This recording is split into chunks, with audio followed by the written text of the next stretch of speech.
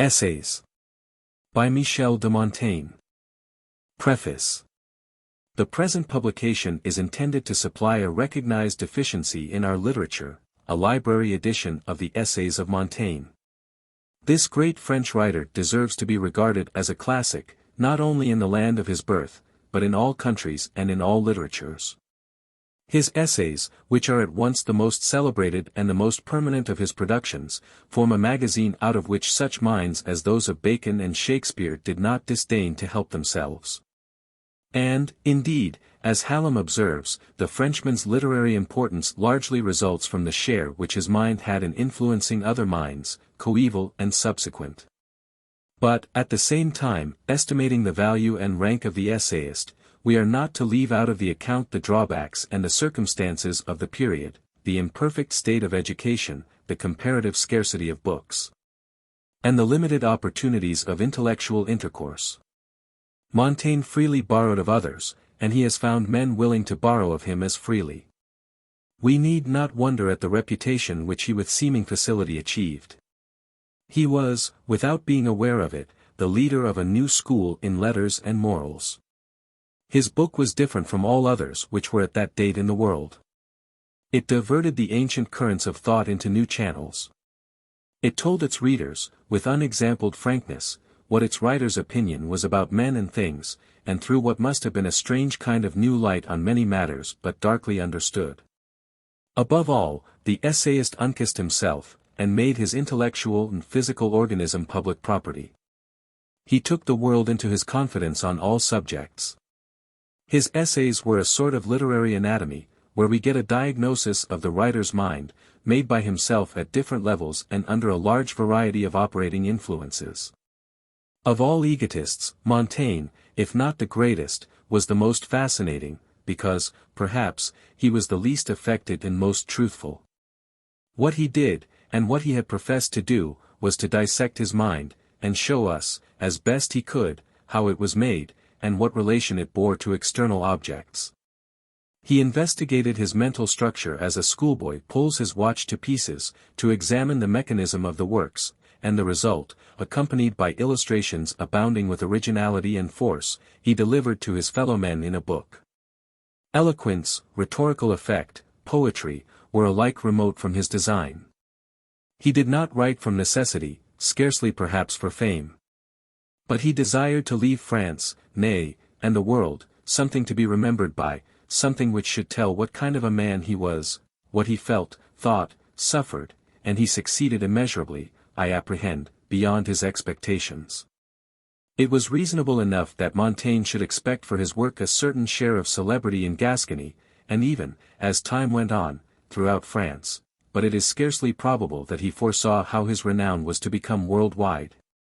How he was to occupy an almost unique position as a man of letters and a moralist. How the essays would be read, in all the principal languages of Europe, by millions of intelligent human beings, who never heard of Perigord or the League, and who are in doubt, if they are questioned, whether the author lived in the 16th or the 18th century. This is true fame. A man of genius belongs to no period and no country. He speaks the language of nature, which is always everywhere the same. The text of these volumes is taken from the first edition of Cotton's version, printed in 3 volumes.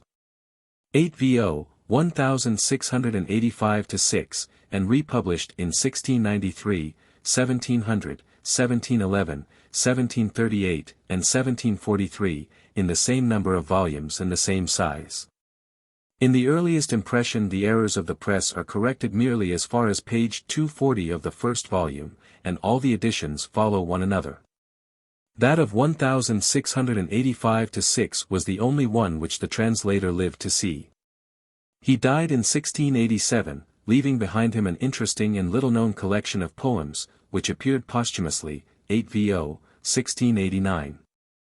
It was considered imperative to correct Cotton's translation by a careful collation with the Variorum edition of the original, Paris, 1854, 4 volumes. 8 vo. or 12 mo, and parallel passages from Florin's earlier undertaking have occasionally been inserted at the foot of the page. A life of the author and all his recovered letters, 16 in number, have also been given. But, as regards the correspondence, it can scarcely be doubted that it is in a purely fragmentary state. To do more than furnish a sketch of the leading incidents in Montaigne's life seemed, in the presence of Belle St. John's charming and able biography, an attempt as difficult as it was useless. The besetting sin of both Montaigne's translators seems to have been a propensity for reducing his language and phraseology to the language and phraseology of the age and country to which they belonged, and, moreover, inserting paragraphs and words, not here and there only, but constantly and habitually, from an evident desire and view to elucidate or strengthen their author's meaning. The result has generally been unfortunate. And I have, in the case of all these interpolations on Cotton's part, felt bound, where I did not cancel them, to throw them down into the notes. Not thinking it right that Montaigne should be allowed any longer to stand sponsor for what he never wrote. And reluctant, on the other hand, to suppress the intruding matter entirely, where it appeared to possess a value of its own. Nor is redundancy or paraphrase the only form of transgression in Cotton, for there are places in his author which he thought proper to omit. And it is hardly necessary to say that the restoration of all such matter to the text was considered essential to its integrity and completeness. My warmest thanks are due to my father, Mr. Registrar Hazlitt, the author of the well-known and excellent edition of Montaigne published in 1842, for the important assistance which he has rendered to me in verifying and retranslating the quotations, which were in a most corrupt state, and of which Cotton's English versions were singularly loose and inexact, and for the zeal with which he has co-operated with me in collating the English text, line for line and word for word, with the best French edition. By the favor of Mr. F. W. Cozens, I have had by me, while at work on this subject, the copy of Cotgrave's Dictionary, folio, 1650, which belonged to Cotton. It has his autograph and copious MSS. Notes, nor is it too much to presume that it is the very book employed by him in his translation. W. C. H. Kensington, November 1877. How do you find this book? Any thoughts about the book or the author? Any suggestion for improvement? Please take a moment to share your thoughts in a comment. If you like it, share it with your friends who might enjoy it as well.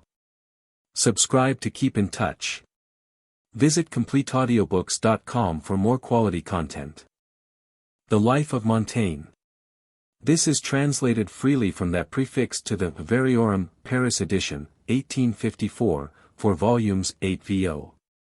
This biography is the more desirable that it contains all really interesting and important matter in the journal of the tour in Germany and Italy, which, as it was merely written under Montaigne's dictation, is in the third person, is scarcely worth publication, as a whole, in an English dress. The author of the essays was born, as he informs us himself, between 11 and 12 o'clock in the day, the last of February 1533, at the Château of Saint Michel de Montaigne. His father, Pierre Equum, Esquire, was successively first Jurat of the town of Bordeaux, 1530, Undermayor 1536, Jurat for the second time in 1540, Procureur in 1546, and at length Mayor from 1553 to 1556. He was a man of austere probity, who had a particular regard for honor and for propriety in his person and attire. A mighty good faith in his speech, and a conscience and a religious feeling inclining to superstition, rather than to the other extreme. One Pierre Equum bestowed great care on the education of his children, especially on the practical side of it. To associate closely his son Michel with the people, and attach him to those who stand in need of assistance, he caused him to be held at the font by persons of meanest position. Subsequently he put him out to nurse with a poor villager, and then, at a later period, made him accustom himself to the most common sort of living, taking care, nevertheless, to cultivate his mind, and superintend its development without the exercise of undue rigor or constraint. Michel, who gives us the minutest account of his earliest years, charmingly narrates how they used to awake him by the sound of some agreeable music, and how he learned Latin, without suffering the rod or shedding a tear, before beginning French. Thanks to the German teacher whom his father had placed near him, and who never addressed him except in the language of Virgil and Cicero. The study of Greek took precedence. At 6 years of age young Montaigne went to the College of Guienne at Bordeaux, where he had as preceptors the most eminent scholars of the 16th century, Nicolas Grouchy, Guerrent, Murat, and Buchanan. At 13 he had passed through all the classes, and as he was destined for the law he left school to study that science. He was then about 14, but these early years of his life are involved in obscurity. The next information that we have is that in 1554 he received the appointment of Chancellor in the Parliament of Bordeaux. In 1559 he was at Bar-le-Duc with the court of Francis II, and in the year following he was present at Rouen to witness the declaration of the majority of Charles IX. We do not know in what manner he was engaged on these occasions. Between 1556 and 1563 an important incident occurred in the life of Montaigne, in the commencement of his romantic friendship with Etienne de la Boétie, whom he had met, as he tells us, by pure chance at some festive celebration in the town. From their very first interview the two found themselves drawn irresistibly close to one another, and during 6 years this alliance was foremost in the heart of Montaigne, as it was afterwards in his memory, when death had severed it. Although he blames severely in his own book those who, contrary to the opinion of Aristotle, marry before 35, Montaigne did not wait for the period fixed by the philosopher of Stagira, but in 1566, in his 33rd year. He espoused Françoise de Chassagne, daughter of a councillor in the Parliament of Bordeaux. The history of his early married life vies in obscurity with that of his youth. His biographers are not agreed among themselves. And in the same degree that he lays open to our view all that concerns his secret thoughts, the innermost mechanism of his mind, he observes too much reticence in respect to his public functions and conduct, and his social relations. The title of gentleman in ordinary to the king, which he assumes, in a preface, and which Henry II gives him in a letter, which we print a little farther on, what he says as to the commotions of courts, where he passed a portion of his life. The instructions which he wrote under the dictation of Catherine de' Medici for King Charles IX, and his noble correspondence with Henry IV. Leave no doubt, however, as to the part which he played in the transactions of those times, and we find an unanswerable proof of the esteem in which he was held by the most exalted personages. In a letter which was addressed to him by Charles at the time he was admitted to the Order of St. Michael, which was, as he informs us himself, the highest honor of the French noblesse. According to Lacroix du Maine, Montaigne, upon the death of his eldest brother, resigned his post of councillor, in order to adopt the military profession, while, if we might credit the President Bouyer, he never discharged any functions connected with arms. However, several passages in the essays seem to indicate that he not only took service, but that he was actually in numerous campaigns with the Catholic armies.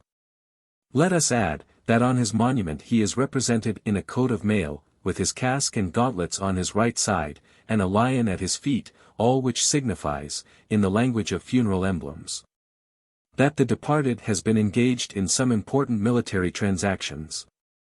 However it may be as to these conjectures, our author, having arrived at his 38th year, resolved to dedicate to study and contemplation the remaining term of his life. And on his birthday, the last of February 1571, he caused a philosophical inscription, in Latin, to be placed upon one of the walls of his chateau, where it is still to be seen, and of which the translation is to this effect, in the year of Christ.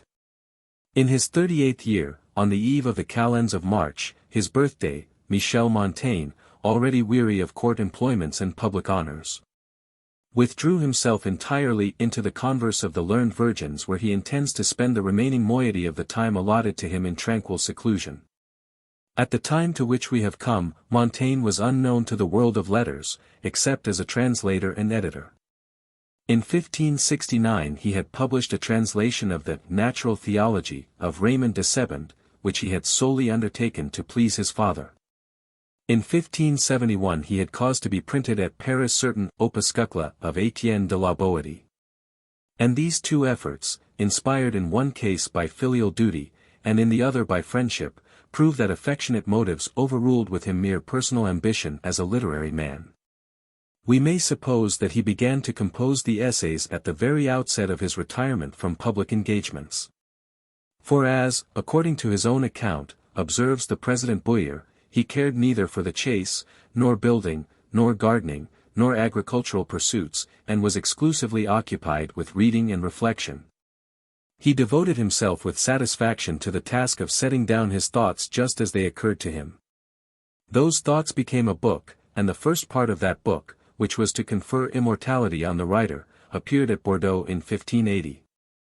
Montaigne was then 57, he had suffered for some years past from renal colic and gravel.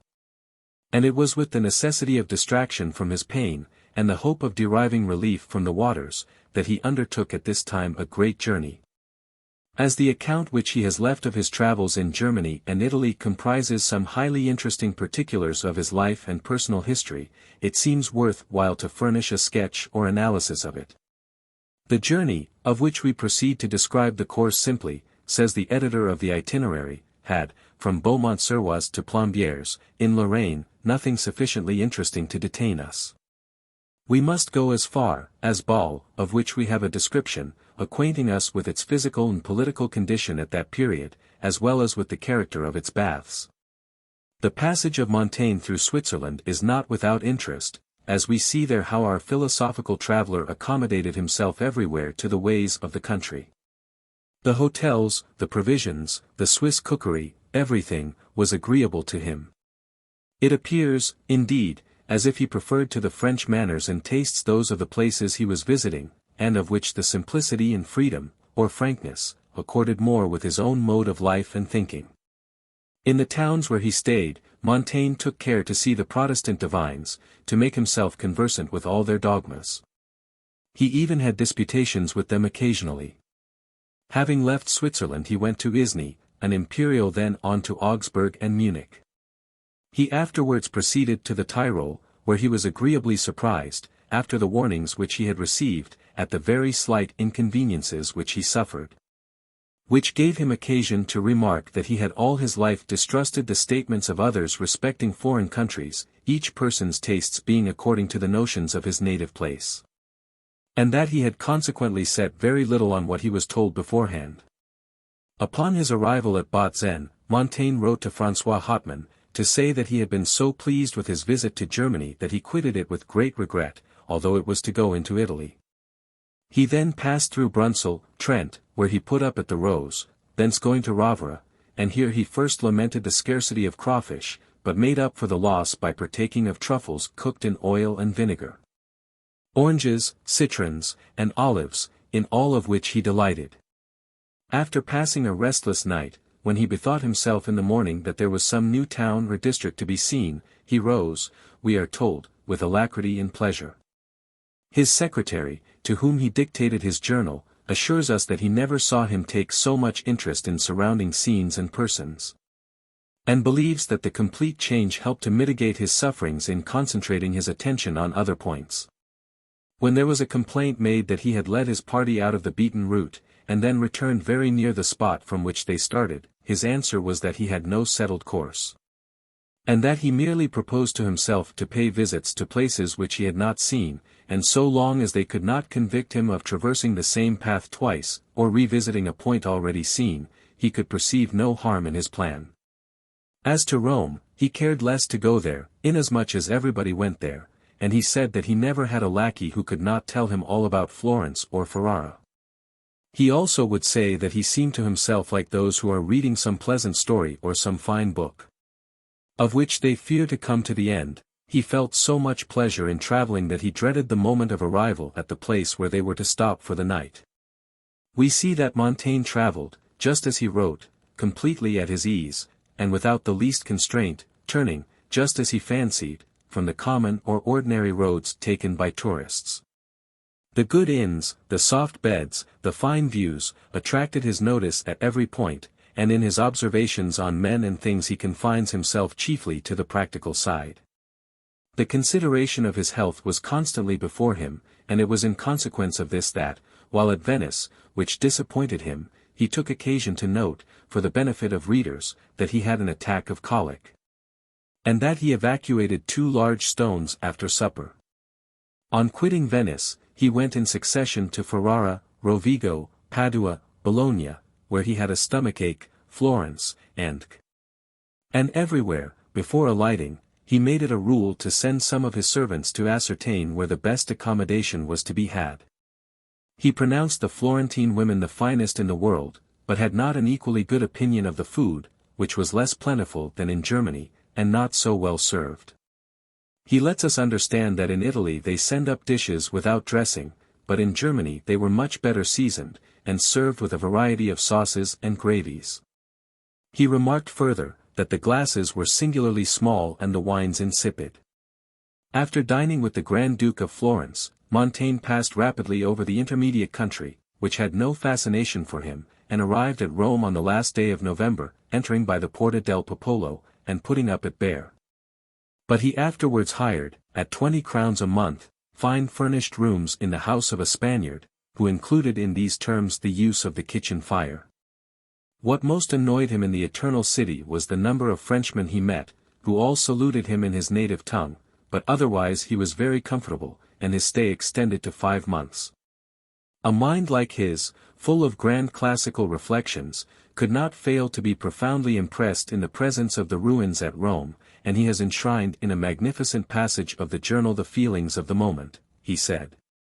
Writes his secretary, that at Rome one saw nothing but the sky under which she had been built, and the outline of her site, that the knowledge we had of her was abstract, contemplative, not palpable to the actual senses, that those who said they beheld at least the ruins of Rome, went too far, for the ruins of so gigantic a structure must have commanded greater reverence. It was nothing but her sepulchre.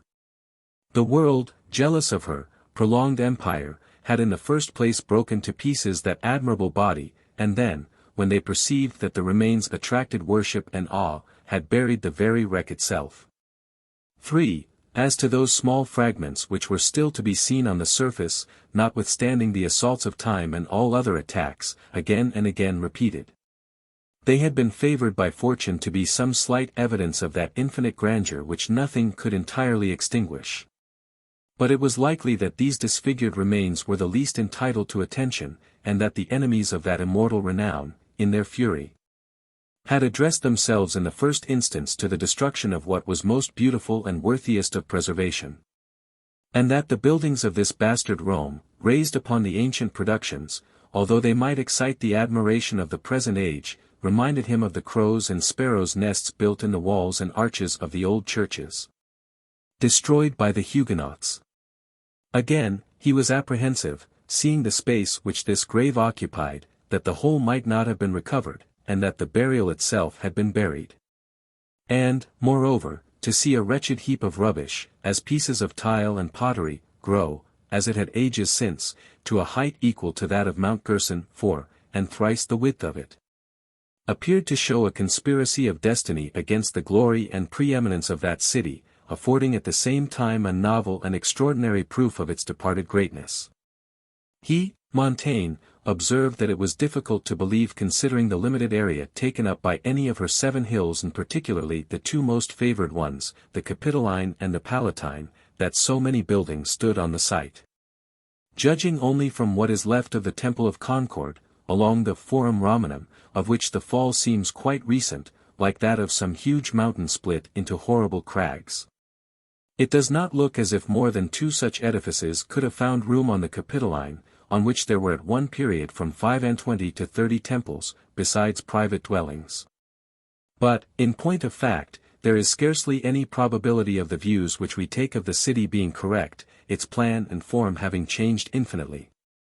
For instance, the Velabrum, which on account of its depressed level, received the sewage of the city, and had a lake, has been raised by artificial accumulation to a height with the other hills, and Mount Savello has, in truth, grown simply out of the ruins of the theatre of Marcellus.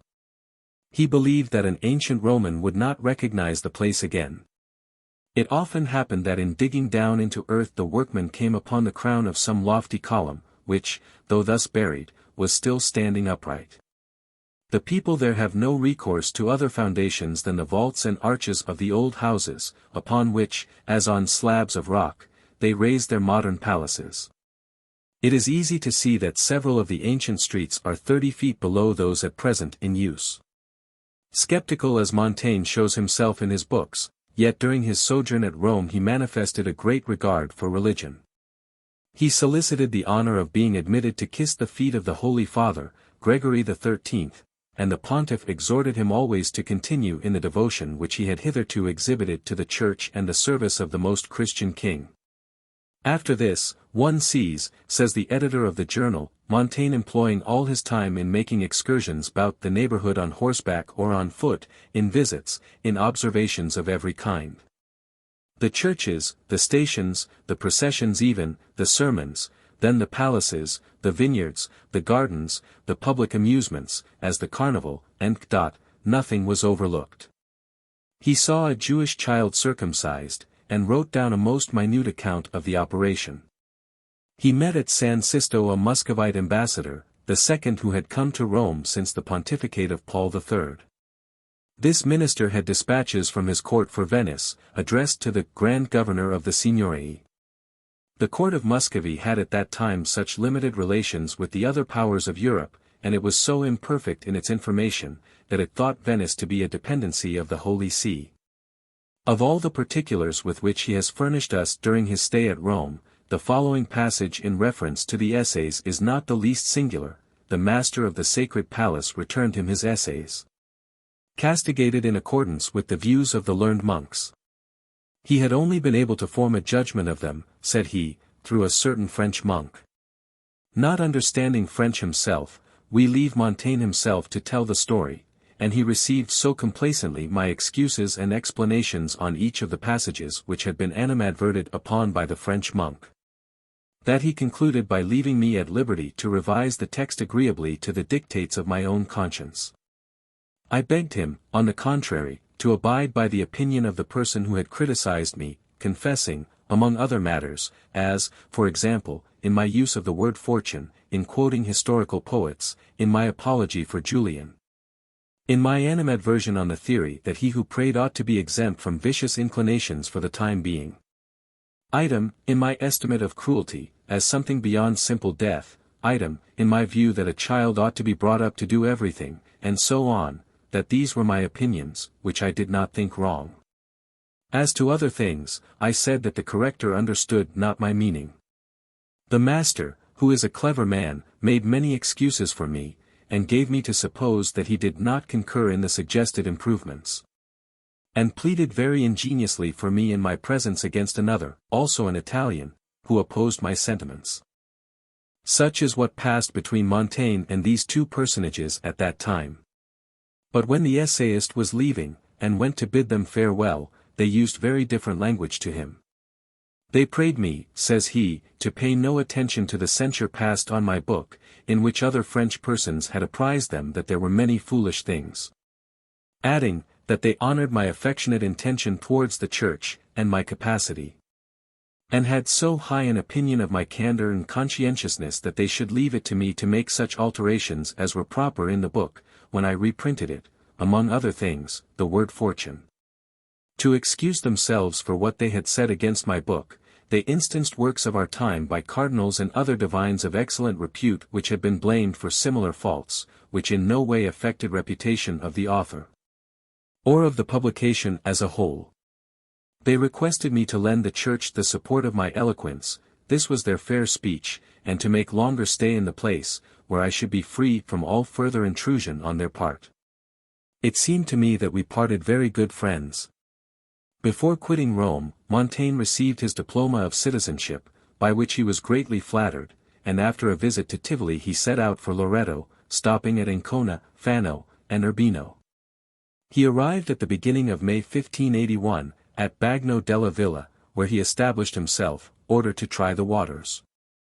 There, we find in the journal, of his own accord the essayist lived in the strictest conformity with the regime, and henceforth we only hear of diet, the effect which the waters had by degrees upon system, of the manner in which he took them. In a word, he does not omit an item of the circumstances connected with his daily routine, his habit of body, his baths, and the rest. It was no longer the journal of a traveller which he kept, but the diary of an invalid. 5. Attentive to the minutest details of the cure which he was endeavoring to accomplish, a sort of memorandum book, in which he was noting down everything that he felt and did, for the benefit of his medical man at home, who would have the care of his health on his return, and the attendance on his subsequent infirmities. Montaigne gives it as his reason and justification for enlarging to this extent here, that he had omitted, to his regret, to do so in his visits to other baths, which might have saved him the trouble of writing at such great length now. But it is perhaps a better reason in our eyes, that what he wrote for his own use. We find in these accounts, however, many touches which are valuable as illustrating the manners of the place. The greater part of the entries in the journal, giving the account of these waters, and of the travels, down to Montaigne's arrival at the first French town on his homeward route, are in Italian. Because he wished to exercise himself in that language. The minute and constant watchfulness of Montaigne over his health and over himself might lead one to suspect that excessive fear of death which degenerates into cowardice. But was it not rather the fear of the operation for the stone, at that time really formidable? Or perhaps he was of the same way of thinking with the Greek poet, of whom Cicero reports this saying, "I do not desire to die. But the thought of being dead is indifferent to me." Let us hear, however, what he says himself on this point very frankly. It would be too weak and unmanly on my part if, certain as I am of always finding myself in the position of having to succumb in that way. 6. And death coming nearer and nearer to me, I did not make some effort, before the time came, to bear the trial with fortitude. For reason prescribes that we should joyfully accept what it may please God to send us. Therefore the only remedy, the only rule, and the sole doctrine for avoiding the evils by which mankind is surrounded, whatever they are, is to resolve to bear them so far as our nature permits, or to put an end to them courageously and promptly. He was still at the waters of La Villa, when, on the September 7, 1581, he learned by letter that he had been elected mayor of Bordeaux on the August 1 preceding. This intelligence made him hasten his departure. And from Lucca he proceeded to Rome. He again made some stay in that city, and he there received the letter of the Jurats of Bordeaux, notifying to him officially his election to the mayoralty, and inviting him to return as speedily as possible. He left for France, accompanied by young d'Estissac and several other gentlemen, who escorted him a considerable distance, but none went back to France with him, not even his travelling companion. He passed by Padua, Milan, Mont-Cenis, and Chambéry. Thence he went on to Lyons, and lost no time in repairing to his chateau, after an absence of 17 months and 8 days. We have just seen that, during his absence in Italy, the author of the essays was elected mayor of Bordeaux. "The gentlemen of Bordeaux," says he, "elected me mayor of their town while I was at a distance from France, and far from the thought of such a thing. I excused myself. But they gave to understand that I was wrong in so doing, it being also the command of the king that I should stand." This the letter which Henry III wrote to him on the occasion. "Monsieur de Montaigne, inasmuch as I hold in great esteem your fidelity and zealous devotion to my service, it has been a pleasure to me to learn that you have been chosen mayor of my town of Bordeaux. I have had the agreeable duty of confirming the selection, and I did so the more willingly, seeing that it was made during your distant absence. Wherefore it is my desire, and I require and command you expressly that you proceed without delay to enter on the duties to which you have received so legitimate a call. And so you will act in a manner very agreeable to me, while the contrary will displease me greatly. Praying God, M. de Montaigne, to have you in his holy keeping." Written at Paris, the 25th day of November 1581. Henri. A Monsieur de Montaigne, knight of my order, gentleman in ordinary of my chamber, being at present in Rome. Montaigne, in his new employment, the most important in the province, obeyed the axiom, that a man may not refuse a duty, though it absorb his time and attention, and even involve the sacrifice of his blood. Placed between two extreme parties, ever on the point of getting to blows, he showed himself in practice what he is in his book, the friend of a middle and temperate policy. Tolerant by character and on principle, he belonged, like all the great minds of the 16th century, to that political sect which sought to improve, without destroying, institutions. And we may say of him, what he himself said of La Boétie, that he had that maxim indelibly impressed on his mind, to obey and submit himself religiously to the laws under which he was born.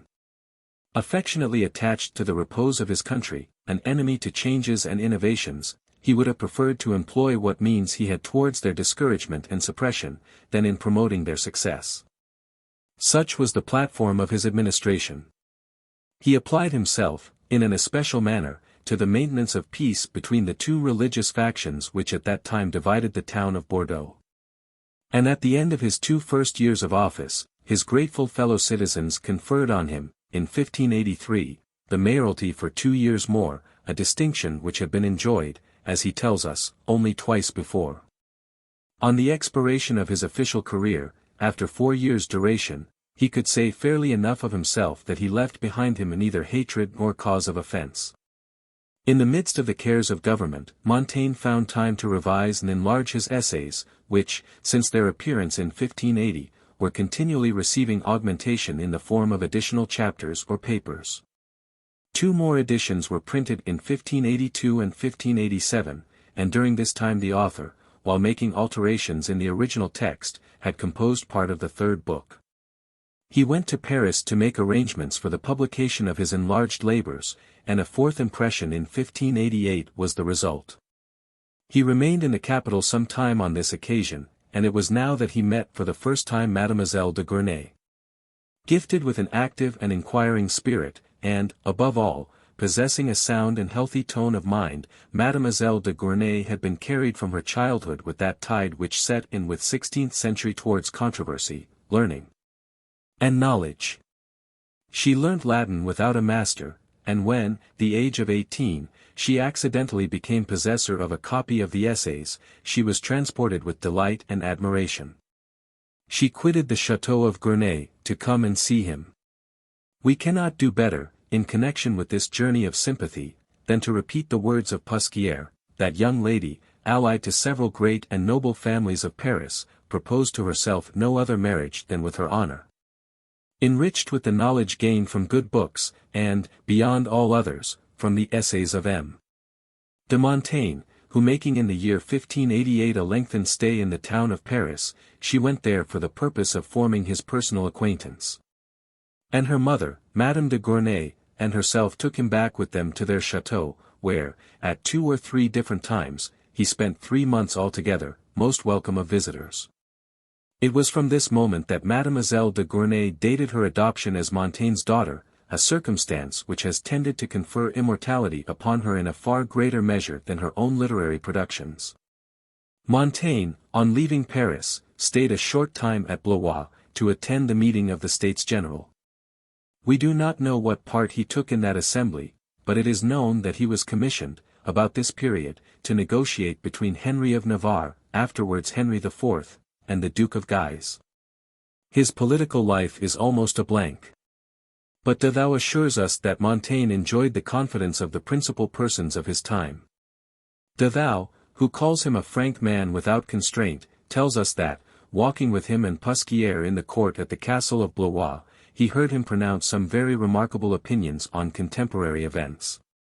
And he adds that Montaigne had foreseen that the troubles in France could not end without witnessing the death of either the King of Navarre or of the Duke of Guise. He had made himself so completely master of the views of these 2 princes, that he told De Thou that the King of Navarre would have been prepared to embrace Catholicism, if he had not been afraid of being abandoned by his party. And that the Duke of Guise, on his part, had no particular repugnance to the Confession of Augsburg, for which the Cardinal of Lorraine, his uncle, had inspired him with a liking. If it had not been for the peril involved in quitting the Romish communion, it would have been easy for Montaigne to play, as we call it, a great part in politics, and create for himself a lofty position, but his motto was, Otio et Libertate. And he returned quietly home to compose a chapter for his next edition on Inconveniences of Greatness. The author of the essays was now 55. The malady which tormented him grew only worse and worse with years. And yet he occupied himself continually with reading, meditating, and composition. He employed the years 1589, 1590, and 1591 in making fresh additions to his book. And even in the approaches of old age he might fairly anticipate many happy hours, when he was attacked by quinsy, depriving him of the power utterance. Pusquier, who has left us some details his last hours, narrates that he remained 3 days in full possession of his faculties, but unable to speak, so that, in order to make known his desires, he was obliged to resort to writing. And as he felt his end drawing near, he begged his wife to summon certain of the gentlemen who lived in the neighborhood to bid them a last farewell. When they had arrived, he caused mass to be celebrated in apartment. And just as the priest was elevating the host, Montaigne fell forward with his arms extended in front of him, on the bed, and so expired. He was in his 60th year. It was the September 13, 1592. Montaigne was buried near his own house. But a few years after his decease, his remains were removed to the church of a commandery of Saint Antoine at Bordeaux, where they still continue. His monument was restored in 1803 by a descendant. It was seen about 1858 by an English traveller, Mr. St. John, 7, and was then in good preservation. In 1595 Mademoiselle de Gournay published a new edition of Montaigne's essays, and the first with the latest emendations of the author, from a copy presented to her by his widow, and which has not been recovered. Although it is known to have been in existence some years after the date of the impression, made on its authority. Coldly as Montaigne's literary productions appear to have been received by the generation immediately succeeding his own age, his genius grew into just appreciation in the 17th century, when such great spirits arose as La Bruyère, Molière, La Fontaine, Madame de Sévigné. "Oh," exclaimed the Chatelaine de Rochers, "what capital company he is, the dear man. He is my old friend, and just for the reason that he is so, he always seems new. My God! How full is that book of sense!" Balzac said that he had carried human reason as far and as high as it could go, both in politics and in morals. On the other hand, Malebranche and the writers of Port Royal were against him. Some reprehended the licentiousness of his writings. Others their impiety, materialism, Epicureanism. Even Pascal, who had carefully read the essays, and gained no small profit by them, did not spare his reproaches. But Montaigne has outlived detraction. As time has gone on, his admirers and borrowers have increased in number, and his Jansenism, which recommended him to the 18th century, may not be his least recommendation in the 19th. Here we have certainly, on the whole, a first-class man, and one proof of his masterly genius seems to be that his merits and his beauties are sufficient to induce us to leave out of consideration blemishes and faults which would have been fatal to an inferior writer. The Letters of Montaigne. 1. To Monsieur de Montaigne. This account of the death of La Boétie begins imperfectly. It first appeared in a little volume of Miscellanies in 1571. See Hazlitt, Ubi Sup. Page 630. As to his last words, doubtless, if any man can give good account of them, it is I, both because, during the whole of his sickness he conversed as fully with me as with any one, and also because, in consequence of the singular and brotherly friendship which we had entertained for each other, I was perfectly acquainted with the intentions, opinions, and wishes which he had formed in the course of his life, as much so, certainly, as one man can possibly be with those of another man. And because I knew them to be elevated, virtuous, full of steady resolution, and, after all said, admirable. I well foresaw that, if his illness permitted him to express himself, he would allow nothing to fall from him, in such an extremity, that was not replete with good example. I consequently took every care in my power to treasure what was said. True it is, Monseigneur, as my memory is not only in itself very short, but in this case affected by the trouble which I have undergone, through so heavy and important a loss, that I have forgotten a number of things which I should wish to have had known. But those which I recollect shall be related to you as exactly as lies in my power. For to represent in full measure his noble career suddenly arrested, to paint to you his indomitable courage, in a body worn out and prostrated by pain and the assaults of death, I confess, would demand a far better ability than mine, because, although, when in former years he discoursed on serious and important matters, he handled them in such a manner that it was difficult to reproduce exactly what he said. Yet his ideas and his words at the last seemed to rival each other in serving him. For I am sure that I never knew him give birth to such fine conceptions, or display so much eloquence, as in the time of his sickness. If, Monseigneur, you blame me for introducing his more ordinary observations, please to know that I do so advisedly. For since they proceeded from him at a season of such great trouble, they indicate the perfect tranquillity of his mind and thoughts to the last. On Monday, the 9th day of August 1563, on my return from the court, I sent an invitation to him to come and dine with me. He returned word that he was obliged, but, being indisposed, he would thank me to do him the pleasure of spending an hour with him before he started for Médoc. Shortly after my dinner I went to him. He had laid himself down on the bed with his clothes on, and he was already, I perceived, much changed. He complained of diarrhea, accompanied by the gripes, and said that he had it about him ever since he played with M. D'Escars with nothing but his doublet on, and that with him a cold often brought on such attacks. I advised him to go as he had proposed, but to stay for the night at Germaniac, which is only about 2 leagues from the town. I gave him this advice, because some houses, near to that where he was ping, were visited by the plague, about which he was nervous since his return from Perigord and the Agenois, here it had been raging. And, besides, horse exercise was, from my own experience, beneficial under similar circumstances.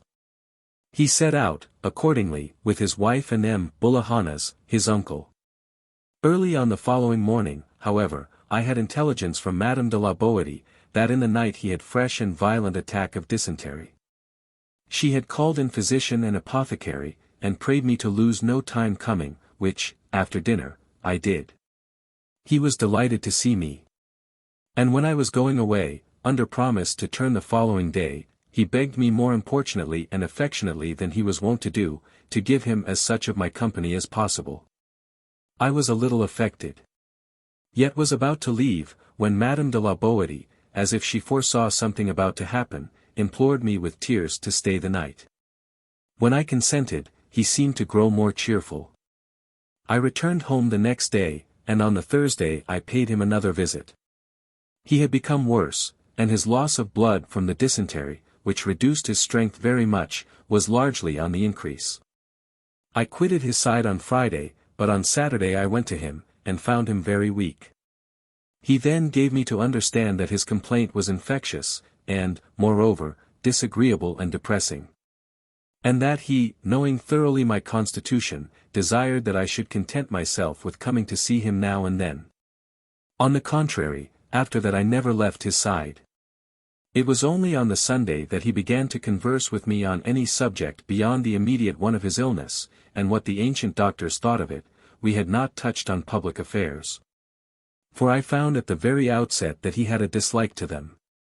But, on the Sunday, he had a fainting fit, and when he came to himself, he told me that everything seemed to him confused, as if in a mist and in disorder, and that, nevertheless, this visitation was not unpleasing to him. Death, I replied, has no worse sensation, my brother. None so bad, was his answer. He had had no regular sleep since the beginning of his illness. And as he became worse and worse, he began to turn his attention to questions which men commonly occupy themselves with in the last extremity, despairing now of getting better, and intimating as much to me.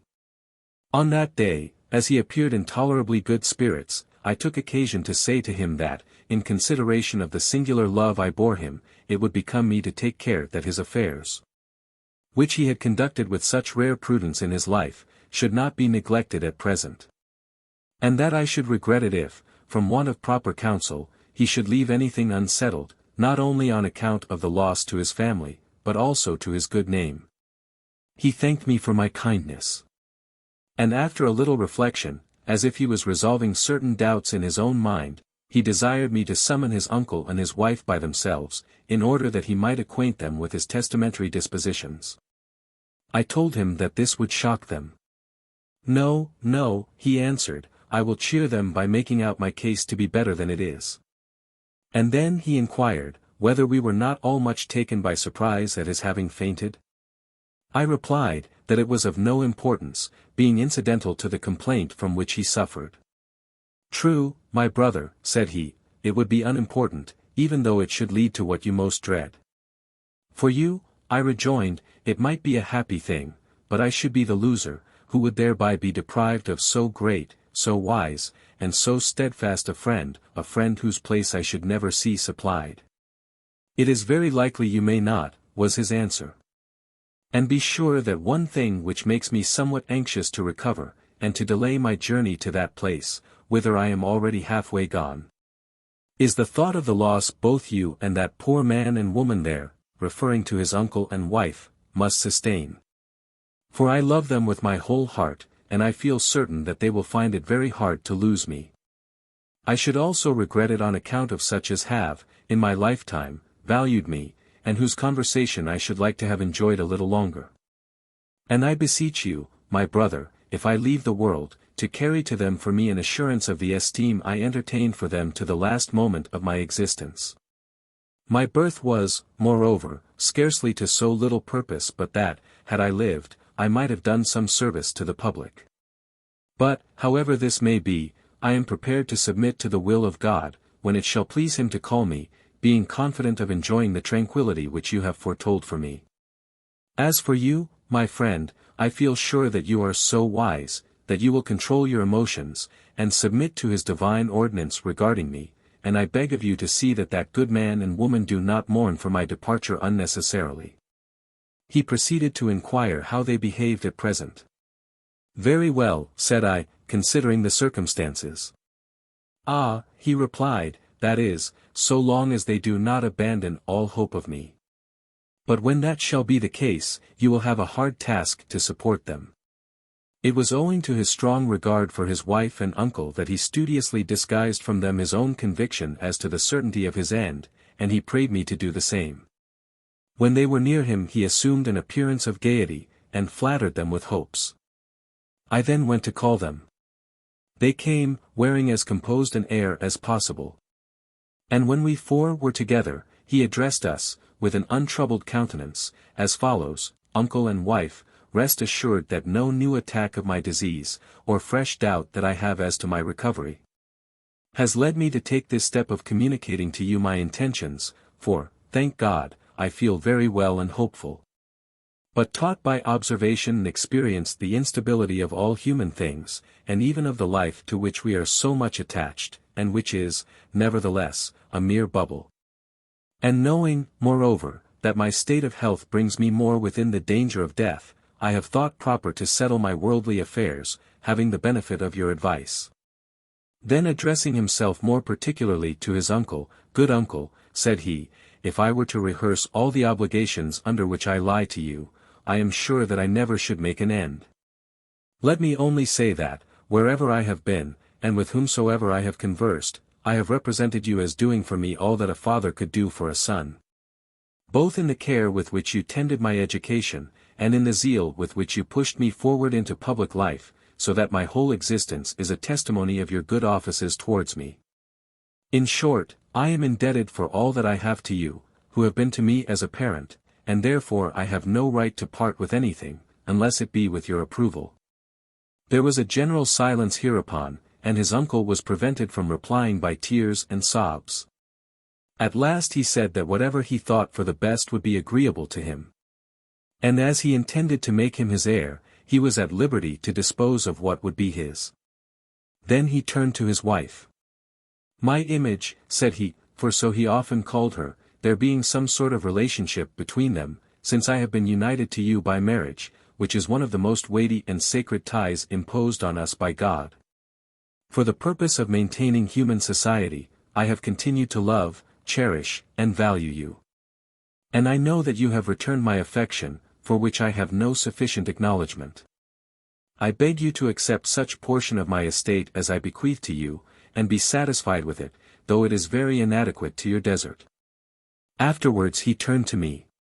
My brother, he began, for whom I have so entire a love, and whom I selected out of so large a number, thinking to revive with you that virtuous and sincere friendship which, owing to the degeneracy of the age, has grown to be almost unknown to us, and now exists only in certain vestiges of antiquity, I beg of you, as a mark of my affection to you, to accept my library, a slender offering, but given with a cordial will, and suitable to you.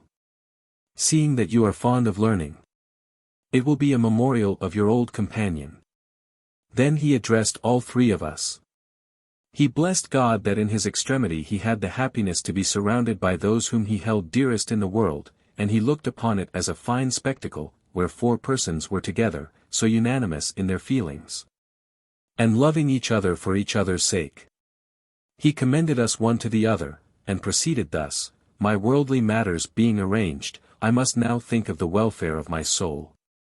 I am a Christian, I am a Catholic. I have lived one, and I shall die one. Send for a priest. For I wish to conform to this last Christian obligation. He now concluded his discourse, which he had conducted with such a firm face and with so distinct an utterance, that whereas, when I first entered his room, he was feeble, inarticulate in his speech, his pulse low and feverish, and his features pallid, now, by a sort of miracle, he appeared to have rallied, and his pulse was so strong that for the sake of comparison, I asked him to feel mine. I felt my heart so oppressed at this moment, that I had not the power to make him any answer.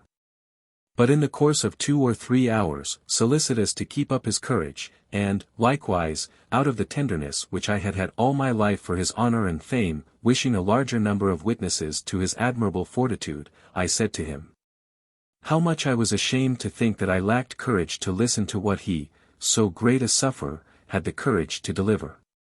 That down to the present time I had scarcely conceived that God granted us such command over human infirmities, and had found a difficulty in crediting the examples I had read in histories. But that with such evidence of the thing before my eyes, I gave praise to God that it had shown itself in one so excessively dear to me, and who loved me so entirely, and that his example would help me to act in a similar manner when my turn came. Interrupting me, he begged that it might happen so, and that the conversation which had passed between us might not be mere words, but might be impressed deeply on our minds, to be put in exercise at the first occasion. And that this was the real object and aim of all philosophy. He then took my hand, and continued, brother, friend, there are many acts of my life, I think, which have cost me as much difficulty as this one is likely to do. And, after all, I have been long prepared for it, and have my lesson by heart. Have I not lived long enough? I am just upon 33. By the grace of God, my days so far have known nothing but health and happiness. But in the ordinary course of our unstable human affairs, this could not have lasted much longer. It would have become time for me to enter on graver avocations, and I should thus have involved myself in numberless vexations, and, among them, the troubles of old age, from which I shall now be exempt. Moreover, it is probable that hitherto my life has been spent more simply, and with less of evil, than if God had spared me, and I had survived to feel the thirst for riches and worldly prosperity. I am sure, for my part, that I now go to God in the place of the blessed. He seemed to detect in my expression some inquietude at his words, and he exclaimed, what, my brother, would you make me entertain apprehensions? Had I any, whom would it become so much as yourself to remove them? The notary, who had been summoned to draw up his will, came in the evening, and when he had the documents prepared, I inquired of La Boétie if he would sign them. Sign them, cried he, I will do so with my own hand, but I could desire more time, for I feel exceedingly timid and weak, and in a manner exhausted. But when I was going to change the conversation, he suddenly rallied, said he had but a short time to live, and asked if the notary wrote rapidly, for he should dictate without making any pause. The notary was called, and he dictated his will there and then with such speed that the man could scarcely keep up with him. And when he had done, he asked me to read it out, saying to me, what a good thing it is to look after what are called our riches. Sunt haec, quo hominibus vocantur bona. As soon as the will was signed, the chamber being full, he asked me if it would hurt him to talk. I answered, that it would not, if he did not speak too loud. He then summoned Mademoiselle de Saint Quentin, his niece, to him, and addressed her thus, Dear niece, since my earliest acquaintance with thee, I have observed the marks of great natural goodness in thee. But the services which thou rendered to me, with so much affectionate diligence, in my present and last necessity, inspire me with high hopes of thee, and I am under great obligations to thee, and give thee most affectionate thanks. Let me relieve my conscience by counseling thee to be, in the first place, devout to God, for this doubtless is our first duty, failing which all others can be of little advantage or grace, but which, duly observed, carries with it necessarily all other virtues. After God, thou shouldest love thy father and mother, thy mother, my sister, whom I regard as one of the best and most intelligent of women, and by whom I beg of thee to let thy own life be regulated. Allow not thyself to be led away by pleasures. Shun, like the plague, the foolish familiarities thou sayest between some men and women, harmless enough at first, but which by insidious degrees corrupt the heart, and thence lead it to negligence, and then into the vile slough of vice. Credit me, the greatest safeguard to female chastity is sobriety of demeanor. I beseech and direct that thou often call to mind the friendship which was betwixt us. But I do not wish thee to mourn for me too much, an injunction which, so far as it is in my power, I lay on all my friends, since it might seem that by doing so they felt a jealousy of that blessed condition in which I am about to be placed by death. I assure thee, my dear, that if I had the option now of continuing in life or of completing the voyage on which I have set out, I should find it very hard to choose. Adieu, dear niece. Mademoiselle D'Arsat, his stepdaughter, was next called. He said to her, Daughter, you stand in no great need of advice from me, insomuch as you have a mother, whom I have ever found most sagacious, and entirely in conformity with my own opinions and wishes, and whom I have never found faulty. With such a preceptress, you cannot fail to be properly instructed. Do not account it singular that I, with no tie of blood to you, am interested in you. For, being the child of one who is so closely allied to me, I am necessarily concerned in what concerns you, and consequently the affairs of your brother, M. D'Arsat, have ever been watched by me with as much care as my own. Nor perhaps will it be to your disadvantage that you were my stepdaughter. You enjoy sufficient store of wealth and beauty, you are a lady of good family. It only remains for you to add to these possessions the cultivation of your mind, in which I exhort you not to fail. I do not think necessary to warn you against vice, a thing so odious in women, for I would not even suppose that you could harbor any inclination for it, nay, I believe that you hold the very name in abhorrence. Dear daughter, farewell. All in the room were weeping and lamenting, but he held without interruption the thread of his discourse, which was pretty long. But when he had done, he directed us all to leave the room, except the women attendants, whom he styled his garrison. But first, calling to him my brother, M. de Beauregard, he said to him, M. de Beauregard, you have my best thanks for all the care you have taken of me. I have now a thing which I am very anxious indeed to mention to you, and with your permission I will do so. As my brother gave him encouragement to proceed, he added, I assure you that I never knew any man who engaged in the reformation of our church with greater sincerity, earnestness, and single-heartedness than yourself. I consider that you were led to it by observing the vicious character of our prelates, which no doubt much requires setting in order, and by imperfections which time has brought into our church. It is not my desire at present to discourage you from this course, for I would have no one act in opposition to his conscience. But I wish, having regard to the good repute acquired by your family from its enduring concord, a family than which none can be dearer to me, a family, thank God, no member of which has ever been guilty of dishonor, in regard, further, to the will of your good father to whom you owe so much, and of your uncle, I wish you to avoid extreme means. Avoid harshness and violence, be reconciled with your relatives, do not act apart, but unite. You perceive what disasters our quarrels have brought upon this kingdom, and I anticipate still worse mischiefs.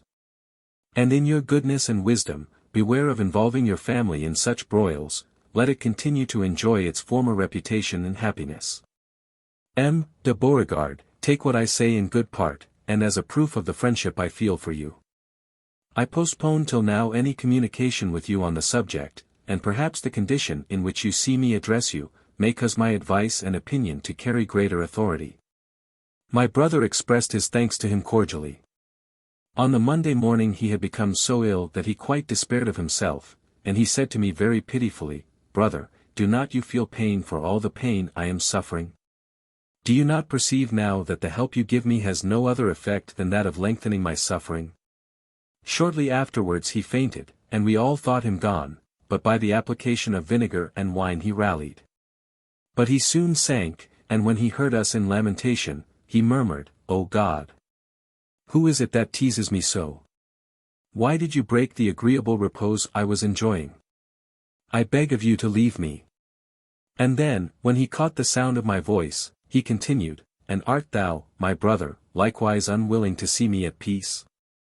Oh, how thou robbest me of my repose!"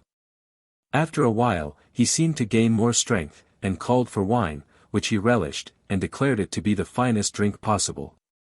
I, in order to change the current of his thoughts, put in, "Surely not, water is the best." "Ah, yes," he returned, "doubtless so, Greek phrase." He had now become icy cold at his extremities, even to his face, a deathly perspiration was upon him, and his pulse was scarcely perceptible. This morning he confessed, but the priest had omitted to bring with him the necessary apparatus for celebrating Massachusetts. On the Tuesday, however, M. de la Boétie summoned him to aid him, as he said, in discharging the last office of a Christian.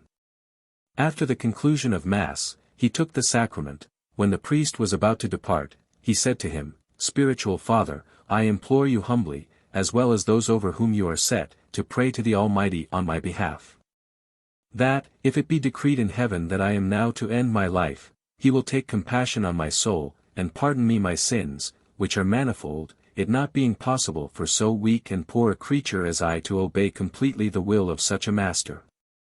Or, if he think fit to keep me longer here, that it may please him to release my present extreme anguish, and to direct my footsteps in the right path, that I may become a better man than I have been."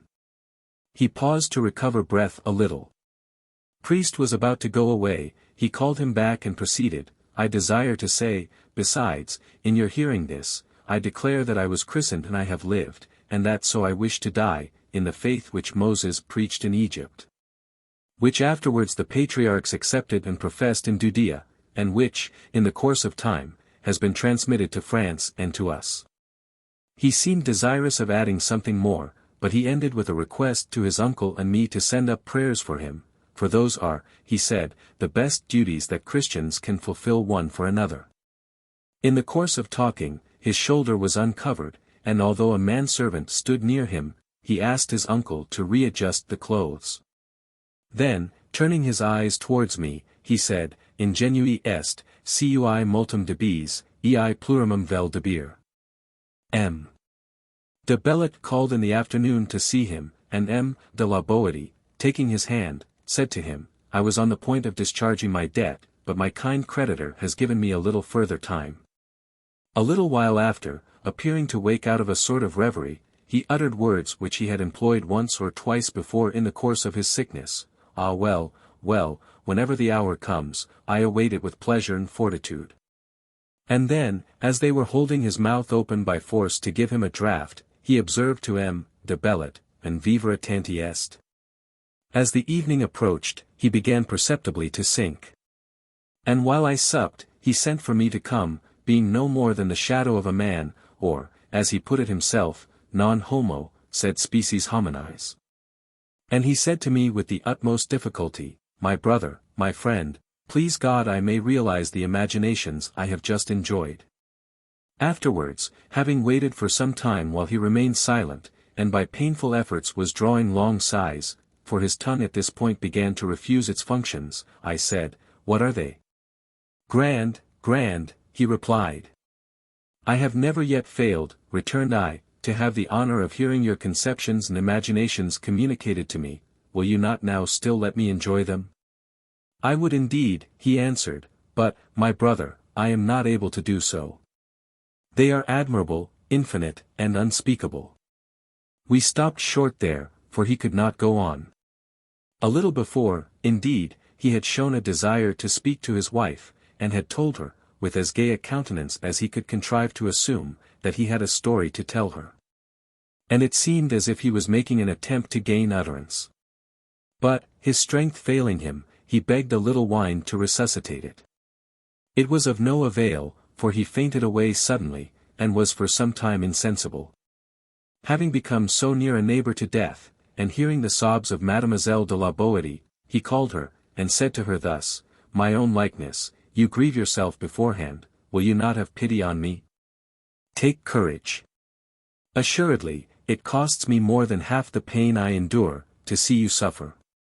And reasonably so, because the evils which we ourselves feel we do not actually ourselves suffer, but it's certain sentient faculties which God plants in us, that feel them, whereas what we feel on account of others, we feel by consequence of a certain reasoning process which goes on within our minds. But I am going away," that he said because his strength was failing him, and fearing that he had frightened his wife, he resumed, observing, "I am going to sleep.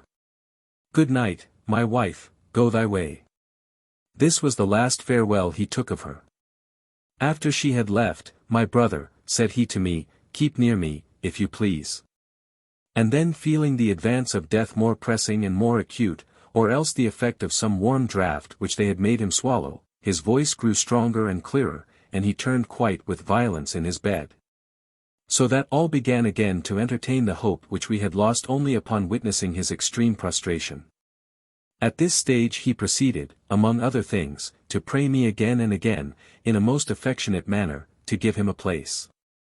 So that I was apprehensive that his reason might be impaired, particularly when, on my pointing out to him that he was doing himself harm, and that these were not of the words of a rational man, he did not yield at first, but redoubled his outcry, saying, my brother, dost thou then refuse me a place, insomuch that he constrained me to demonstrate to him that, as he breathed and spoke, and had his physical being, therefore he had his place.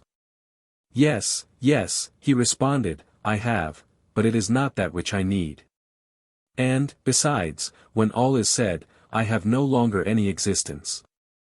God, I replied, will grant you a better one soon. Would it were now, my brother, was his answer. It is now 3 days since I have been eager to take my departure. Being in this extremity, he frequently called me, merely to satisfy him that I was at his side. At length, he composed himself a little to rest, which strengthened our hopes. So much so, indeed, that I left the room, and went to rejoice thereupon with Mademoiselle de la Boétie. But, an hour or so afterwards, he called me by name once or twice, and then with a long sigh expired at 3 o'clock on Wednesday morning, the August 18th, 1563, having lived 32 years, 9 months, and 17 days.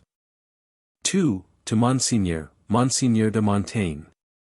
This letter is prefixed to Montaigne's translation of the Natural Theology of Raymond de Sebond, printed at Paris in 1569. In pursuance of the instructions which you gave me last year in your house at Montaigne, Monseigneur, I have put into a French dress, with my own hand, Raymond de Sebond, that great Spanish theologian and philosopher. And I have divested him, so far as I could, of that rough bearing and barbaric appearance which you saw him wear at first, that, in my opinion, he is now qualified to present himself in the best company. It is perfectly possible that some fastidious persons will detect in the book some trace of Gascon parentage, but it will be so much the more to their discredit, that they allowed the task to devolve on one who is quite a novice in these things. It is only right, Monseigneur, that the work should come before the world under your auspices, since whatever emendations and polish it may have received, are owing to you. Still I see well that, if you think proper to balance accounts with the author, you will find yourself much his debtor. For against his excellent and religious discourses, his lofty and, so to speak, divine conceptions, you will find that you will have to set nothing but words and phraseology. A sort of merchandise so ordinary and commonplace, that whoever has the most of it, peradventure is the worst off. Monseigneur, I pray God to grant you a very long and happy life. From Paris, this 18th of June, 1568. Your most humble and most obedient son, Michel de Montaigne. 3. To Monsieur de Lansac. This letter appears to belong to 1570. Knight of the King's Order, Privy Councillor, Sub-Controller of his Finance, and Captain of the Cent Guards of his household. Monsieur, I send you the Economics of Xenophon, put into French by the late M. de la Boétie, 8, a present which appears to me to be appropriate, as well because it is the work of a gentleman of mark, 9, a man illustrious in war and peace, as because it has taken its second shape from a personage whom I know to have been held by you in affectionate regard during his life. This will be an inducement to you to continue to cherish towards his memory, your good opinion and goodwill. And to be bold with you, monsieur, do not fear to increase these sentiments somewhat. For, as you had knowledge of his high qualities only in his public capacity, it rests with me to assure you how many endowments he possessed beyond your personal experience of him. He did me the honor, while he lived, and I count it amongst the most fortunate circumstances in my own career, to have with me a friendship so close and so intricately knit, that no movement, impulse, thought, of his mind was kept from me. And if I have not formed a right judgment of him, I must suppose it to be from my own want of scope. Indeed, without exaggeration, he was so nearly a prodigy, that I am afraid of not being credited when I speak of him, even though I should keep much within the mark of my own actual knowledge. And for this time, monsieur, I shall content myself with praying you, for the honor and respect we owe to truth, to testify and believe that our Guienne never beheld his peer among the men of his vocation. Under the hope, therefore, that you will pay him his just due, and in order to refresh him in your memory, I present you this book, which will answer for me that, were it not for the insufficiency of my power, I would offer you as willingly something of my own, as an acknowledgment of the obligations I owe to you, and of the ancient favor and friendship which you have borne towards the members of our house. But, monsieur, in default of better coin, I offer you in payment the assurance of my desire to do you humble service. Monsieur, I pray God to have you in his keeping. Your obedient servant, Michel de Montaigne. 4. To Monsieur de Mesmes, Lord of Rawassi and Malices, Privy Councillor to the King. Monsieur, it is one of the most conspicuous follies committed by men, to employ the strength of their understanding in overturning and destroying those opinions which are commonly received among us, and which afford us satisfaction and content. For while everything beneath heaven employs the ways and means placed at its disposal by nature for the advancement and commodity of its being, these, in order to appear of a more sprightly and enlightened wit, not accepting anything which has not been tried and balanced 1,000 times with the most subtle reasoning, sacrifice their peace of mind to doubt, uneasiness, and feverish excitement. It is not without reason that childhood and simplicity have been recommended by Holy Writ itself. For my part, I prefer to be quiet rather than clever, give me content, even if I am not to be so wide in my range. This is the reason, monsieur, why, although persons of an ingenious turn laugh at our care as to what will happen after our own time, for instance, to our souls, which, lodged elsewhere, will lose all consciousness of what goes on here below. Yet I consider it to be a great consolation for the frailty and brevity of life, to reflect that we have the power of prolonging it by reputation and fame. And I embrace very readily this pleasant and favorable notion original with our being, without inquiring too critically how or why it is. Insomuch that having loved, beyond everything, the late M. de la Boétie, the greatest man, in my judgment, of our age, I should think myself very negligent of my duty if I failed, to the utmost of my power, to prevent such a name as his, and a memory so richly meriting remembrance, from falling into oblivion. And if I did not use my best endeavor to keep them fresh, I believe that he feels something of what I do on his behalf, and that my services touch and rejoice him. In fact, he lives in my heart so vividly and so wholly, that I am loath to believe him committed to the dull ground, or altogether cast off from communication with us. Therefore, monsieur, since every new light I can shed on him and his name, is so much added to his second period of existence, and, moreover, since his name is ennobled and honored by the place which receives it, it falls to me not only to extend it as widely as I can, but to confide it to the keeping of persons of honor and virtue, among whom you hold such a rank, that, to afford you the opportunity of receiving this new guest, and giving him good entertainment, I decided on presenting to you this little work, not for any profit you are likely to derive from it. Being well aware that you do not need to have Plutarch and his companions interpreted to you, but it is possible that Madame de Rawassi, reading in it the order of her household management and of your happy accord painted to the life, will be pleased to see how her own natural inclination has not only reached but surpassed the theories of the wisest philosophers, regarding the duties and laws of the wedded state. And, at all events, it will be always an honor to me, to be able to do anything which shall be for the pleasure of you and yours, on account of the obligation under which I lie to serve you. Monsieur, I pray God to grant you a long and happy life. From Montaigne, this April 30th, 1570. Your humble servant, Michel de Montaigne. 5. To Monsieur de l'Hospital, Chancellor of France. Monseigneur, I am of the opinion that persons such as you, to whom fortune and reason have committed the charge of public affairs, are not more inquisitive in any point than in ascertaining the character of those in office under you. For no society is so poorly furnished, but that, if a proper distribution of authority be used, it has persons sufficient for the discharge of all official duties. And when this is the case, nothing is wanting to make a state perfect in its constitution. Now, in proportion as this is so much to be desired, so it is the more difficult of accomplishment, since you cannot have eyes to embrace a multitude so large and so widely extended, nor to see to the bottom of hearts. In order that you may discover intentions and consciences, matters principally to be considered.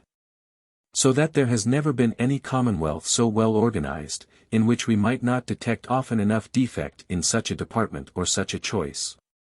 And in those systems, where ignorance and malice, favoritism, intrigue, and violence govern, if any selection happens to be made on the ground of merit and regularity, we may doubtless thank fortune, which, in its capricious movements, has for once taken the path of reason. This consideration, Monseigneur, often consoled me, when I beheld M. Etienne de la Boétie, one of the fittest men for high office in France, pass his whole life without employment and notice, by his domestic hearth, to the singular detriment of the public. For, so far as he was concerned, I may assure you, Monseigneur, that he was so rich in those treasures which defy fortune, that never was man more satisfied or content.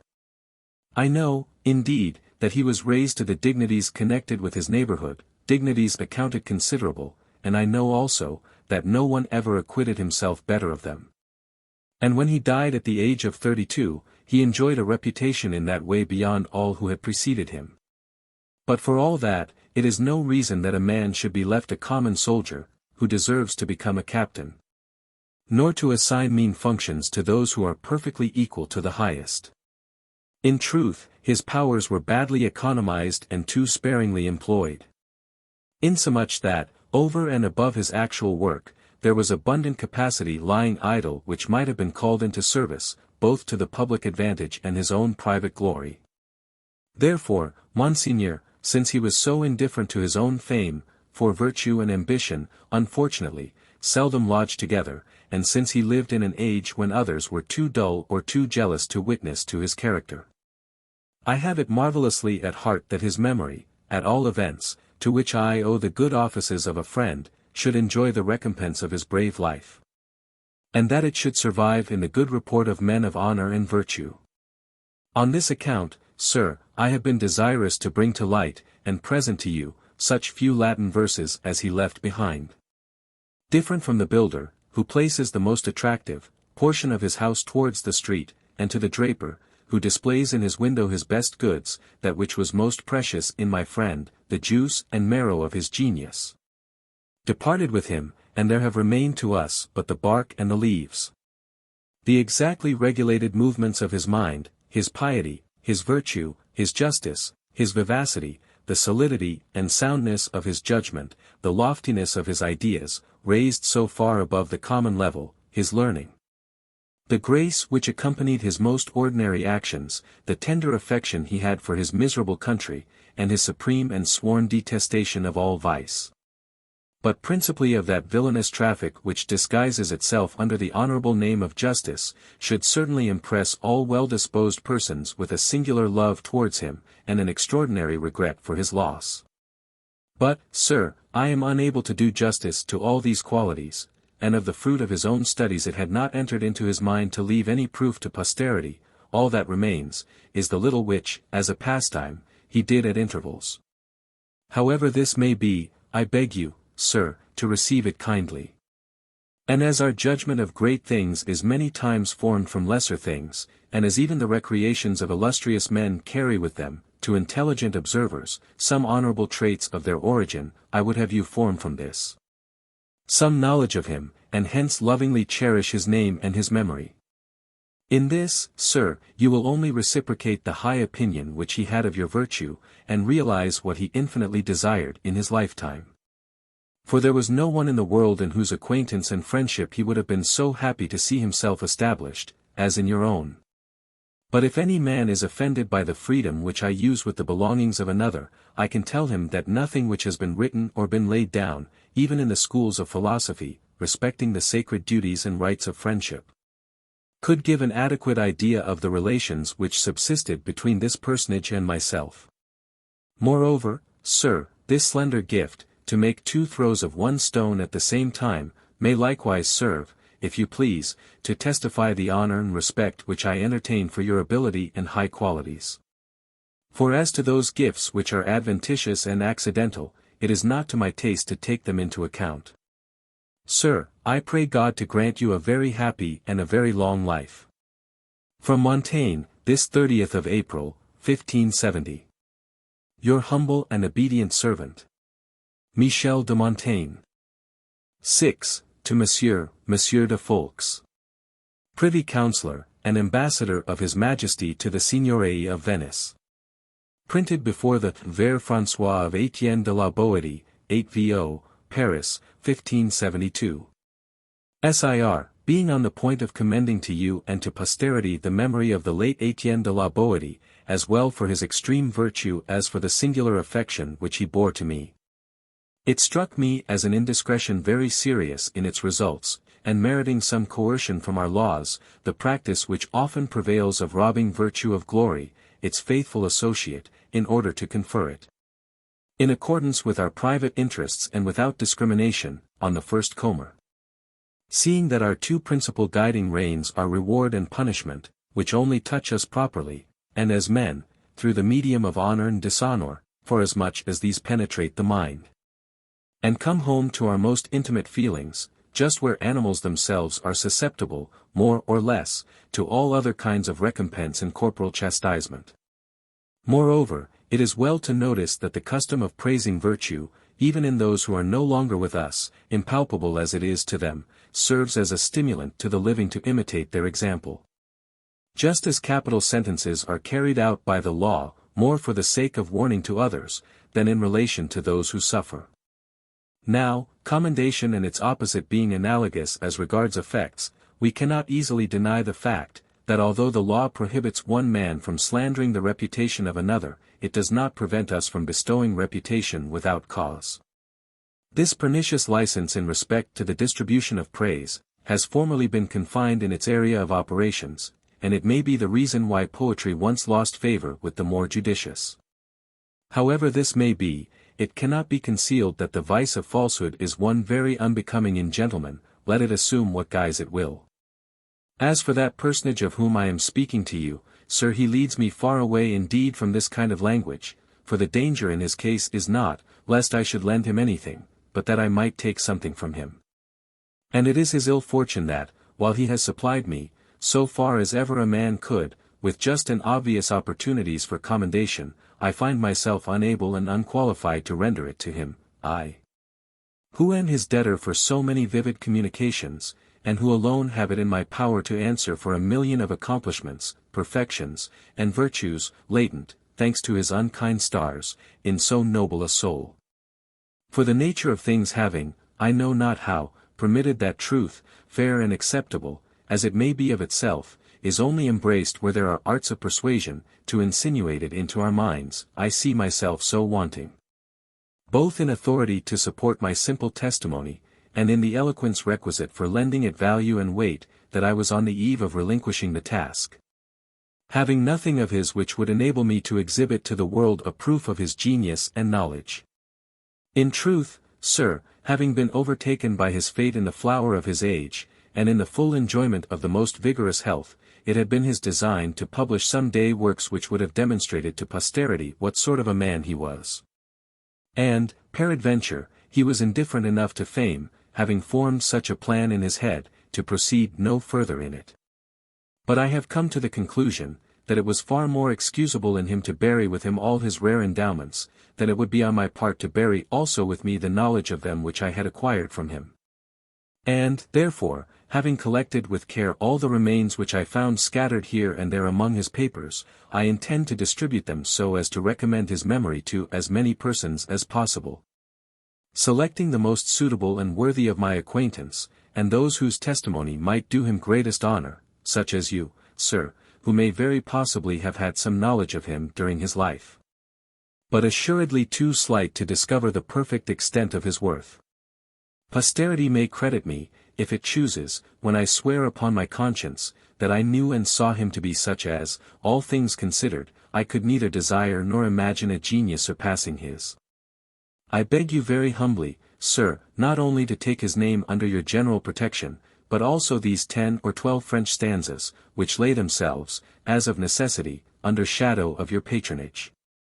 For I will not disguise from you, that their publication was deferred, upon the appearance of his other writings, under the pretext, as it was alleged yonder at Paris, that they were too crude to come to light. You will judge, sir, how much truth there is in this. And since it is thought that hereabout nothing can be produced in our own dialect but what is barbarous and unpolished, it falls to you, who, besides your rank as the first house in Guienne, indeed down from your ancestors, possess every other sort of qualification, to establish, not merely by your example, but by your authoritative testimony, that such is not always the case, the more so that, though 'tis more natural with the Gascons to act than talk, yet sometimes they employ the tongue more than the arm, and wit in place of valor. For my own part, sir, it is not in my way to judge of such matters. But I have heard persons who are supposed to understand them, say that these stanzas are not only worthy to be presented in the marketplace, but, independently of that, as regards beauty and wealth of invention, they are full of marrow and matter as any compositions of the kind, which have appeared in our language. Naturally each workman feels himself more strong in some special part his art, and those are to be regarded as most fortunate, who lay hands on the noblest, for all the parts essential to the construction of any whole are not equally precious.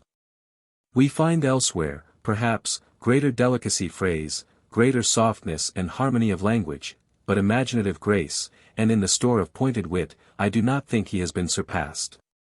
And we should take the account that he made these things neither his occupation nor his study, and that he scarcely took a pen in his hand more than once a year, as is shown by the very slender quantity of his remains.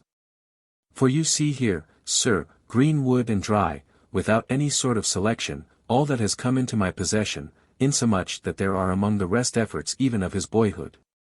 In point of fact, he seems to have written them merely to show that he was capable of dealing with all subjects, for otherwise, thousands of times, in the course of ordinary conversation, I have heard things drop from him infinitely more worthy of being admired, infinitely more worthy of being preserved. Such, sir, is what justice and affection, forming in this instance a rare conjunction, oblige me to say of this great and good man. And if I have at all offended by the freedom which I have taken in addressing myself to you on such a subject at such a length, be pleased to recollect that the principal result of greatness and eminence is to lay one open to importunate appeals on behalf of the rest of the world. Herewith, after desiring you to accept my affectionate devotion to your service, I beseech God to vouchsafe you, sir, a fortunate and prolonged life. From Montaigne, this 1st of September, 1570. Your obedient servant, Michel de Montaigne. 7. To Mademoiselle de Montaigne, my wife. Printed as a preface to the Consolation of Plutarch to his wife, published by Montaigne, with several other tracts by La Boétie, about 1571. My wife, you understand well that it is not proper for a man of the world, according to the rules of this our time, to continue to court and caress you. For they say that a sensible person may take a wife indeed, but that to espouse her is to act like a fool. Let them talk. I adhere for my part the custom of the good old days. I also wear my hair as it used to be then. And, in truth, novelty costs this poor country up to the present moment so dear, and I do not know whether we have reached the highest pitch yet, that everywhere and in everything I renounce the fashion. Let us live, my wife, you and I, in the old French method. Now, you may recollect that the late M. de la Boétie, my brother and inseparable companion, gave me, on his deathbed, all his books and papers, which have remained ever since the most precious part of my effects. I do not wish to keep them niggardly to myself alone, nor do I deserve to have the exclusive use of them, so that I have resolved to communicate them to my friends. And because I have none, I believe, more particularly intimate you, I send you the consolatory letter written by Plutarch to his wife, translated by him into French. Regretting much that fortune has made it so suitable a present you, and that, having had but one child, and that a daughter, long looked for, after 4 years of your married life it was your lot to lose her in the 2nd year of her age. But I leave to Plutarch the duty of comforting you, acquainting you with your duty herein, begging you to put your faith in him for my sake, for he will reveal to you my own ideas, and will express the matter far better than I should myself. Hereupon, my wife, I commend myself very heartily to your good will, and pray God to have you in his keeping. From Paris, this September 10th, 1570. Your good husband. Michel de Montaigne. 8. To Monsieur Dupuy. The King's Counselor in his Court and Parliament of Paris. This is probably the Claude Dupuy, born at Paris in 1545, and one of the 14 judges sent into Guienne after the Treaty of Fleet in 1580. It was perhaps under these circumstances that Montaigne addressed to him the present letter. Monsieur, the business of the Sieur de Verrez, a prisoner, who is extremely well known to me, deserves, in the arrival at a decision, the exercise of the clemency natural to you, if, in the public interest, you can fairly call it into play. He has done a thing not only excusable, according to the military laws of this age, but necessary and, as we are of opinion, commendable. He committed the act, without doubt, unwillingly and under pressure. There is no other passage of his life which is open to reproach. I beseech you, sir, to lend the matter your attentive consideration, you will find the character of it as I represent it to you. He is persecuted on this crime, in a way which is far worse than the offense itself. If it is likely to be of use to him, I desire to inform you that he is a man brought up in my house, related to several respectable families, and a person who, having led an honorable life, is my particular friend. By saving him you lay me under an extreme obligation. I beg you very humbly to regard him as recommended by me, and, after kissing your hands, I pray God, sir, to grant you a long and happy life. From Castres, this 23d of April 1580. Your affectionate servant, Montaigne. 9. To the Jurats of Bordeaux. Published from the original among the archives of the town of Bordeaux, M. Gustave Brunet in the Bulletin du Bibliophile, July 1839. Gentlemen, I trust that the journey of Monsieur de Courcelles will be of advantage to the town. Having in hand a case so just and so favorable, you did all in your power to put the business in good trim. And matters being so well situated, I beg you to excuse my absence for some little time longer, and I will abridge my stay so far as the pressure of my affairs permits. I hope that the delay will be short. However, you will keep me, if you please, in your good grace, and will command me, if the occasion shall arise, in employing me in the public service and in yours. Monsieur de Courcelles has also written to me and apprised me of his journey. I humbly commend myself to you, and pray God, gentlemen, to grant you long and happy life. From Montaigne, this 21st of May, 1582. Your humble brother and servant, Montaigne. 10. To the same. The original is among the archives of Toulouse. Gentlemen, I have taken my fair share of the satisfaction which you announced to me as feeling at the good dispatch of your business, as reported to you by your deputies. And I regard it as a favorable sign that you have made such an auspicious commencement of the year. I hope to join you at the earliest convenient opportunity. I recommend myself very humbly to your gracious consideration, and pray God to grant you, gentlemen, a happy and long life. From Montaigne, this February 8, 1585. Your humble brother and servant, Montaigne. 11. To the same. Gentlemen, I have here received news of you from le Maréchal. I will not spare either my life or anything else for your service, and will leave it to your judgment whether the assistance I might be able to render by my presence at the forthcoming election would be worth the risk I should run by going into the town, seeing the bad state it is in, 10, particularly for people coming away from so fine an air as this is where I am. I will draw as near to you on Wednesday as I can, that is, to Fouillas, if the malady has not reached that place, where, as I write to M. de la Motte, I shall be very pleased to have the honor of seeing one of you to take your directions, and relieve myself of the credentials which M. le Maréchal will give me for you all, commending myself hereupon humbly to your good grace, and praying God to grant you, gentlemen, long and happy life. At Libourne, this 30th of July, 1585. Your humble servant and brother, Montaigne. 12. According to Dr. Payen, this letter belongs to 1588. Its authenticity has been called in question, but wrongly, in our opinion. See Documents and Edits, 1847, page 12. Note in Essays, Edition Paris, 1854, 4. 381. It does not appear to whom the letter was addressed. Monseigneur, you have heard of our baggage being taken from us under our eyes in the forest of Villebois, then, after a good deal of discussion and delay, of the capture being pronounced illegal by the prince. We dared not, however, proceed on our way, from an uncertainty as to the safety of our persons, which should have been clearly expressed on our passports. The League has done this, M. de Barrant and M. de la Rochefoucauld. The storm has burst on me, who had my money in my box. I have recovered none of it, and most of my papers and cash 11, remain in their possession. I have not seen the prince. 50 were lost. As for the Count of Thorigny, he lost some ver plate and a few articles of clothing. He diverged from his route to pay a visit to the mourning ladies at Montresor, where are the remains of his 2 brothers and his grandmother, and came to us again in this town, whence we shall resume our journey shortly. The journey to Normandy is postponed.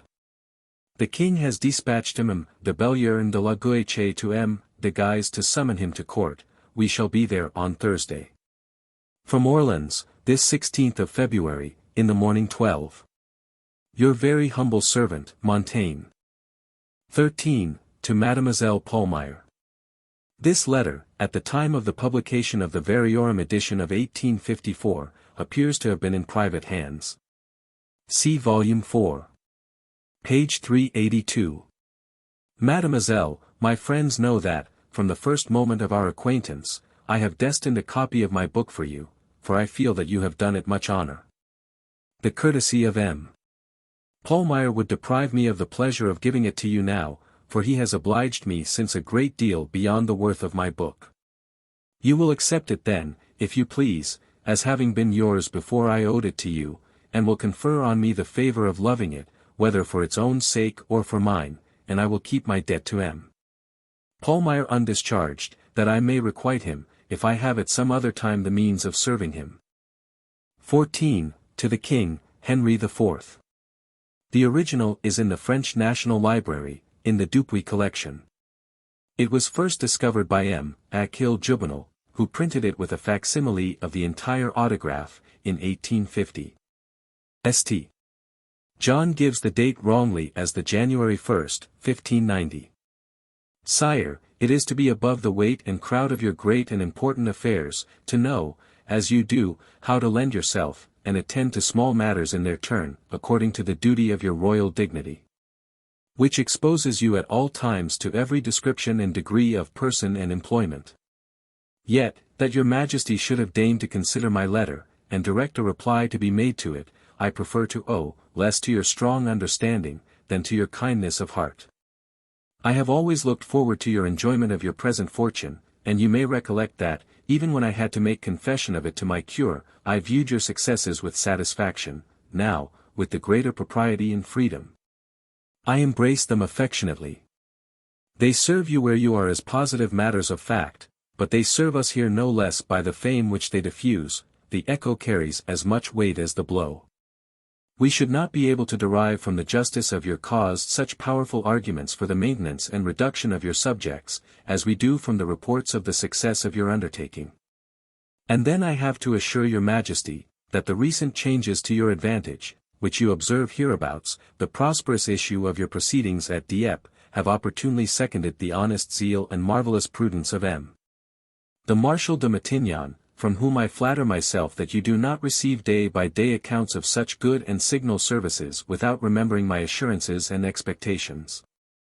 I look to the next summer, not only for fruits which we may eat, but for those to grow out of our common tranquillity, and that it will pass over our heads with the same even tenor of happiness, dissipating, like its predecessors, all the fine promises with which your adversaries sustain the spirits of their followers. The popular inclinations resemble a tidal wave. If the current once commences in your favor, it will go on of its own force to the end. I could have desired much that the private gain of the soldiers of your army, and the necessity for satisfying them, had not deprived you, especially in this principal town, of the glorious credit of treating your mutinous subjects, in the midst of victory, with greater clemency than their own protectors, and that, as distinguished from a passing and usurped repute, you could have shown them to be really your own, by the exercise of a protection truly paternal and royal. In the conduct of such affairs as you have in hand, men are obliged to have recourse to unusual expedients. It is always seen that they are surmounted by their magnitude and difficulty. It not being found easy to complete the conquest by arms and force, the end has been accomplished by clemency and generosity, excellent lures to draw men particularly towards the just and legitimate side. If there is to be severity in punishment, let it be deferred till success has been assured. A great conqueror of past times boasts that he gave his enemies as great an inducement to love him, as his friends. And here we feel already some effect of the favorable impression produced upon our rebellious towns by the contrast between their rude treatment, and that of those which are loyal to you.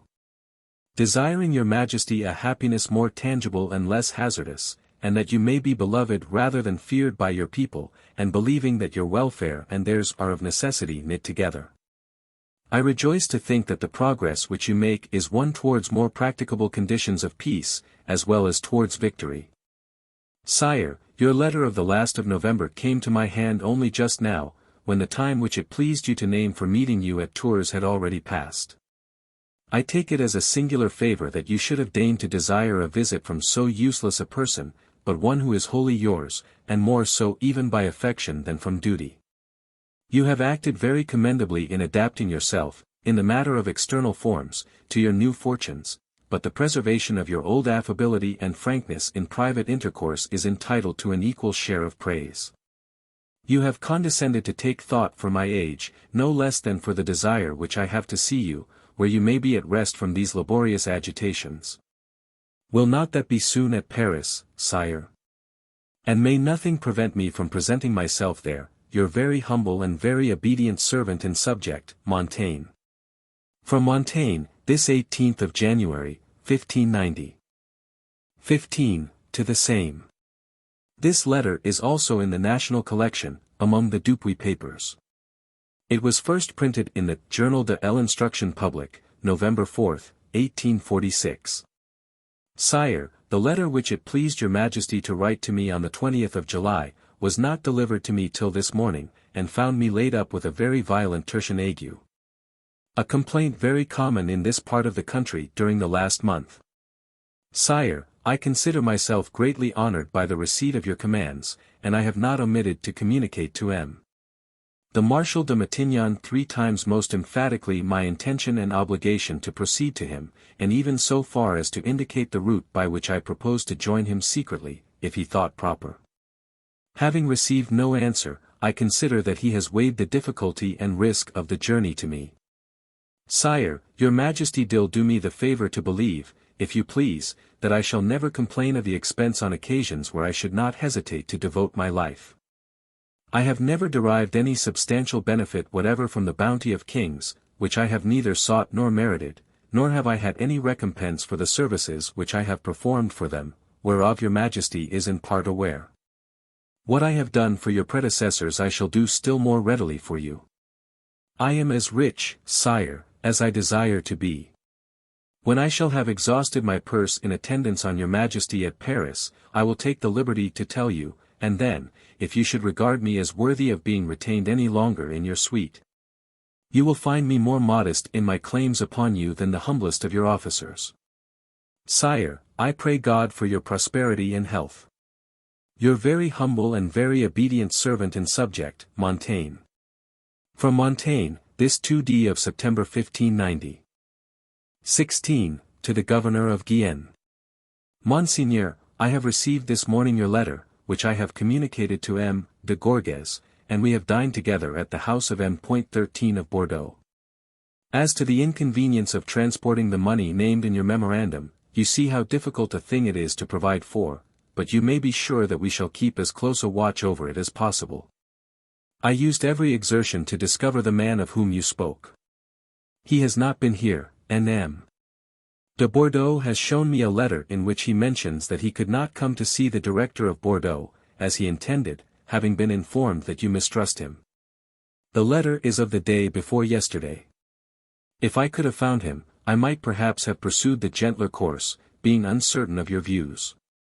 But I entreat you nevertheless to feel no manner of doubt that I refuse to carry out any wishes of yours, and that, where your commands are concerned, I know no distinction of person or matter. I hope that you have in Guienne many as well affected to you as I am. They report that the Nantes galleys are advancing towards Bruges. The Marshal de Biron has not yet left. Those who were charged to convey the message to Duz say that they cannot find him, and I believe that, if he has been here, he is so no longer. We keep a vigilant eye on our gates and guards, and we look after them a little more attentively in your absence, which makes me apprehensive, not merely on account of the preservation of the town, but likewise for your own sake. Knowing that the enemies of the king feel how necessary you are to his service, and how ill we should prosper without you. I am afraid that, in the part where you are, you will be overtaken by so many affairs requiring your attention on every side, that it will take you a long time and involve great difficulty before you have disposed of everything. If there is any important news, I will dispatch an express at once. And you may conclude that nothing is stirring if you do not hear from me, at the same time begging you to bear in mind that movements of this kind are wont to be so sudden and unexpected that, if they occur, they will grasp me by the throat before they say a word. I will do what I can to collect news, and for this purpose I will make a point of visiting and seeing men of every shade of opinion. Down to the present time nothing is stirring. M. de Londel has seen me this morning, and we have been arranging for some advances for the place, where I shall go tomorrow morning. Since I began this letter, I have learnt from Chartres that two gentlemen, describing themselves as in the service of M. de Guise, and coming from Agen, have passed near Chartres, but I was not able to ascertain which road they have taken. They are expecting you at Agen. The Sieur de Mauvsin came as far as Cantaloupe, and thence returned, having got some intelligence. I am in search of one Captain Rouse, to whom, wrote, trying to draw him into his cause by all sorts of promises. The rumor of the two Nantes galleys ready to descend on Bruges is confirmed as certain, they carry 2 companies of foot. M. de Mercure is at Nantes. The Sieur de la Courbe said to M. the President Mesmes that M. d'Elbeuf is on this side of Angers, and lodges with his father. He is drawing towards Lower Poitou with 4,000 foot and 400 or 500 horse, having been reinforced by the troops of M. de Brissac and others, and M. de Mercure is to join him. The report goes also that M. Dumaine is about to take the command of all the forces they have collected in Auvergne, and that he will cross Le Forêt to advance on Rouergue, that is to say, on the King of Navarre, against whom all this is being directed. M. de Lansac is at Bourg, and has 2 war vessels, which remain in attendance on him. His functions are naval. I tell you what I learn, and mix up together the more or less probable hearsay of the town with actual matter of fact, that you may be in possession of everything. I beg you most humbly to return directly affairs may allow you to do so, and assure you that, meanwhile, we shall not spare our labor, or, if that were necessary, our life, to maintain the king's authority throughout. Monseigneur, I kiss your hands very respectfully, and pray God to have you in his keeping. From Bordeaux, Wednesday night, 22d May, 1590-91, Your very humble servant. Montaigne. I have seen no one from the King of Navarre, they say that M. de Byron has seen him. The author to the reader. Omitted by Cotton. Reader, thou hast here an honest book. It doth at the outset forewarn thee that, in contriving the same, I have proposed to myself no other than a domestic and private end, I have had no consideration at all either to thy service or to my glory. My powers are not capable of any such design. I have dedicated it to the particular commodity of my kinsfolk and friends, so that, having lost me, which they must do shortly, they may therein recover some traits of my conditions and humors, and by that means preserve more whole and more lifelike, the knowledge they had of me.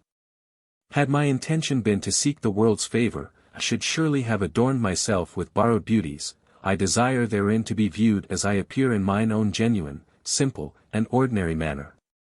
Without study and artifice, for it is myself I paint. My defects are therein to be read to the life, and any imperfections in my natural form, so far as public reverence hath permitted me. If I had lived among those nations, which, they say, yet dwell under the sweet liberty of nature's primitive laws, I assure thee I would most willingly have painted myself quite fully and quite naked. Thus, reader, myself am the matter of my book. There's no reason thou shouldst employ thy leisure about so frivolous and vain a subject. Therefore farewell. From Montaigne, the June 12, 158014.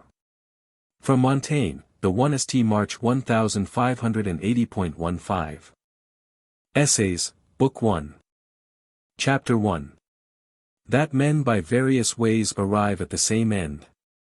The most usual way of appeasing the indignation of such as we have any way offended, when we see them in possession of the power of revenge, and find that we absolutely lie at their mercy, is by submission, to move them to commiseration and pity. And yet bravery, constancy, and resolution, however quite contrary means, have sometimes served to produce the same effect. 16. Edward, Prince of Wales, the same who so long governed our Guienne, a personage whose condition and fortune have in them a great deal of the most notable and most considerable parts of grandeur, having been highly incensed by the Limousins, and taking their city by assault, was not, either by the cries of the people, or the prayers and tears of the women and children, abandoned to slaughter and prostrate at his feet for mercy, to be stayed from prosecuting his revenge. Till, penetrating further into the town, he at last took notice of 3 French gentlemen, 17, who with incredible bravery alone sustained the power of his victorious army. Then it was that consideration and respect unto so remarkable a valor first stopped the torrent of his fury, and that his clemency, beginning with these 3 cavaliers, was afterwards extended to all the remaining inhabitants of the city.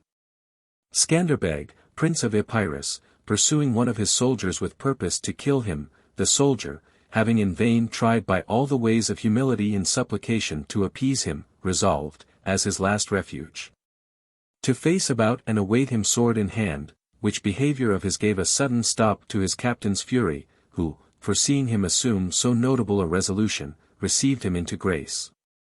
An example, however, that might suffer another interpretation with such as have not read of the prodigious force and valor of that prince.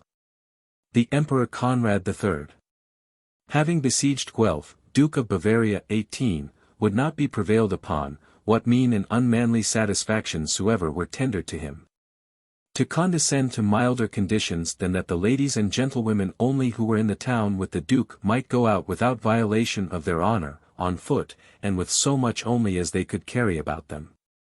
Whereupon they, out of magnanimity of heart, presently contrived to carry out, upon their shoulders, their husbands and children, and the Duke himself.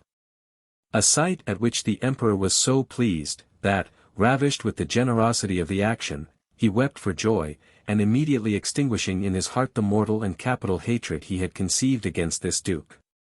He from that time forward treated him and his with all humanity. The one and the other of these two ways would with great facility work upon my nature. For I have a marvellous propensity to mercy and mildness, and to such a degree that I fancy of the two I should sooner surrender my anger to compassion than to esteem. And yet pity is reputed a vice amongst the Stoics, who will that we succor the afflicted, but not that we should be so affected with their sufferings as to suffer with them. I conceive these examples not ill-suited to the question in hand, and the rather because therein we observe these great souls assaulted and tried by these two several ways, to resist the one without relenting, and to be shook and subjected by the other. It may be true that to suffer a man's heart to be totally subdued by compassion may be imputed to facility, effeminacy, and over-tenderness. Whence it comes to pass that the weaker natures, as of women, children, and the common sort of people, are the most subject to it but after having resisted and disdained the power of groans and tears. To yield to the sole reverence of the sacred image of valor, this can be no other than the effect of a strong and inflexible soul enamored of and honoring masculine and obstinate courage. Nevertheless, astonishment and admiration may, in less generous minds, beget a like effect. Witness the people of Thebes, who, having put two of their generals upon trial for their lives for having continued in arms beyond the precise term of their commission, very hardly pardoned Pelopidas, who, bowing under the weight of so dangerous an accusation, made no manner of defense for himself, nor produced other arguments than prayers and supplications.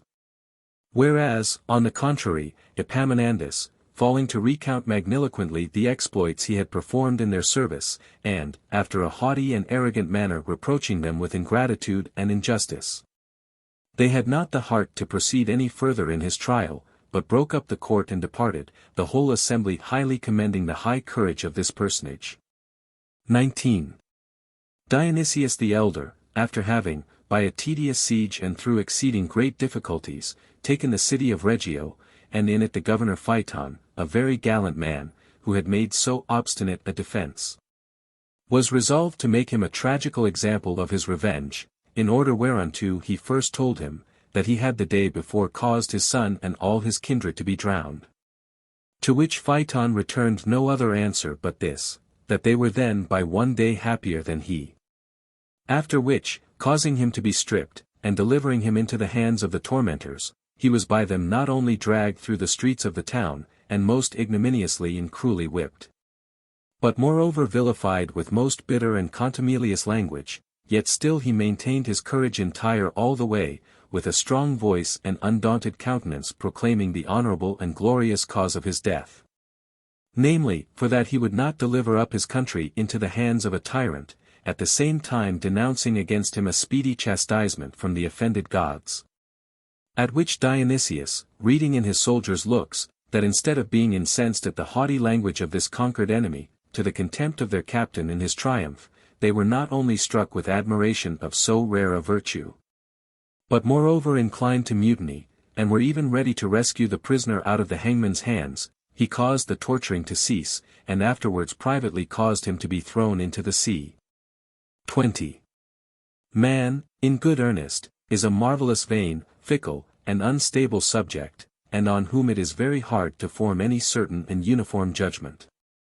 For Pompey could pardon the whole city of the Mamertines, though furiously incensed against it, upon the single account of the virtue and magnanimity of one citizen, Zeno 21, who took the fault of the public wholly upon himself. Neither entreated other favor, but alone to undergo the punishment for all, and yet Sylla's host, having in the city of Perugia 22, manifested the same virtue, obtained nothing by it either for himself or his fellow citizens.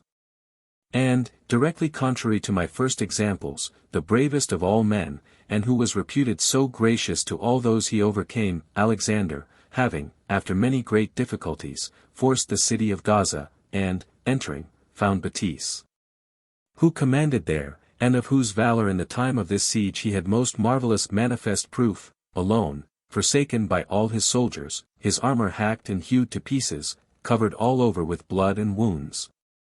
And yet still fighting in the crowd of a number of Macedonians, who were laying on him on all sides, he said to him, nettled at so dear-bought a victory, for, in addition to the other damage, he had 2 wounds newly received in his own person.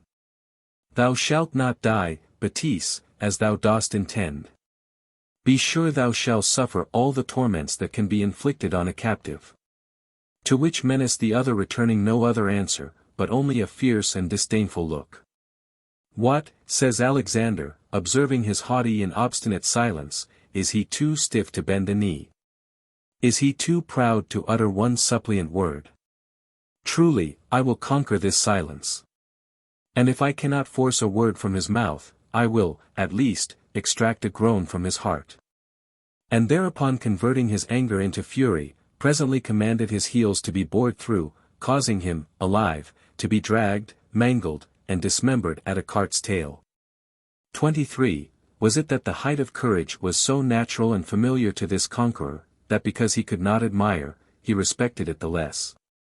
Or was it that he conceived valor to be a virtue so peculiar to himself, that his pride could not, without envy, endure it in another? Or was it that the natural impetuosity of his fury was incapable of opposition? Certainly, had it been capable of moderation, it is to be believed that in the sack and desolation of Thebes, to see so many valiant men, lost and totally destitute of any further defense, cruelly massacred before his eyes, would have appeased it, where there were above 6,000 put to the sword, of whom not one was seen to fly, or heard to cry out for quarter. But, on the contrary, every one running here and there to seek out and to provoke the victorious enemy to help them to an honorable end. Not one was seen who, however weakened with wounds, did not in his last gasp yet endeavor to revenge himself, and with all the arms of a brave despair, to sweeten his own death in the death of an enemy. Yet did their valor create no pity, and the length of one day was not enough to satiate the thirst of the conqueror's revenge, but the slaughter continued to the last drop of blood that was capable of being shed. And stopped not till it met with none but unarmed persons, old men, women, and children, of them to carry away to the number of 30,000 slaves. Chapter 2. Of Sorrow. No man living is more free from this passion than I, who yet neither like it in myself nor admire it in others, and yet generally the world, as a settled thing, is pleased to grace it with a particular esteem, clothing therewith wisdom, virtue, and conscience. Foolish and sordid guise. 24. The Italians have more fitly baptized by this name 25, malignity, for 'tis a quality always hurtful, always idle and vain. And as being cowardly, mean, and base, it is by the Stoics expressly and particularly forbidden to their sages. But the story 26, says that Samanitis, king of Egypt, being defeated and taken prisoner by Cambyses, king of Persia, seeing his own daughter pass by him as prisoner, and in a wretched habit, with a bucket to draw water. Though his friends about him were so concerned as to break out into tears and lamentations, yet he himself remained unmoved, without uttering a word, his eyes fixed upon the ground. And seeing, moreover, his son immediately after led to execution, still maintained the same countenance. Till spying at last one of his domestic and familiar friends dragged away amongst the captives, he fell to tearing his hair and beating his breast, with all the other extravagances of extreme sorrow. A story that may very fitly be coupled with another of the same kind, of recent date, of a prince of our own nation, who being at Trent, and having news there brought him of the death of his elder brother. A brother on whom depended the whole support and honor of his house, and soon after of that of a younger brother, the second hope of his family, and having withstood these 2 assaults with an exemplary resolution. One of his servants happening a few days after to die, he suffered his constancy to be overcome by this last accident. And, parting with his courage, so abandoned himself to sorrow and mourning, that some thence were forward to conclude that he was only touched to the quick by this last stroke of fortune. But, in truth, it was, that being before brimful of grief, the least addition overflowed the bounds of all patience. Which, I think, might also be said of the former example, did not the story proceed to tell us that Cambyses asking Samanitis, why, not being moved at the calamity of his son and daughter, he should with so great impatience bear the misfortune of his friend? It is, answered he, because only this last affliction was to be manifested by tears, the two first far exceeding all manner of expression. And, peradventure, something like this might be working in the fancy of the ancient painter, 27, who having, in the sacrifice of Iphigenia, to represent the sorrow of the assistants proportionably to the several degrees of interest every one had in the death of this fair innocent virgin, and having, in the other figures, laid out the utmost power of his art.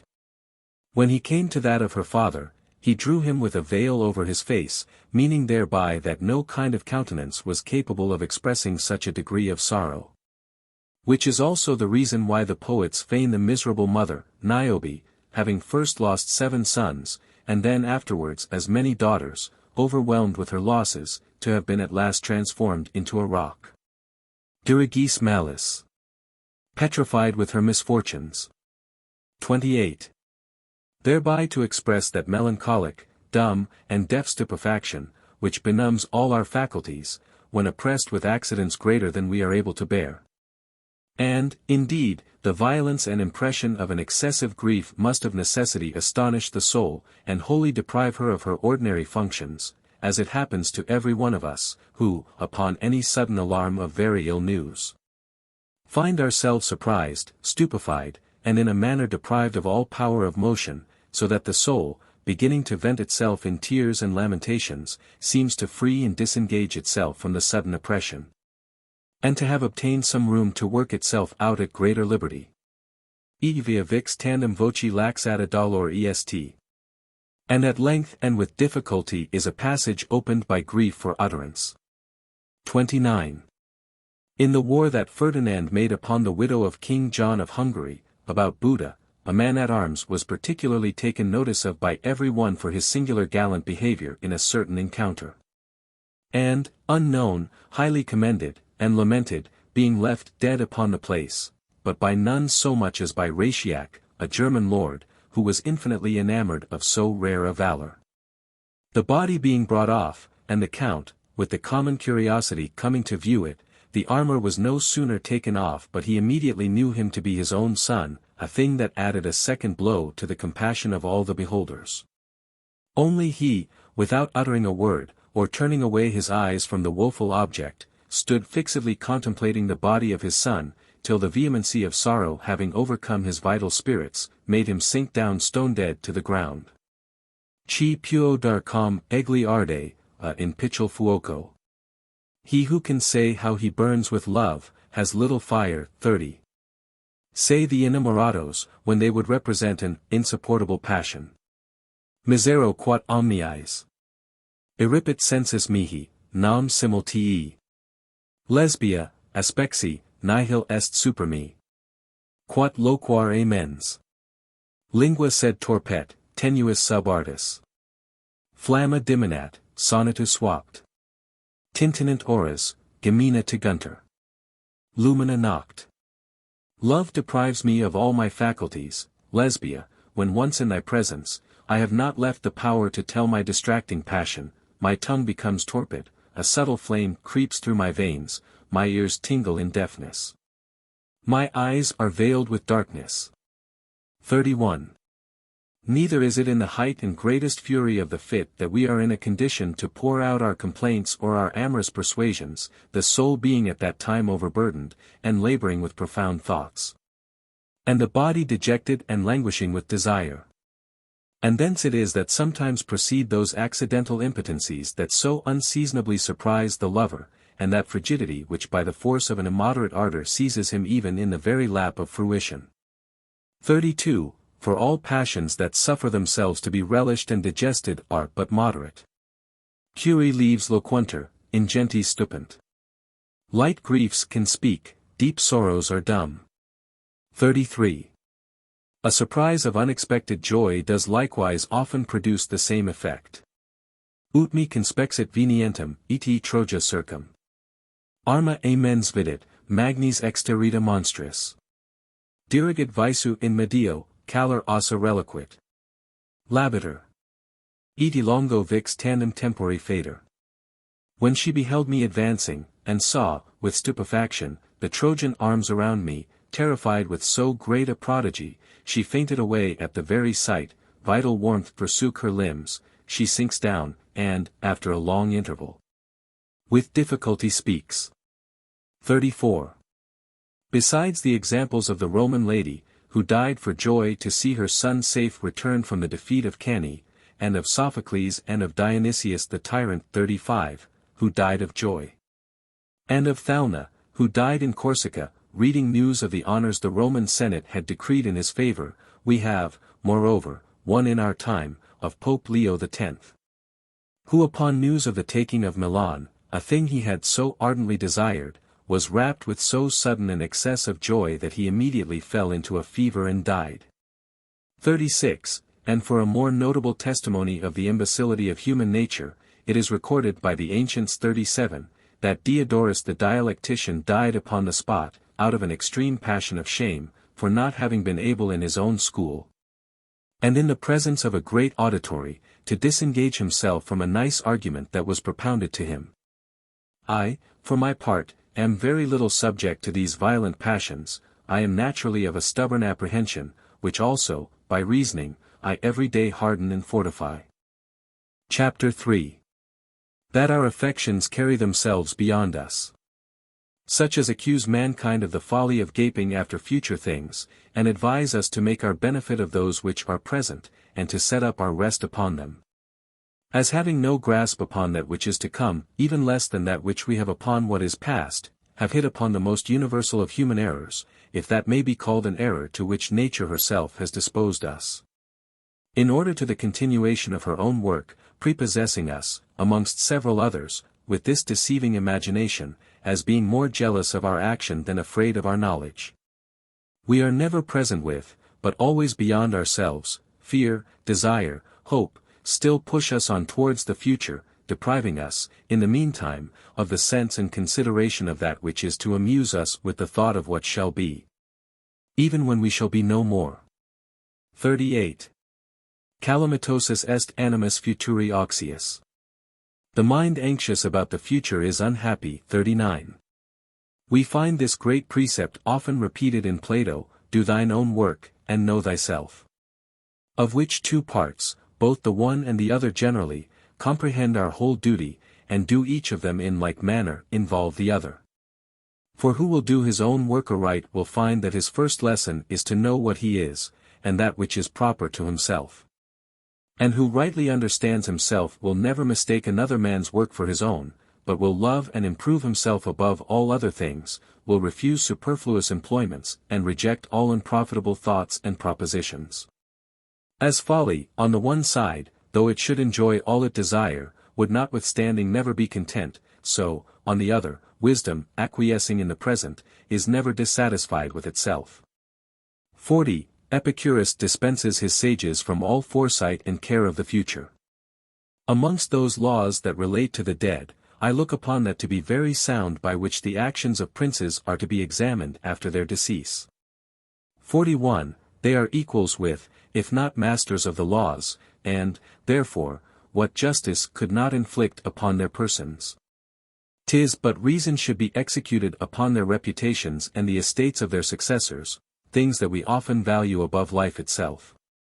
'Tis a custom of singular advantage to those countries where it is in use, and by all good princes to be desired, who have reason to take it ill, that the memories of the wicked should be used with the same reverence and respect with their own. We owe subjection and obedience to all our kings, whether good or bad, alike, for that has respect unto their office, but as to esteem and affection, these are only due to their virtue.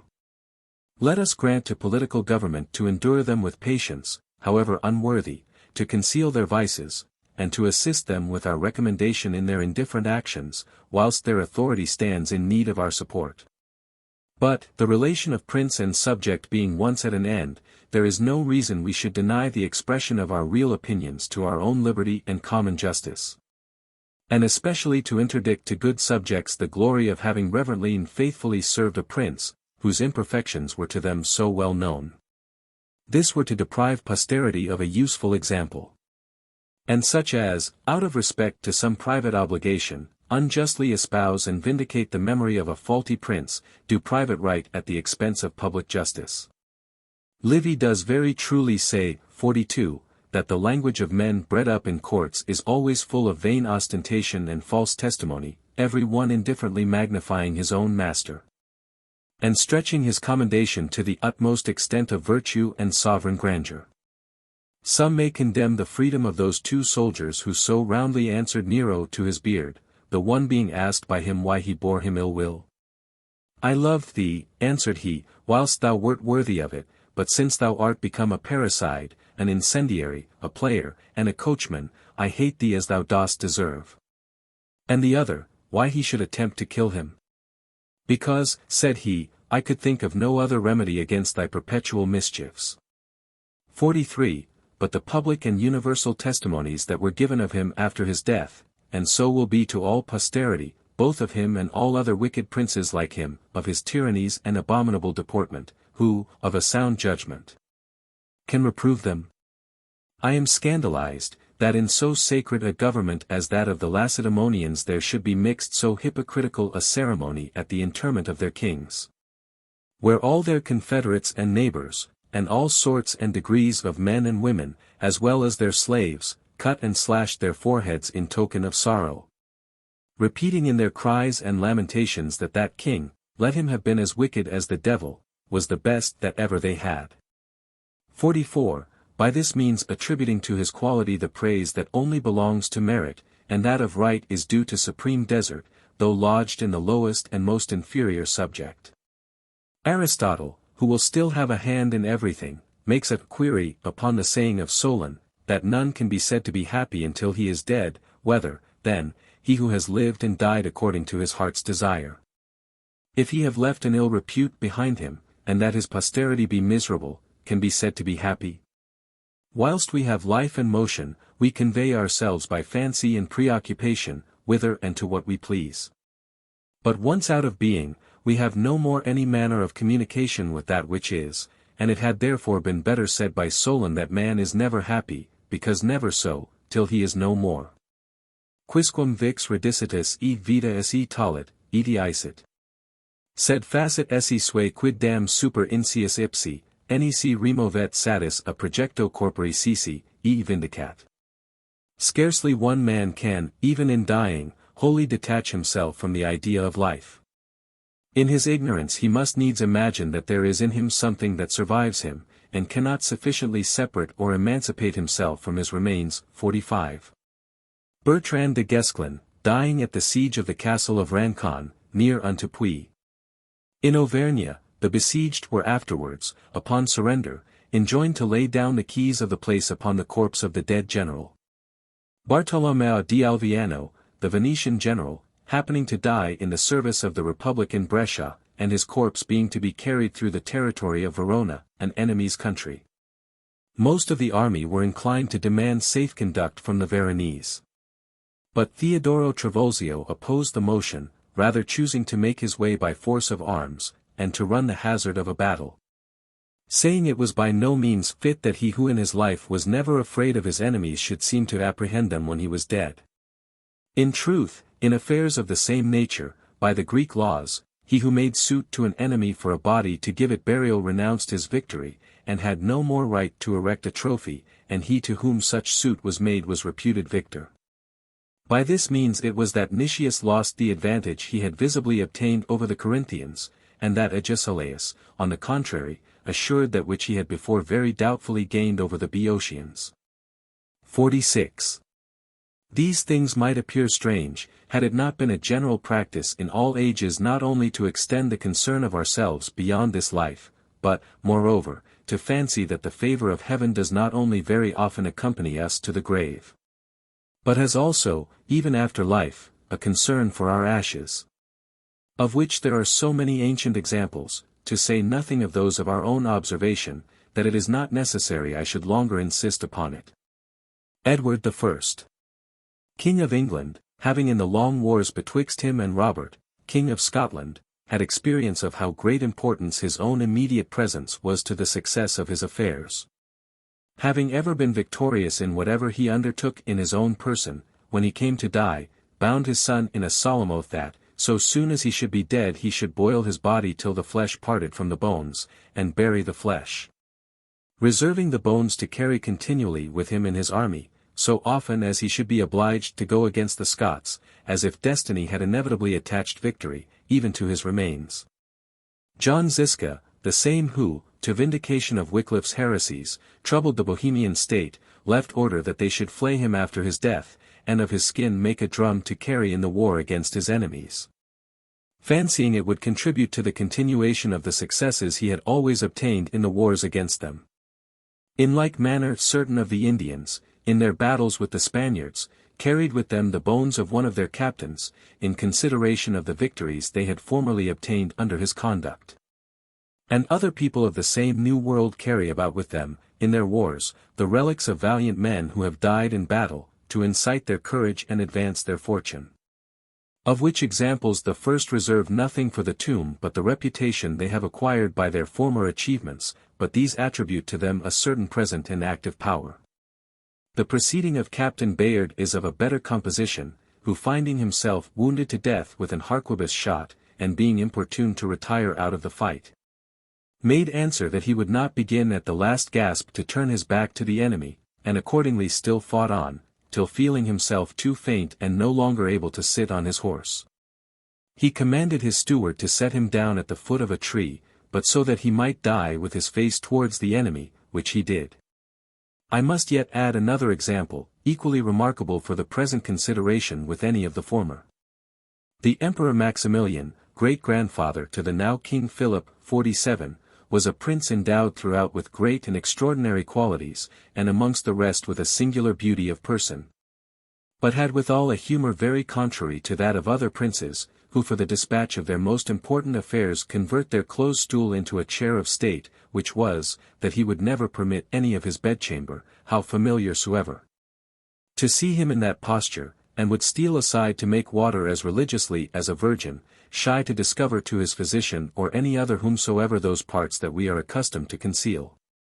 I myself, who have so impudent a way of talking, am, nevertheless, naturally so modest this way, that unless at the importunity of necessity or pleasure, I scarcely ever communicate to the sight of any either those parts or actions that custom orders us to conceal, wherein I suffer more constraint than I conceive is very well becoming a man, especially of my profession. But he nourished this modest humour to such a degree of superstition as to give express orders in his last will that they should put him on drawers so soon as he should be dead. To which, methinks, he would have done well to have added that he should be blindfolded, too, that put them on. The charge that Cyrus left with his children, that neither they, nor any other, should either see or touch his body after the soul was departed from it, 48, I attribute to some superstitious devotion of his. For both his historian and himself, amongst their great qualities, marked the whole course of their lives with a singular respect and reverence to religion. I was by no means pleased with a story, told me by a man of very great quality of a relation of mine, and one who had given a very good account of himself both in peace and war, that, coming to die in a very old age, of excessive pain of the stone, he spent the last hours of his life in an extraordinary solicitude about ordering the honour and ceremony of his funeral, pressing all the men of condition who came to see him to engage their word to attend him to his grave, importuning this very prince, who came to visit him at his last gasp, with a most earnest supplication that he would order his family to be there, and presenting before him several reasons and examples to prove that it was a respect due to a man of his condition, and seemed to die content, having obtained this promise, and appointed the method and order of his funeral parade. I have seldom heard of so persistent a vanity. Another, though contrary curiosity, of which singularity, also, I do not want domestic example, seems to be somewhat akin to this. That a man shall cudgel his brains at the last moments of his life to contrive his obsequies to so particular and unusual a parsimony as of one servant with a lantern, I see this humour commended, and the appointment of Marcus Aemilius Lepidus, who forbade his heirs to bestow upon his hearse even the common ceremonies in use upon such occasions. Is it yet temperance and frugality to avoid expense and pleasure of which the use and knowledge are imperceptible to us? See, Here, an easy and cheap reformation. If instruction were at all necessary in this case, should be of opinion that in this, as in all other actions of life, each person should regulate the matter according to his fortune. And the philosopher Lyco prudently ordered his friends to dispose of his body where they should think most fit, and as to his funeral, to order it neither too superfluous nor too mean. For my part, I should wholly refer the ordering of this ceremony to custom, and shall, when the time comes, accordingly leave it to their discretion to whose lot it shall fall to do me that last office. Totus hic locus est contem deus in nobis, non negligendis in nostris, 49, and it was a holy saying of a saint, curatio funeris, conditio sepultura, pompa exequiarum, magis sunt vivorum solatia, quam subsidia mortuorum. 50, which made Socrates answer Crito, who, at death, asked him how he would be buried. How you will, said he. If I were to concern myself beyond the present about this affair, should be most tempted, as the greatest satisfaction of this kind, to imitate those who in their lifetime entertain themselves with the ceremony and honors of their own obsequies beforehand, and are pleased with beholding their own dead countenance in marble. Happy are they who can gratify their senses by insensibility, and live by their death.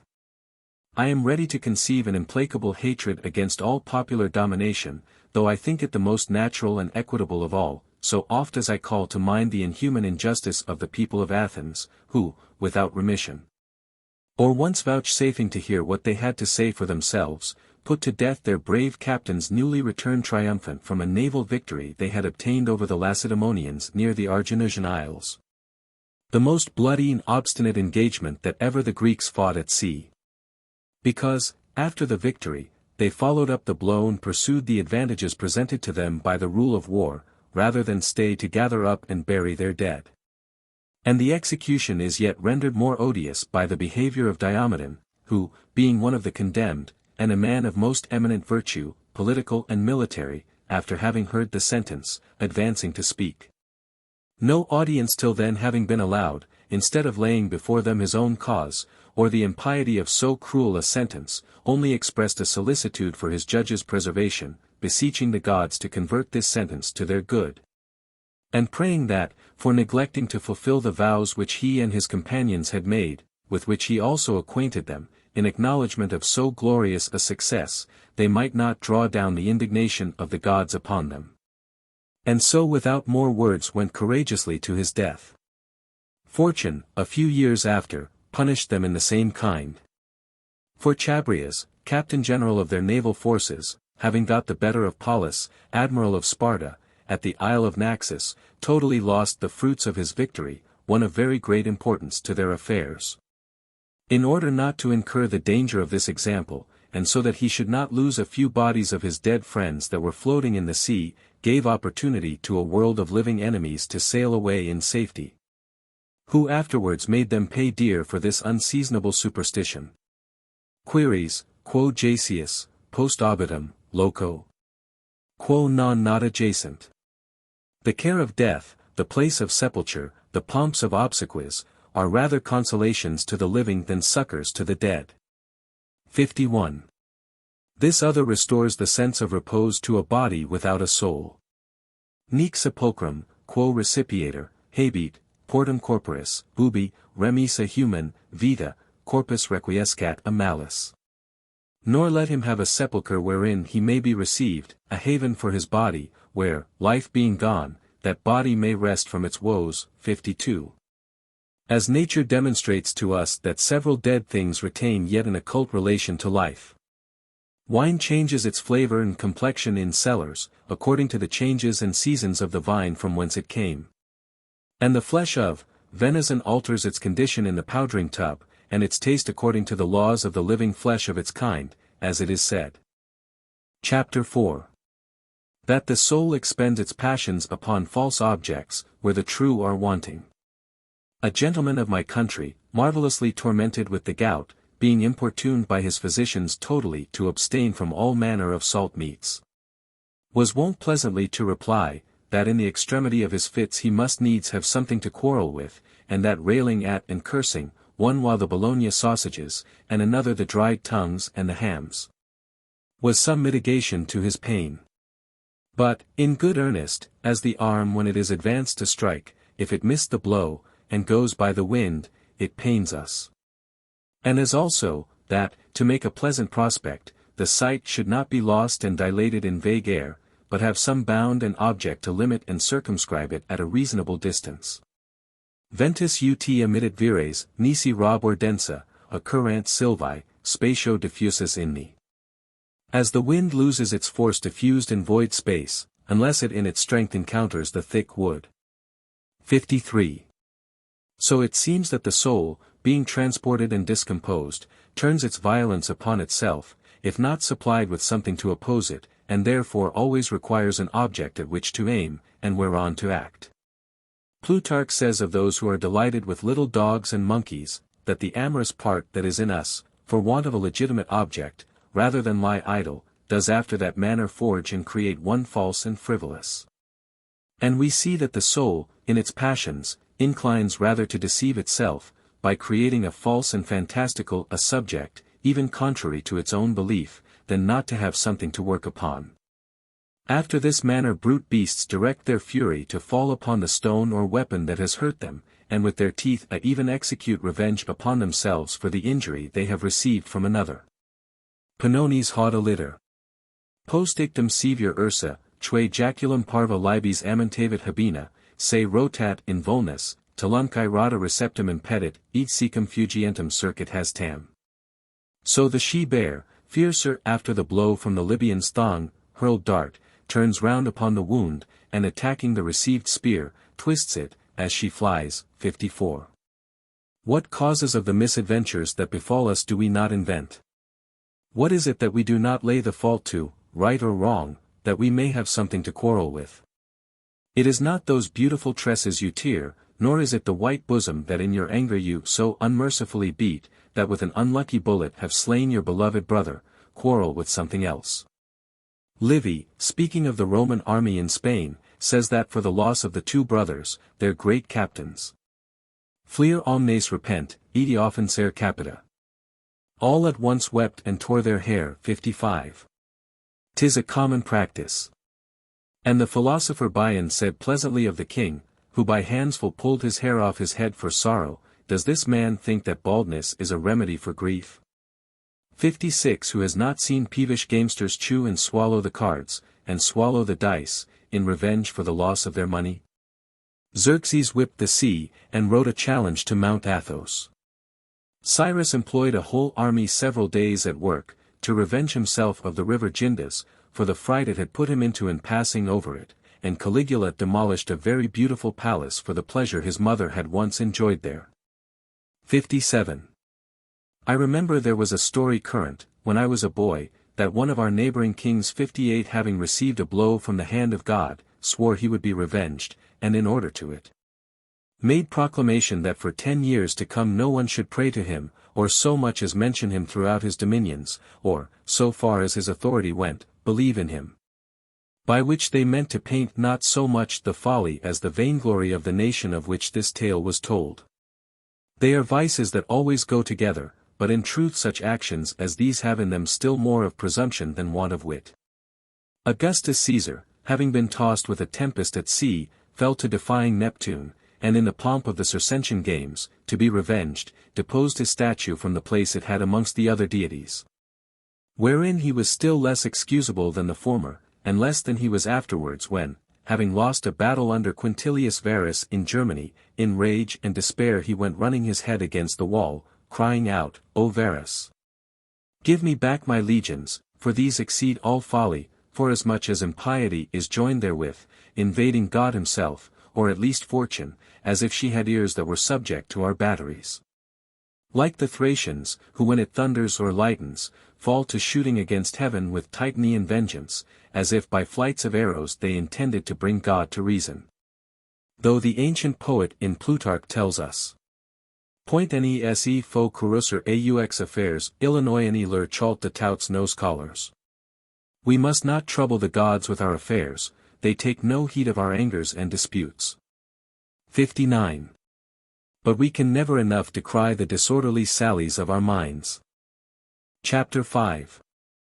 Whether the governor of a place besieged ought himself to go out to parley.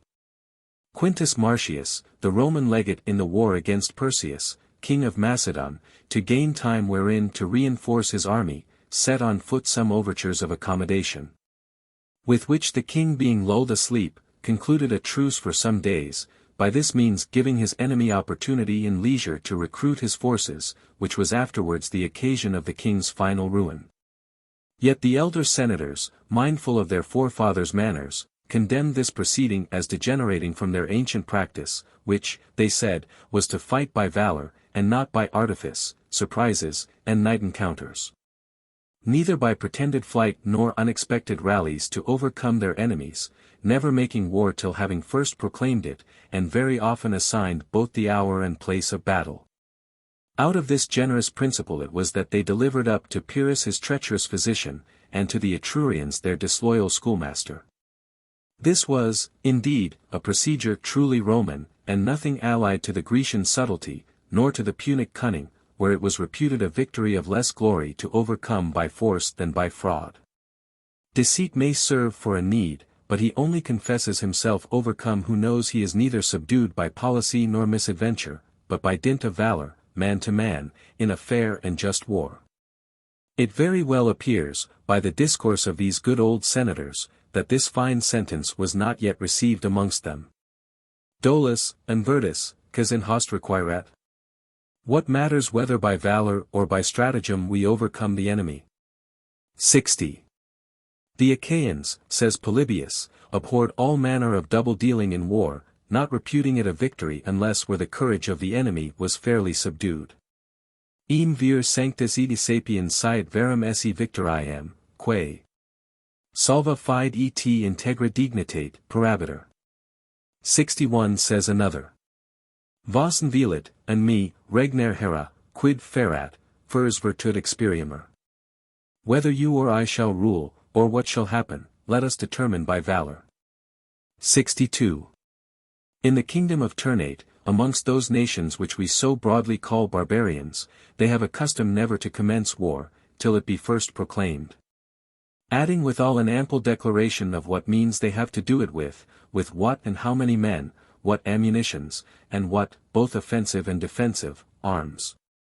But also, that being done, if their enemies do not yield and come to an agreement, they conceive it lawful to employ without reproach in their wars any means which may help them to conquer.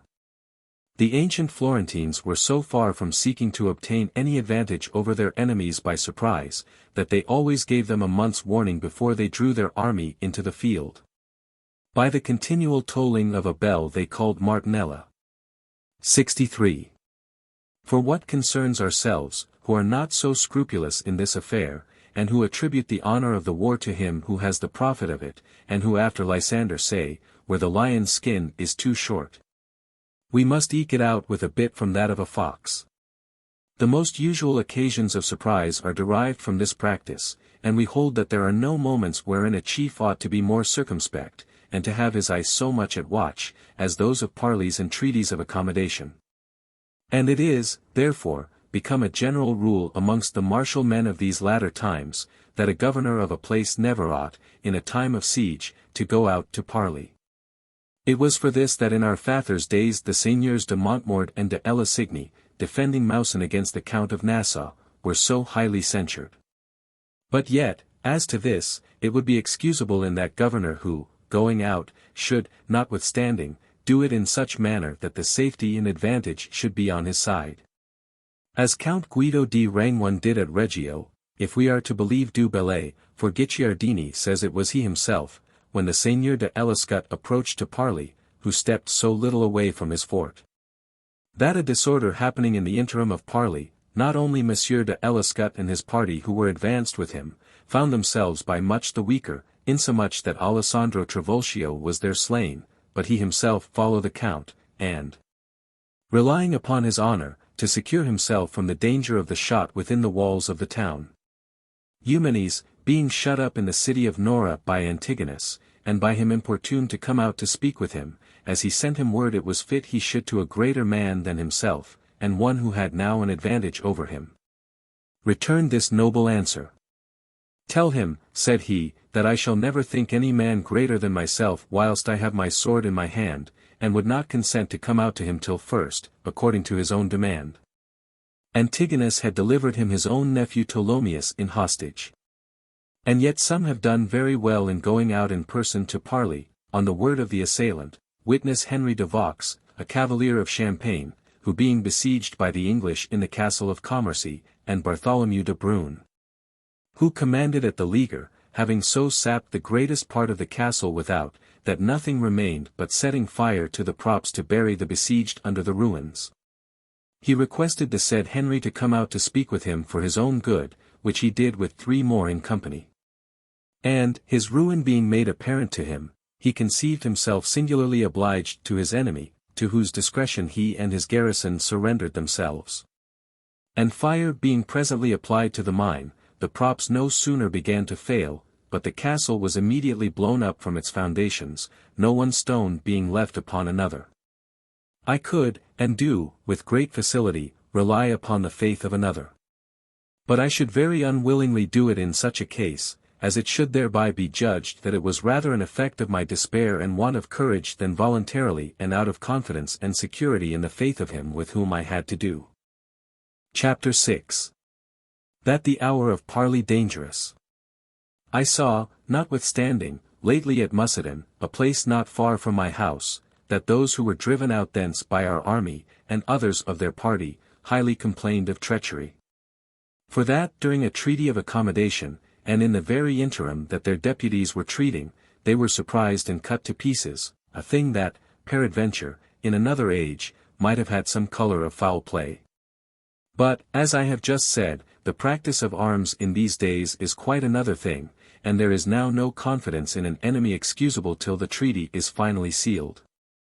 And even then the conqueror has enough to do to keep his word, so hazardous a thing it is to entrust the observation of the faith a man has engaged to a town that surrenders upon easy and favourable conditions, to the license of a victorious army, and to give the soldier free entrance into it in the heat of blood. Lucius Aemilius Regillus, the Roman praetor, having lost his time in attempting to take the city of Phocea by force, by reason of the singular valour wherewith the inhabitants defended themselves, conditioned, at last, to receive them as friends to the people of Rome, and to enter the town, as into a confederate city, without any manner of hostility, of which he gave them all assurance. But having, for the greater pomp, brought his whole army in with him, it was no more in his power, with all the endeavour he could use, to restrain his people, so that, avarice and revenge trampling under foot both his authority and all military discipline, he there saw a considerable part of the city sacked and ruined before his face. Cleomenes was wont to say, that what mischief soever a man could do his enemy in time of war was above justice, and nothing accountable to it in the sight of gods and men. And so, having concluded a truce with those of Argos for 7 days, the 3rd night after he fell upon them when they were all buried in sleep, and put them to the sword, alleging that there had no knights been mentioned in the truce. But the gods punished this subtle perfidy. In a time of parley also. And while the citizens were relying upon their safety warrant, the city of Casilinum was taken by surprise, and that even in the age of the justest captains and the most perfect Roman military discipline. For it is not said that it is not lawful for us, in time and place, to make advantage of our enemies' want of understanding, as well as their want of courage. And, doubtless, war has naturally many privileges that appear reasonable even to the prejudice of reason. And therefore here the rule fails, neminem idea gira ut ex altirius predator in Sicia. 64 But I am astonished at the great liberty allowed by Xenophon in such cases, and that both by precept and by the example of several exploits of his complete emperor. An author of very great authority, I confess, in those affairs, as being in his own person both a great captain and a philosopher of the first form of Socrates' disciples. And yet I cannot consent to such a measure of license as he dispenses in all things and places. Monsieur d'Aubigny, besieging Capua, and after having directed a furious battery against it, Signor Fabricio Colonna, governor of the town, having from a bastion begun to parley. And his soldiers in the meantime being a little more remiss in their guard, our people entered the place at unawares, and put them all to the sword. And of later memory, at Ivoy, Senior Juliano Romero having played that part of a novice to go out to parley with the constable, at his return found his place taken. But, that we might not scape scot-free, the Marquis of Pescara having laid siege to Genoa, where Duke Ottaviano Fregosa commanded under our protection, and the articles betwixt them being so far advanced that it was looked upon as a done thing. And upon the point to be concluded, the Spaniards in the meantime having slipped in, made use of this treachery as an absolute victory. And since, at Ligny, in Barrois, where the Count de Brienne commanded, the Emperor having in his own person beleaguered that place, and Bertheville, the said Count's lieutenant, going out to parley, whilst he was capitulating the town was taken. Fu il vincer sempre mai laudable cosa, vincasi o per fortuna, o per ingegno. Victory is ever worthy of praise, whether obtained by valor or wisdom. 65. But the philosopher Chrysippus was of another opinion, wherein I also concur. For he was used to say that those who run a race ought to employ all the force they have in what they are about, and to run as fast as they can. But that it is by no means fair in them to lay any hand upon their adversary to stop him, nor to set a leg before him to throw him down. And yet more generous was the answer of that great Alexander to Polyperchon, who was persuading him to take the advantage of the night's obscurity to fall upon Darius. By no means, said B. It is not for such a man as I am to steal a victory, malo me fortuni poenidiat, quam victoria putit. 66. At Guidem fugientem baud est dignatus oroden, sternera, nec jacta secum der cuspide vulnus, obvious, adversoca currit, sic viro vir, consulat, haud furto melior, sed fortibus armis. He deigned not to throw down Oroda as he fled, or with the darted spear to give him a wound unseen, but overtaking him, he confronted him face to face, and encountered man to man, superior, not in stratagem, but in valiant arms. 67. Chapter 7. That the intention is judge of our actions. 'Tis a saying, that death discharges us of all our obligations. I know some who have taken it in another sense. Henry VII, King of England, articled with Don Philip, son to Maximilian the Emperor, or, to place him more honorably, father to the Emperor Charles V. That the said Philip should deliver up the Duke of Suffolk of the White Rose, his enemy, who was fled into the Low Countries, into his hands. Which Philip accordingly did, but upon condition, nevertheless, that Henry should attempt nothing against the life of the said Duke, but coming to die, the king in his last will commanded his son to put him to death immediately after his decease. And lately, in the tragedy that the Duke of Alva presented to us in the persons of the Counts Horn and Egmont at Brussels, 68, there were very remarkable passages, and one amongst the rest. That Count Egmont, upon the security of whose word and faith Count Horn had come and surrendered himself to the Duke of Alva, earnestly entreated that he might first mount the scaffold, to the end that death might disengage him from the obligation he had passed to the other. In which case, methinks, death did not acquit the former of his promise, and that the second was discharged from it without dying. We cannot be bound beyond what we are able to perform, by reason that effect and performance are not at all in our power, and that, indeed, we are masters of nothing but the will, in which, by necessity, all the rules and whole duty of mankind are founded and established. Therefore Count Egmont, conceiving his soul and will indebted to his promise, although he had not the power to make it good, had doubtless been absolved of his duty, even though he had outlived the other. But the King of England wilfully and premeditately breaking his faith, was no more to be excused for deferring the execution of his infidelity till after his death than the mason in Herodotus, who having inviolably, during the time of his life, kept the secret of the treasure of the King of Egypt, his master, at his death discovered it to his children. 69. I have taken notice of several in my time, who, convicted by their consciences of unjustly detaining the goods of another, have endeavored to make amends by their will, and after their decease. But they had as good do nothing, as either in taking so much time in so pressing an affair, or in going about to remedy a wrong with so little dissatisfaction or injury to themselves. They owe, over and above, something of their own. And by how much their payment is more strict and incommodious to themselves, by so much is their restitution more just meritorious. Penitency requires penalty. But they yet do worse than these, who reserve the animosity against their neighbor to the last gasp, having concealed it during their life, wherein they manifest little regard of their own honor, irritating the party offended in their memory. And less to their the power, even out of to make their malice die with them, but extending the life of their hatred even beyond their own. Unjust judges, who defer judgment to a time wherein they can have no knowledge of the cause. For my part, I shall take care, if I can, that my death discover nothing that my life has not first and openly declared. Chapter 8. Of Idleness. As we see some grounds that have long lain idle and untilled, when grown rich and fertile by rest, to abound with and spend their virtue in the product of innumerable sorts of weeds and wild herbs that are unprofitable. And that to make them perform their true office, we are to cultivate and prepare them for such seeds as are proper for our service. And as we see women that, without knowledge of man, do sometimes of themselves bring forth inanimate and formless lumps of flesh.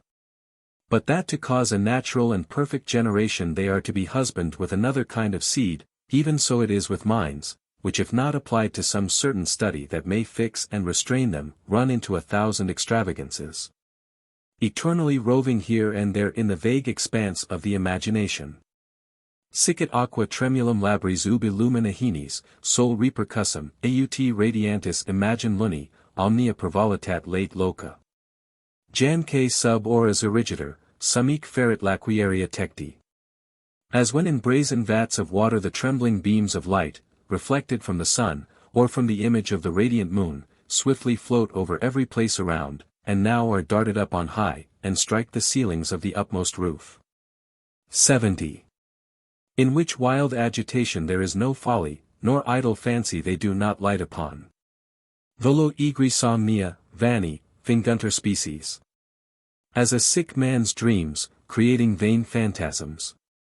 71. The soul that has no established aim loses itself, for, as it is said, quisquis ubique habitat, maxime, nusquam habitat. He who lives everywhere, lives nowhere. 72.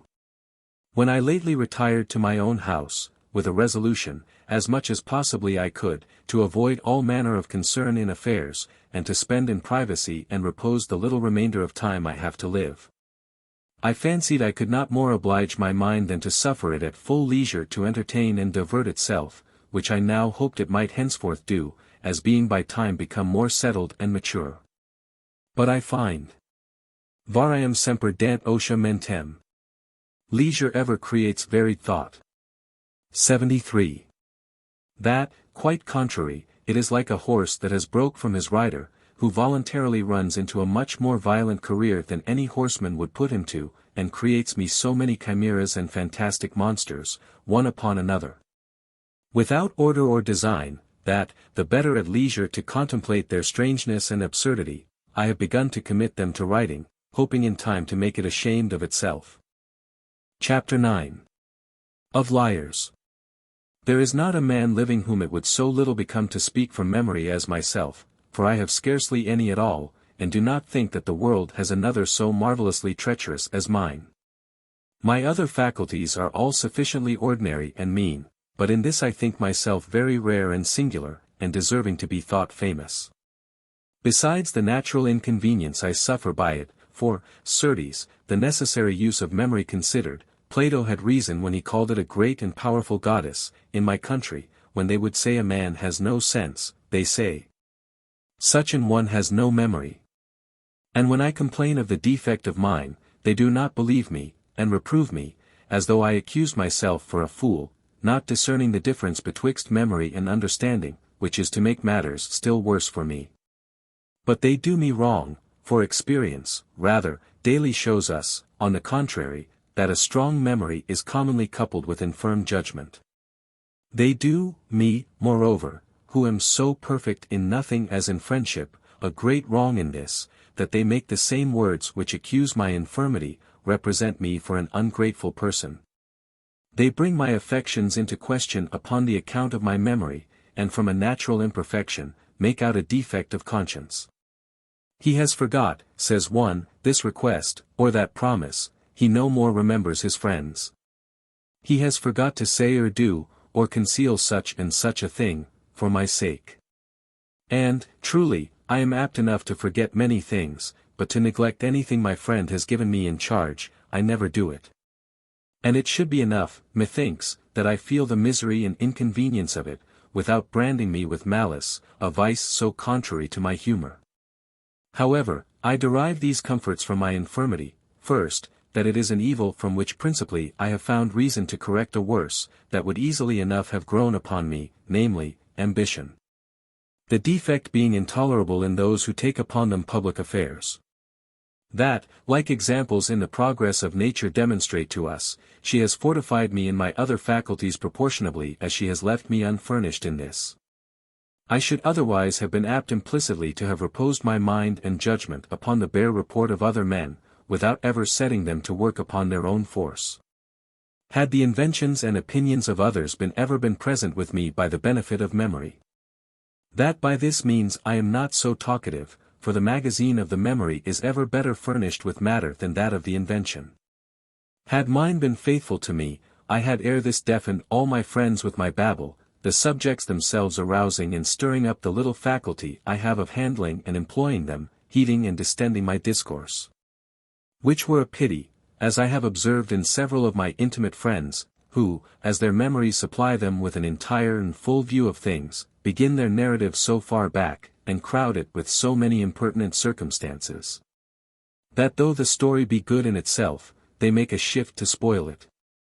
And if otherwise, you are either to curse the strength of their memory or the weakness of their judgment, and it is a hard thing to close up a discourse, and to cut it short, when you have once started.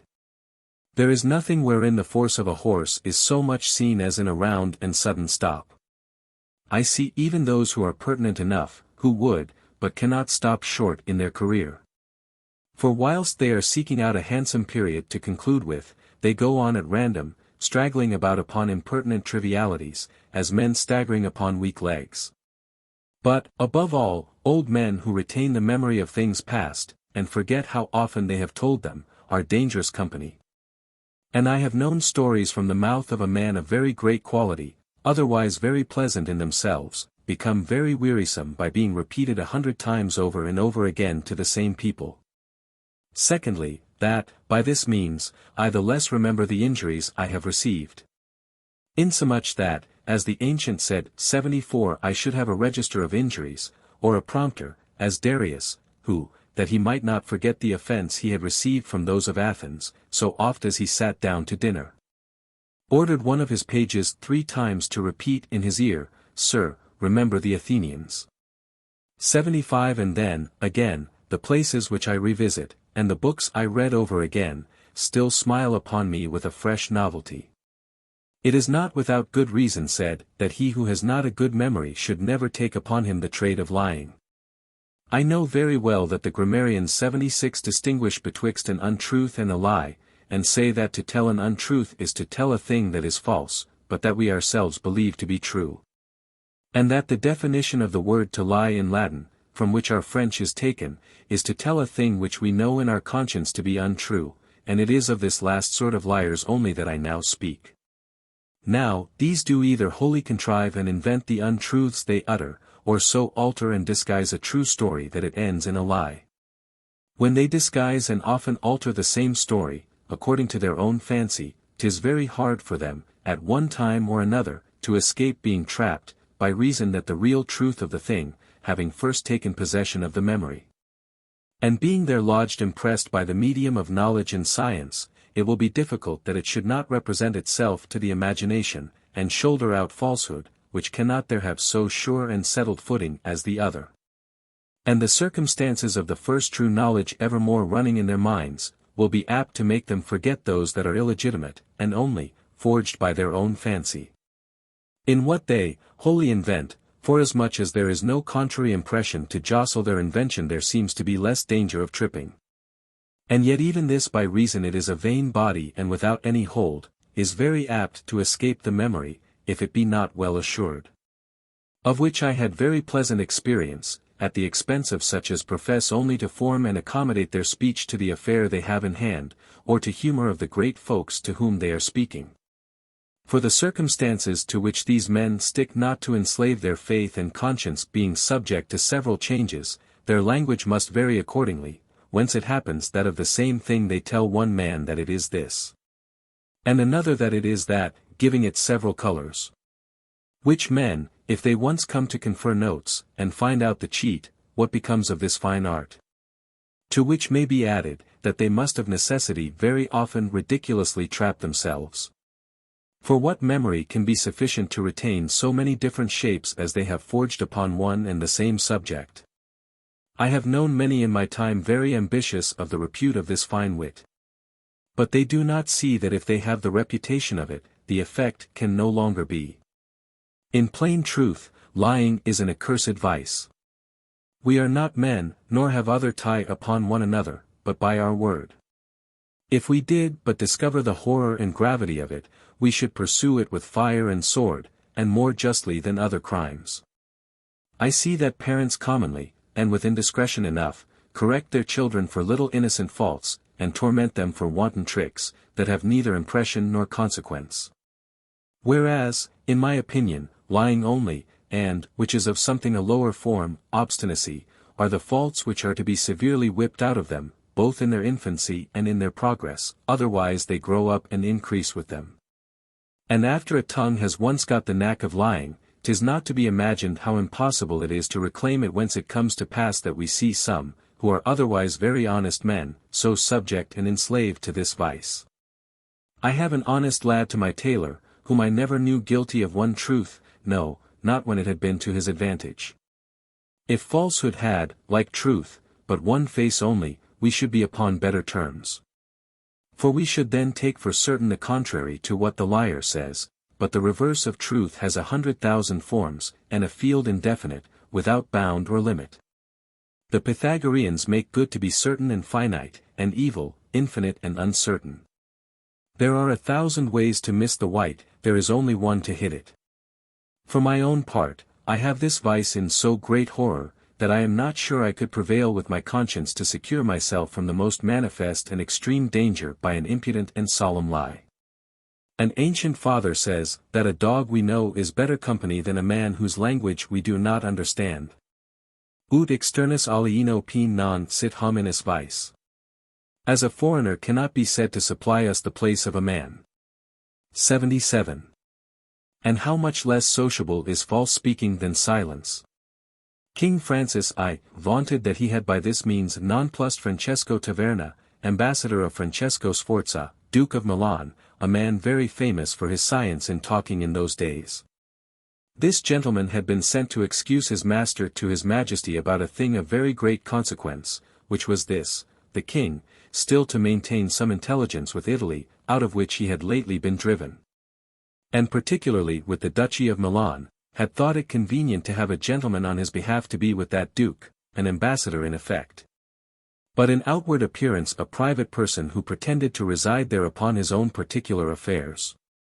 For the duke, much more depending upon the emperor, especially at a time when he was in a treaty of marriage with his niece, daughter to the King of Denmark, who is now Dowager of Lorraine, could not manifest any practice and conference with us without his great interest.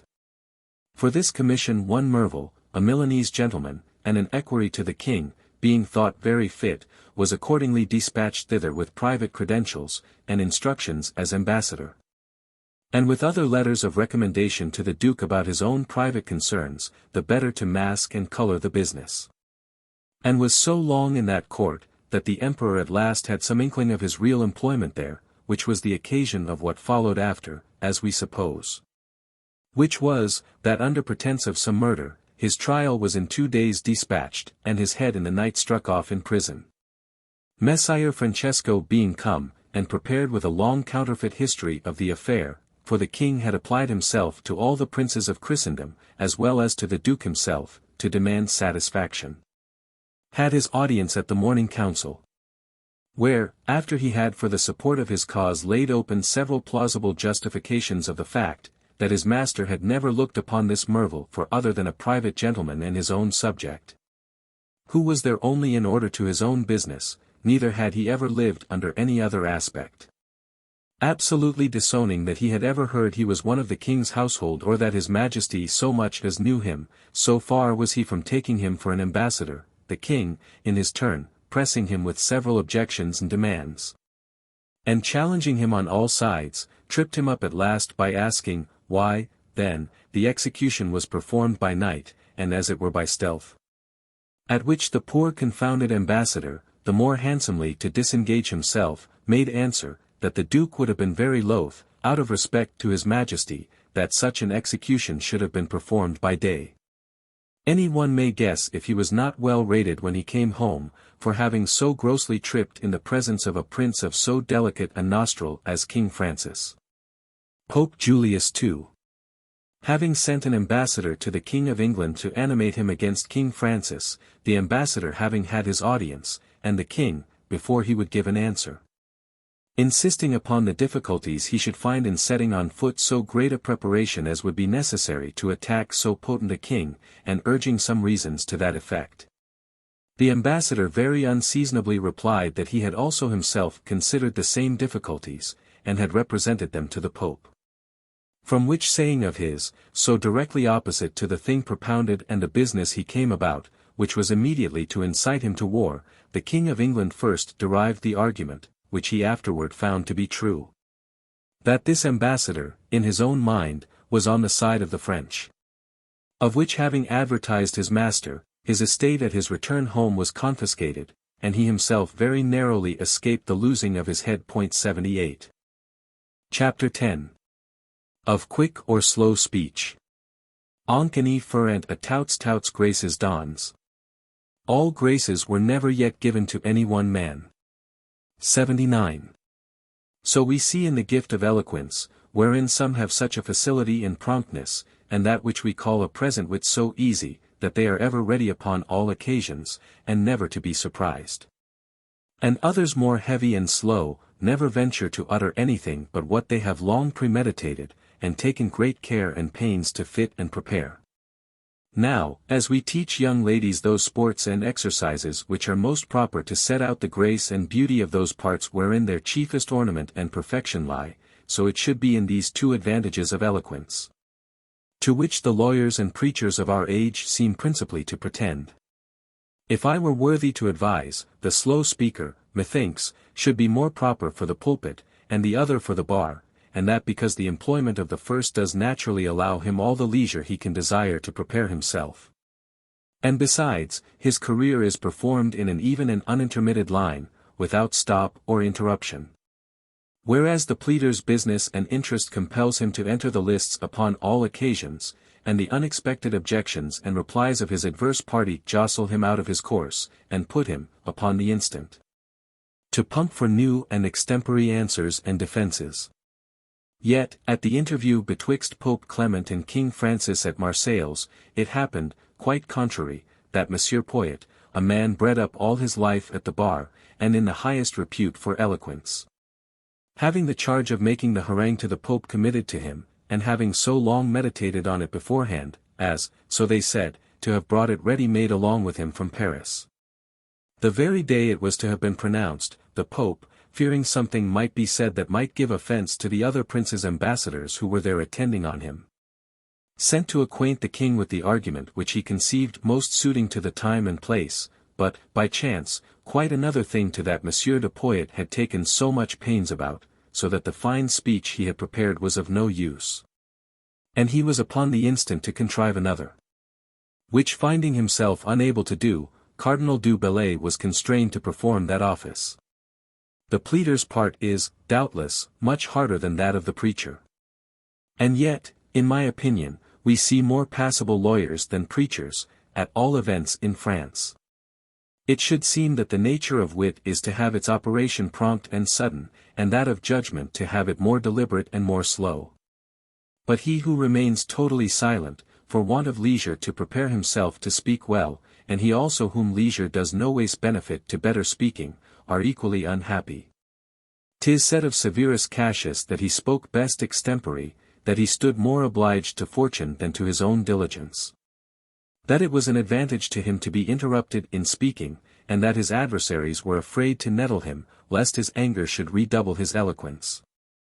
I know, experimentally, the disposition of nature so impatient of tedious and elaborate premeditation, that if it do not go frankly and gaily to work, it can perform nothing to purpose. We say of some compositions that they stink of oil and of the lamp, by reason of a certain rough harshness that laborious handling imprints upon those where it has been employed. But besides this, the solicitude of doing well, and a certain striving and contending of a mind too far strained and overbent upon its undertaking, breaks and hinders itself like water, that by force of its own pressing violence and abundance cannot find a ready issue through the neck of a bottle or a narrow sluice. In this condition of nature, of which I am now speaking, there is this also, that it would not be disordered and stimulated with such passions as the fury of Cassius, for such a motion would be too violent and rude. It would not be jostled, but solicited, it would be roused and heated by unexpected, sudden, and accidental occasions. If it be left to itself, it flags and languishes, agitation only gives it grace and vigor. I am always worst in my own possession, and when wholly at my own disposition, accident has more title to anything that comes from me than I. Occasion, company, and even the very rising and falling of my own voice, extract more from my fancy than I can find, when I sound and employ it by myself. By which means, the things I say are better than those I write, if either were to be preferred, where neither is worth anything. This, also, befalls me, that I do not find myself where I seek myself, and I light upon things more by chance than by any inquisition of my own judgment. I perhaps sometimes hit upon something when I write, that seems quaint and sprightly to me, though it will appear dull and heavy to another. But let us leave these fine compliments, every one talks thus of himself according to his talent. But when I come to speak, I am already so lost that I know not what I was about to say, and in such cases a stranger often finds it out before me. If I should make erasure so often as this inconvenience befalls me, I should make clean work. Occasion will, at some other time, lay it as visible to me as the light, and make me wonder what I should stick at. Chapter 11. Of Prognostications. For what concerns oracles, it is certain that a good while before the coming of Jesus Christ they had begun to lose their credit. For we see that Cicero troubled to find out the cause of their decay, and he has these words. Cur isto modo jam oracula Delphis non edunter, non modo nostro etate, sed jam geo, ut nihil possit esse contemptuous. What is the reason that the oracles at Delphi are no longer uttered, not merely in this age of ours, but for a long time past, insomuch that nothing is more in contempt? 80. But as to the other prognostics, calculated from the anatomy of beasts at sacrifices, to which purpose Plato does, in part, attribute the natural constitution of the intestines of the beasts themselves, the scraping of poultry, the flight of birds, aves quasdam, rerum augurandorum causa natas esse putamus. We think some sorts of birds are purposely created to serve the purposes of augury. 81. Claps of thunder, the overflowing of rivers. Multa cernant aruspices, multa augurs provident, multa oraculus declaranter, multa vaticinationibus, multa somnius, multa portentis. The aruspices discern many things, the augurs foresee many things are announced by oracles, many by vaticinations, many by dreams, many by portents. 82. And others of the like nature, upon which antiquity founded most of their public and private enterprises, our religion has totally abolished them. And although there yet remain amongst us some practices of divination from the stars, from spirits, from the shapes and complexions of men, from dreams and the like, a notable example of the wild curiosity of our nature to grasp at and anticipate future things, as if we had not enough to do to digest the present. Cur hanc tibi, rector Olympi, solicitus visum mortalibus adire curum. Nascant ventras ut dira per omnia clades. Sit subitum, quodcumque paras, sit coica future, mens hominum fati, lyceat spirare timenti. Why, ruler of Olympus, hast thou to anxious mortals thought fit to add this care, that they should know by omens future slaughter? Let whatever thou art preparing be sudden. Let the mind of men be blind to fate in store, let it be permitted to the timid to hope. 83. Neutal cadem est scire quid futurum sit. Miserum est enim, nihil proficientum angi. It is useless to know what shall come to pass, it is a miserable thing to be tormented to no purpose. 84. Yet are they of much less authority now than heretofore. Which makes so much more remarkable the example of Francesco, Marquis of Saluzzo, who being lieutenant to King Francis I. In his ultramontane army, infinitely favoured and esteemed in our court, and obliged to the king's bounty for the marquisate itself, which had been forfeited by his brother. And as to the rest, having no manner of provocation given him to do it, and even his own affection opposing any such disloyalty, suffered himself to be so terrified, as it was confidently reported. With the fine prognostics that were spread abroad everywhere in favour of the Emperor Charles V. And to our disadvantage, especially in Italy, where these foolish prophecies were so far believed, that at Rome great sums of money were ventured out upon return of greater, when the prognostics came to pass. So certain they made themselves of our ruin, that, having often bewailed, to those of his acquaintance who were most intimate with him, the mischiefs that he saw would inevitably fall upon the crown of France and the friends he had in that court. He revolted and turned to the other side. To his own misfortune, nevertheless, what constellation soever governed at that time. But he carried himself in this affair like a man agitated by divers passions. For having both towns and forces in his hands, the enemy's army under Antonio de Leyva close by him, and we not at all suspecting his design, it had been in his power to have done more than he did. For we lost no men by this infidelity of his, nor any town, but Fossano only, and that after a long siege and a brave defence. 1536. Prudens futuri temporis exidem, caliginosa noct primit deus, redec, esse mortalis ultra, fas trepidat. A wise God covers with thick night the path of the future, and laughs at the man who alarms himself without reason. 85. Au potens sui, latusque deget, cui licet in diem, dixis vixi. Cras vel atra, nu polum pater occupado, vel sol puro. He lives happy and master of himself who can say as each day passes on, I have lived, whether tomorrow our Father shall give us a clouded sky or a clear day. 86. Laetus in presens animus, quod ultra est, oderit curari. A mind happy, cheerful in the present state, will take good care not to think of what is beyond it. 87. And those who take this sentence in a contrary sense interpret it amiss. Ista sic reciprocanter, ut etsi divinatio sit, di sint. Etsi di lint, sit divinatio. These things are so far reciprocal that if there be divination, there must be deities, and if deities, divination. 88. Much more wisely Pacuvius. Nam istis, calinguam avium intelligant, plusque ex alieno jecor sapient, quam ex sua, magis audiendum, quam auscultandum, sensio. As to those who understand the language of birds, and who rather consult the livers of animals other than their own, I had rather hear them than attend to them. 89. The so celebrated art of divination amongst the Tuscans took its beginning thus: a labourer striking deep with his cutter into the earth, saw the demigod Tages ascend, with an infantine aspect, but endued with a mature and senile wisdom. Upon the rumour of which, all the people ran to see the sight, by whom his words and science, containing the principles and means to attain to this art, were recorded, and kept for many ages. 90, a birth suitable to its progress. I, for my part, should sooner regulate my affairs by the chance of a die than by such idle and vain dreams. And, indeed, in all republics, a good share of the government has ever been referred to chance.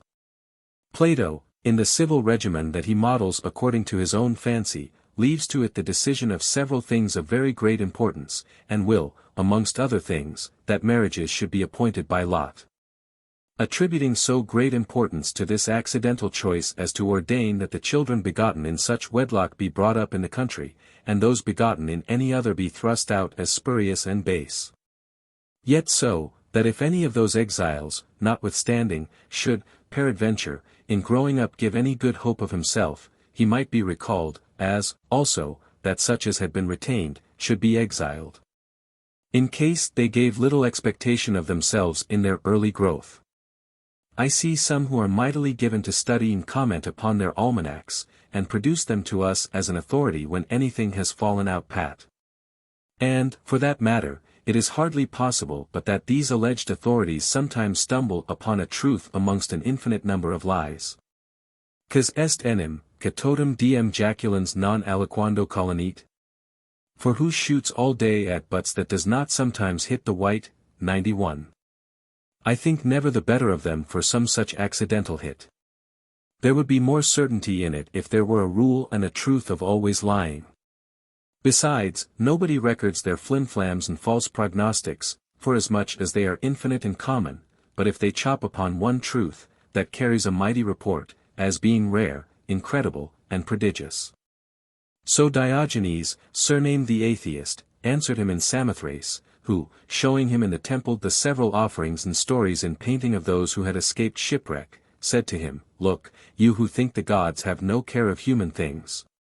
What do you say to so many persons preserved from death by their especial favor? Why, I say, answered he, that their pictures are not here who were cast away, who are by much the greater number. 92.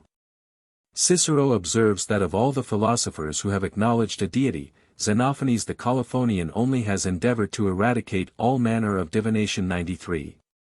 Which makes it the less a wonder if we have now and then seen some of our princes, sometimes to their own cost, rely too much upon these vanities. I had given anything with my own eyes to see those two great marvels, the book of Joachim the Calabrian abbot, which foretold all the future popes, their names and qualities.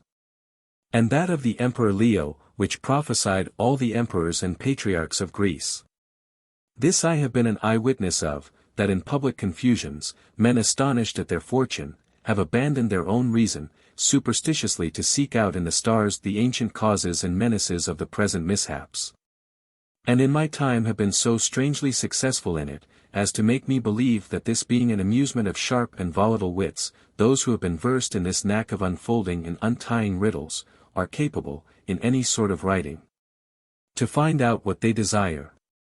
But above all, that which gives them the greatest room to play in, is the obscure, ambiguous, and fantastic gibberish of the prophetic canting, where their authors deliver nothing of clear sense, but shroud all in riddle. To the end that posterity may interpret and apply it according to its own fancy. Socrates' demon might, perhaps, be no other but a certain impulsion of the will, which obtruded itself upon him without the advice or consent of his judgment.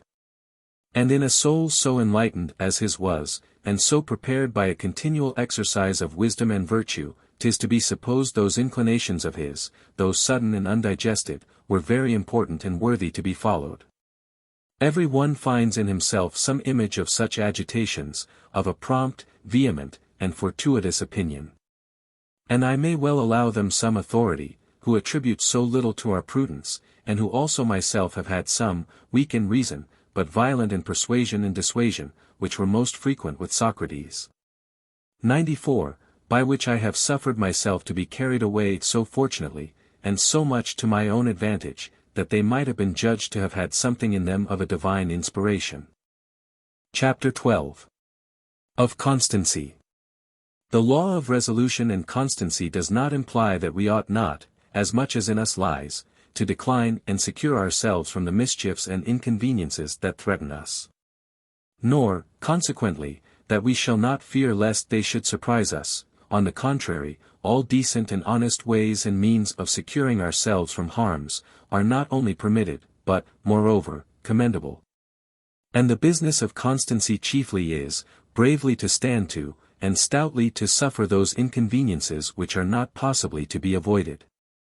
So that there is no supple motion of body, nor any movement in the handling of arms, how irregular or ungraceful soever, that we need condemn, if they serve to protect us from the blow that is made against us. Several very warlike nations have made use of a retreating and flying way of fight as a thing of singular advantage, and, by so doing, have made their backs more dangerous to their enemies than their faces.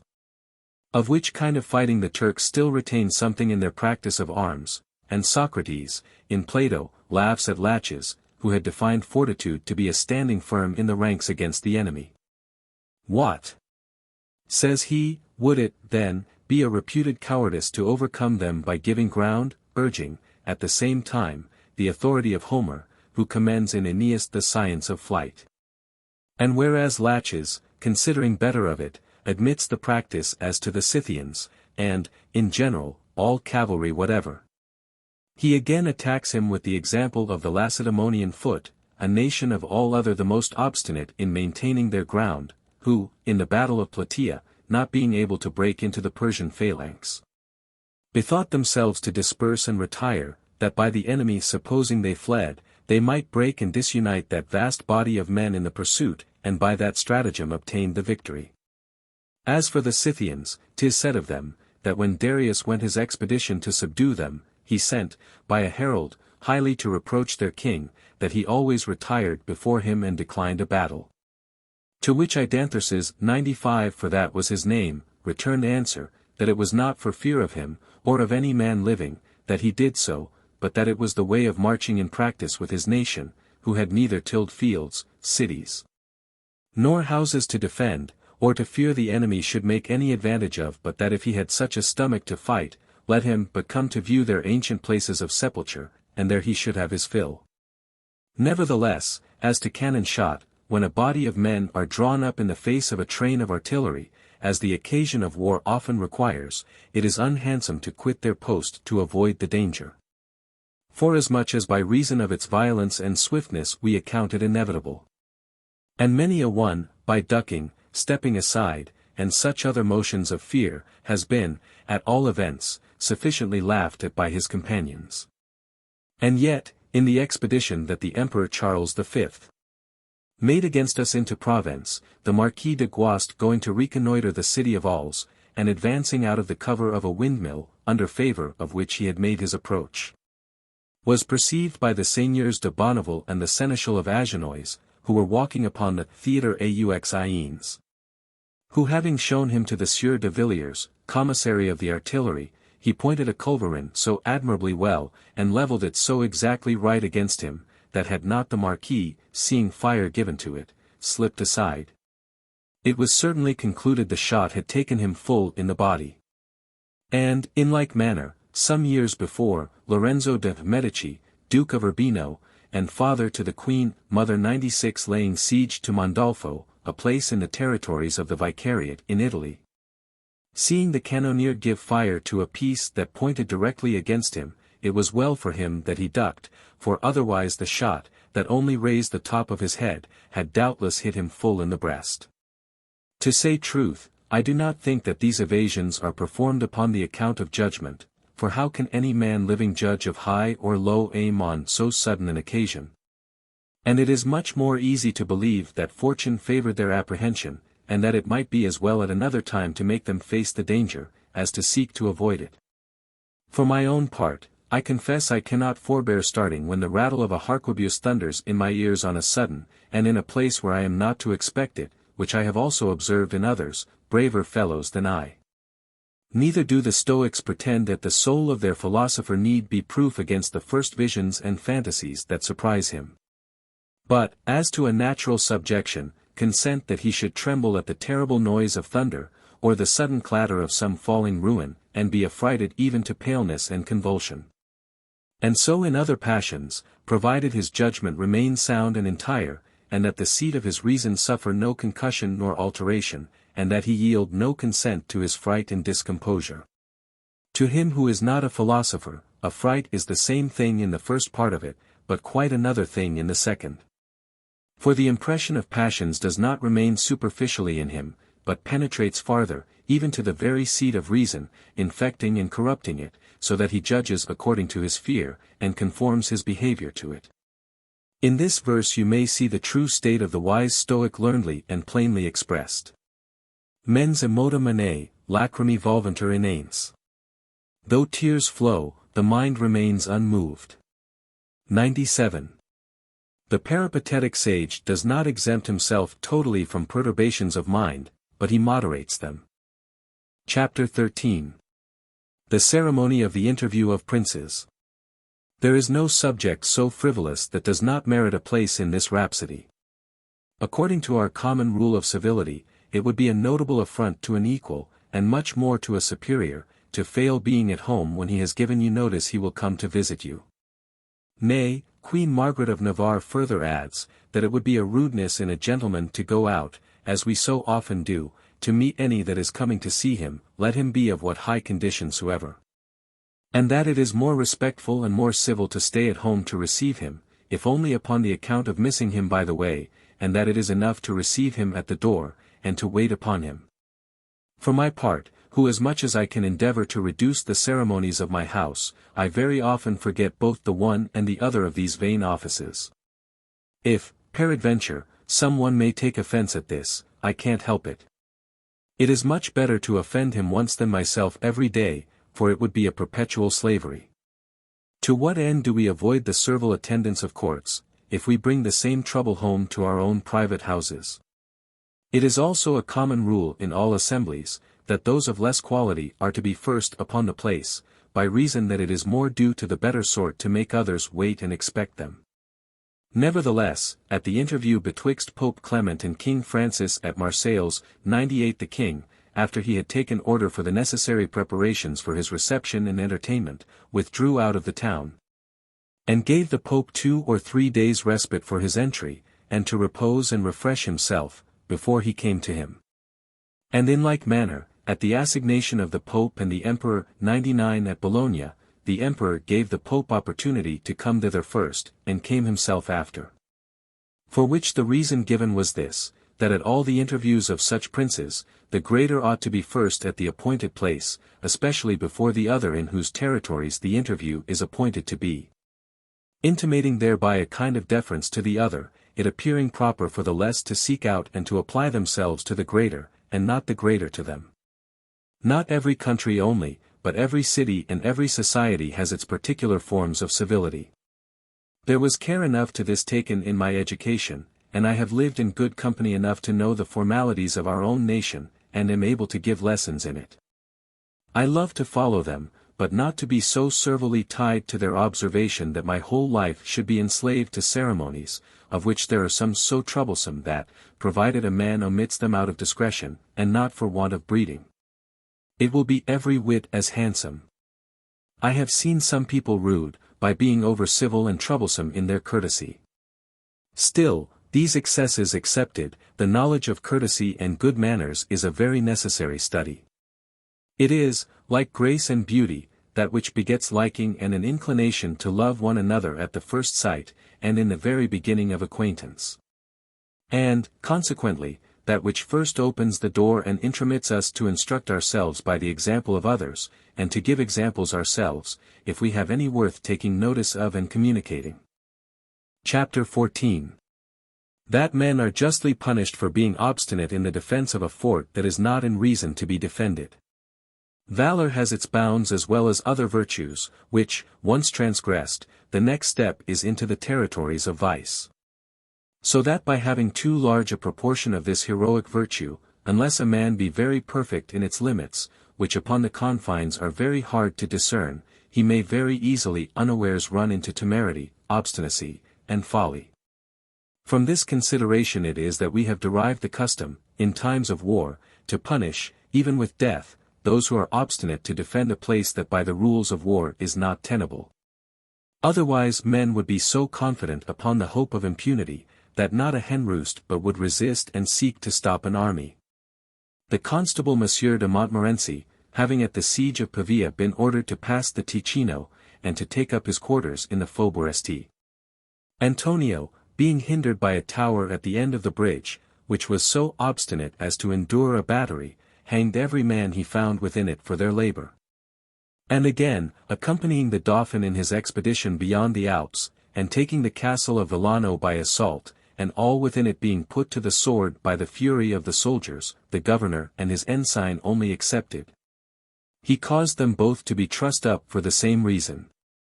As also did the Captain Martin du Bellay, then governor of Turin, with the governor of San Buono, in the same country, all his people having been cut to pieces at the taking of the place. But forasmuch as the strength or weakness of a fortress is always measured by the estimate and counterpoise of the forces that attack it, for a man might reasonably enough despise 2 culverins. That would be a madman to abide a battery of 30 pieces of cannon, where also the greatness of the prince who is master of the field, his reputation, and the respect that is due unto him, are also put into the balance. There is danger that the balance be pressed too much in that direction. And it may happen that a man is possessed with so great an opinion of himself and his power, that thinking it unreasonable any place should dare to shut its gates against him, he puts all to the sword where he meets with any opposition. Whilst his fortune continues. As is plain in the fierce and arrogant forms of summoning towns and denouncing war, savouring so much of barbarian pride and insolence, in use amongst the Oriental princes, and which their successors to this day do yet retain and practice. And in that part of the world where the Portuguese subdued the Indians, they found some states where it was a universal and inviolable law amongst them that every enemy overcome by the king in person, or by his lieutenant, was out of composition.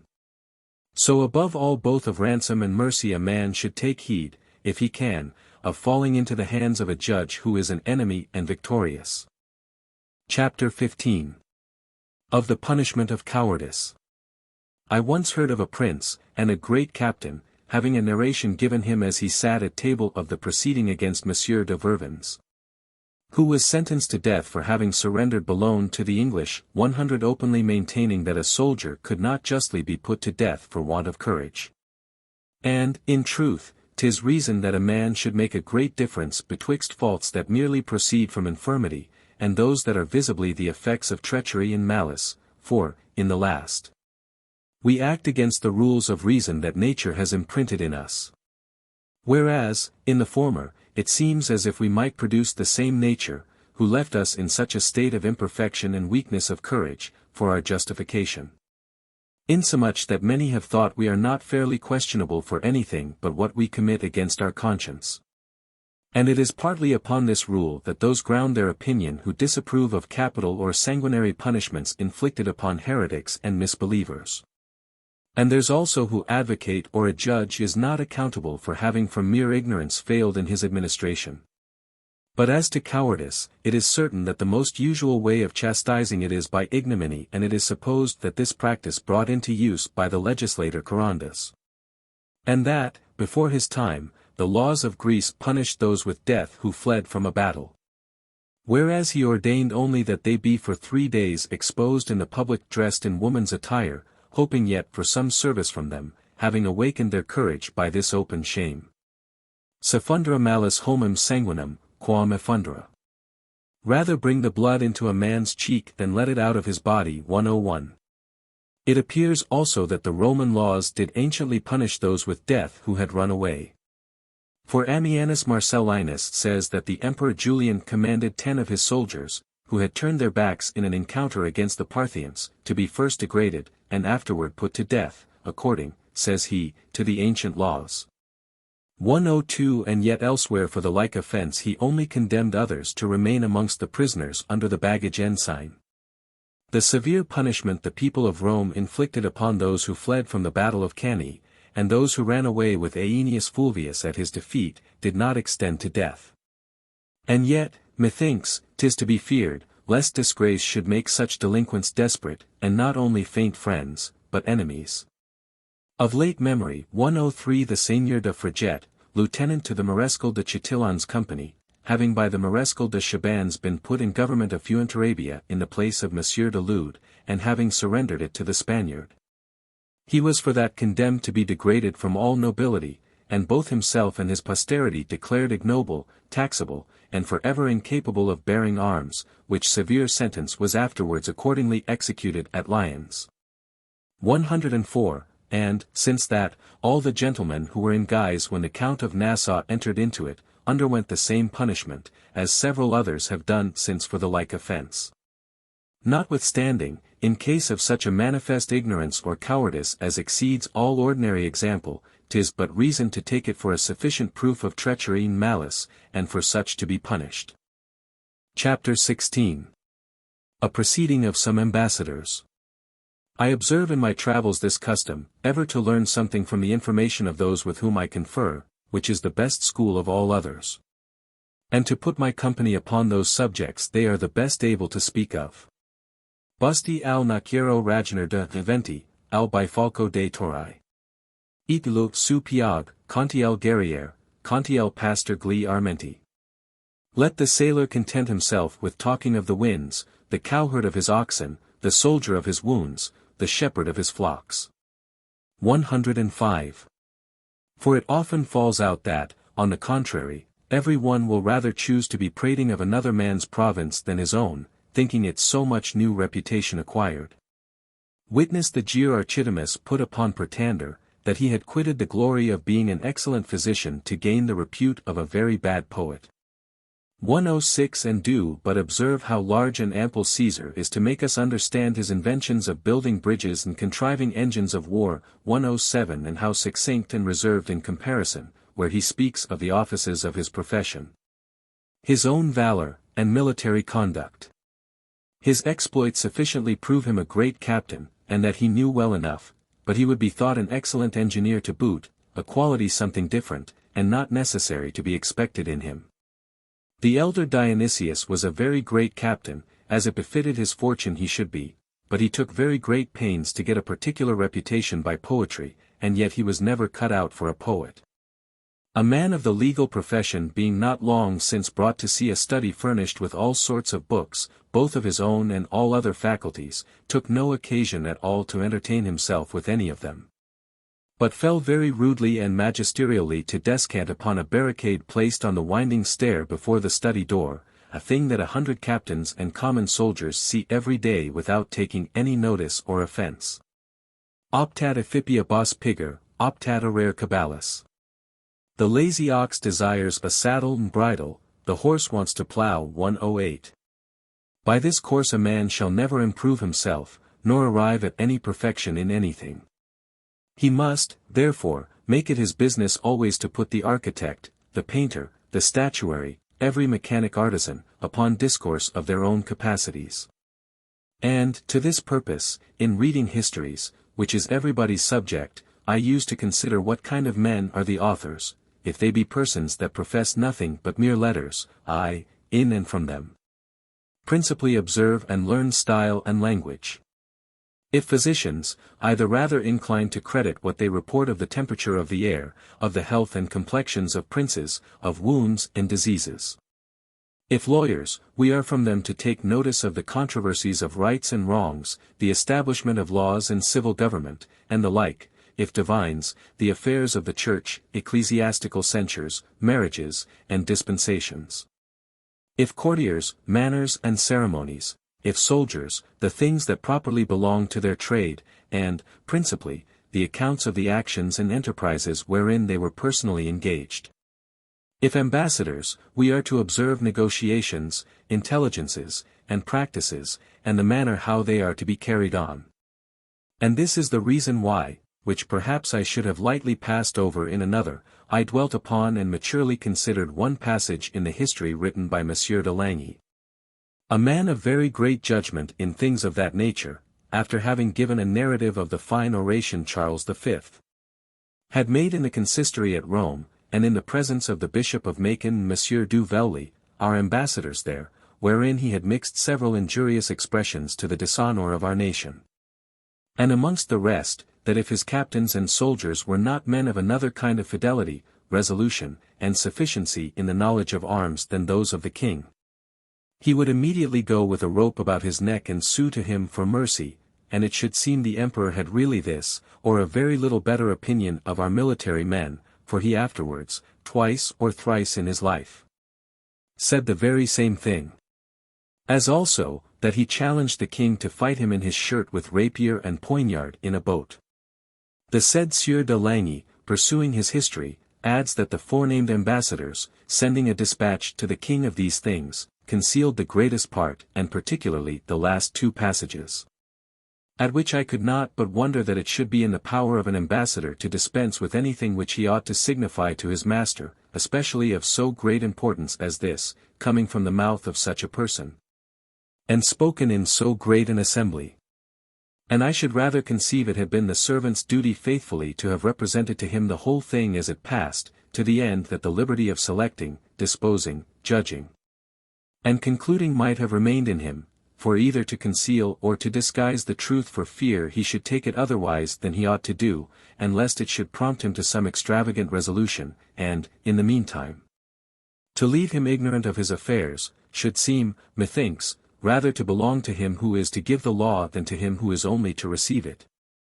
To him who is in supreme command, and not to him who ought to look upon himself as inferior, not only in authority, but also in prudence and good counsel. I, for my part, would not be so served in my little concerns.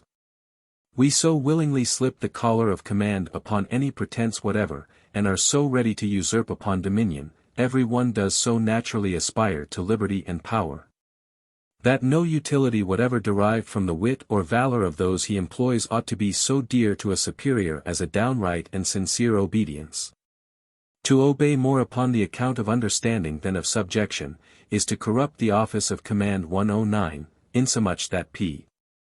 Crassus, the same whom the Romans reputed 5 times happy, at the time when he was consul in Asia, having sent to a Greek engineer to cause the greater of 2 masts of ships that he had taken notice of at Athens to be brought to him, to be employed about some engine of battery he had a design to make.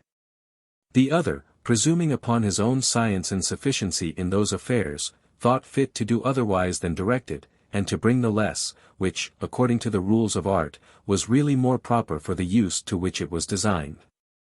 But Crassus, though he gave ear to his reasons with great patience, would not, however, take them, how sound or convincing soever, for current pay, but caused him to be well whipped for his pains, valuing the interest of discipline much more than that of the work in hand.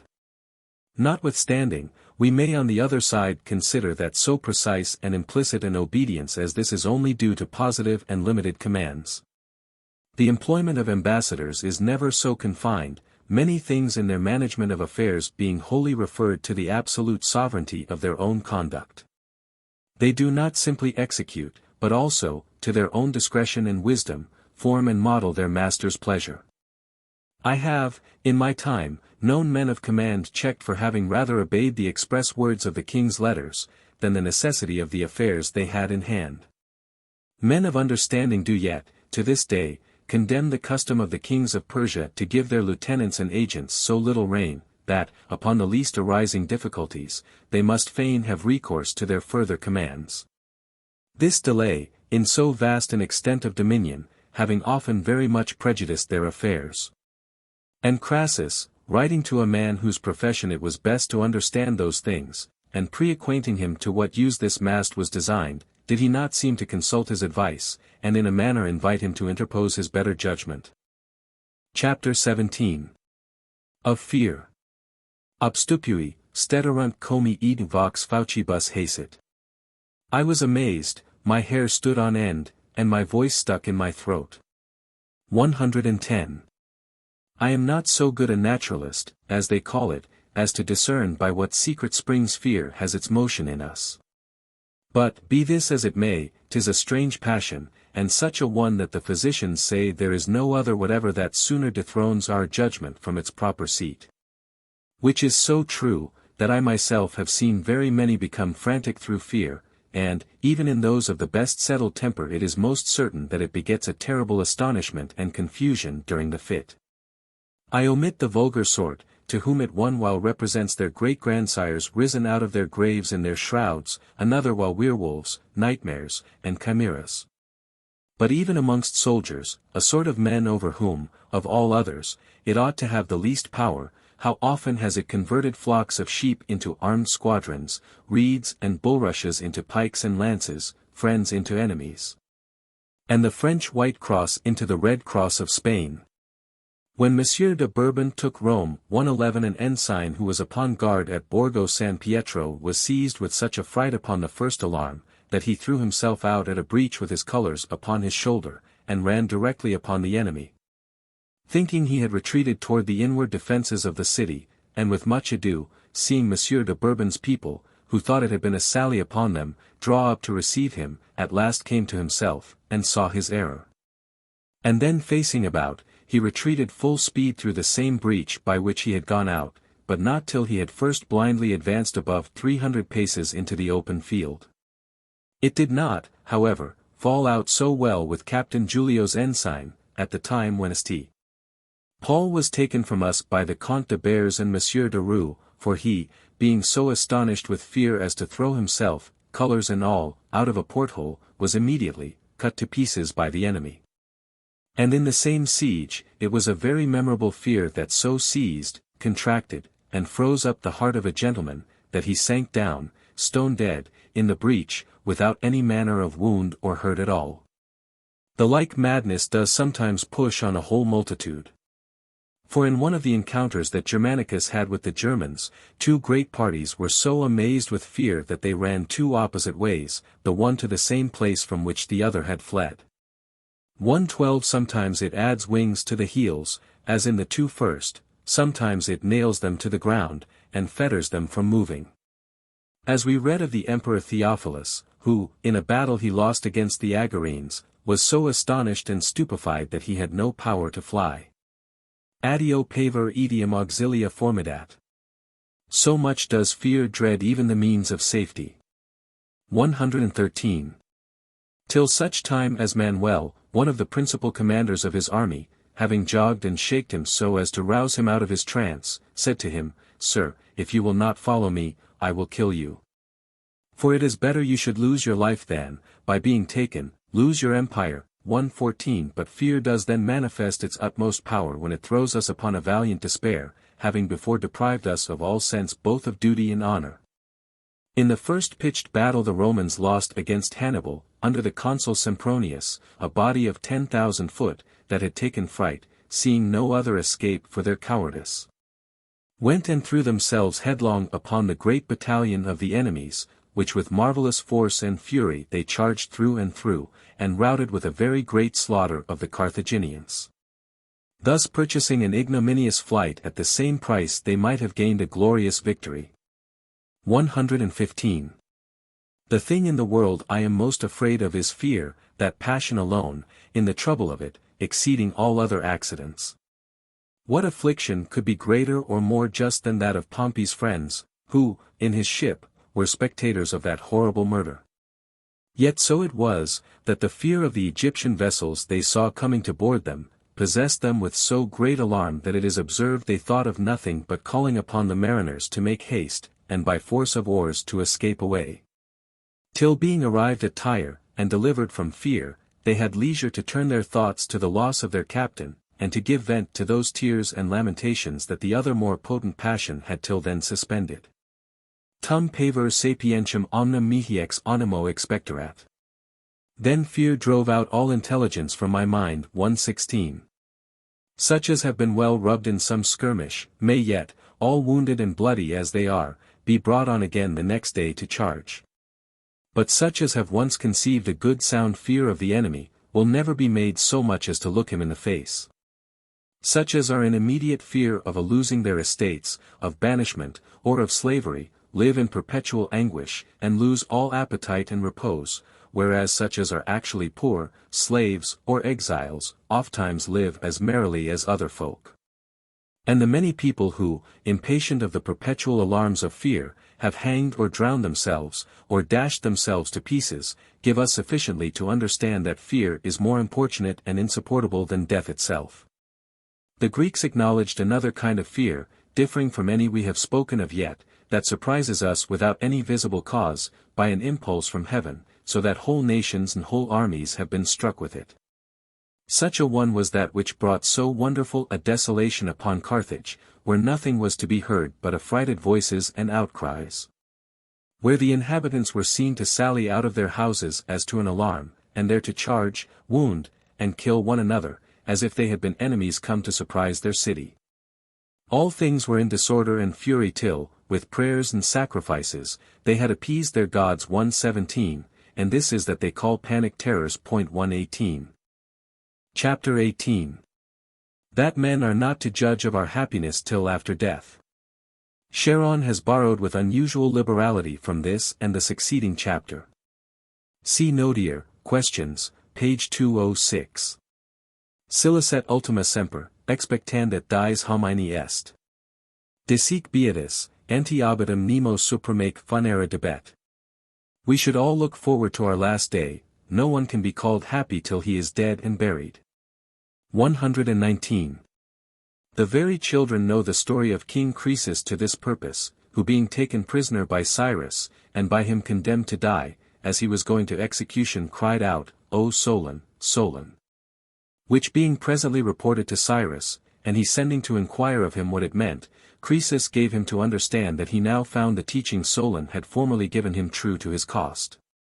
Which was, that men, however fortune may smile upon them, could never be said to be happy till they had been seen to pass over the last day of their lives, by reason of the uncertainty in mutability of human things, which, upon very light and trivial occasions, are subject to be totally changed into a quite contrary condition.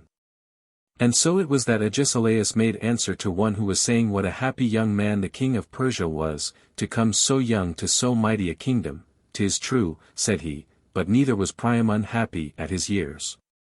120 In a short time, kings of Macedon, successors to that mighty Alexander, became joiners and scriveners at Rome, a tyrant of Sicily, a pedant at Corinth. A conqueror of one half of the world and general of so many armies, a miserable suppliant to the rascally officers of a king of Egypt, so much did the prolongation of 5 or 6 months of life cost the great Pompey. And, in our father's days, Ludovico Sforza, the 10th Duke of Milan, whom all Italy had so long truckled under, was seen to die a wretched prisoner at Laux, but not till he had lived 10 years in captivity. 121 Which was the worst part of his fortune. The fairest of all queens, 122 Widow to the greatest king in Europe, did she not come to die by the hand of an executioner? Unworthy and barbarous cruelty. And 1,000 more examples there are of the same kind. For it seems that as storms and tempests have a malice against the proud and overtowering heights of our lofty buildings, there are also spirits above that are envious of the greatnesses here below. Usque addio residential humanas vis abdita quidem. Obturit, ii pulchros facies, sevasque secures, proculcare, ac ludibrio sibi habira videtur. So true it is that some occult power upsets human affairs, the glittering fasces and the cruel axes spurns under foot, and seems to make sport of them. 123. And it should seem, also, that fortune sometimes lies in wait to surprise the last hour of our lives, to show the power she has, in a moment, to overthrow what she was so many years in building. Making us cry out with Liberius. Nimirum hac die, una plus vixi mihi, quam vivendum fiut. I have lived longer by this one day than I should have done. 124. And, in this sense, this good advice of Solon may reasonably be taken.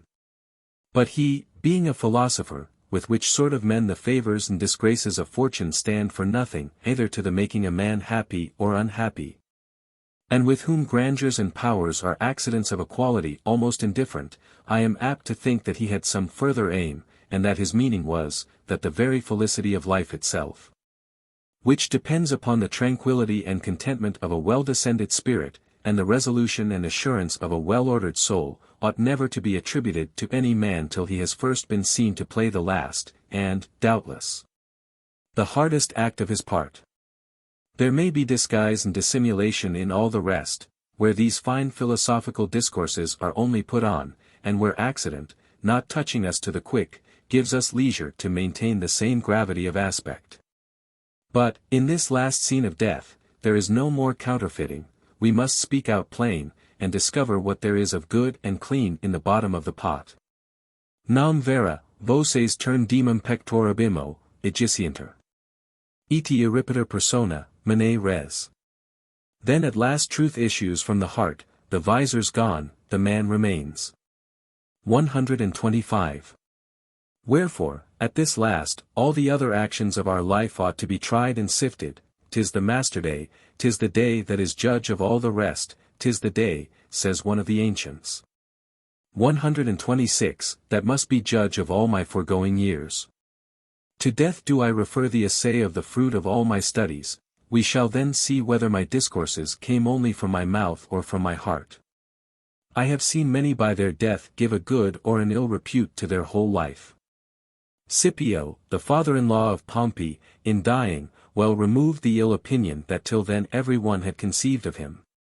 Epaminondas being asked which of the three he had in greatest esteem, Chabrias, Iphicrates, or himself.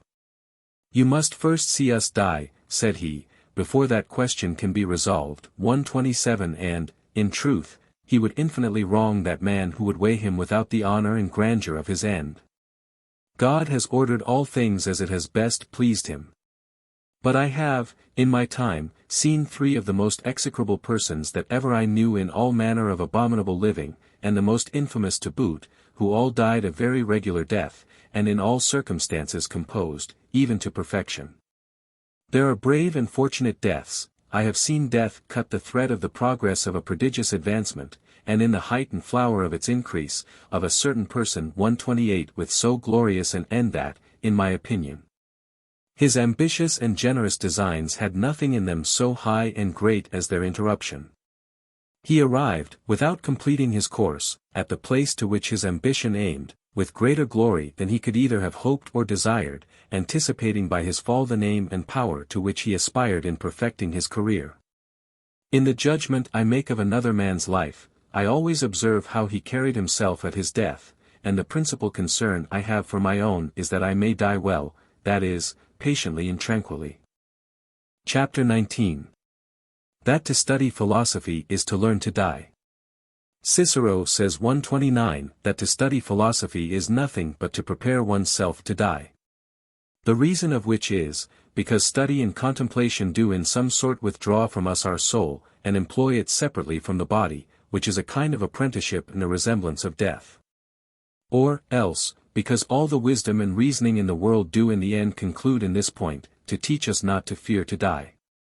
And to say the truth, either our reason mocks us, or it ought to have no other aim but our contentment only, nor to endeavor anything but, in sum, to make us live well, and, as the Holy Scripture says, at our ease. All the opinions of the world agree in this, that pleasure is our end, though we make use of divers means to attain it, they would, otherwise, be rejected at the first motion. For who would give ear to him that should propose affliction and misery for his end? The controversies and disputes of the philosophical sects upon this point are merely verbal. Transcurrimus solertissimus nugas. Let us skip over those subtle trifles. 130. There is more in them of opposition and obstinacy than is consistent with so sacred a profession, but whatsoever personage a man takes upon himself to perform, he ever mixes his own part with it. Let the philosophers say what they will, the thing at which we all aim, even in virtue, is pleasure.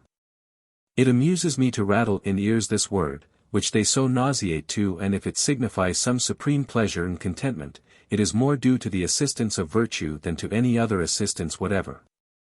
This pleasure, for being more gay, more sinewy, more robust and more manly, is only the more seriously voluptuous, and we ought give it the name of pleasure, as that which is more favorable, gentle, and natural, and not that from which we have denominated it. The other and meaner pleasure, if it could deserve this fair name, it ought to be by way of competition, and not of privilege. I find it less exempt from traverses and inconveniences than virtue itself. And, besides that the enjoyment is more momentary, fluid, and frail, it has its watchings, fasts, and labors, its sweat and its blood. And, moreover, has particular to itself so many several sorts of sharp and wounding passions, and so dull a satiety attending it, as equal it to the severest penance. And we mistake if we think that these incommodities serve it for a spur and a seasoning to its sweetness, as in nature one contrary is quickened by another, or say, when we come to virtue, that like consequences and difficulties overwhelm and render it austere and inaccessible. Whereas, much more aptly than in voluptuousness, they ennoble, sharpen, and heighten the perfect and divine pleasure they procure us. He renders himself unworthy of it who will counterpoise its cost with its fruit, and neither understands the blessing nor how to use it. Those who preach to us that the quest of it is craggy, difficult, and painful, but its fruition pleasant, what do they mean by that but to tell us that it is always unpleasing? For what human means will ever attain its enjoyment? The most perfect have been fain to content themselves to aspire unto it, and to approach it only, without ever possessing it. But they are deceived, seeing that of all the pleasures we know, the very pursuit is pleasant. The attempt ever relishes of the quality of the thing to which it is directed, for it is a good part of, and consubstantial with, the effect. The felicity and beatitude that glitters in virtue, shines throughout all her appurtenances and avenues, even to the first entry and utmost limits. Now, of all the benefits that virtue confers upon us, the contempt of death is one of the greatest, as the means that accommodates human life with a soft and easy tranquillity, and gives us a pure and pleasant taste of living, without which all other pleasure would be extinct. Which is the reason why all the rules center and concur in this one article. And although they all in like manner, with common accord, teach us also to despise pain, poverty, and the other accidents to which human life is subject, it is not, nevertheless, with the same solicitude. As well by reason these accidents are not of so great necessity, the greater part of mankind passing over their whole lives without ever knowing what poverty is, and some without sorrow or sickness, as Xenophilus the musician, who lived 106 years in a perfect and continual health. As also because, at the worst, death can, whenever we please, cut short and put an end to all other inconveniences. But as to death, it is inevitable. Omnes eadem cogimur. Omnium, versator and serius osius, sors exitura, et nos in aeternum, exilium impositura simbi. We are all bound one voyage, the lot of all, sooner or later, is to come out of the urn. All must to eternal exile sail away. 131. And, consequently, if it frights us, 'tis a perpetual torment, for which there is no sort of consolation. There is no way by which it may not reach us. We may continually turn our heads this way and that, as in a suspected country. Quae, quasi saxum Tantalo, semper impendit.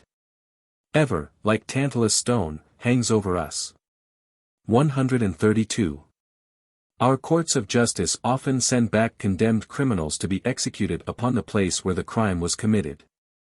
But, carry them to fine houses by the way, prepare for them the best entertainment you can.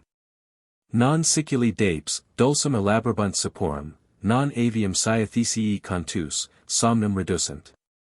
Sicilian dainties will not tickle their palates, nor the melody of birds and harps bring back sleep. 133. Do you think they can relish it? And that the fatal end of their journey being continually before their eyes, would not alter and deprave their palate from tasting these regalios? Audit iter, numerat dies, spatioque viarum, mediter vitam, torquator pest futura. He considers the route, computes the time of traveling, measuring his life by the length of the journey, and torments himself by thinking of the blow to come. 134. The end of our race is death. 'Tis the necessary object of our aim, which, if it fright us, how is it possible to advance a step without a fit of ague? The remedy the vulgar use is not to think on't, but from what brutish stupidity can they derive so gross a blindness? They must bridle the ass by the tail. Cacapite ipsi sua instituit vestigia retro. Who in his folly seeks to advance backwards. 135. 'Tis no wonder if he be often trapped in the pitfall. They affright people with the very mention of death, and many cross themselves, as it were the name of the devil. And because the making a man's will is in reference to dying, not a man will be persuaded to take a pen in hand to that purpose, till the physician has passed sentence upon and totally given him over, and then betwixt and terror. God knows in how fit a condition of understanding he is to do it. The Romans, by reason that this poor syllable death sounded so harshly to their ears and seemed so ominous, found out a way to soften and spin it out by a periphrasis, and instead of pronouncing such a one is dead, said, such a one has lived. Or, such a one has ceased to live. 136.4, provided there was any mention of life in the case, though past, it carried yet some sound of consolation. And from them it is that we have borrowed our expression, the late Monsieur such and such a one. 137. Peradventure, as the saying is, the term we have lived is worth our money. I was born betwixt 11 and 12 o'clock in the forenoon the last day of February 1533, according to our computation, beginning the year the 1st of January 138, and it is now but just 15 days since I was complete 39 years old. I make account to live, at least, as many more. In the meantime, to trouble a man's self with the thought of a thing so far off were folly. But what? Young and old die upon the same terms. No one departs out of life otherwise than if he had but just before entered into it, neither is any man so old and decrepit, who, having heard of Methuselah, does not think he has yet 20 good years to come. Fool that thou art! Who has assured unto thee the term of life? Thou dependest upon physicians' tales, rather consult effects and experience. According to the common course of things, 'tis long since that thou hast lived by extraordinary favour. Thou hast already outlived the ordinary term of life. And that it is so, reckon up thy acquaintance, how many more have died before they arrived at thy age than have attained unto it. And of those who have ennobled their lives by their renown, take but an account, and I dare lay a wager thou wilt find more who have died before than after 35 years of age. It is full both of reason and piety, too, to take example by the humanity of Jesus Christ himself. Now, he ended his life at 33 years. The greatest man, that was no more than a man, Alexander, died also at the same age. How many several ways has death to surprise us? Quid quisque, vitet, nunquam homini satis, cautum est in horas. Be as cautious as he may, man can never foresee the danger that may at any hour befall him. 139. To omit fevers and pleurisy, who would ever have imagined that a Duke of Brittany 140 should be pressed to death in a crowd as that Duke was at the entry of Pope Clement, my neighbour, into Lyons? 141. Hast thou not seen one of our kings 142 killed at a tilting, and did not one of his ancestors die by jostle of a hog? 143. Aeschylus, threatened with the fall of a house, was to much purpose circumspect to avoid that danger, seeing that he was knocked on the head by a tortoise falling out of an eagle's talons in the air. Another was choked with a grape stone. 144. An emperor killed with the scratch of a comb in combing his head. Aemilius Lepidus with a stumble at his own threshold. 145. And Aufidius with a jostle against the door as he entered the council chamber. And betwixt the very thighs of women, Cornelius Gallus the proctor, Tigellinus, captain of the watch at Rome, Ludovico, son of Guido di Gonzaga, Marquis of Mantua, and, of worse example, Speusippus, a Platonic philosopher, and one of our popes. The poor judge Bebius gave adjournment in a case for 8 days, but he himself, meanwhile, was condemned by death, and his own stay of life expired. Whilst Caius Julius, the physician, was anointing the eyes of a patient, death closed his own. And, if I may bring in an example of my own blood, a brother of mine, Captain St. Martin, a young man, 23 years old, who had already given sufficient testimony of his valor, playing a match at tennis, received a blow of a ball a little above his right ear, which, as it gave no manner of sign of wound or contusion. He took no notice of it, nor so much as sat down to repose himself, but, nevertheless, died within 5 or 6 hours after of an apoplexy occasioned by that blow. These so frequent and common examples passing every day before our eyes, how is it possible a man should disengage himself from the thought of death, or avoid fancying that it has us every moment by the throat? What matter is it, you will say, which way it comes to pass, provided a man does not terrify himself with the expectation? For my part, I am of this mind, and if a man could by any means avoid it, though by creeping under a calf's skin, I am one that should not be ashamed of the shift. All I aim at is, to pass my time at my ease, and the recreations that will most contribute to it, I take hold of, as little glorious and exemplary as you will. Praetolorum. Delirus inersque videri, dum mea delectant malami, vel denique fallant, quam sapere, iti ringi. I had rather seem mad in a sluggard, so that my defects are agreeable to myself, or that I am not painfully conscious of them, than be wise, and captious. 146. But 'tis folly to think of doing anything that way. They go, they come, they gallop and dance, and not a word of death. All this is very fine.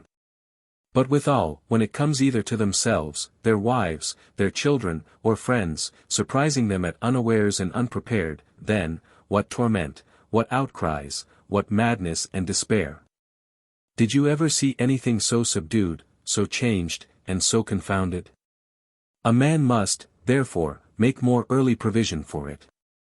And this brutish negligence, could it possibly lodge in the brain of any man of sense, which I think utterly impossible, sells us its merchandise too dear.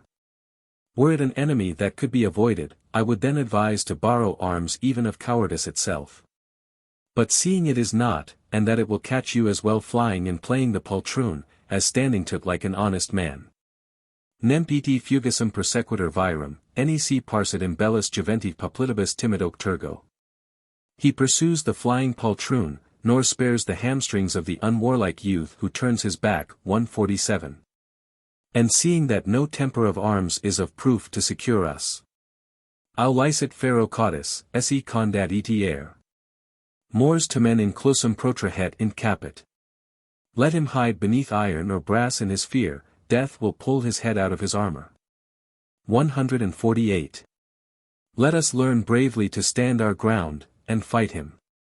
And to begin to deprive him of the greatest advantage he has over us, let us take a way quite contrary to the common course.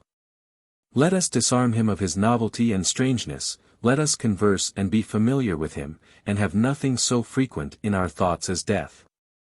Upon all occasions represent him to our imagination in his every shape.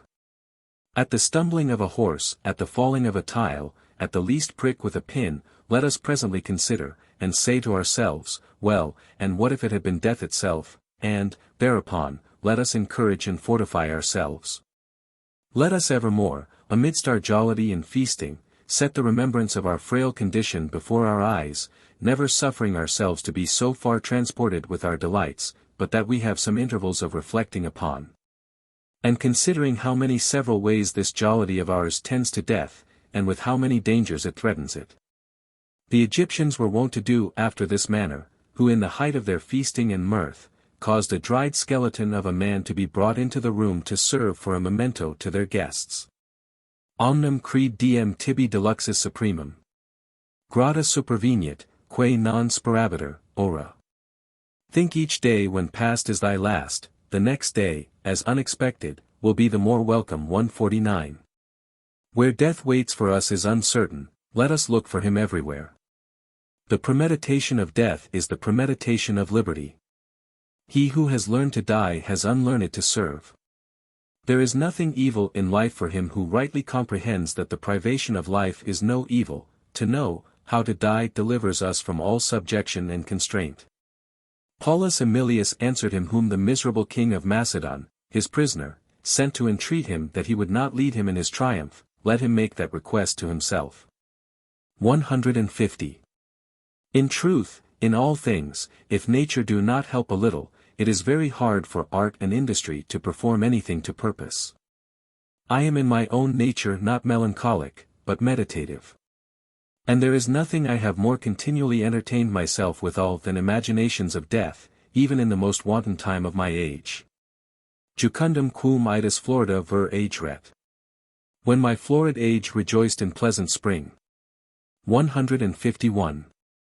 In the company of ladies, and at games, some have perhaps thought me possessed with some jealousy, or the uncertainty of some hope, whilst I was entertaining myself with the remembrance of some one, surprised, a few days before, with a burning fever of which he died, returning from an entertainment like this, with his head full of idle fancies of love and jollity, as mine was then, and that, for aught I knew, the same destiny was attending me. Jam furit, nec post unquam revocar licebit. Presently the present will have gone, never to be recalled. 152. Yet did not this thought wrinkle my forehead any more than any other. It is impossible, but we must feel a sting in such imaginations as these, at first. But with often turning and returning them in one's mind, they, at last, become so familiar as to be no trouble at all, otherwise, for my part, should be in a perpetual fright and frenzy. For never man was so distrustful of his life, never man so uncertain as to its duration. Neither health, which I have hitherto ever enjoyed very strong and vigorous, and very seldom interrupted, does prolong, nor sickness contract my hopes. Every minute, methinks, I am escaping, and it eternally runs in my mind, that what may be done tomorrow, may be done today.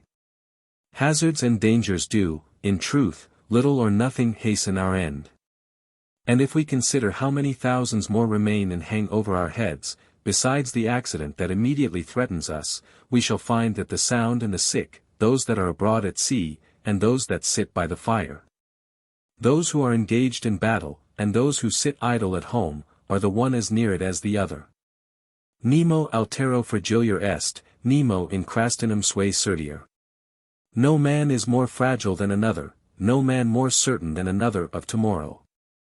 153. For anything I have to do before I die, the longest leisure would appear too short, were it but an hour's business I had to do. A friend of mine the other day turning over my tablets, found therein a memorandum of something I would have done after my decease, whereupon I told him, as it was really true, that though I was no more than a league's distance only from my own house, and merry and well, yet when that thing came into my head, I made haste to write it down there, because I was not certain to live till I came home. As a man that am eternally brooding over my own thoughts, and confine them to my own particular concerns, I am at all hours as well prepared as I am ever like to be, and death, whenever he shall come, can bring nothing along with him I did not expect long before. We should always, as near as we can, be booted and spurred, and ready to go, and, above all things, take care, at that time, to have no business with any one but oneself. Quid brevi fortes jaculamer avu multa? Why for so short a life tease ourselves with so many projects? 154. For we shall there find work enough to do, without any need of addition. One man complains, more than of death, that he is thereby prevented of a glorious victory.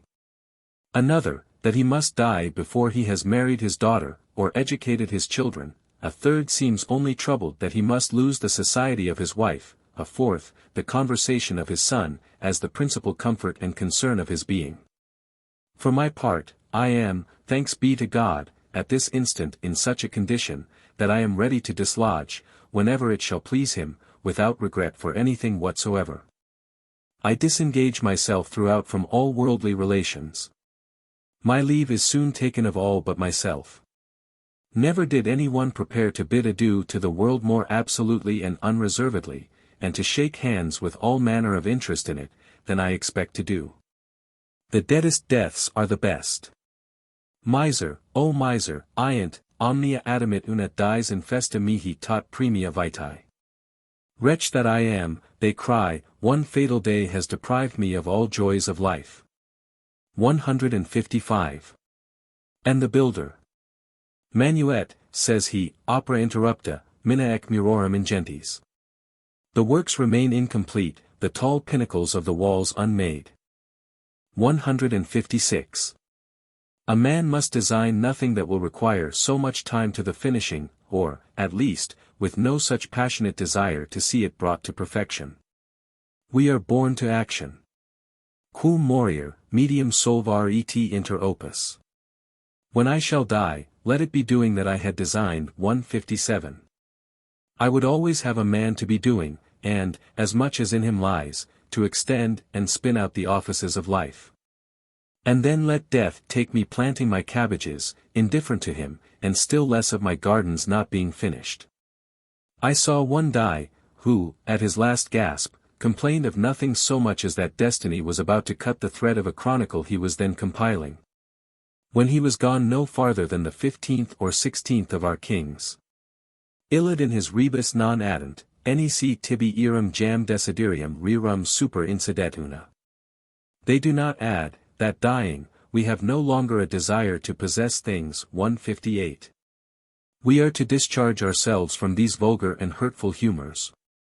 To this purpose it was that men first appointed the places of sepulture adjoining the churches, and in the most frequented places of the city, to accustom, says Lycurgus, the common people, women, and children, that they should not be startled at the sight of a corpse, and to the end, that the continual spectacle of bones, graves, and funeral obsequies should put us in mind of our frail condition. Quin etiam exhilarare viris convivia quid mos olim. Et misere ipula spectacula dira sertantum fero, sipi super ipsa cadentum pocula, respersus non parco sanguine menses. It was formerly the custom to enliven banquets with slaughter, and to combine with the repast the dire spectacle of men contending with the sword, the dying in many cases falling upon the cups, and covering the tables with blood. 159. And as the Egyptians after their feasts were wont to present the company with a great image of death, by one that cried out to them, Drink and be merry, for such shalt thou be when thou art dead. So it is my custom to have death not only in my imagination, but continually in my mouth. Neither is there anything of which I am so inquisitive, and delight to inform myself, as the manner of men's deaths, their words, looks, and bearing. Nor any places in history I am so intent upon, and it is manifest enough, by my crowding in examples of this kind, that I have a particular fancy for that subject. If I were a writer of books, I would compile a register, with a comment, of the various deaths of men. He who should teach men to die would at the same time teach them to live. Dicarchus made one, to which he gave that title. But it was designed for another and less profitable end. Peradventure, some one may object, that the pain and terror of dying so infinitely exceed all manner of imagination, that the best fencer will be quite out of his play when it comes to the push. Let them say what they will, to premeditate is doubtless a very great advantage, and besides, is it nothing to go so far, at least, without disturbance or alteration? Moreover, nature herself assists and encourages us. If the death be sudden and violent, we have not leisure to fear. If otherwise, I perceive that as I engage further in my disease, I naturally enter into a certain loathing and disdain of life. I find I have much more ado to digest this resolution of dying, when I am well in health, than when languishing of a fever. And by how much I have less to do with the commodities of life, by reason that I begin to lose the use and pleasure of them, by so much I look upon death with less terror. Which makes me hope, that the further I remove from the first, and the nearer I approach to the latter, I shall the more easily exchange the one for the other. And, as I have experienced in other occurrences, that, as Caesar says, things often appear greater to us at distance than near at hand, I have found, that being well, I have had maladies in much greater horror than when really afflicted with them.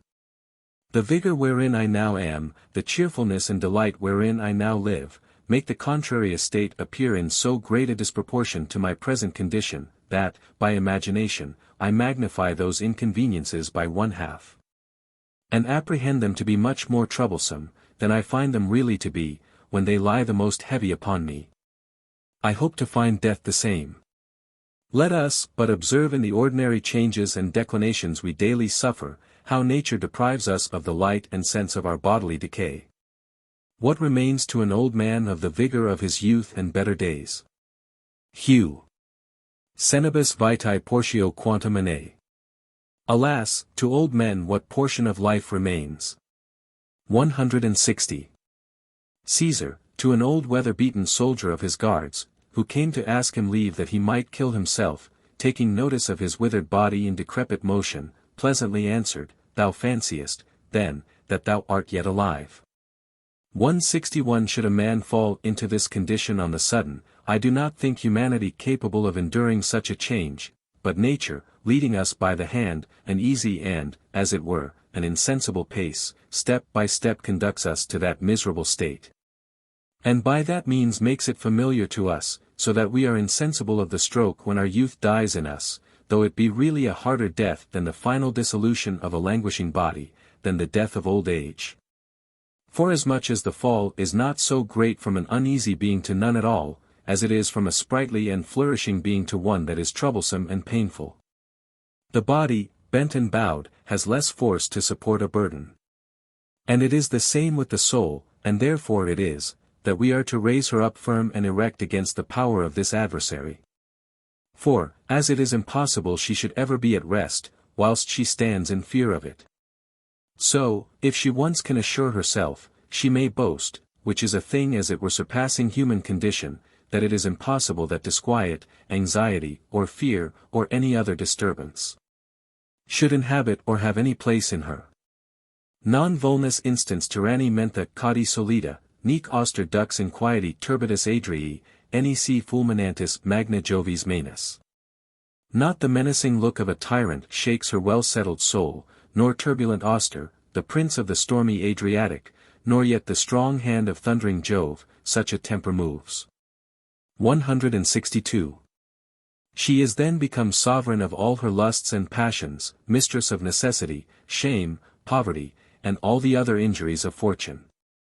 Let us, therefore, as many of us as can, get this advantage. 'Tis the true and sovereign liberty here on earth, that fortifies us wherewithal to defy violence and injustice, and to contemn prisons and chains. In manicis eti competibus sivo te sub custo tenebo. Ipsi Deus, simul ac volum, me solvet. Opiner, hoc sentit, morier, mors ultima linea rerum est. I will keep thee in fetters and chains, in custody of a savage keeper. A God will, when I ask him, set me free. This God I think is death. Death is the term of all things. 163. Our very religion itself has no surer human foundation than the contempt of life. Not only the argument of reason invites us to it, for why should we fear to lose a thing, which being lost, cannot be lamented? But, also, seeing we are threatened by so many sorts of death, is it not infinitely worse eternally to fear them all, than once to undergo one of them? And what matters it, when it shall happen, since it is inevitable? To him that told Socrates, the 30 tyrants have sentenced thee to death, and nature them, said he. 164 What a ridiculous thing it is to trouble ourselves about taking the only step that is to deliver us from all trouble. As our birth brought us the birth of all things, so in our death is the death of all things included. And therefore to lament that we shall not be alive 100 years hence, is the same folly as to be sorry we were not alive 100 years ago. Death is the beginning of another life. So did we weep, and so much it cost us to enter into this, and so did we put off our former veil in entering into it. Nothing can be a grievance that is but once. Is it reasonable so long to fear a thing that will so soon be dispatched? Long life, and short, are by death made all one, for there is no long, nor short, to things that are no more. Aristotle tells us that there are certain little beasts upon the banks of the river Hypanis, that never live above a day, they which die at 8 of the clock in the morning, die in their youth, and those that die at 5 in the evening. In their decrepitude, which of us would not laugh to see this moment of continuance put into the consideration of weal or woe? The most and the least, of ours, in comparison with eternity, or yet with the duration of mountains, rivers, stars, trees, and even of some animals, is no less ridiculous. 165. But nature compels us to it.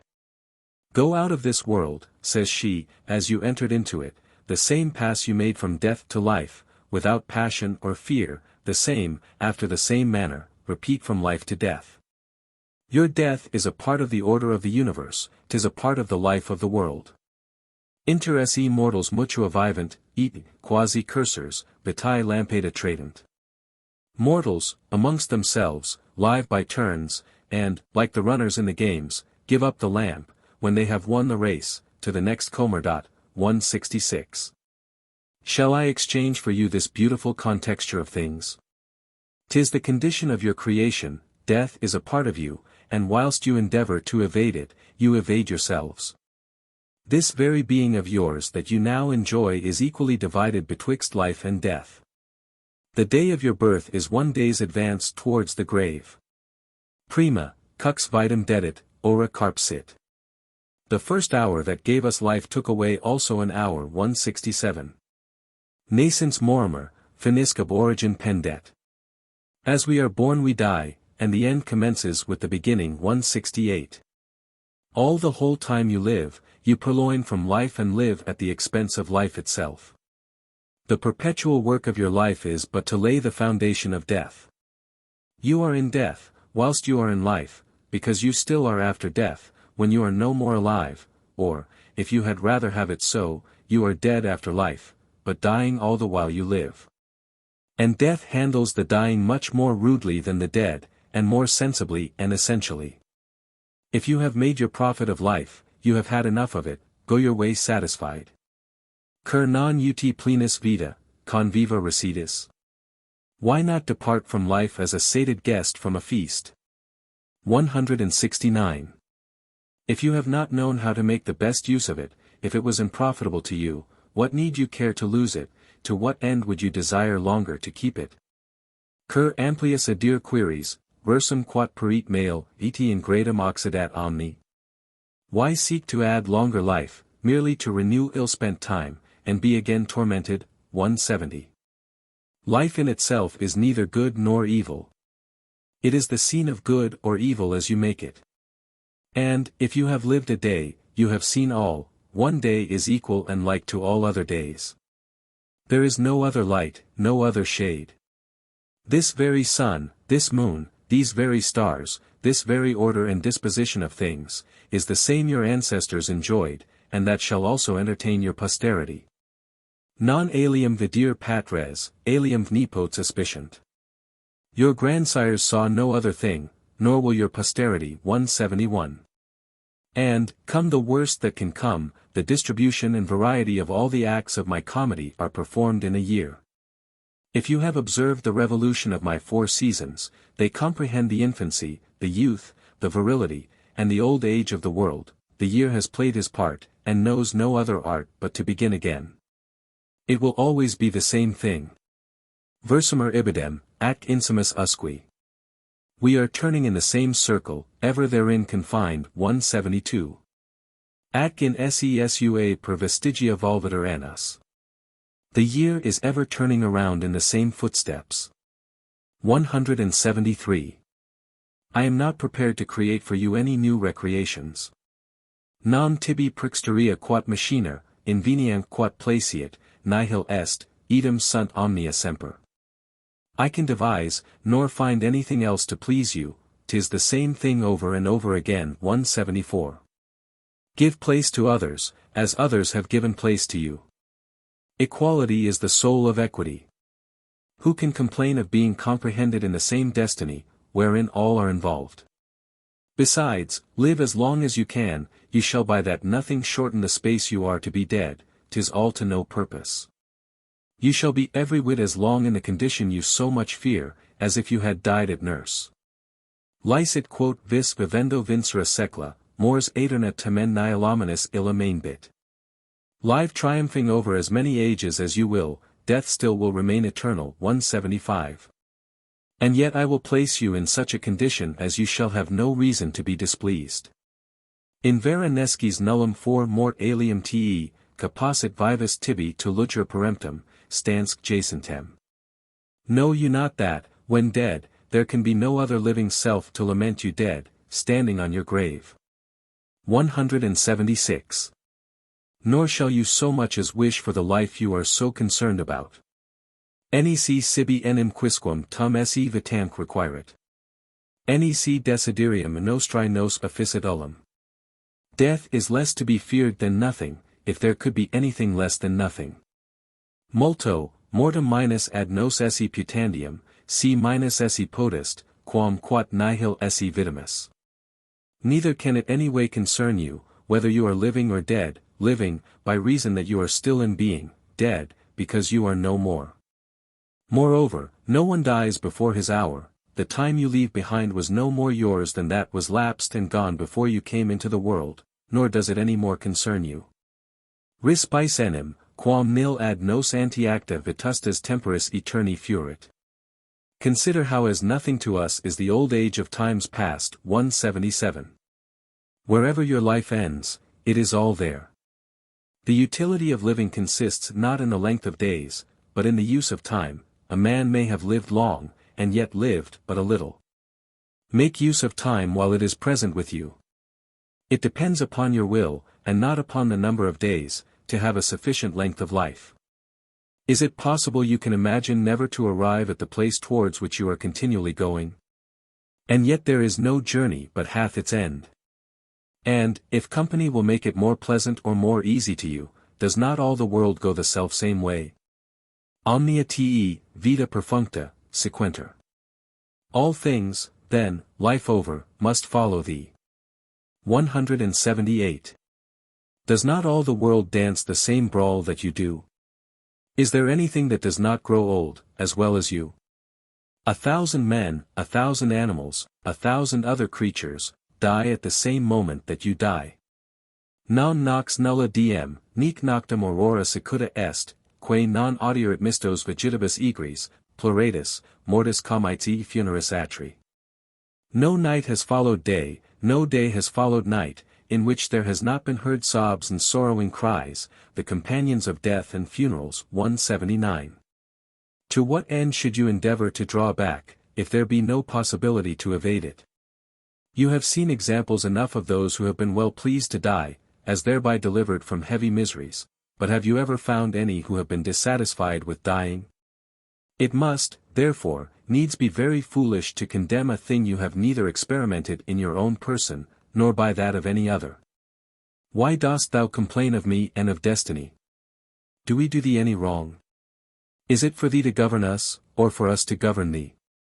Though, peradventure, thy age may not be accomplished, yet thy life is. A man of low stature is as much a man as a giant, neither men nor their lives are measured by the ell. Chiron refused to be immortal, when he was acquainted with the conditions under which he was to enjoy it, by the god of time itself and its duration, his father Saturn.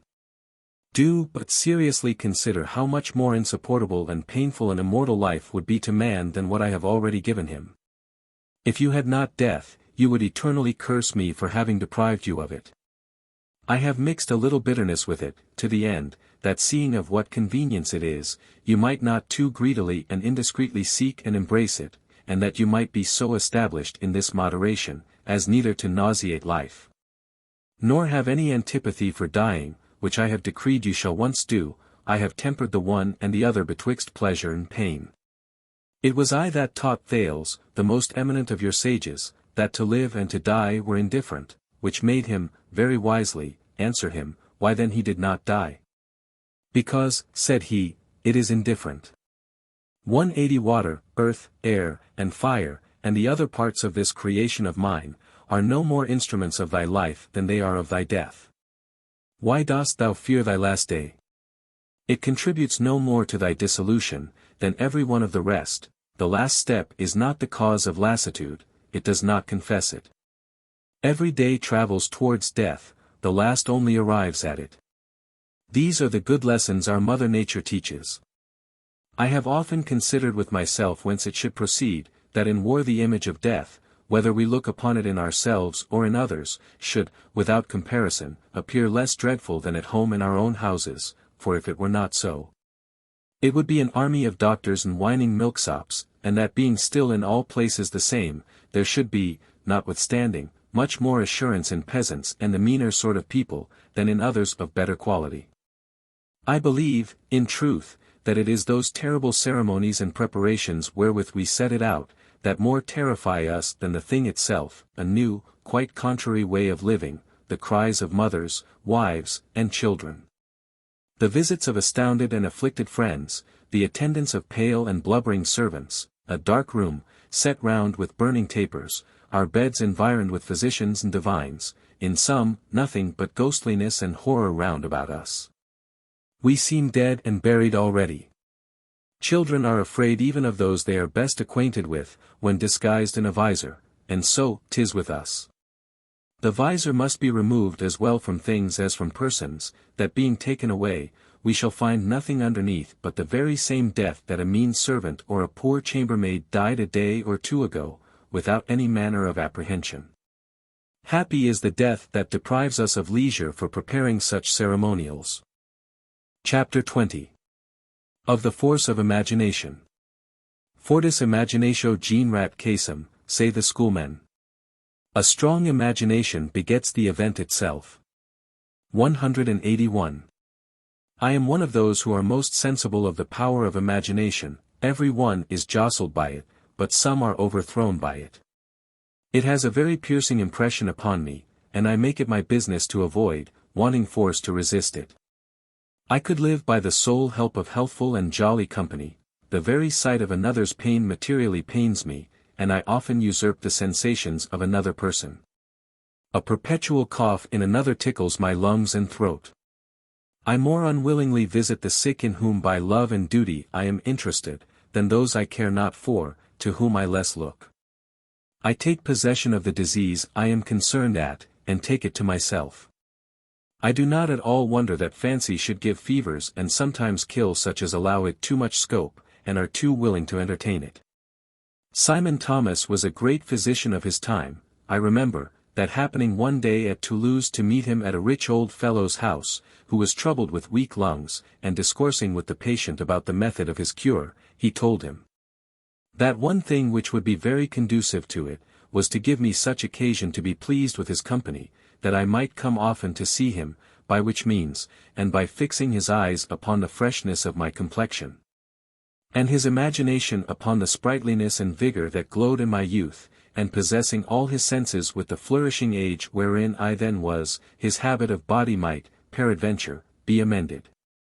But he forgot to say that mine, at the same time, might be made worse.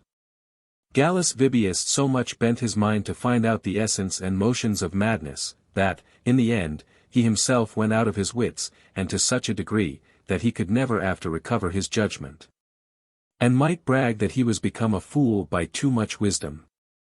Some there are who through fear anticipate the hangman, and there was the man, whose eyes being unbound to have his pardon read to him, was found stark dead upon the scaffold, by the stroke of imagination.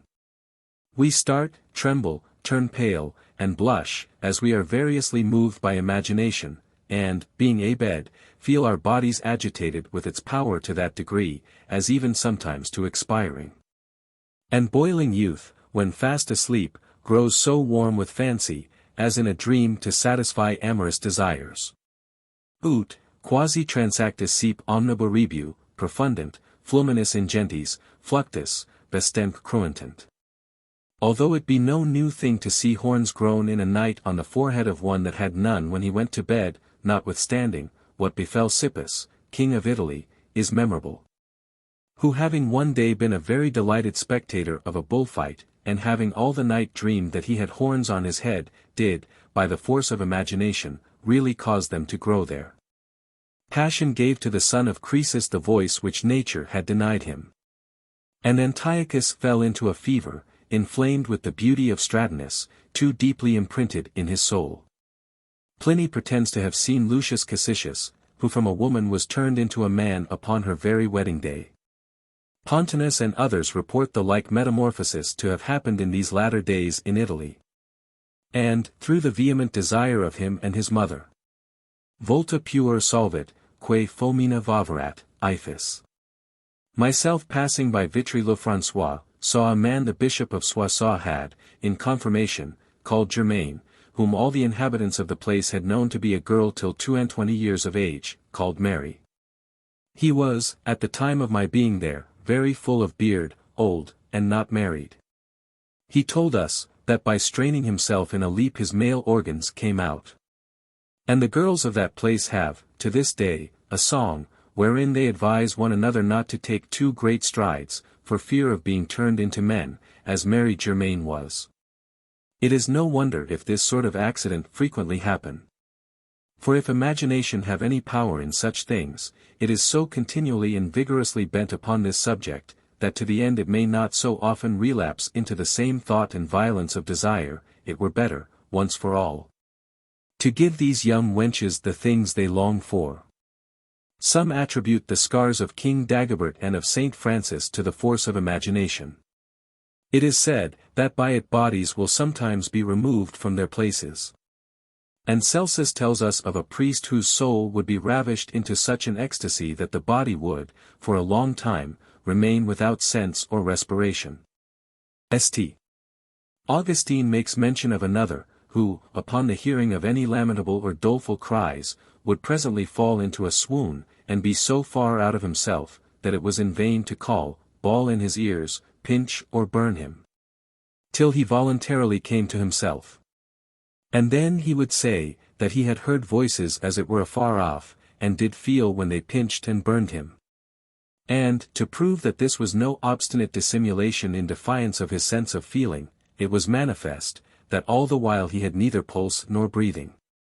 'Tis very probable, that visions, enchantments, and all extraordinary effects of that nature, derive their credit principally from the power of imagination, working in making its chiefest impression upon vulgar and more easy souls, whose belief is so strangely imposed upon, as to think they see what they do not see. I am not satisfied whether those pleasant ligatures 182 with which this age of ours is so occupied, that there is almost no other talk, are not mere voluntary impressions of apprehension and fear. For I know, by experience, in the case of a particular friend of mine, one for whom I can be as responsible as for myself, and a man that cannot possibly fall under any manner of suspicion of insufficiency, and as little of being enchanted, who having heard a companion of his make a relation of an unusual frigidity that surprised him at a very unseasonable time, being afterwards himself engaged upon the same account, the horror of the former story on a sudden so strangely possessed his imagination, that he ran the same fortune the other had done. And from that time forward, the scurvy remembrance of his disaster running in his mind and tyrannizing over him, he was subject to relapse into the same misfortune. He found some remedy, however, for this fancy in another fancy, by himself frankly confessing and declaring beforehand to the party with whom he was to have to do, this subjection of his, by which means, the agitation of his soul was, in some sort, appeased. And knowing that, now, some such misbehavior was expected from him, the restraint upon his faculties grew less. And afterwards, at such times as he was in no such apprehension, when setting about the act, his thoughts being then disengaged and free, and his body in its true and natural estate, he was at leisure to cause the part to be handled and communicated to the knowledge of the other party, he was totally freed from that vexatious infirmity. After a man has once done a woman right, he is never after in danger of misbehaving himself with that person, unless upon the account of some excusable weakness. Neither is this disaster to be feared, but in adventures, where the soul is overextended with desire or respect, and, especially, where the opportunity is of an unforeseen and pressing nature. In those cases, there is no means for a man to defend himself from such a surprise, as shall put him altogether out of sorts. I have known some, who have secured themselves from this mischance, by coming half-sated elsewhere, purposely to abate the ardor of the fury, and others, who, being grown old, find themselves less impotent by being less able.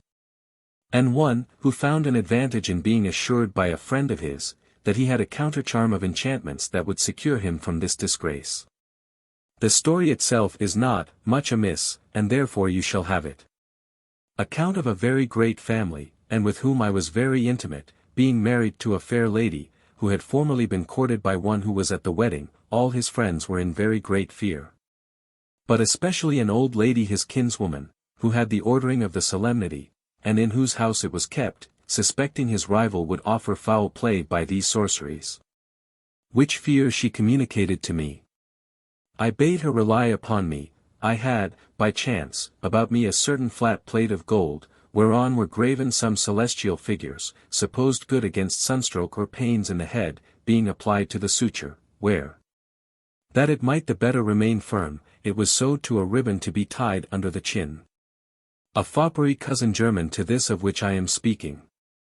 Jacques Pelletier, who lived in my house, had presented this to me for a singular rarity. I had a fancy to make some use of this knack, and therefore privately told the Count, that he might possibly run the same fortune other bridegrooms had sometimes done, especially some one being in the house, who, no doubt, would be glad to do him such a courtesy, but let him boldly go to bed. For I would do him the office of a friend, and, if need were, would not spare a miracle it was in my power to do, provided he would engage to me, upon his honor, to keep it to himself. And only, when they came to bring him his caudle, 183 if matters had not gone well with him, to give me such a sign, and leave the rest to me. Now he had had his ears so battered, and his mind so prepossessed with the eternal tattle of this business, that when he came to't, he did really find himself tied with the trouble of his imagination, and, accordingly, at the time appointed, gave me the sign.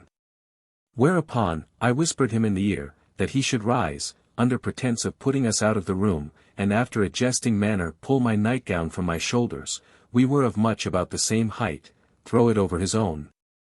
And there keep it till he had performed what I had appointed him to do, which was, that when we were all gone out of the chamber, he should withdraw to make water, should 3 times repeat such and such words, and as often do such and such actions. That at every of the 3 times, he should tie the ribbon I put into his hand about his middle, and be sure to place the medal that was fastened to it, the figures in such a posture, exactly upon his reins, which being done, and having the last of the 3 times so well girt and fast tied the ribbon that it could neither untie nor slip from its place, let him confidently return to his business, and withal not forget to spread my gown upon the bed, so that it might be sure to cover them both. These apes' tricks are the main of the effect, our fancy being so far seduced as to believe that such strange means must, of necessity, proceed from some abstruse science, their very inanity gives them weight and reverence. And, certain it is, that my figures approved themselves more venereal than solar, more active than prohibitive. 'Twas a sudden whimsy, mixed with a little curiosity, that made me do a thing so contrary to my nature. For I am an enemy to all subtle and counterfeit actions, and abominate all manner of trickery, though it be for sport, and to an advantage, for though the action may not be vicious in itself, its mode is vicious. Amasis, king of Egypt, having married Laodice, a very beautiful Greek virgin, though noted for his abilities elsewhere, found himself quite another man with his wife, and could by no means enjoy her. At which he was so enraged, that he threatened to kill her, suspecting her to be a witch. As 'tis usual in things that consist in fancy, she put him upon devotion, and having accordingly made his vows to Venus, he found himself divinely restored the very first night after his oblations and sacrifices. Now women are to blame to entertain us with that disdainful, coy, and angry countenance, which extinguishes our vigor, as it kindles our desire. Which made the daughter-in-law of Pythagoras 184 say, that the woman who goes to bed to a man, must put off her modesty with her petticoat, and put it on again with the same. The soul of the assailant, being disturbed with many several alarms, readily loses the power of performance. And whoever the imagination has once put this trick upon, and confounded with the shame of it, and she never does it but at the first acquaintance, by reason men are then more ardent and eager, and also, at this first account a man gives of himself. He is much more timorous of miscarrying, having made an ill beginning, he enters into such fever and despite at the accident, as are apt to remain and continue with him upon following occasions. Married people, having all their time before them, ought never to compel or so much as to offer at the feet, if they do not find themselves quite ready, and it is less unseemly to fail of handselling the nuptial sheets. When a man perceives himself full of agitation and trembling, and to await another opportunity at more private and more composed leisure, than to make himself perpetually miserable, for having misbehaved himself and been baffled at the first assault. Till possession be taken, a man that knows himself subject to this infirmity, should leisurely and by degrees make several little trials and light offers, without obstinately attempting at once to force an absolute conquest over his own mutinous and indisposed faculties. Such as know their members to be naturally obedient, need take no other care but only to counterplot their fantasies. The indocile liberty of this member is very remarkable, so importunately unruly in its timidity and impatience, when we do not require it, and so unseasonably disobedient when we stand most in need of it, so imperiously contesting in authority with the will, and with so much haughty obstinacy denying all solicitation, both of hand and mind. And yet, though his rebellion is so universally complained of, and that proof is thence deduced to condemn him, if he had, nevertheless, feed me to plead his cause, I should peradventure bring the rest of his fellow members into suspicion of complotting this mischief against him, out of pure envy at the importance and pleasure especial to his employment. And to have, by confederacy, armed the whole world against him, by malevolently charging him alone, with their common offense. For let any one consider, whether there is any one part of our bodies that does not often refuse to perform its office at the precept of the will, and that does not often exercise its function in defiance of her command. They have every one of them passions of their own, that rouse and awaken, stupefy, and benumb them, without our leave or consent. How often do the involuntary motions of the countenance discover our inward thoughts, and betray our most private secrets to the bystanders? The same cause that animates this member, does also, without our knowledge, animate the lungs, pulse, and heart, the sight of a pleasing object imperceptibly diffusing a flame through all our parts, with a feverish motion. Is there nothing but these veins and muscles that swell and flag without the consent, not only of the will, but even of our knowledge also? We do not command our hairs to stand on end, nor our skin to shiver either with fear or desire. The hands often convey themselves to parts to which we do not direct them, the tongue will be interdict, and the voice congealed, when we know not how to help it. When we have nothing to eat, and would willingly forbid it, the appetite does not, for all that, forbear to stir up the parts that are subject to it, no more nor less than the other appetite we were speaking of, and in like manner.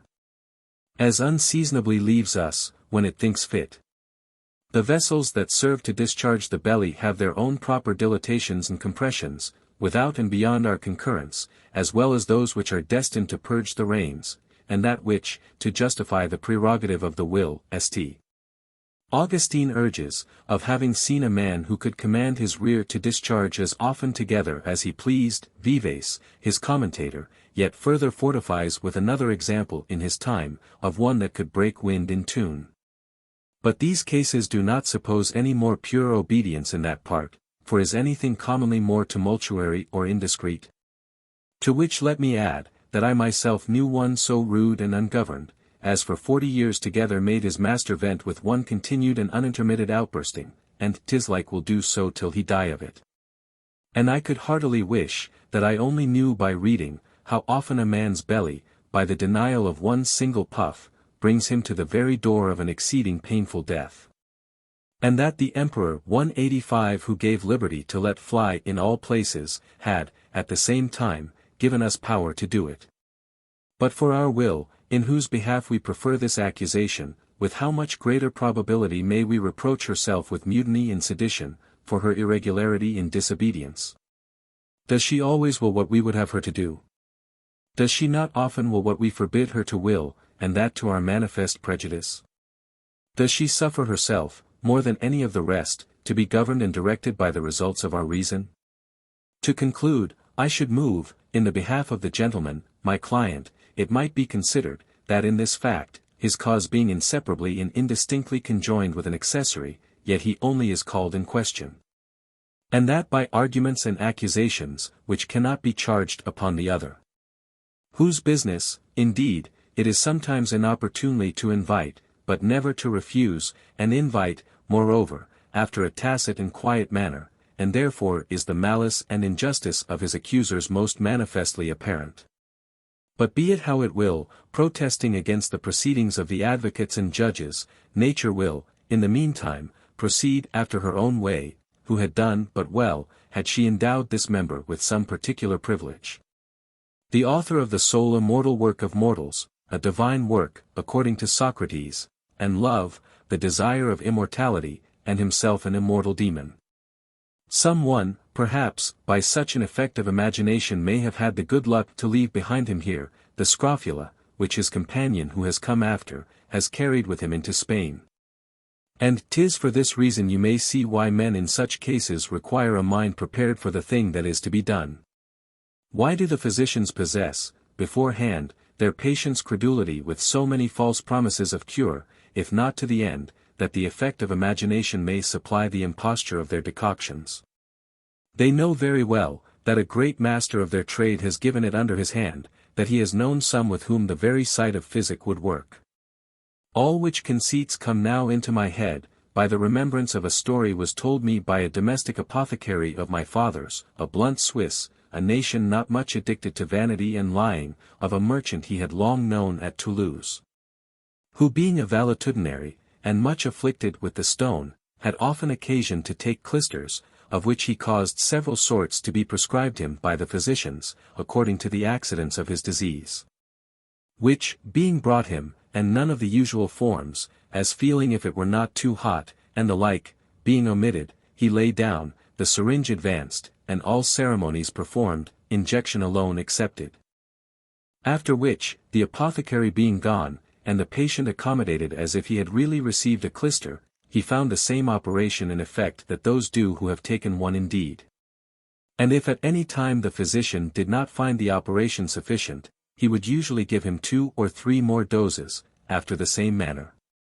And the fellow swore, that to save charges, for he paid as if he had really taken them, this sick man's wife, having sometimes made trial of warm water only, the effect discovered the cheat, and finding these would do no good, was fain to return to the old way.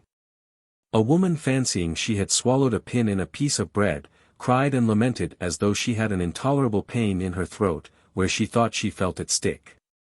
But an ingenious fellow that was brought to her, seeing no outward tumour nor alteration, supposing it to be only a conceit taken at some crust of bread that had hurt her as it went down, caused her to vomit, and, unseen, threw a crooked pin into the basin, which the woman no sooner saw, but believing she had cast it up, she presently found herself eased of her pain.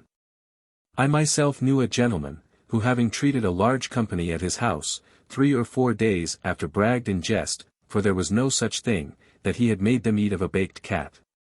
At which, a young gentlewoman, who had been at the feast, took such a horror, that falling into a violent vomiting and fever, there was no possible means to save her. Even brute beasts are subject to the force of imagination as well as we. Witness dogs, who die of grief for the loss of their masters, and bark and tremble and start in their sleep, so horses will kick and whinny in their sleep. Now all this may be attributed to the close affinity and relation betwixt the soul and the body intercommunicating their fortunes. But 'tis quite another thing when the imagination works not only upon one's own particular body, but upon that of others also. And as an infected body communicates its malady to those that approach or live near it, as we see in the plague, the smallpox, and sore eyes, that run through whole families and cities. Dum spectant oculi laesos, laeduntur et ipsi. Multac corporibus transition nocent. When we look at people with sore eyes, our own eyes become sore. Many things are hurtful to our bodies by transition. 186. So the imagination, being vehemently agitated, darts out infection capable of offending the foreign object. The ancients had an opinion of certain women of Scythia, that being animated and enraged against any one, they killed him only with their looks. Tortoises and ostriches hatched their eggs with only looking on them, which infers that their eyes have in them some ejaculative virtue. And the eyes of witches are said to be assailant and hurtful. Nesciocas teneros oculis mihi fascinat agnos. Some eye, I know not whose is bewitching my tender lambs. 187. Magicians are no very good authority with me. But we experimentally see that women impart the marks of their fancy to the children they carry in the womb. Witness her that was brought to bed of a Moor, and there was presented to Charles the Emperor and King of Bohemia, a girl from about Pisa, all over rough and covered with hair, whom her mother said to be so conceived by reason of a picture of St. John the Baptist, that hung within the curtains of her bed. It is the same with beasts, witness Jacob's sheep, and the hares and partridges that the snow turns white upon the mountains. There was at my house, a little while ago, a cat seen watching a bird upon the top of a tree. These, for some time, mutually fixing their eyes one upon another, the bird at last let herself fall dead into the cat's claws. Either dazzled by the force of its own imagination, or drawn by some attractive power of the cat.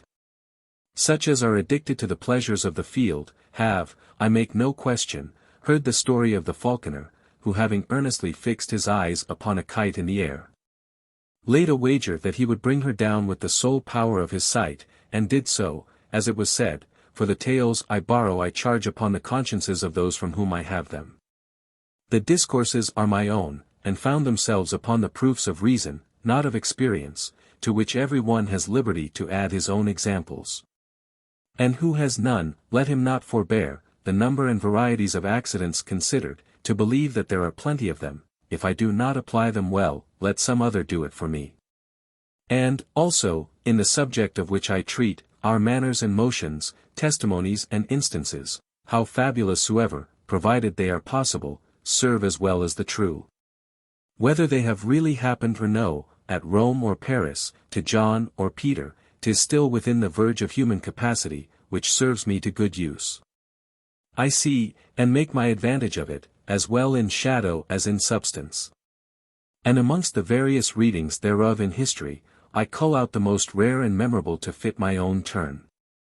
There are authors whose only end and design it is to give an account of things that have happened. Mine, if I could arrive unto it, should be to deliver of what may happen. There is a just liberty allowed in the schools, of supposing similitudes, when they have none at hand. I do not, however, make any use of that privilege, and as to that matter, in superstitious religion, surpass all historical authority. In the examples which I here bring in, of what I have heard, read, done, or said, I have forbidden myself to dare to alter even the most light and indifferent circumstances. My conscience does not falsify one tittle. What my ignorance may do, I cannot say. And this it is that makes me sometimes doubt in my own mind, whether a divine, or a philosopher, and such men of exact and tender prudence and conscience, are fit to write history, for how can they stake their reputation upon a popular faith? How be responsible for the opinions of men they do not know? And with what assurance deliver their conjectures for current pay? Of actions performed before their own eyes, wherein several persons were actors, they would be unwilling to give evidence upon oath before a judge. And there is no man, so familiarly known to them, for whose intentions they would become absolute caution. For my part, I think it less hazardous to write of things past, than present, by how much the writer is only to give an account of things every one knows he must of necessity borrow upon trust. I am solicited to write the affairs of my own time by some, who fancy I look upon them with an eye less blinded with passion than another, and have a clearer insight into them by reason of the free access fortune has given me to the heads of various factions. But they do not consider, that to purchase the glory of Sallust, I would not give myself the trouble, sworn enemy as I am to obligation, assiduity, or perseverance, that there is nothing so contrary to my style, as a continued narrative. I so often interrupt and cut myself short in my writing for want of breath. I have neither composition nor explanation worth anything, and am ignorant, beyond a child, of the phrases and even the very words proper to express the most common things. And for that reason it is, that I have undertaken to say only what I can say, and have accommodated my subject to my strength. Should I take one to be my guide, peradventure I should not be able to keep pace with him. And in the freedom of my liberty might deliver judgments, which upon better thoughts, and according to reason, would be illegitimate and punishable. Plutarch would say of what he has delivered to us, that it is the work of others, that his examples are all and everywhere exactly true, that they are useful to posterity, and are presented with a lustre that will light us the way to virtue. Is his own work. It is not of so dangerous consequence, as in a medicinal drug, whether an old story be so or so. Chapter 21. That the profit of one man is the damage of another. Demades the Athenian 188 condemned one of his city, whose trade it was to sell the necessaries for funeral ceremonies, upon pretence that he demanded unreasonable profit. And that profit could not accrue to him, but by the death of a great number of people. A judgment that appears to be ill-grounded, forasmuch as no profit whatever can possibly be made but at the expense of another, and that by the same rule he should condemn all gain of what kind soever. The merchant only thrives by the debauchery of youth, the husbandman by the dearness of grain, the architect by the ruin of buildings, lawyers and officers of justice by the suits and contentions of men, nay, even the honor and office of divines are derived from our death and vices. A physician takes no pleasure in the health even of his friends, says the ancient Greek comic writer, nor a soldier in the peace of his country, and so of the rest. And, which is yet worse, let every one but dive into his own bosom, and he will find his private wishes spring and his secret hopes grow up at another's expense. Upon which consideration it comes into my head, that nature does not in this swerve from her general polity. For physicians hold, that the birth, nourishment, and increase of every thing is the dissolution and corruption of another. Non quodcumque sui mutatum finibus exit, continuo hoc mors est ilius, quod fiut anti. For, whatever from its own confines passes changed, this is at once the death of that which before it was. 189. Chapter 22. Of custom, and that we should not easily change a law received. He seems to me to have had a right and true apprehension of the power of custom, who first invented the story of a countrywoman who, having accustomed herself to play with and carry a young calf in her arms, and daily continuing to do so as it grew up, obtained this by custom, that, when grown to be a great ox, she was still able to bear it. For, in truth, custom is a violent and treacherous schoolmistress. She, by little and little, slyly and unperceived, slips in the foot of her authority, but having by this gentle and humble beginning, with the benefit of time, fixed and established it, she then unmasks a furious and tyrannic countenance, against which we have no more the courage or the power so much as to lift up our eyes. We see her, at every turn, forcing and violating the rules of nature. Usus efficacissimus rerum omnium magister. Custom is the best master of all things. 190. I refer to her Plato's cave in his Republic, and the physicians, who so often submit the reasons of their art to her authority. As the story of that king, who by custom brought his stomach to that pass, as to live by poison, and the maid that Albertus reports to have lived upon spiders. In that new world of the Indies, there were found great nations, and in very differing climates, who were of the same diet, made provision of them, and fed them for their tables, as also, they did grasshoppers, mice, lizards, and bats. And in a time of scarcity of such delicacies, a toad was sold for 6 crowns, all which they cook, and dish up with several sauces. There were also others found, to whom our diet, and the flesh we eat, were venomous and mortal. Consuetudinis magna vis est, pronoctant venators in nive, in montibus urius e pediunter, pugils, castibus contussi, eni ingemiscent cadem. The power of custom is very great. Huntsmen will lie out all night in the snow, or suffer themselves to be burned up by the sun on the mountains. Boxers, hurt by the caestus, never utter a groan. 191. These strange examples will not appear so strange if we consider what we have ordinary experience of, how much custom stupefies our senses. We need not go to what is reported of the people about the cataracts of the Nile. And what philosophers believe of the music of the spheres, that the bodies of those circles being solid and smooth, and coming to touch and rub upon one another, cannot fail of creating a marvelous harmony. The changes and cadences of which cause the revolutions and dances of the stars. But that the hearing sense of all creatures here below, being universally, like that of the Egyptians, deafened, and stupefied with the continual noise, cannot, how great soever, perceive it.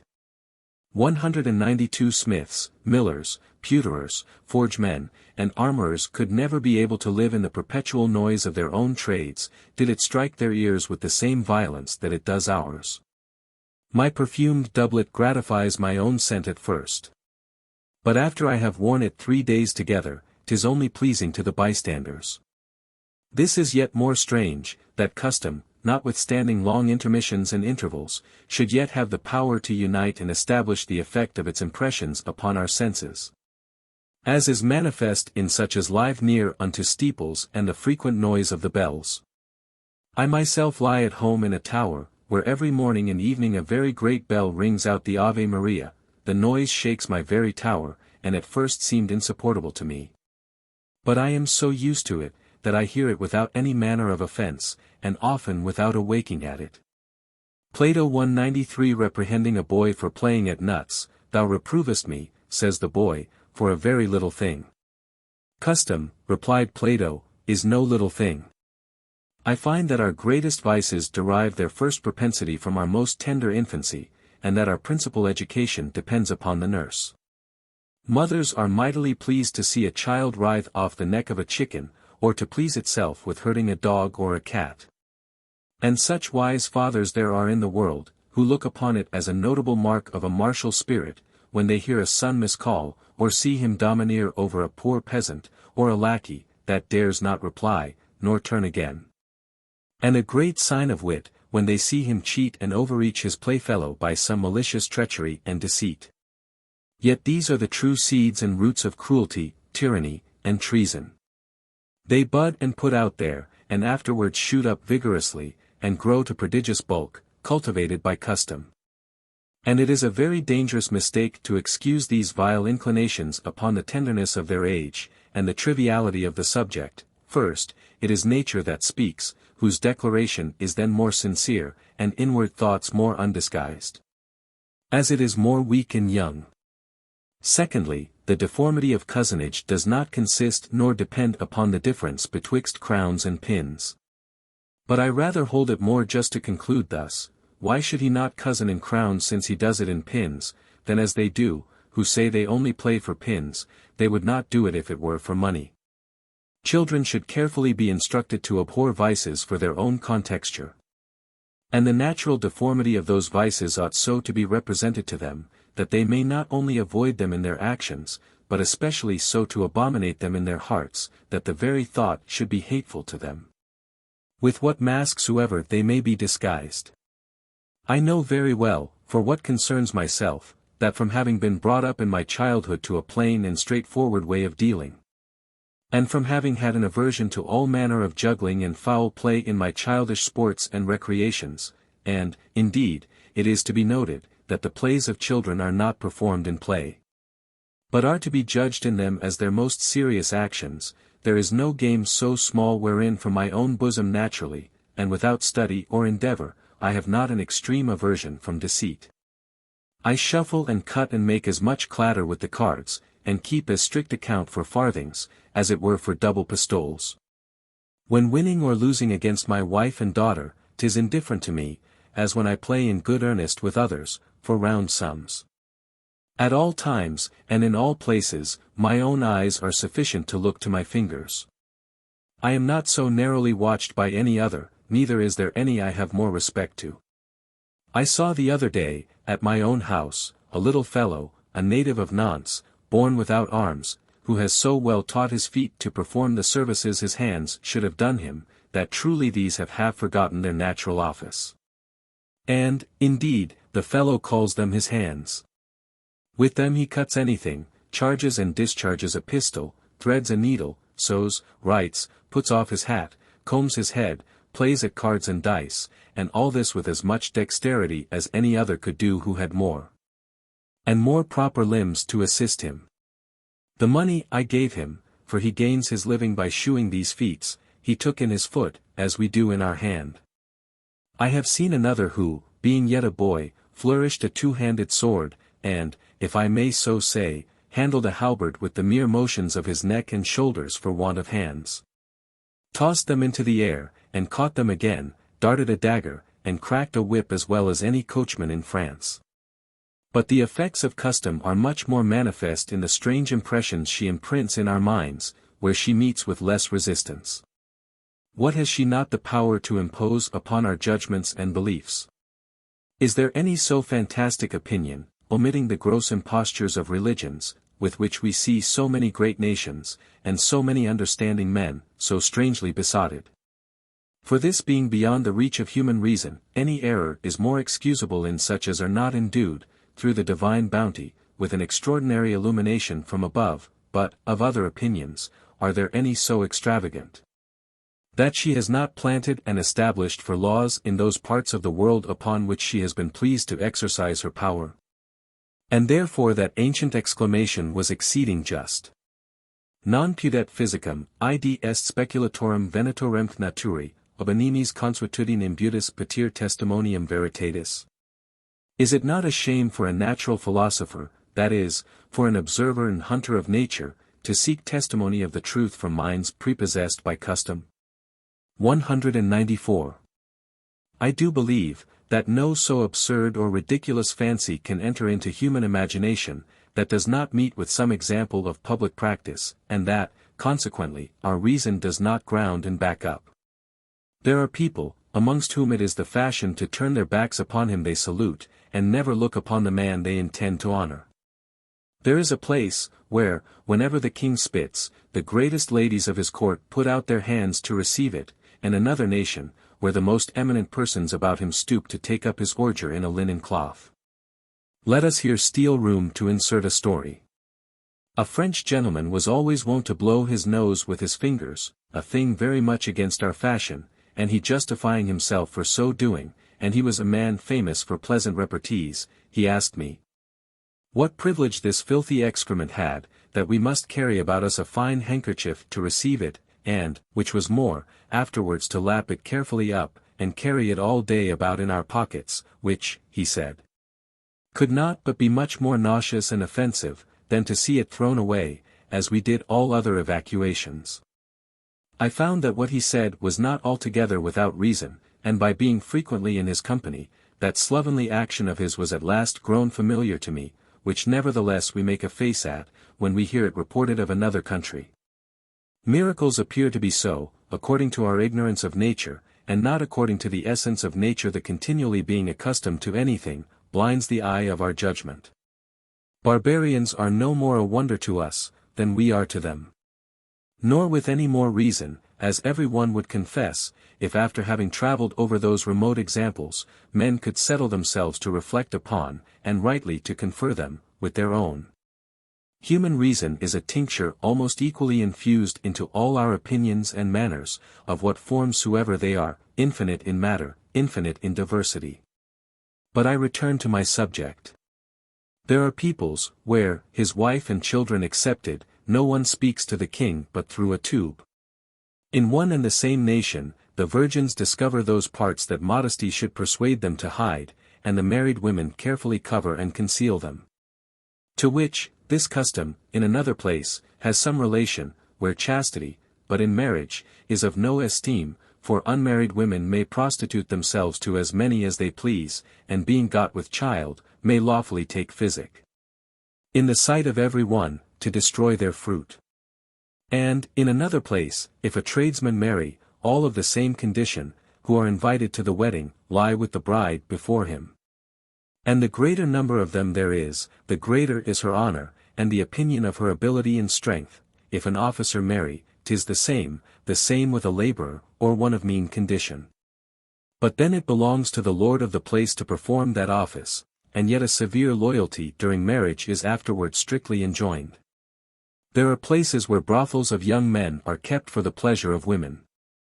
Where the wives go to war as well as the husbands, and not only share in the dangers of battle, but, moreover, in the honors of command.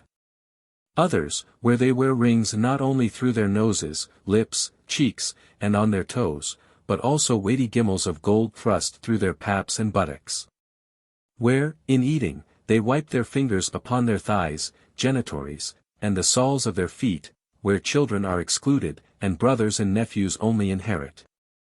And elsewhere, nephews only, saving in the succession of the prince, where, for the regulation of community in goods and estates, observed in the country, certain sovereign magistrates have committed to them the universal charge and overseeing of the agriculture, and distribution of the fruits, according to the necessity of every one, where they lament the death of children, and feast at the decease of old men, where they lie 10 or 12 in a bed, men and their wives together, where women, whose husbands come to violent ends, may marry again. And others not, where the condition of women is looked upon with such contempt, that they kill all the native females, and buy wives of their neighbors to supply their use. Where husbands may repudiate their wives, without showing any cause, but wives cannot part from their husbands, for what cause soever, where husbands may sell their wives in case of sterility. Where they boil the bodies of their dead, and afterward pound them to a pulp, which they mix with their wine, and drink it, where the most coveted sepulchre is to be eaten by dogs, and elsewhere by birds. Where they believe the souls of the blessed live in all manner of liberty, in delightful fields, furnished with all sorts of delicacies, and that it is these souls, repeating the words we utter, which we call echo. Where they fight in the water, and shoot their arrows with the most mortal aim, swimming, where, for a sign of subjection, they lift up their shoulders, and hang down their heads, where they put off their shoes when they enter the king's palace. Where the eunuchs, who take charge of the sacred women, have, moreover, their lips and noses cut off, that they may not be loved. Where the priests put out their own eyes, to be better acquainted with their demons, and the better to receive their oracles, where every one makes to himself a deity of what he likes best, the hunter of a lion or a fox, the fisher of some fish. Idols of every human action or passion, in which place, the sun, the moon, and the earth are the principal deities, and the form of taking an oath is, to touch the earth, looking up to heaven, where both flesh and fish is eaten raw. Where the greatest oath they take is, to swear by the name of some dead person of reputation, laying their hand upon his tomb. Where the New Year's gift the king sends every year to the princes, his vassals, is fire, which being brought, all the old fire is put out, and the neighboring people are bound to fetch of the new, every one for themselves. Upon pain of high treason. Where, when the king, to betake himself wholly to devotion, retires from his administration, which often falls out, his next successor is obliged to do the same. And the right of the kingdom devolves to the third in succession, where they vary the form of government, according to the seeming necessity of affairs, depose the king when they think good, substituting certain elders to govern in his stead. And sometimes transferring it into the hands of the commonalty, where men and women are both circumcised and also baptized, where the soldier, who in one or several engagements has been so fortunate as to present 7 of the enemy's heads to the king, is made noble, where they live in that rare and unsociable opinion of the mortality of the soul, where the women are delivered without pain or fear, where the women wear copper leggings upon both legs, and if a louse bite them, are bound in magnanimity to bite them again, and dare not marry, till first they have made their king a tender of their virginity, if he please to accept it, where the ordinary way of salutation is by putting a finger down to the earth, and then pointing it up toward heaven, where men carry burdens upon their heads, and women on their shoulders. Where the women make water standing, and the men squatting, where they send their blood in token of friendship, and offer incense to the men they would honor, like gods, where, not only to the 4th, but in any other remote degree, kindred are not permitted to marry, where the children are 4 years at nurse, and often 12.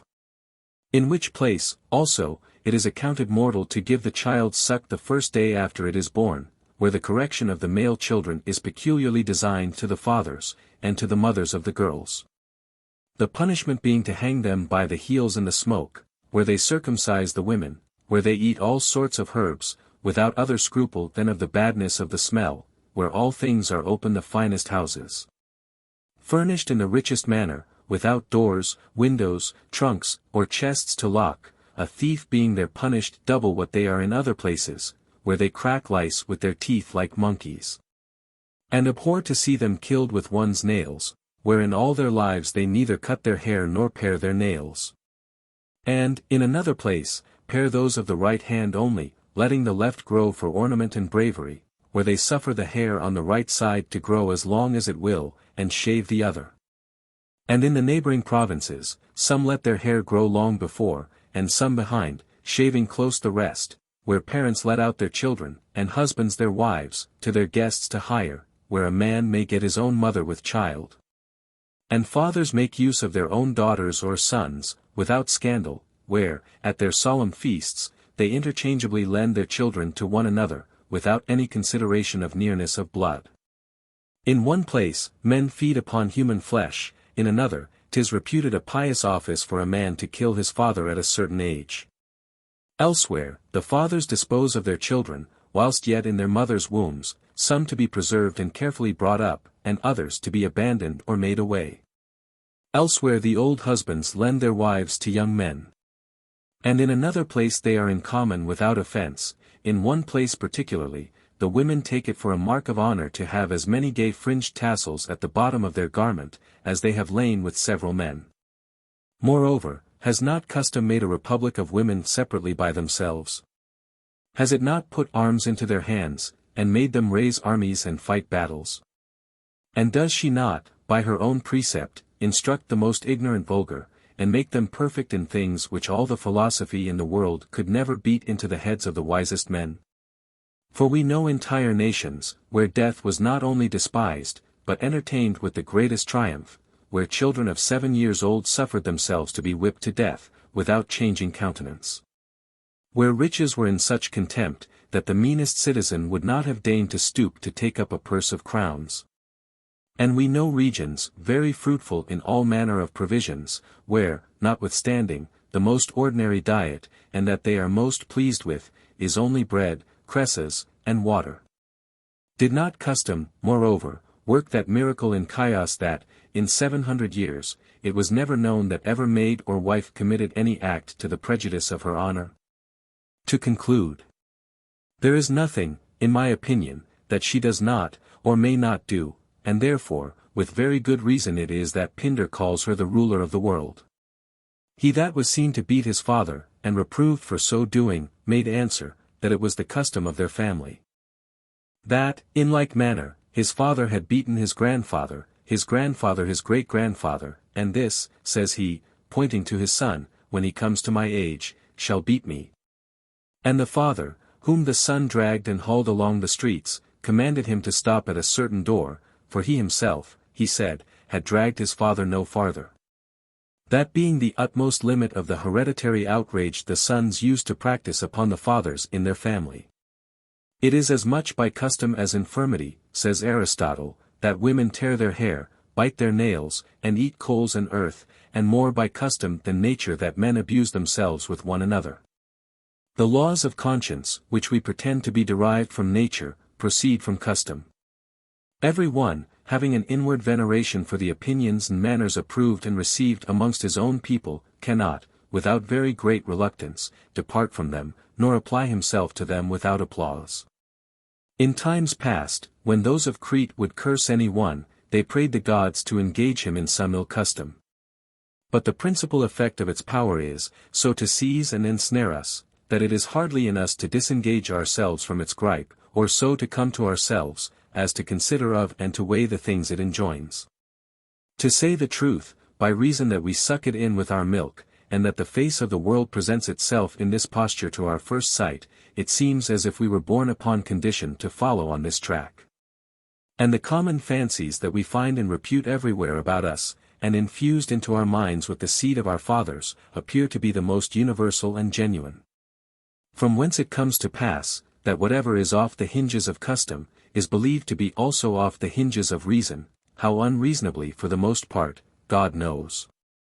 If, as we who study ourselves have learned to do, every one who hears a good sentence, would immediately consider how it does in any way touch his own private concern, every one would find, that it was not so much a good saying as a severe lash to the ordinary stupidity of his own judgment, but men receive the precepts and admonitions of truth, as directed to the common sort, and never to themselves. And instead of applying them to their own manners, do only very ignorantly and unprofitably commit them to memory. But let us return to the empire of custom. Such people as have been bred up to liberty, and subject to no other dominion but the authority of their own will, look upon all other form of government as monstrous and contrary to nature.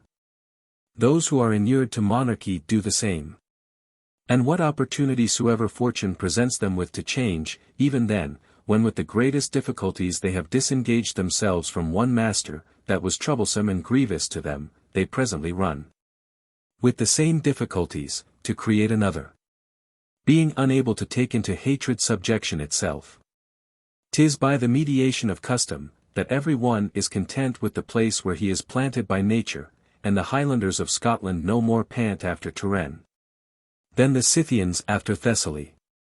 Darius asking certain Greeks what they would take to assume the custom of the Indians, of eating the dead bodies of their fathers, for that was their use. Believing they could not give them a better nor more noble sepulture than to bury them in their own bodies, they made answer, that nothing in the world should hire them to do it.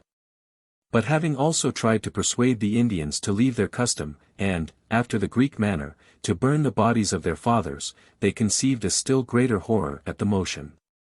195 Every one does the same, for use veils from us the true aspect of things. Nil addio magnum, nec tam mirabile quidquam, principio, quod non minuant mirare omnes palladum. There is nothing at first so grand, so admirable, which by degrees people do not regard with less admiration. 196.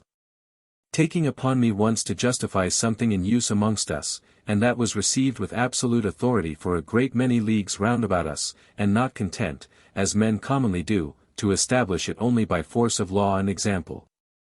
But inquiring still further into its origin, I found the foundation so weak, that I who made it my business to confirm others, was very near being dissatisfied myself. 'Tis by this receipt that Plato 197 undertakes to cure the unnatural and preposterous loves of his time, as one which he esteems of sovereign virtue, namely, that the public opinion condemns them. That the poets, and all other sorts of writers, relate horrible stories of them, a recipe, by virtue of which the most beautiful daughters no more allure their father's lust, nor brothers, of the finest shape and fashion, their sisters' desire. The very fables of Thyestes, Oedipus, and Maker, having with the harmony of their song, infused this wholesome opinion and belief into the tender brains of children. Chastity is, in truth, a great and shining virtue, and of which the utility is sufficiently known. But to treat of it, and to set it off in its true value, according to nature, is as hard as 'tis easy to do so according to custom, laws, and precepts. The fundamental and universal reasons are of very obscure and difficult research, and our masters either lightly pass them over, or not daring so much as to touch them, precipitate themselves into the liberty and protection of custom. They're puffing themselves out and triumphing to their heart's content, such as will not suffer themselves to be withdrawn from this original source, do yet commit a greater error, and subject themselves to wild opinions. Witness Chrysippus 198 who, in so many of his writings, has strewed the little account he made of incestuous conjunctions, committed with how near relations soever. Whoever would disengage himself from this violent prejudice of custom, would find several things received with absolute and undoubting opinion, that have no other support than the hoary head and ravelled face of ancient usage. But the mask taken off, and things being referred to the decision of truth and reason, he will find his judgment as it were altogether overthrown, and yet restored to a much more sure estate. For example, I shall ask him, what can be more strange than to see a people obliged to obey laws they never understood? Bound in all their domestic affairs, as marriages, donations, wills, sales, and purchases, to rules they cannot possibly know, being neither written nor published in their own language. And of which they are of necessity to purchase both the interpretation and the use. Not according to the ingenious opinion of Isocrates 199 who counselled his king to make the traffics and negotiations of his subjects, free, frank, and of profit to them, and their quarrels and disputes burdensome, and laden with heavy impositions and penalties. But, by a prodigious opinion, to make sale of reason itself, and to give to laws a course of merchandise. I think myself obliged to fortune that, as our historians report, it was a Gascon gentleman, a countryman of mine, who first opposed Charlemagne, when he attempted to impose upon us Latin and imperial laws. What can be more savage, than to see a nation where, by lawful custom, the office of a judge is bought and sold, where judgments are paid for with ready money, and where justice may legitimately be denied to him that has not wherewithal to pay? A merchandise in so great repute, as in a government to create a fourth estate of wrangling lawyers, to add to the three ancient ones of the church, nobility, and people. Which fourth estate, having the laws in their own hands, and sovereign power over men's lives and fortunes, makes another body separate from nobility, whence it comes to pass, that there are double laws, those of honor and those of justice. In many things altogether opposite one to another. The nobles as rigorously condemning a lie taken, as the other do a lie revenged, by the law of arms, he shall be degraded from all nobility and honor who puts up with an affront. And by the civil law, he who vindicates his reputation by revenge incurs a capital punishment, he who applies himself to the law for reparation of an offense done to his honor, disgraces himself. And he who does not, is censured and punished by the law. Yet of these two so different things, both of them referring to one head, the one has the charge of peace, the other of war, those have the profit, these the honor. Those the wisdom, these the virtue, those the word, these the action, those justice, these valor, those reason, these force, those the long robe, these the short, divided betwixt them. For what concerns indifferent things, as clothes, who is there seeking to bring them back to their true use, which is the body's service and convenience, and upon which their original grace and fitness depend. For the most fantastic, in my opinion, that can be imagined. I will instance amongst others, our flat caps, that long tail of velvet that hangs down from our women's heads, with its party-colored trappings. And that vain and futile model of a member we cannot in modesty so much as name, which, nevertheless, we make show and parade of in public. These considerations, notwithstanding, will not prevail upon any understanding man to decline the common mode. But, on the contrary, methinks, all singular and particular fashions are rather marks of folly and vain affectation than of sound reason, and that a wise man, within, ought to withdraw and retire his soul from the crowd. And there keep it at liberty and in power to judge freely of things. But as to externals, absolutely to follow and conform himself to the fashion of the time. Public society has nothing to do with our thoughts, but the rest, as our actions, our labors, our fortunes, and our lives, we are to lend and abandon them to its service and to the common opinion. As did that good and great Socrates who refused to preserve his life by a disobedience to the magistrate, though a very wicked and unjust one, for it is the rule of rules, the general law of laws, that every one observe those of the place wherein he lives. 200. And now to another point. It is a very great doubt, whether any so manifest benefit can accrue from the alteration of a law received, let it be what it will, as there is danger and inconvenience in altering it. Forasmuch as government is a structure composed of divers parts and members joined and united together, with so strict connection, that it is impossible to stir so much as one brick or stone, but the whole body will be sensible of it. The legislator of the Thurians 201 ordained, that whosoever would go about either to abolish an old law, or to establish a new, should present himself with a halter about his neck to the people, to the end that if the innovation he would introduce should not be approved by every one, he might immediately be hanged. And he of the Lacedaemonians employed his life to obtain from his citizens a faithful promise that none of his laws should be violated. 202 The Epheros who so rudely cut the two strings that Phrynis had added to music never stood to examine whether that addition made better harmony, or that by its means the instrument was more full and complete.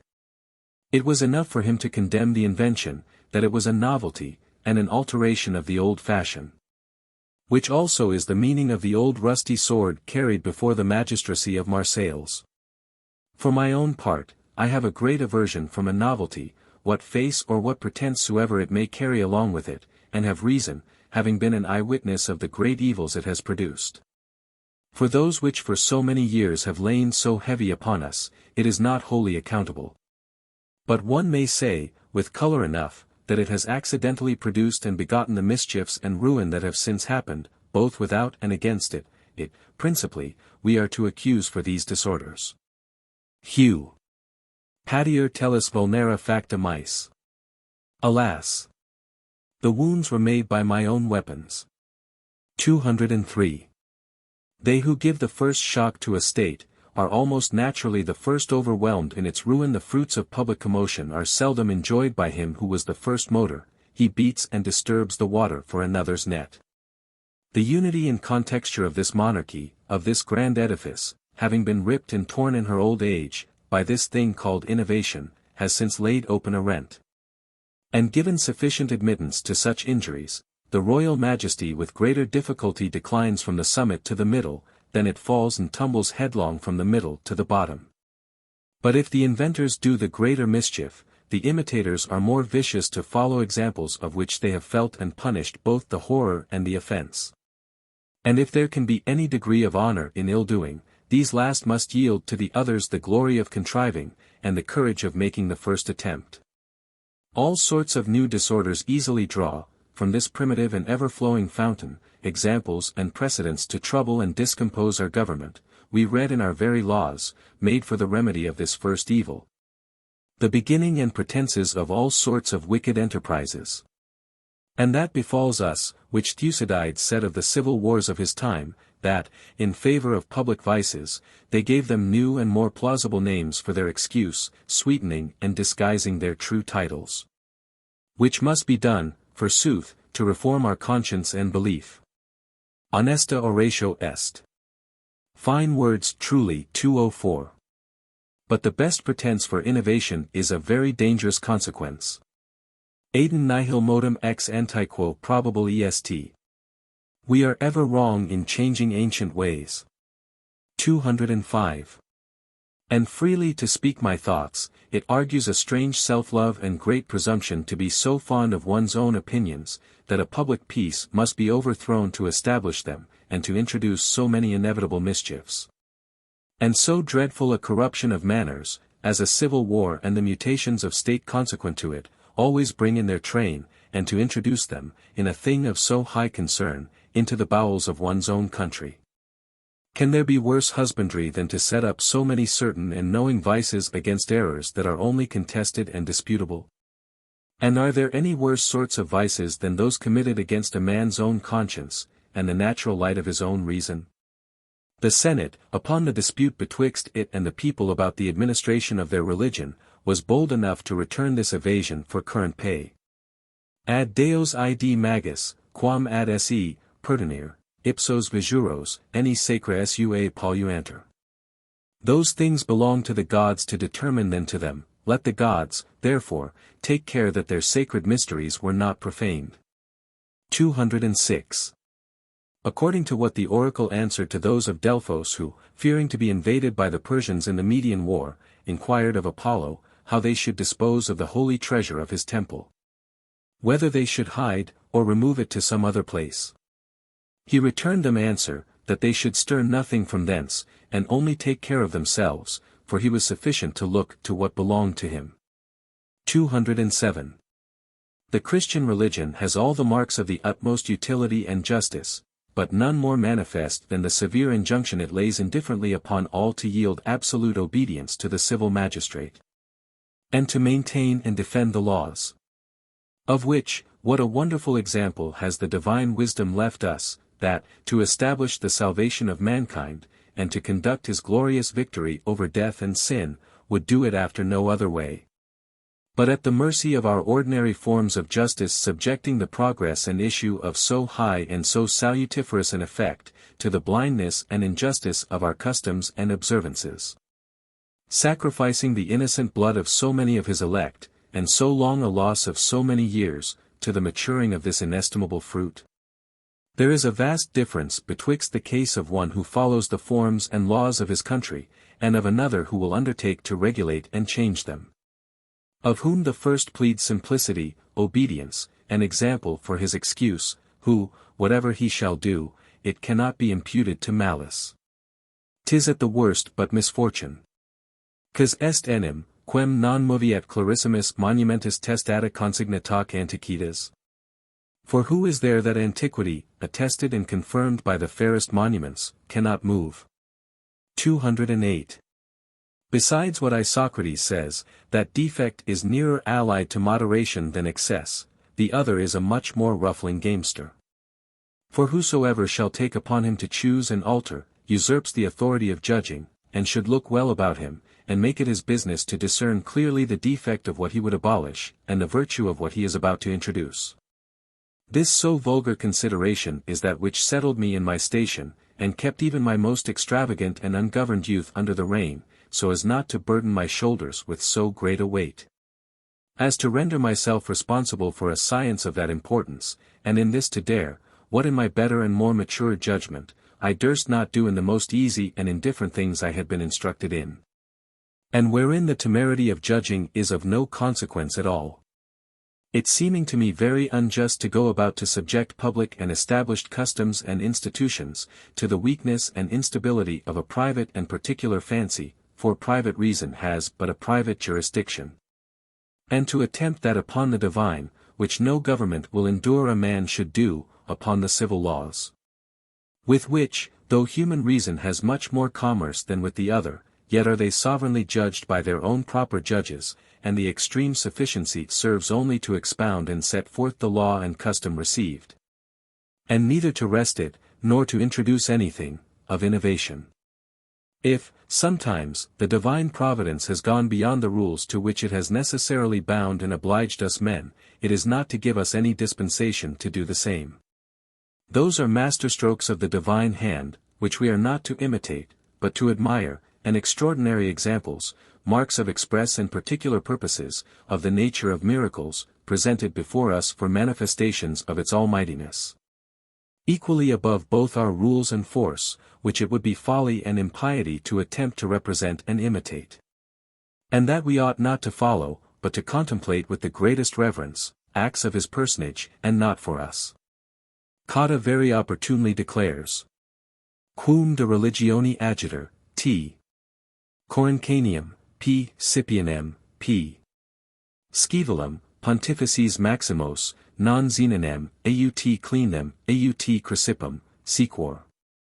When matter of religion is in question, I follow the high priests T. Coruncanius, P. Scipio, P. Scaevola, and not Zeno, Cleanthes, or Chrysippus.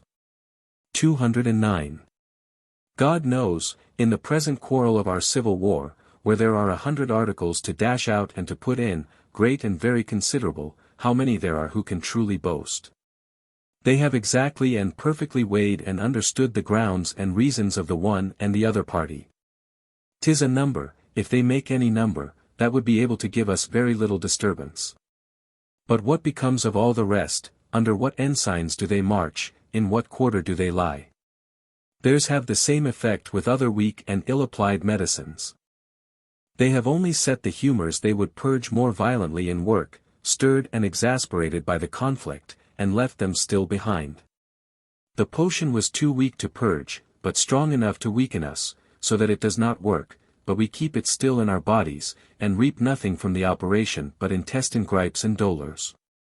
So it is, nevertheless, that fortune still reserving her authority in defiance of whatever we are able to do or say, sometimes presents us with a necessity so urgent, that 'tis requisite the laws should a little yield and give way. And when one opposes the increase of an innovation that thus intrudes itself by violence, to keep a man's self in so doing, in all places and in all things within bounds and rules against those who have the power, and to whom all things are lawful that may in any way serve to advance their design, who have no other law nor rule but what serves best to their own purpose. 'Tis a dangerous obligation and an intolerable inequality. Additum nocendi perfido praestat fides. Putting faith in a treacherous person, opens the door to harm. 210. Forasmuch as the ordinary discipline of a healthful state does not provide against these extraordinary accidents. It presupposes a body that supports itself in its principal members and offices, and a common consent to its obedience and observation. A legitimate proceeding is cold, heavy, and constrained, and not fit to make head against a headstrong and unbridled proceeding. 'Tis known to be to this day cast in the dish of those two great men, Octavius and Cato, in the two civil wars of Sylla and Caesar, that they would rather suffer their country to undergo the last extremities than relieve their fellow citizens at the expense of its laws, or be guilty of any innovation. For in truth, in these last necessities, where there is no other remedy, it would, peradventure, be more discreetly done, to stoop and yield a little to receive the blow, than, by opposing without possibility of doing good, to give occasion to violence to trample all under foot. And better to make the laws do what they can, when they cannot do what they would. After this manner did he 211 who suspended them for 24 hours, and he who, for once shifted a day in the calendar, and that other 212 who of the month of June made a 2nd of May. The Lacedaemonians themselves, who were so religious observers of the laws of their country, being straitened by one of their own edicts, by which it was expressly forbidden to choose the same man twice to be admiral. And on the other side, their affairs necessarily requiring, that Lysander should again take upon him that command, they made one Aratus admiral, 'tis true, but withal, Lysander went general of the navy. And, by the same subtlety, one of their ambassadors being sent to the Athenians to obtain the revocation of some decree, and Pericles remonstrating to him, that it was forbidden to take away the tablet wherein a law had once been engrossed. He advised him to turn it only, that being not forbidden. And Plutarch commends Philopoemen, that being born to command, he knew how to do it, not only according to the laws, but also to overrule even the laws themselves, when the public necessity so required. Chapter 23. Various events from the same council. Jacques Amiot, Grand Almoner of France, one day related to me this story, much to the honor of a prince of ours, and ours he was upon several very good accounts, though originally of foreign extraction.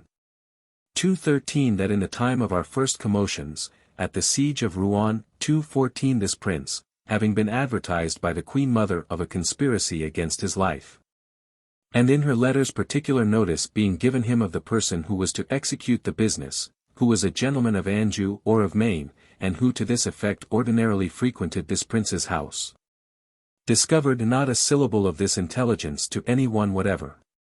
But going the next day to this Catherine's Mount, from which our battery played against the town, for it was during the time of the siege, and having in company with him the said Lord Almoner, and another bishop, he saw this gentleman, who had been denoted to him, and presently sent for him.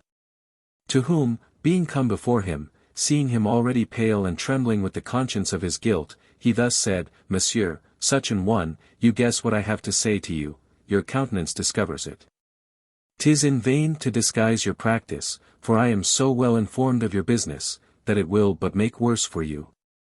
To go about to conceal or deny it, you know very well such and such passages, which were the most secret circumstances of his conspiracy, and therefore be sure, as you tender your own life, to confess to me the whole truth of the design.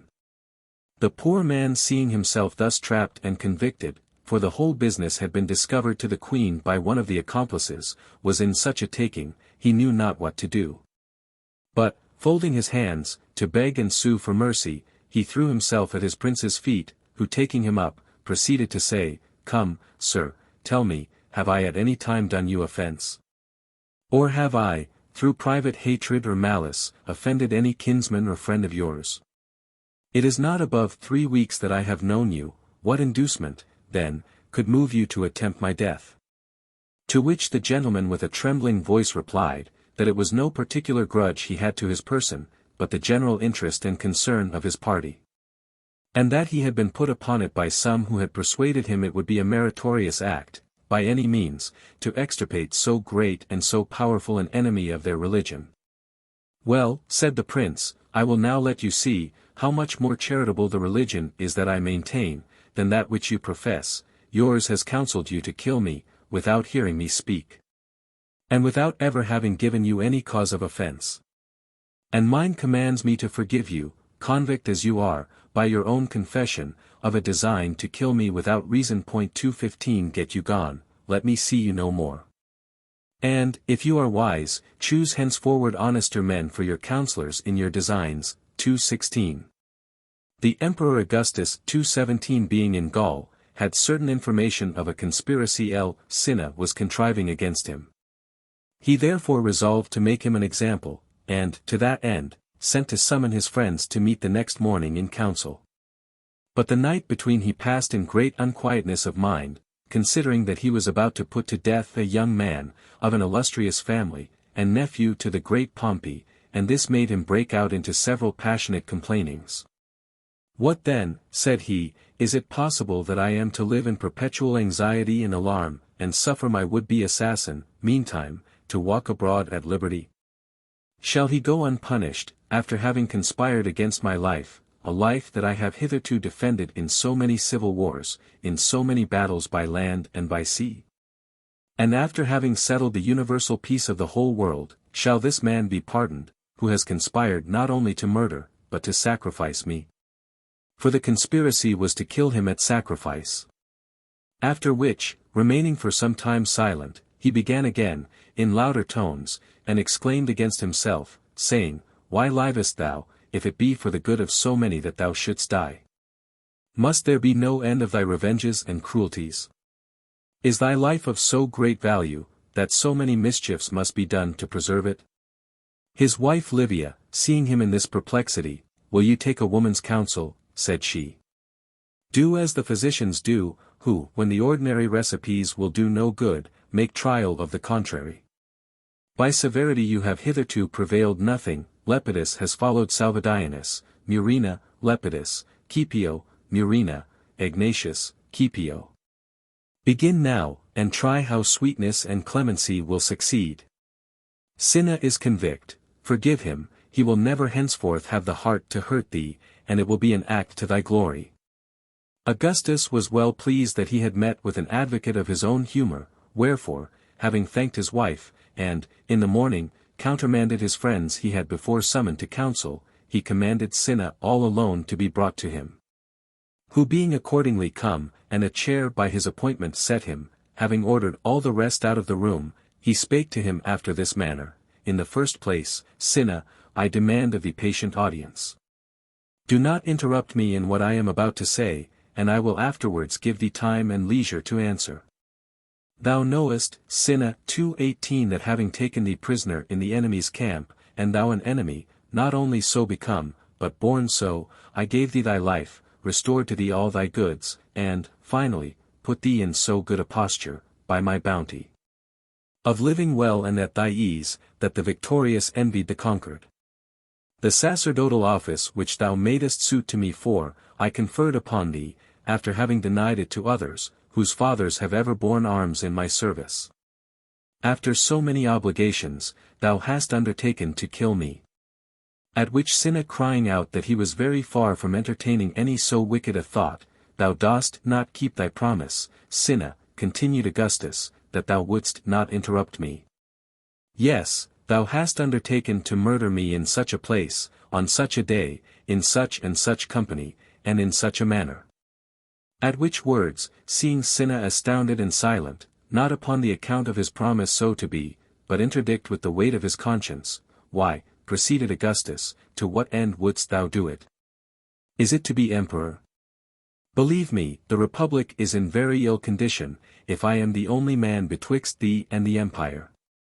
Thou art not able so much as to defend thy own house, and but t'other day was baffled in a suit, by the opposed interest of a mere manumitted slave. What, hast thou neither means nor power in any other thing, but only to undertake Caesar? I quit the throne, if there be no other than I to obstruct thy hopes. Canst thou believe that Paulus, that Fabius, that the Cassii and the Servilii, and so many noble Romans, not only so entitle, but who by their virtue honor their nobility, would suffer or endure thee? After this, and a great deal more that he said to him, for he was 2 long hours in speaking, Now go, Cinna, go thy way, I give thee that life as traitor and parricide, which I before gave thee in the quality of an enemy. Let friendship from this time forward begin betwixt us, and let us show whether I have given, or thou hast received thy life with the better faith, and so departed from him. Some time after, he preferred him to the consular dignity, complaining that he had not the confidence to demand it, had him ever after for his very great friend, and was, at last, made by him sole heir to all his estate. Now, from the time of this accident which befell Augustus in the 40th year of his age, he never had any conspiracy or attempt against him, and so reaped the due reward of this his so generous clemency. But it did not so happen with our prince, his moderation and mercy not so securing him, but that he afterwards fell into the toils of the like treason. 2:19 So vain and futile a thing is human prudence. Throughout all our projects, counsels and precautions, fortune will still be mistress of events.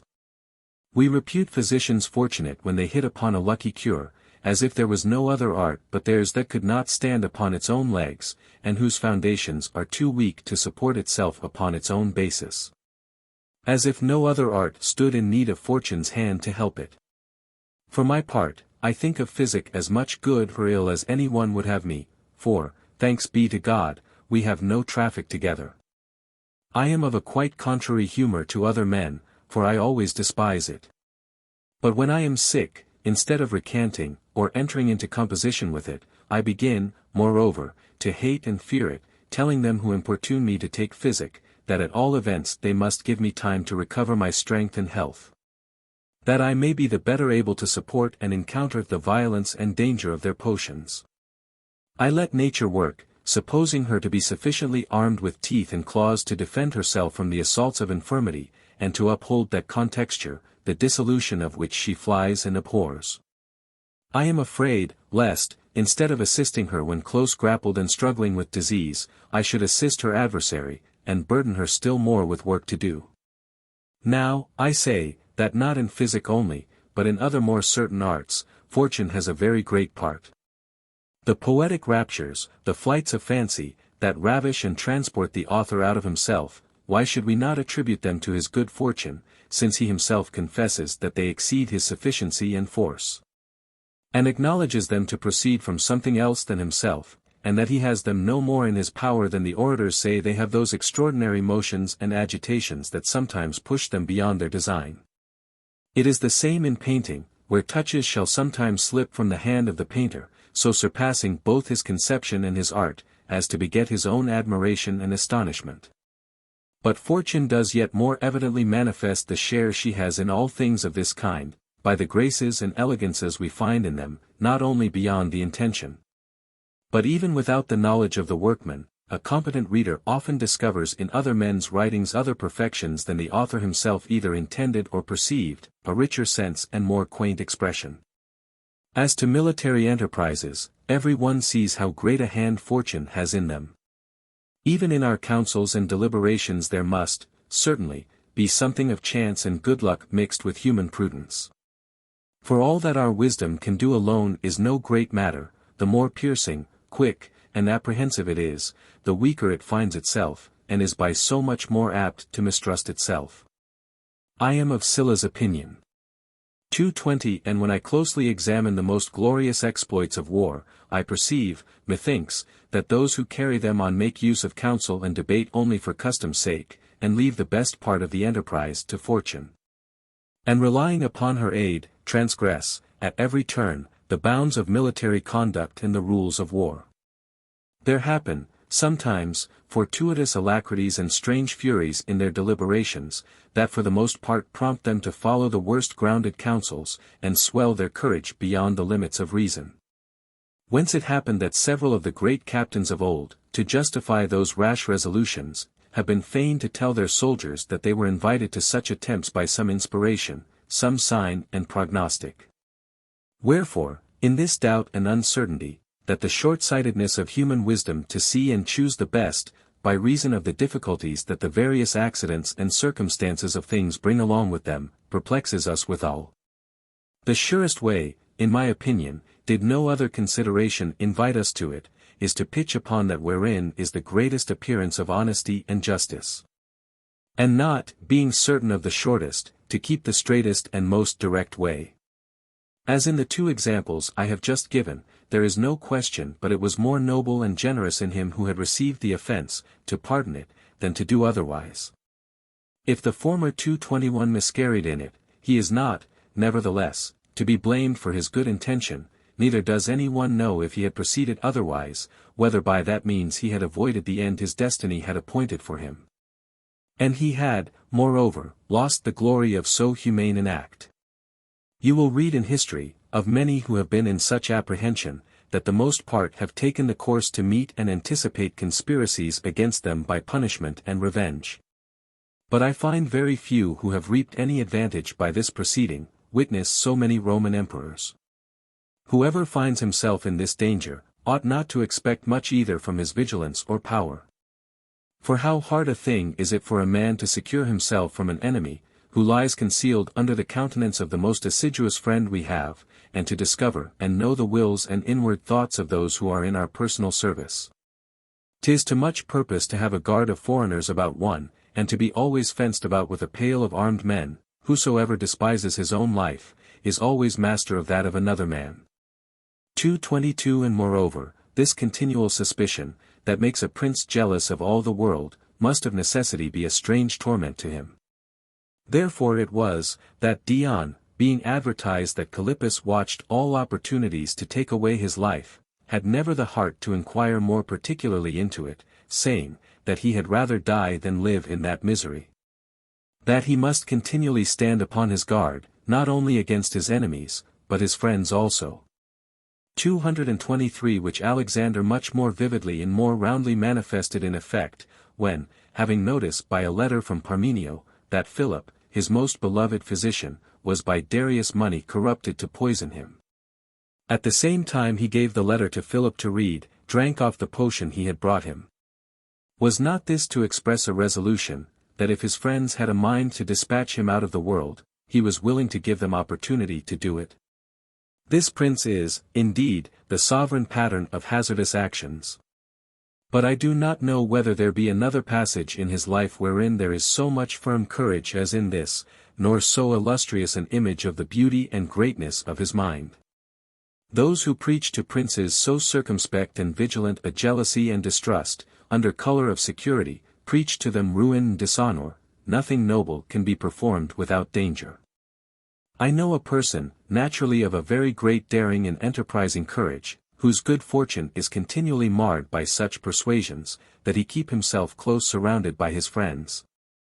That he must not hearken to any reconciliation with his ancient enemies, that he must stand aloof, and not trust his person in hands stronger than his own, what promises or offers soever they may make him. Or what advantages soever he may see before him.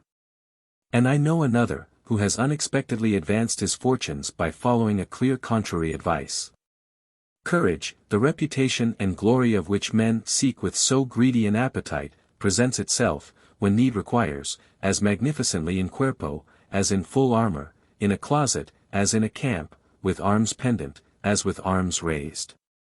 This over-circumspect and wary prudence is a mortal enemy to all high and generous exploits. Scipio, to sound Syphax's intention, leaving his army, abandoning Spain, not yet secure nor well settled in his new conquest, could pass over into Africa in 2 small ships, to commit himself, in an enemy's country, to the power of a barbarian king. To a faith untried and unknown, without obligation, without hostage, under the sole security of the grandeur of his own courage, his good fortune, and the promise of his high hopes. 224. Habita fides ipsum plurunc fidem obligat. Trust often obliges fidelity. 225. In a life of ambition and glory, it is necessary to hold a stiff rein upon suspicion.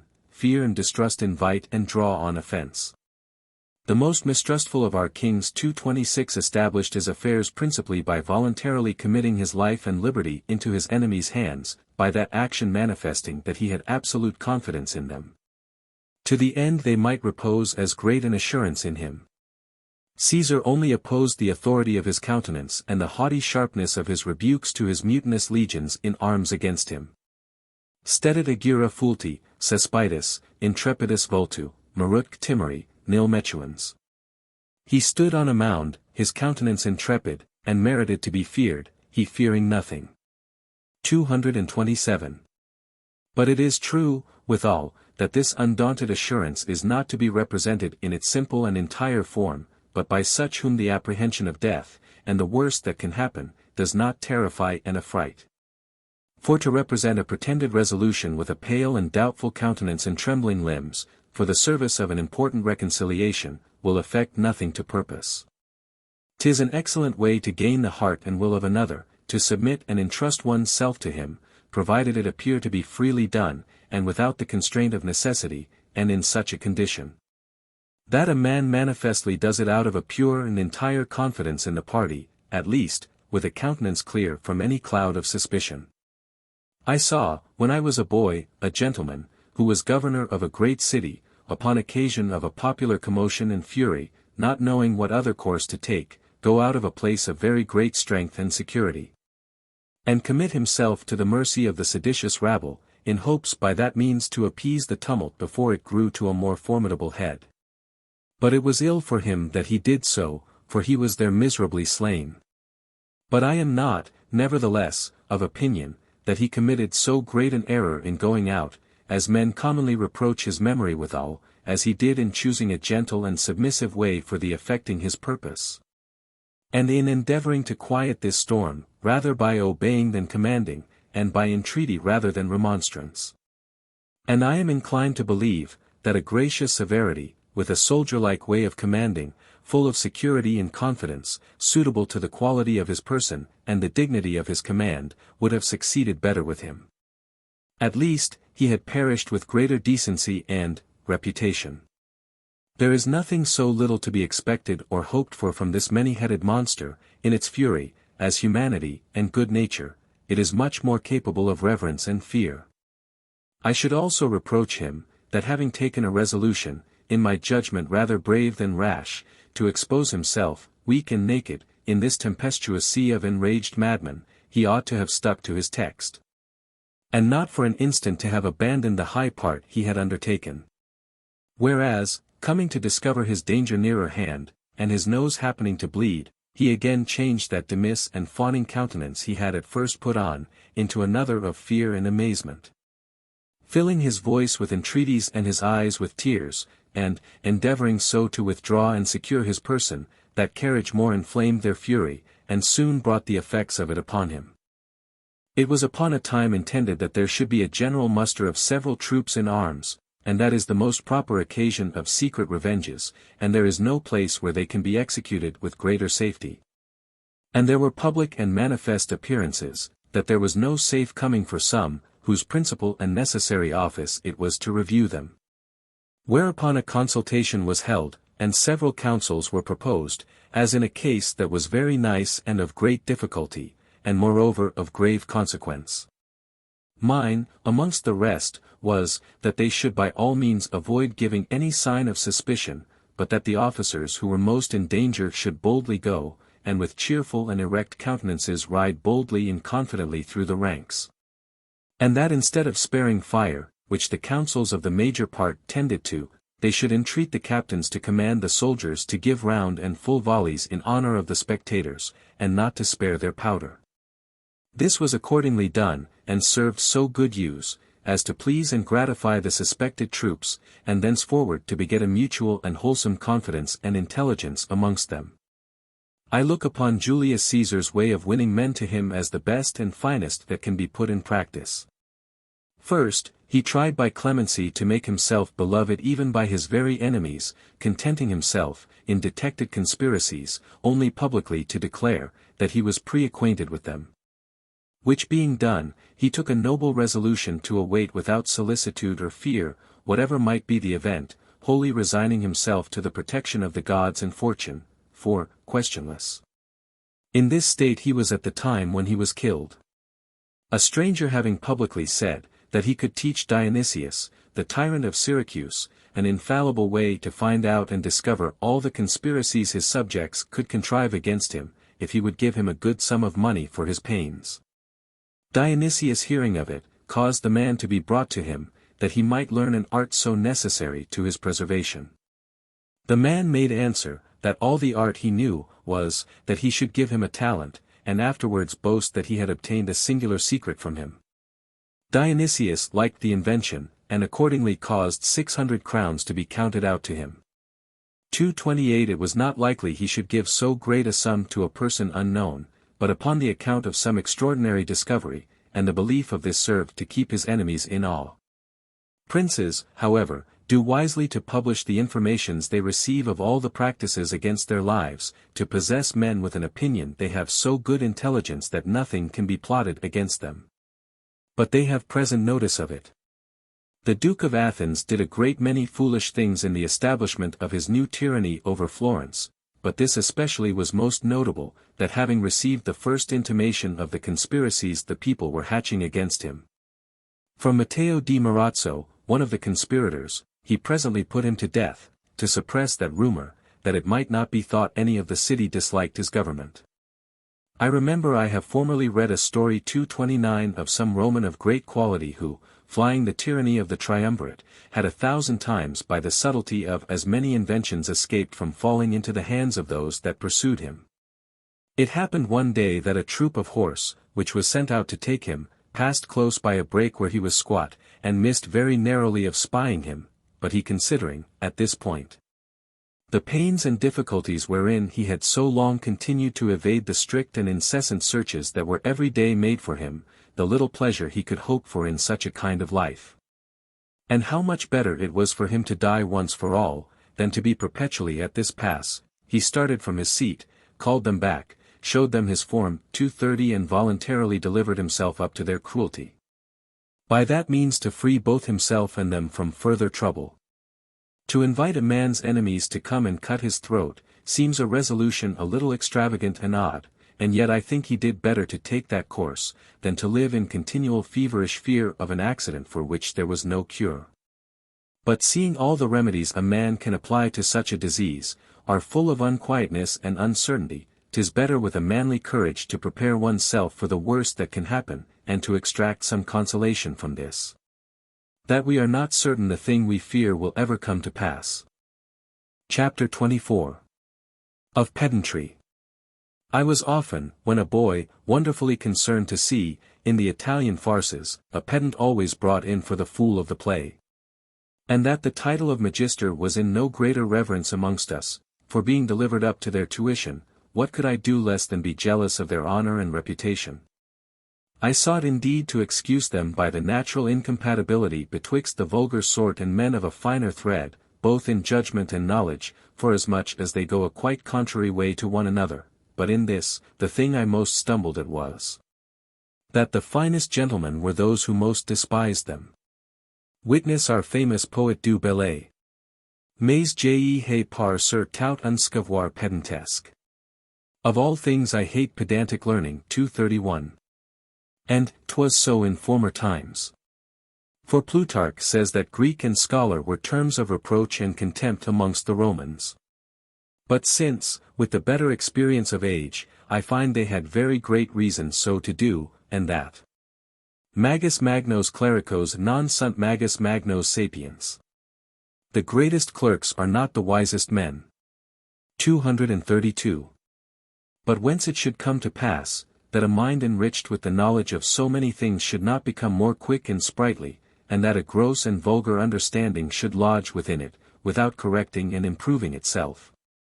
All the discourses and judgments of the greatest minds the world ever had, I am yet to seek.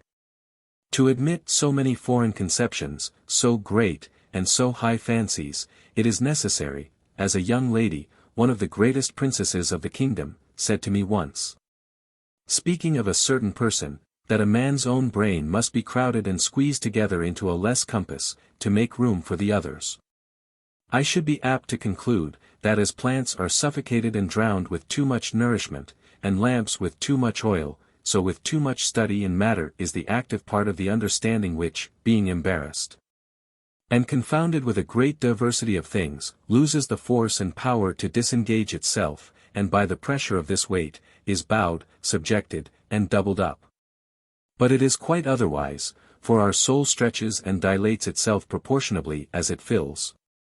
And in the examples of elder times, we see, quite contrary, men very proper for public business, great captains, and great statesmen very learned withal. And, as to the philosophers, a sort of men remote from all public affairs, they have been sometimes also despised by the comic liberty of their times, their opinions and manners making them appear, to men of another sort, ridiculous. Would you make them judges of a lawsuit, of the actions of men? They are ready to take it upon them, and straight begin to examine if there be life, if there be motion, if man be any other than an ox. 233. What it is to do and to suffer. What animals law and justice are. Do they speak of the magistrates, or to him, 'tis with a rude, irreverent, and indecent liberty? Do they hear their prince, or a king commended? They make no more of him, than of a shepherd, goatherd, or neatherd, a lazy corydon, occupied in milking and shearing his herds and flocks, but more rudely and harshly than the herd or shepherd himself. Do you repute any man the greater for being lord of 2,000 acres of land? They laugh at such a pitiful pittance, as laying claim themselves to the whole world for their possession. Do you boast of your nobility, as being descended from 7 rich successive ancestors? They look upon you with an eye of contempt, as men who have not a right idea of the universal image of nature, and that do not consider how many predecessors every one of us has had, rich, poor, kings, slaves, Greeks, and barbarians. And though you were the 50th descendant from Hercules, they look upon it as a great vanity, so highly to value this, which is only a gift of fortune.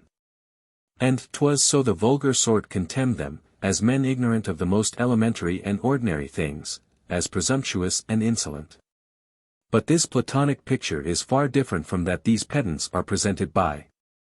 Those were envied for raising themselves above the common sort, for despising the ordinary actions and offices of life, for having assumed a particular and inimitable way of living, and for using a certain method of high flight and obsolete language, quite different from the ordinary way of speaking, but these are contemned as being as much below the usual form, as incapable of public employment, as leading a life and conforming themselves to the mean and vile manners of the vulgar.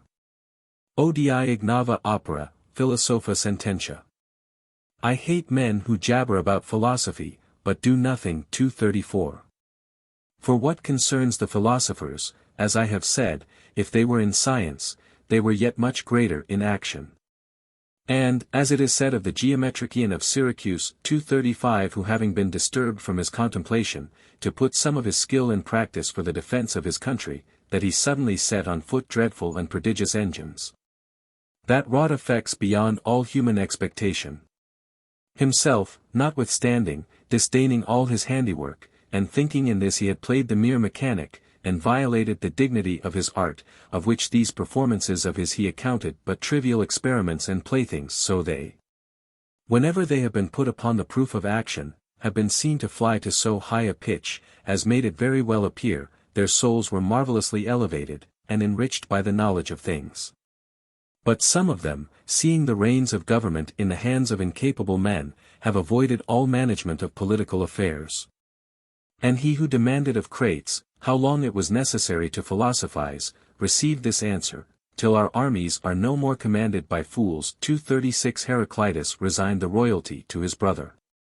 And, to the Ephesians, who reproached him that he spent his time in playing with children before the temple, is it not better, said he, to do so, than to sit at the helm of affairs in your company?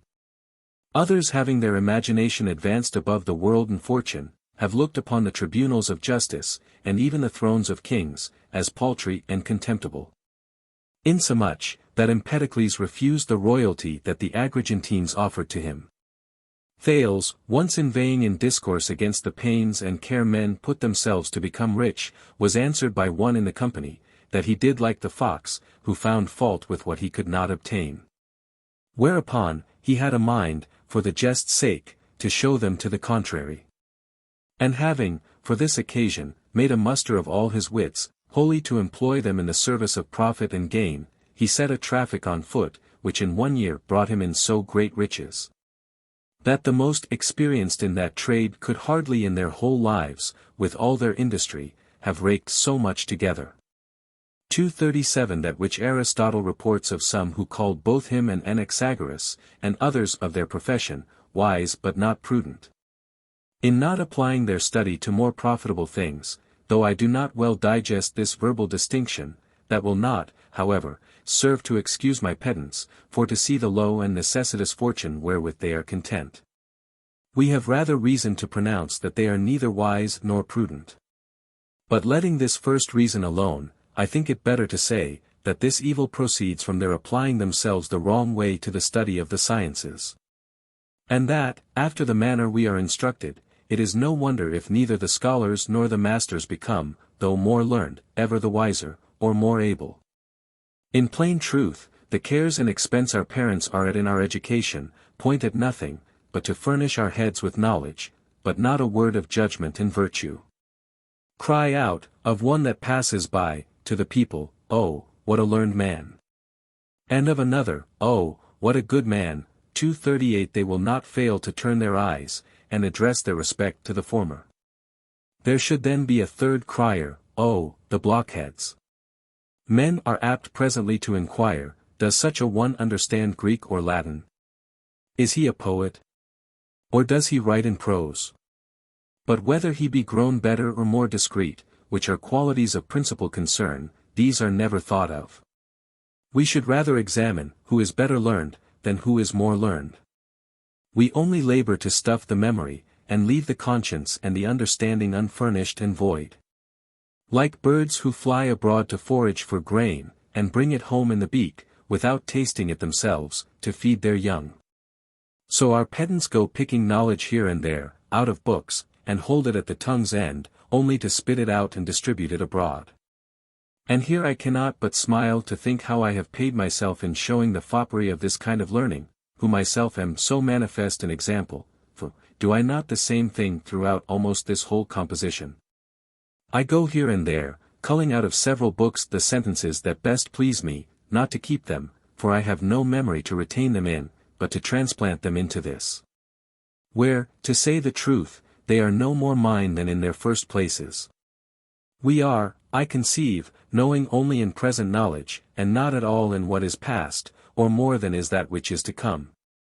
But the worst on't is, their scholars and pupils are no better nourished by this kind of inspiration. And it makes no deeper impression upon them, but passes from hand to hand, only to make a show to be tolerable company, and to tell pretty stories, like a counterfeit coin in counters, of no other use or value, but to reckon with. Or to set up at cards. Apud alios loci didiscerent non ipsi secum.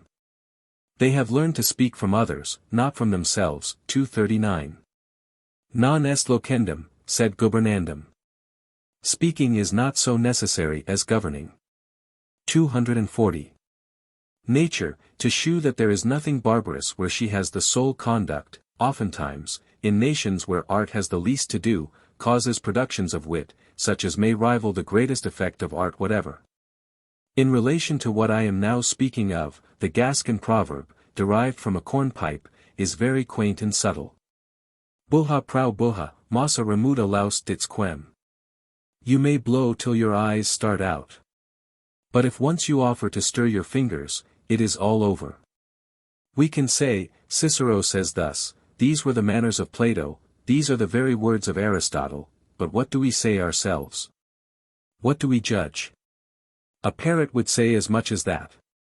And this puts me in mind of that rich gentleman of Rome, 241, who had been solicitous, with very great expense, to procure men that were excellent in all sorts of science, whom he had always attending his person, to the end that when amongst his friends any occasion fell out of speaking of any subject whatsoever, they might supply his place, and be ready to prompt him, one with a sentence of Seneca, another with a verse of Homer, and so forth.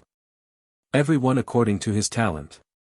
And he fancied this knowledge to be his own, because it was in the heads of those who lived upon his bounty, as they also do, whose learning consists in having noble libraries.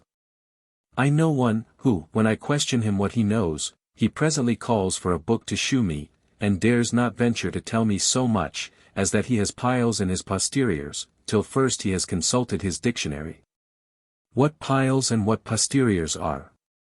We take other men's knowledge and opinions upon trust, which is an idle and superficial learning. We must make it our own. We are in this very like him, who having need of fire, went to a neighbor's house to fetch it, and finding a very good one there, sat down to warm himself without remembering to carry any with him home. 242. What good does it do us to have the stomach full of meat, if it do not digest, if it be not incorporated with us, if it does not nourish and support us? Can we imagine that Lucullus, whom letters, without any manner of experience, made so great a captain, learned to be so after this perfunctory manner? 243. We suffer ourselves to lean and rely so strongly upon the arm of another, that we destroy our own strength and vigor. Would I fortify myself against the fear of death, it must be at the expense of Seneca. Would I extract consolation from myself or my friend, I borrow it from Cicero. I might have found it in myself, had I been trained to make use of my own reason. I do not like this relative and mendicant understanding, for though we could become learned by other men's learning, a man can never be wise but by his own wisdom. 244. Whence Ennius? Nequidquam sapere sapientem, ca ipsi sibi predes non corret. That wise man knows nothing, who cannot profit himself by his wisdom. 245. Si Cupidus, si venus, et Eugenia quantum vis mollier agna. If he be grasping, or a boaster, and something softer than an Euganian lamb. 246. Non enim paranda nobis solum, sed fruenda sapientia est. For wisdom is not only to be acquired, but to be utilized. 247. Dionysius 248 laughed at the grammarians, who set themselves to inquire into the miseries of Ulysses, and were ignorant of their own, at musicians, who were so exact in tuning their instruments, and never tuned their manners. At orators, who made it a study to declare what is justice, but never took care to do it. If the mind be not better disposed, if the judgment be no better settled, I had much rather my scholar had spent his time at tennis, for, at least, his body would by that means be in better exercise and breath.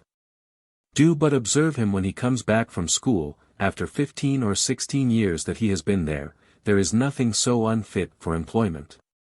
All you shall find he has got, is, that his Latin and Greek have only made him a greater coxcomb than when he went from home. He should bring back his soul replete with good literature, and he brings it only swelled and puffed up with vain and empty shreds and patches of learning, and has really nothing more in him than he had before. 249.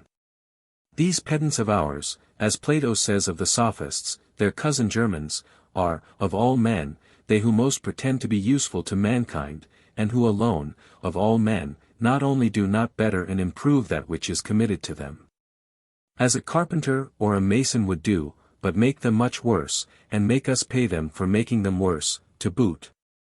If the rule which Protagoras proposed to his pupils were followed, either that they should give him his own demand, or make affidavit upon oath in the temple how much they valued the profit they had received under his tuition, and satisfy him accordingly, my pedagogues would find themselves sorely gravelled, if they were to be judged by the affidavits of my experience.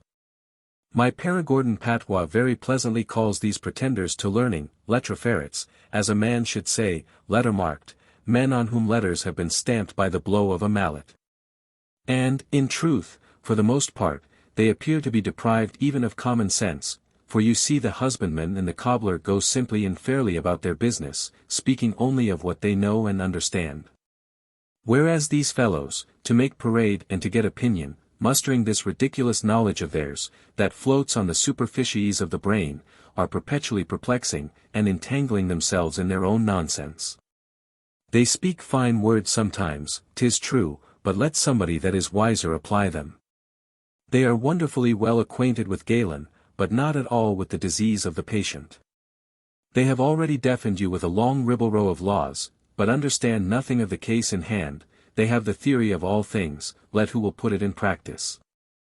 I have sat by, when a friend of mine, in my own house, for sport sake, has with one of these fellows counterfeited a jargon of Gallimimus, patched up of phrases without head or tail, saving that he interlarded here and there some terms that had relation to their dispute, and held the coxcomb in play a whole afternoon together, who all the while thought he had answered pertinently and learnedly to all his objections. And yet this was a man of letters, and reputation, and a fine gentleman of the long robe. Vas, o Patricius sanguis, quos vivere par est, occipitae Kiko, posticia currite sani.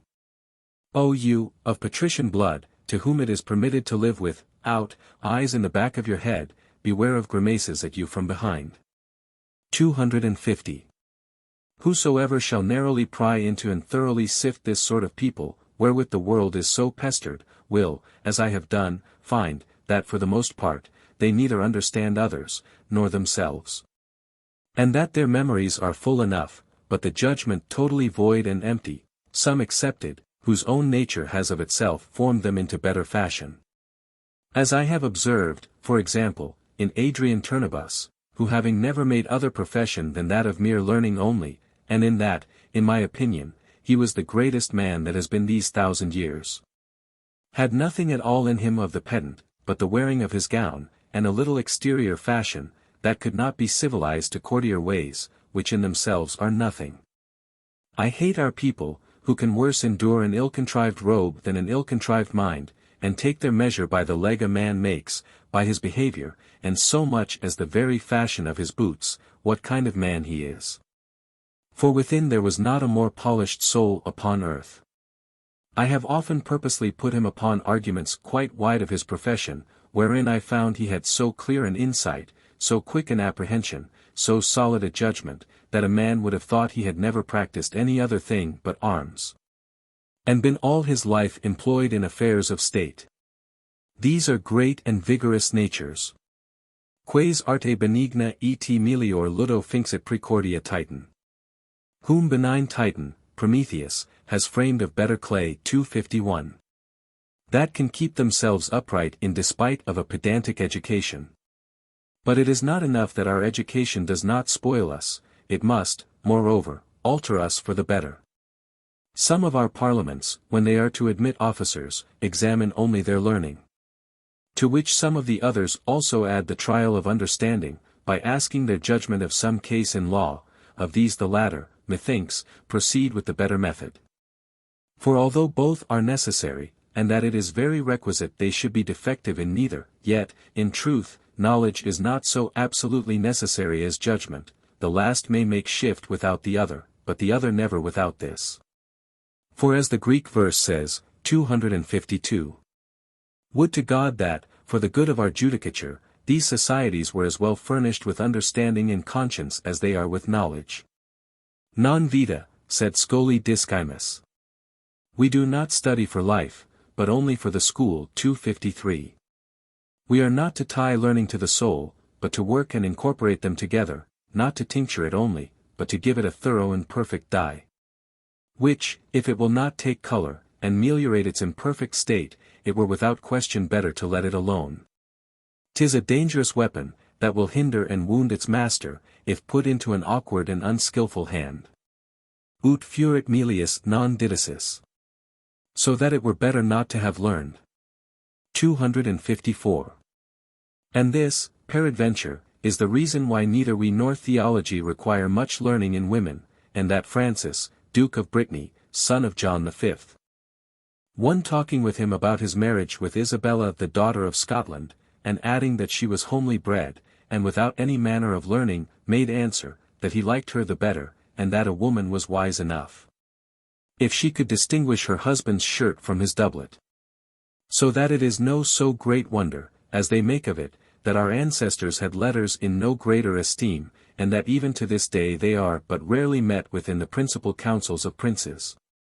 And if the end and design of acquiring riches, which is the only thing we propose to ourselves, by the means of law, physic, pedantry, and even divinity itself, did not uphold and keep them in credit, you would, with doubt, see them in as pitiful a condition as ever. And what loss would this be, if they neither instruct us to think well nor to do well? Postquam docti prodierent, boni desunt. 255. All other knowledge is hurtful to him who has not the science of goodness.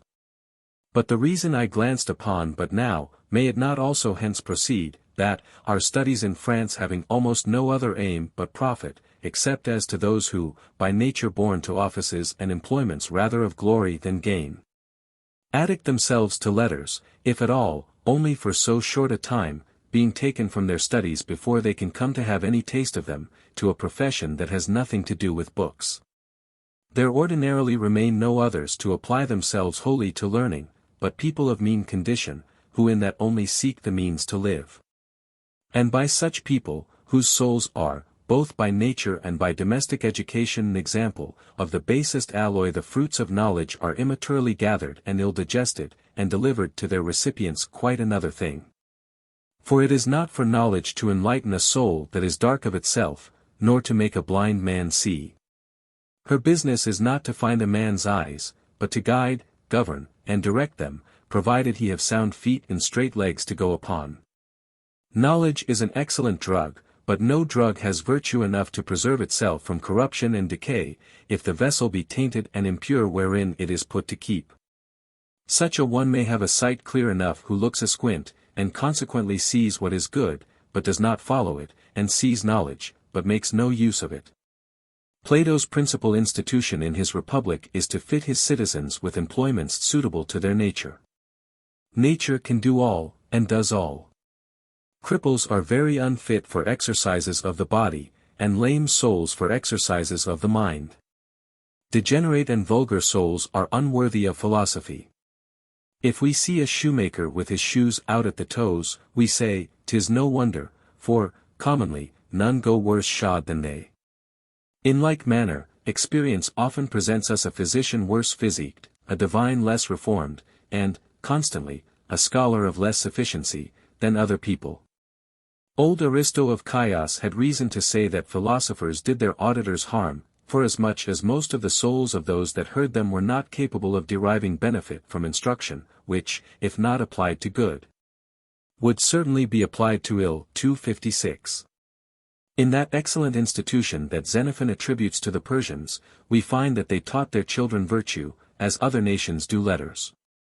Plato tells us that the eldest son in their royal succession was thus brought up.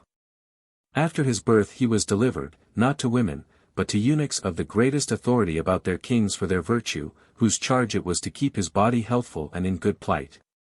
And after he came to 7 years of age, to teach him to ride and to go a-hunting. When he arrived at 14 he was transferred into the hands of 4, the wisest, the most just, the most temperate, and most valiant of the nation. Of whom the first was to instruct him in religion, the second to be always upright and sincere, the third to conquer his appetites and desires, and the fourth to despise all danger. It is a thing worthy of very great consideration, that in that excellent, and, in truth, for its perfection, prodigious form of civil regimen set down by Lycurgus, though so solicitous of the education of children, as a thing of the greatest concern, and even in the very seat of the Muses, he should make so little mention of learning. As if that generous youth, disdaining all other subjection but that of virtue, ought to be supplied, instead of tutors to read to them arts and sciences, with such masters as should only instruct them in valor, prudence, and justice. An example that Plato has followed in his laws. The manner of their discipline was to propound to them questions in judgment upon men and their actions. And if they commended or condemned this or that person or fact, they were to give a reason for so doing, by which means they at once sharpened their understanding, and learned what was right. Astyages, in Xenophon, asks Cyrus to give an account of his last lesson. And thus it was, a great boy in our school, having a little short cassock, by force took a longer from another that was not so tall as he, and gave him his own in exchange, whereupon I, being appointed judge of the controversy, gave judgment that I thought it best each should keep the coat he had, for that they both of them were better fitted with that of one another than with their own, upon which my master told me, I had done ill. In that I had only considered the fitness of the garments, whereas I ought to have considered the justice of the thing, which required that no one should have anything forcibly taken from him that is his own. And Cyrus adds that he was whipped for his pains, as we are in our villages for forgetting the first aorist of 257. My pedant must make me a very learned oration, ingenieur demonstrativo, before he can persuade me that his school is like unto that. They knew how to go the readiest way to work. And seeing that science, when most rightly applied and best understood, can do no more but teach us prudence, moral honesty, and resolution, they thought fit, at first hand, to initiate their children with the knowledge of effects. And to instruct them, not by hearsay and rote, but by the experiment of action, in lively forming and moulding them. Not only by words and precepts, but chiefly by works and examples, to the end it might not be a knowledge in the mind only, but its complexion and habit, not an acquisition, but a natural possession. One asking to this purpose, Agesilaus, what he thought most proper for boys to learn. What they ought to do when they come to be men, said he. 258 It is no wonder, if such an institution produced so admirable effects.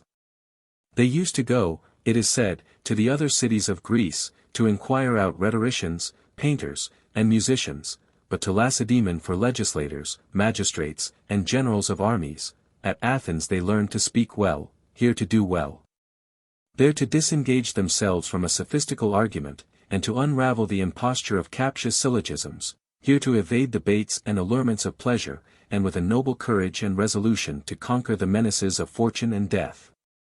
Those cudgelled their brains about words, these made it their business to inquire into things. There was an eternal babble of the tongue, here a continual exercise of the soul. And therefore it is nothing strange if, when Antipater demanded of them 50 children for hostages, they made answer, quite contrary to what we should do, that they would rather give him twice as many full-grown men. So much did they value the loss of their country's education.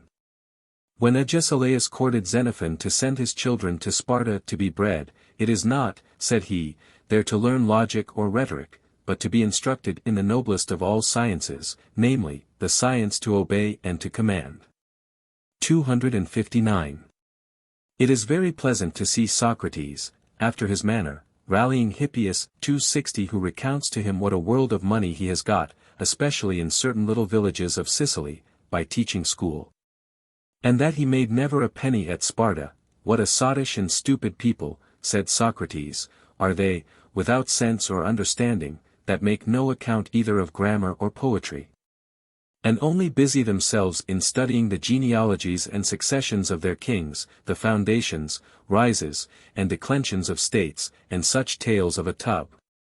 After which, having made Hippias from one step to another acknowledge the excellency of their form of public administration, and the felicity and virtue of their private life, he leaves him to guess at the conclusion he makes of the inutilities of his pedantic arts. Examples have demonstrated to us that in military affairs, and all others of the like active nature, the study of sciences more softens and untempers the courages of men than it in any way fortifies and excites them. The most potent empire that at this day appears to be in the whole world is that of the Turks, a people equally inured to the estimation of arms and the contempt of letters. I find Rome was more valiant before she grew so learned. The most warlike nations at this time in being are the most rude and ignorant. The Scythians, the Parthians, Tamerlane, serve for sufficient proof of this. When the Goths overran Greece, the only thing that preserved all the libraries from the fire was, that some one possessed them with an opinion that they were to leave this kind of furniture entire to the enemy, as being most proper to divert them from the exercise of arms, and to fix them to a lazy and sedentary life. When our King Charles VIII, almost without striking a blow, saw himself possessed of the kingdom of Naples and a considerable part of Tuscany, the nobles about him attributed this unexpected facility of conquest to this, that the princes and nobles of Italy more studied to render themselves ingenious and learned, than vigorous and warlike. Chapter 25. Of the Education of Children. To Madame Diane de Foix, Comtesse de Gerson. I never yet saw that father, but let his son be never so decrepit or deformed, would not, notwithstanding, own him, not, nevertheless, if he were not totally besotted and blinded with his paternal affection, that he did not well enough discern his defects. But that with all defaults he was still his. Just so, I see better than any other, that all I write here are but the idle reveries of a man that has only nibbled upon the outward crust of sciences in his nonage, and only retained a general and formless image of them. Who has got a little snatch of everything and nothing of the whole, a la Françoise. For I know, in general, that there is such a thing as physic, as jurisprudence, for parts in mathematics, and, roughly, what all these aim and point at. And, peradventure, I yet know farther, what sciences in general pretend unto, in order to the service of our life, but to dive farther than that, and to have cudgelled my brains in the study of Aristotle, the monarch of all modern learning, or particularly addicted myself to any one science, I have never done it. Neither is there any one art of which I am able to draw the first lineaments and dead colour.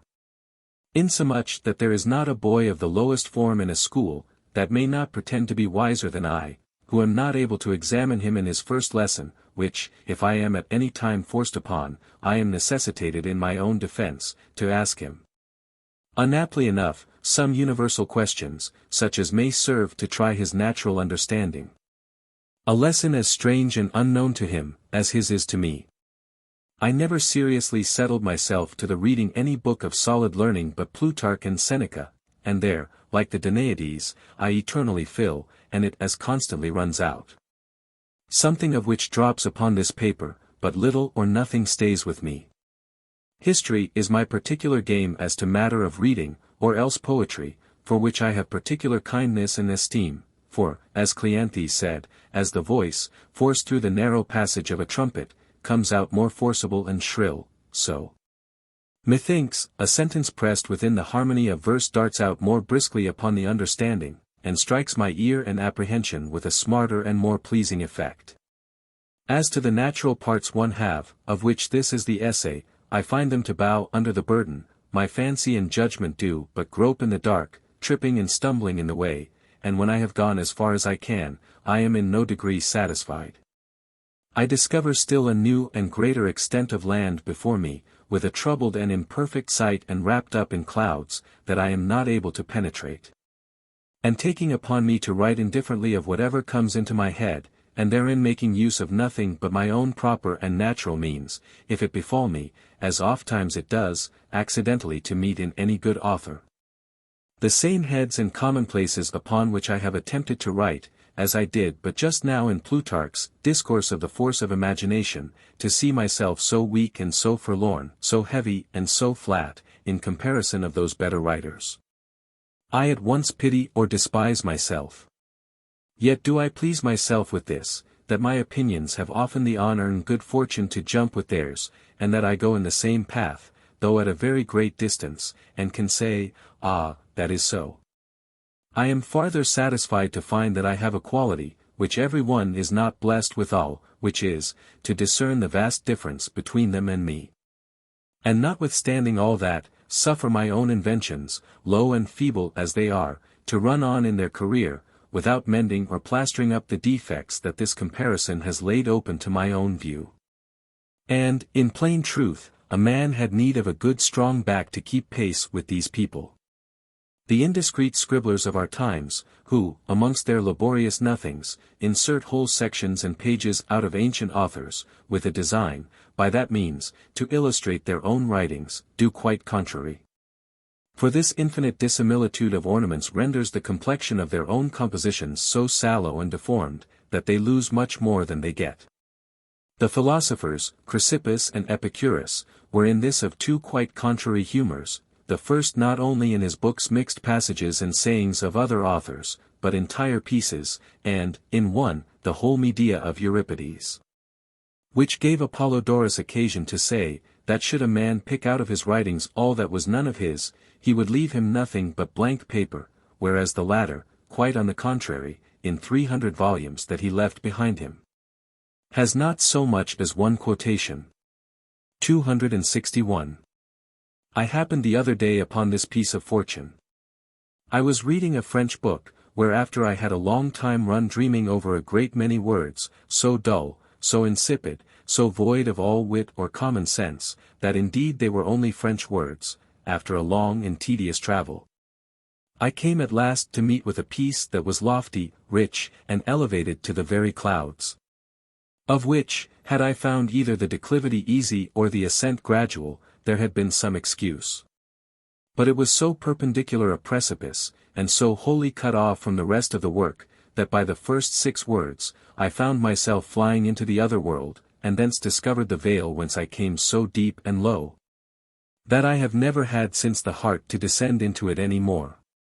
If I should set out one of my discourses with such rich spoils as these, it would but too evidently manifest the imperfection of my own writing. To reprehend the fault in others that I am guilty of myself, appears to me no more unreasonable, than to condemn, as I often do, those of others in myself. They are to be everywhere reproved, and ought to have no sanctuary allowed them. I know very well how audaciously I myself, at every turn, attempt to equal myself to my thefts, and to make my style go hand in hand with them, not without a temerarious hope of deceiving the eyes of my reader from discerning the difference. But withal it is as much by the benefit of my application, that I hope to do it, as by that of my invention or any force of my own. Besides, I do not offer to contend with the whole body of these champions, nor hand to hand with any one of them, 'tis only by flights and little light attempts that I engage them. I do not grapple with them, but try their strength only, and never engage so far as I make a show to do. If I could hold them in play, I were a brave fellow, for I never attack them, but where they are most sinewy and strong. To cover a man's self, as I have seen some do, with another man's armor, so as not to discover so much as his fingers' ends.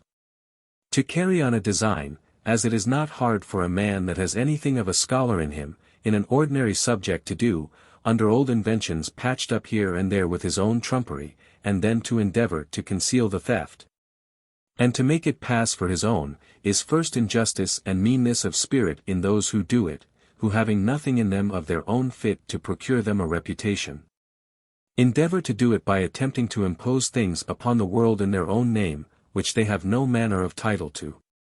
And next, a ridiculous folly to content themselves with acquiring the ignorant approbation of the vulgar by such a pitiful cheat, at the price at the same time of degrading themselves in the eyes of men of understanding, who turn up their noses at all this borrowed incrustation, yet whose praise alone is worth the having. For my own part, there is nothing I would not sooner do than that, neither have I said so much of others, but to get a better opportunity to explain myself. Nor in this do I glance at the composers of centos, who declare themselves for such. Of which sort of writers I have in my time known many very ingenious, and particularly one under the name of Capilupus, besides the ancients. These are really men of wit, and that make it appear they are so, both by that and other ways of writing. As for example, Lipsius, in that learned and laborious contexture of his politics. But, be it how it will, and how inconsiderable soever these ineptitudes may be, I will say I never intended to conceal them, no more than my old bald grizzled likeness before them, where the painter has presented you not with a perfect face, but with mine. For these are my own particular opinions and fancies, and I deliver them as only what I myself believe, and not for what is to be believed by others. I have no other end in this writing, but only to discover myself, who, also shall, peradventure, be another thing tomorrow, if I chance to meet any new instruction to change me. I have no authority to be believed, neither do I desire it, being too conscious of my own inerudition to be able to instruct others. Some one, then, having seen the preceding chapter, the other day told me at my house, that I should a little farther have extended my discourse on the education of children. 262. Now, madam, if I had any sufficiency in this subject, I could not possibly better employ it than to present my best instructions to the little man that threatens you shortly with a happy birth, for you are too generous to begin otherwise than with a male. For, having had so great a hand in the treaty of your marriage, I have a certain particular right and interest in the greatness and prosperity of the issue that shall spring from it. Beside that, your having had the best of my services so long in possession, sufficiently obliges me to desire the honor and advantage of all wherein you shall be concerned. But, in truth, all I understand as to that particular is only this, that the greatest and most important difficulty of human science is the education of children. For as in agriculture, the husbandry that is to precede planting, as also planting itself, is certain, plain, and well known. But after that which is planted comes to life, there is a great deal more to be done, more art to be used, more care to be taken, and much more difficulty to cultivate and bring it to perfection. So it is with men. It is no hard matter to get children, but after they are born, then begins the trouble, solicitude, and care rightly to train, principle, and bring them up. The symptoms of their inclinations in that tender age are so obscure, and the promises so uncertain and fallacious, that it is very hard to establish any solid judgment or conjecture upon them. Look at Cimon, for example, and Themistocles, and 1,000 others, who very much deceived the expectation men had of them. Cubs of bears and puppies readily discover their natural inclination. But men, so soon as ever they are grown up, applying themselves to certain habits, engaging themselves in certain opinions, and conforming themselves to particular laws and customs, easily alter, or at least disguise, their true and real disposition. And yet it is hard to force the propension of nature. Whence it comes to pass, that for not having chosen the right course, we often take very great pains, and consume a good part of our time in training up children to things, for which, by their natural constitution, they are totally unfit. In this difficulty, nevertheless, I am clearly of opinion, that they ought to be element in the best and most advantageous studies, without taking too much notice of, or being too superstitious in those light prognostics they give of themselves in their tender years, and to which Plato, in his Republic, gives, methinks, too much authority. Madam, science is a very great ornament, and a thing of marvelous use, especially in persons raised to that degree of fortune in which you are. And, in truth, in persons of mean and low condition, it cannot perform its true and genuine office, being naturally more prompt to assist in the conduct of war, in the government of peoples, in negotiating the leagues and friendships of princes and foreign nations, than in forming a syllogism in logic, in pleading a process in law, or in prescribing a dose of pills in physic. Wherefore, madam, believing you will not omit this so necessary feature in the education of your children, who yourself have tasted its sweetness, and are of a learned extraction, for we yet have the writings of the ancient Counts of Foy, from whom my lord, your husband, and yourself, are both of you descended, and Monsieur de Candale, your uncle, every day obliges the world with others, which will extend the knowledge of this quality in your family for so many succeeding ages. I will, upon this occasion, presume to acquaint your ladyship with one particular fancy of my own, contrary to the common method, which is all I am able to contribute to your service in this affair. The charge of the tutor you shall provide for your son, upon the choice of whom depends the whole success of his education, has several other great and considerable parts and duties required in so important a trust.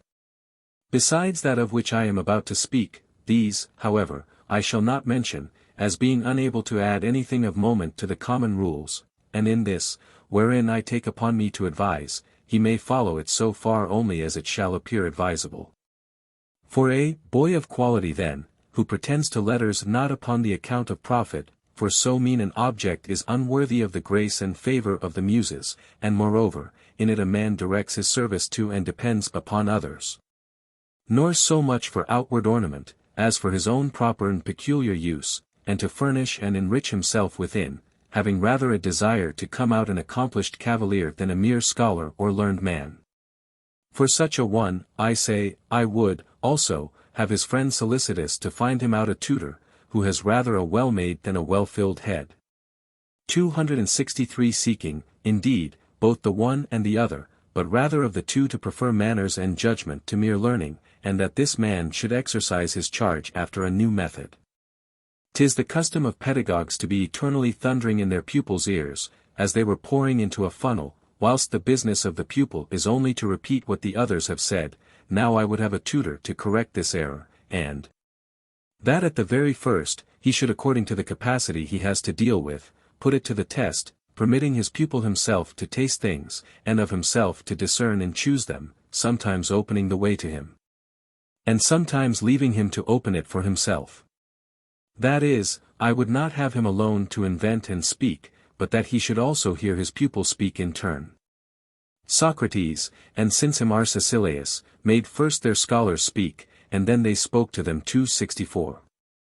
Obeist plurumque iis, que discere volunt, auctoritas earum, que docent.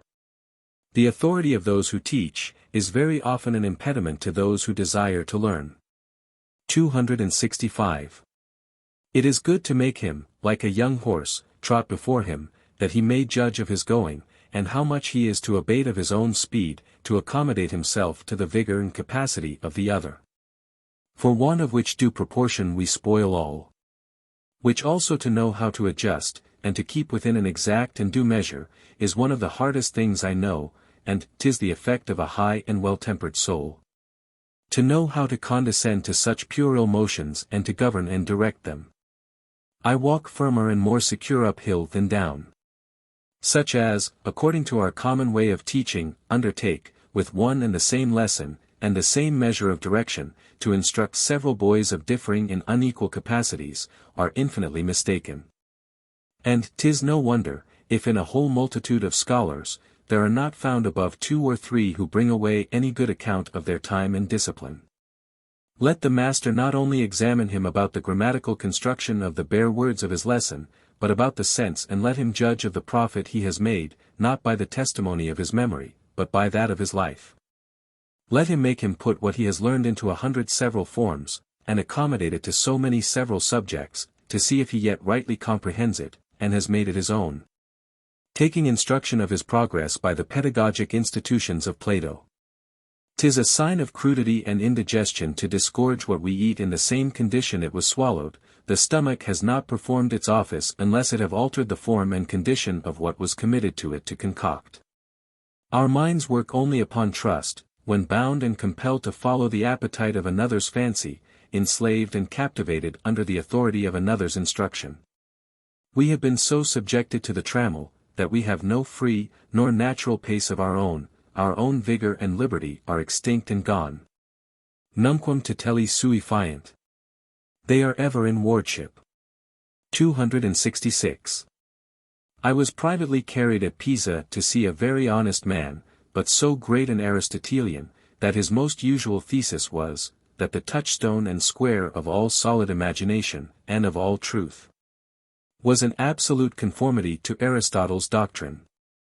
And that all besides was nothing but inanity and chimera, for that he had seen all, and said all. A position, that for having been a little too injuriously and broadly interpreted, brought him once and long kept him in great danger of the Inquisition at Rome. Let him make him examine and thoroughly sift everything he reads, and lodge nothing in his fancy upon simple authority and upon trust. Aristotle's principles will then be no more principles to him, than those of Epicurus and the Stoics. Let this diversity of opinions be propounded to, and laid before him, he will himself choose, if he be able, if not, he will remain in doubt. Che non men the savor, wrm agrada.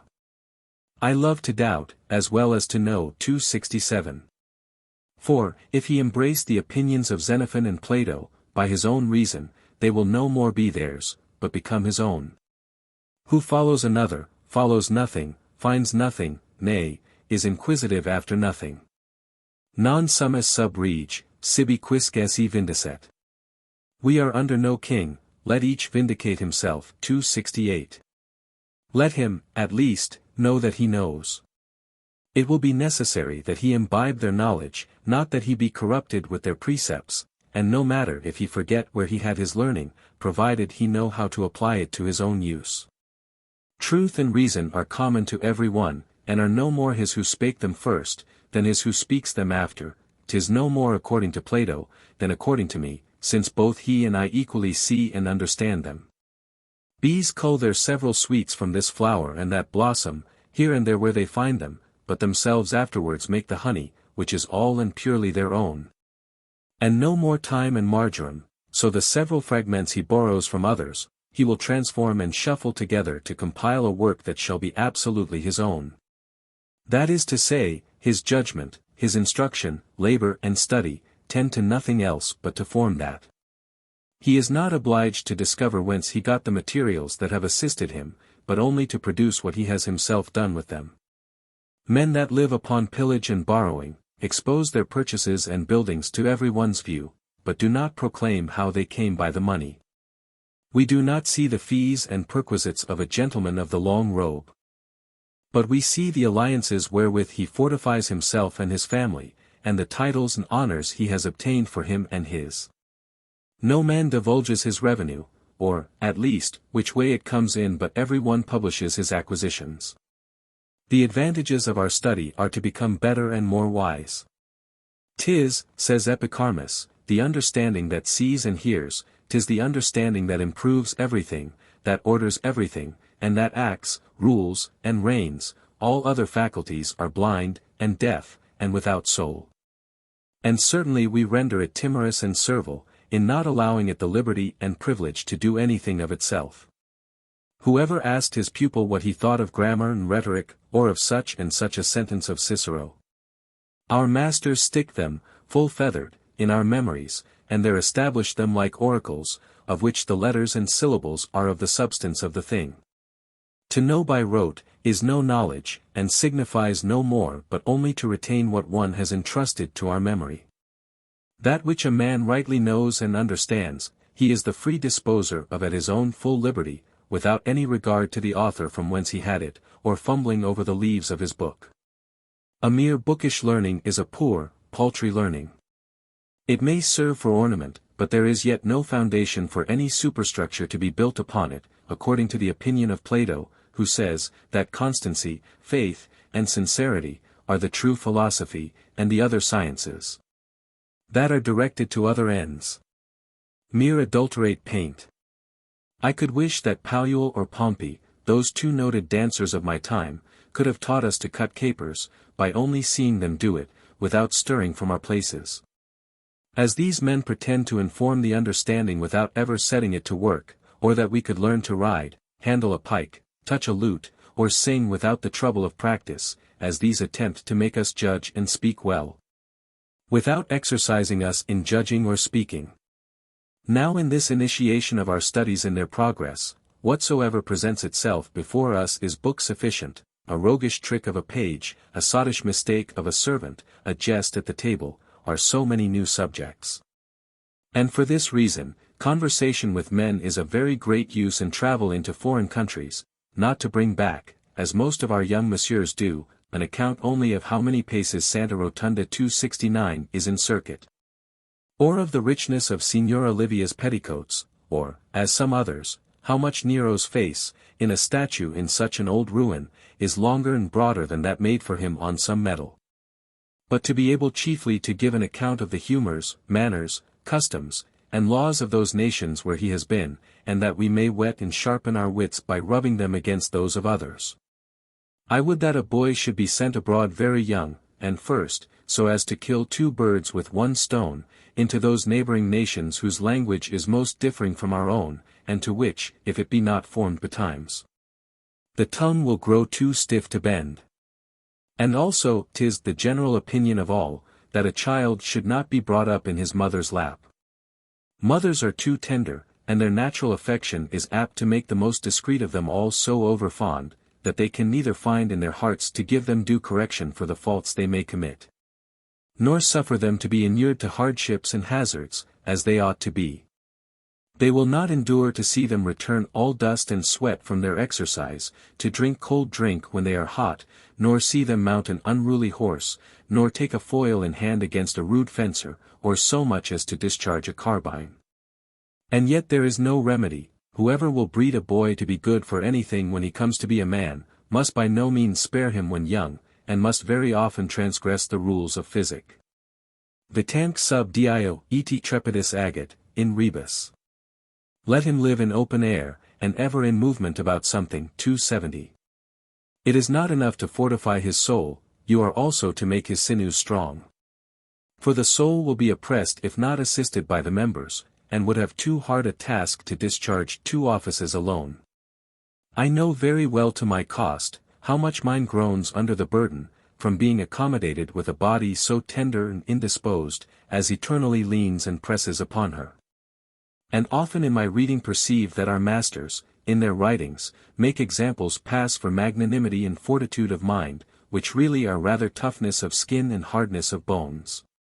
For I have seen men, women, and children, naturally born of so hard and insensible a constitution of body, that a sound cudgelling has been less to them than a flirt with a finger would have been to me, and that would neither cry out, wince, nor shrink, for a good swinging beating.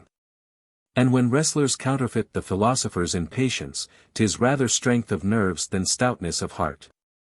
Now to be inured to undergo labour, is to be accustomed to endure pain. Labour callum obducit dolori. Labour hardens us against pain. 271. A boy is to be broken into the toil and roughness of exercise, so as to be trained up to the pain and suffering of dislocations, colics, cauteries, and even imprisonment in the rack itself.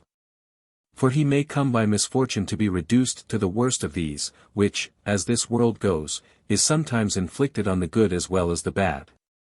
As for proof, in our present civil war whoever draws his sword against the laws, threatens the honestest men with the whip and the halter. And, moreover, by living at home, the authority of this governor, which ought to be sovereign over the boy he has received into his charge, is often checked and hindered by the presence of parents. To which may also be added, that the respect the whole family pay him, as their master's son, and the knowledge he has of the estate and greatness he is heir to, are, in my opinion, no small inconveniences in these tender years. And yet, even in this conversing with men I spoke of but now, I have observed this vice, that instead of gathering observations from others, we make it our whole business to lay ourselves open to them, and are more concerned how to expose and set out our own commodities, than how to increase our stock by acquiring new.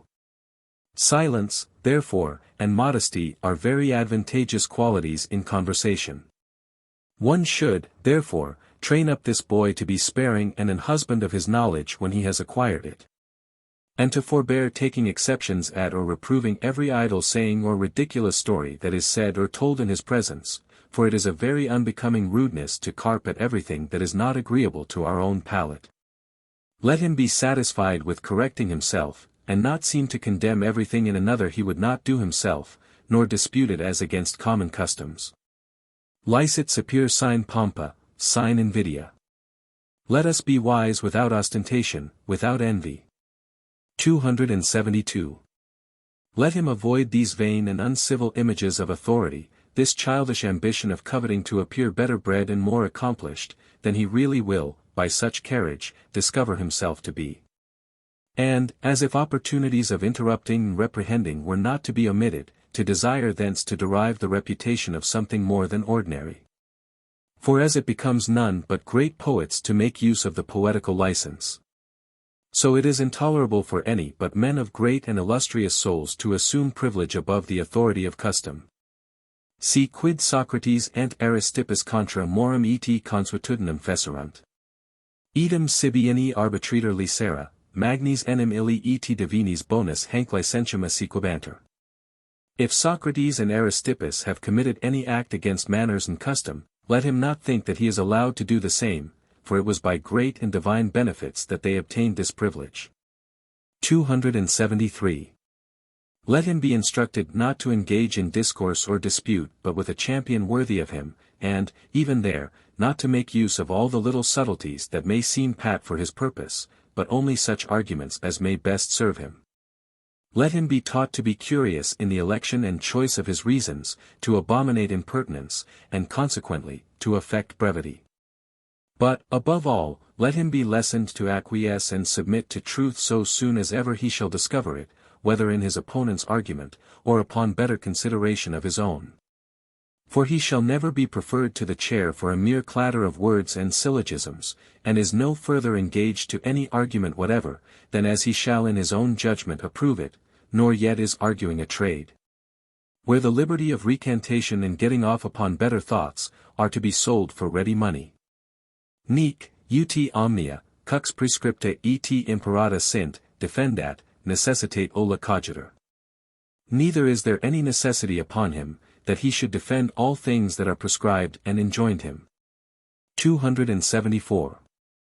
If his governor be of my humour, he will form his will to be a very good and loyal subject to his prince, very affectionate to his person, and very stout in his quarrel. But withal he will cool in him the desire of having any other tie to his service than public duty.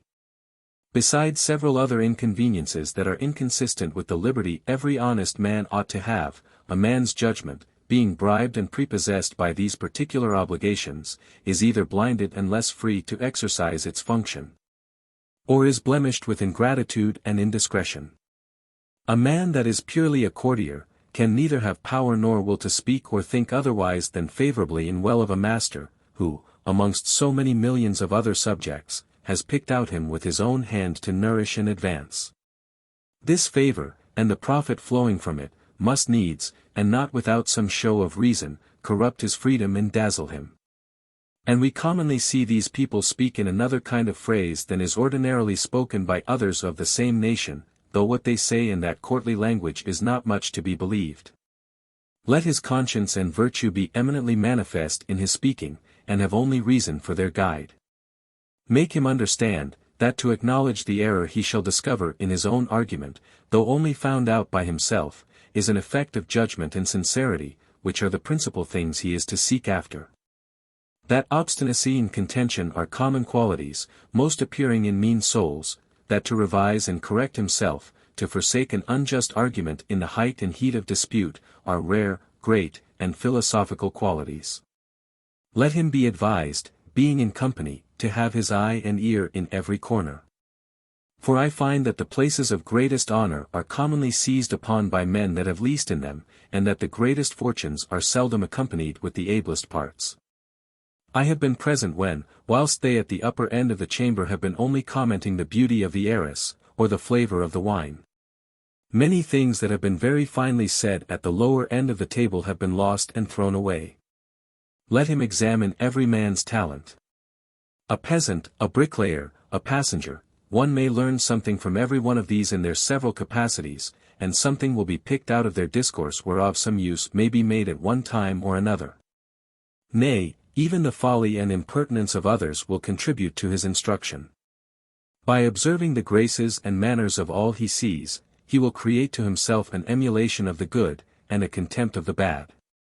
Let an honest curiosity be suggested to his fancy of being inquisitive after everything, whatever there is singular and rare near the place where he is, let him go and see it. A fine house, a noble fountain, an eminent man, the place where a battle has been anciently fought, the passages of Caesar and Charlemagne. Cux tellus sit lenta gelu, quae putris abestu, ventus in Italiumcus bene vela ferat. What country is bound in frost, what land is friable with heat, what wind serves fairest for Italy, 275. Let him inquire into the manners, revenues, and alliances of princes, things in themselves very pleasant to learn, and very useful to know.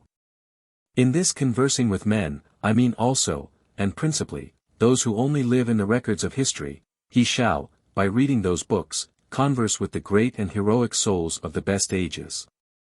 'Tis an idle and vain study to those who make it so by doing it after a negligent manner, but to those who do it with care and observation, 'tis a study of inestimable fruit and value. And the only study, as Plato reports, that the Lacedaemonians reserved to themselves. What profit shall he not reap as to the business of men, by reading the lives of Plutarch? But, withal, let my governor remember to what end his instructions are principally directed, and that he do not so much imprint in his pupil's memory the date of the ruin of Carthage, as the manners of Hannibal and Scipio. Nor so much where Marcellus died, as why it was unworthy of his duty that he died there. Let him not teach him so much the narrative parts of history as to judge them. The reading of them, in my opinion, is a thing that of all others we apply ourselves unto with the most differing measure. I have read 100 things in Livy that another has not, or not taken notice of at least. And Plutarch has read 100 more there than ever I could find, or than, peradventure, that author ever wrote. To some it is merely a grammar study, to others the very anatomy of philosophy, by which the most abstruse parts of our human nature penetrate. There are in Plutarch many long discourses very worthy to be carefully read and observed, for he is, in my opinion, of all others the greatest master in that kind of writing. But there are 1,000 others which he has only touched and glanced upon, where he only points with his finger to direct us which way we may go if we will. And contents himself sometimes with giving only one brisk hit in the nicest article of the question, whence we are to grope out the rest. As, for example, where he says 276 that the inhabitants of Asia came to be vassals to one only, for not having been able to pronounce one syllable, which is no. Which saying of his gave perhaps matter and occasion to La Boétie to write his Voluntary Servitude. Only to see him pick out a light action in a man's life, or a mere word that does not seem to amount even to that, is itself a whole discourse. 'Tis to our prejudice that men of understanding should so immoderately affect brevity, no doubt their reputation is the better by it, but in the meantime we are the worse. Plutarch had rather we should applaud his judgment than commend his knowledge, and had rather leave us with an appetite to read more, than glutted with that we have already read. He knew very well, that a man may say too much even upon the best subjects, and that Alexandridas justly reproached him who made very good. But 2 long speeches to the Ephori, when he said, O stranger! Thou speakest the things thou shouldst speak, but not as thou shouldst speak them, 277 such as have lean and spare bodies stuff themselves out with clothes, so they who are defective in matter endeavor to make amends with words. Human understanding is marvelously enlightened by daily conversation with men, for we are, otherwise, compressed and heaped up in ourselves, and have our sight limited to the length of our own noses. One asking Socrates of what country he was, he did not make answer, of Athens, but of the world. 278 He whose imagination was fuller and wider, embraced the whole world for his country, and extended his society and friendship to all mankind. Not as we do, who look no further than our feet. When the vines of my village are nipped with the frost, my parish priest presently concludes, that the indignation of God has gone out against all the human race, and that the cannibals have already got the pip. Who is it that, seeing the havoc of these civil wars of ours, does not cry out, that the machine of the world is near dissolution, and that the day of judgment is at hand? Without considering, that many worse things have been seen, and that in the meantime, people are very merry in 1,000 other parts of the earth for all this? For my part, considering the license and impunity that always attend such commotions, I wonder they are so moderate, and that there is no more mischief done. To him who feels the hailstones patter about his ears, the whole hemisphere appears to be in storm and tempest. Like the ridiculous Savoyard, who said very gravely, that if that simple king of France could have managed his fortune as he should have done, he might in time have come to have been steward of the household to the Duke his master, the fellow could not, in his shallow imagination, conceive that there could be anything greater than a Duke of Savoy.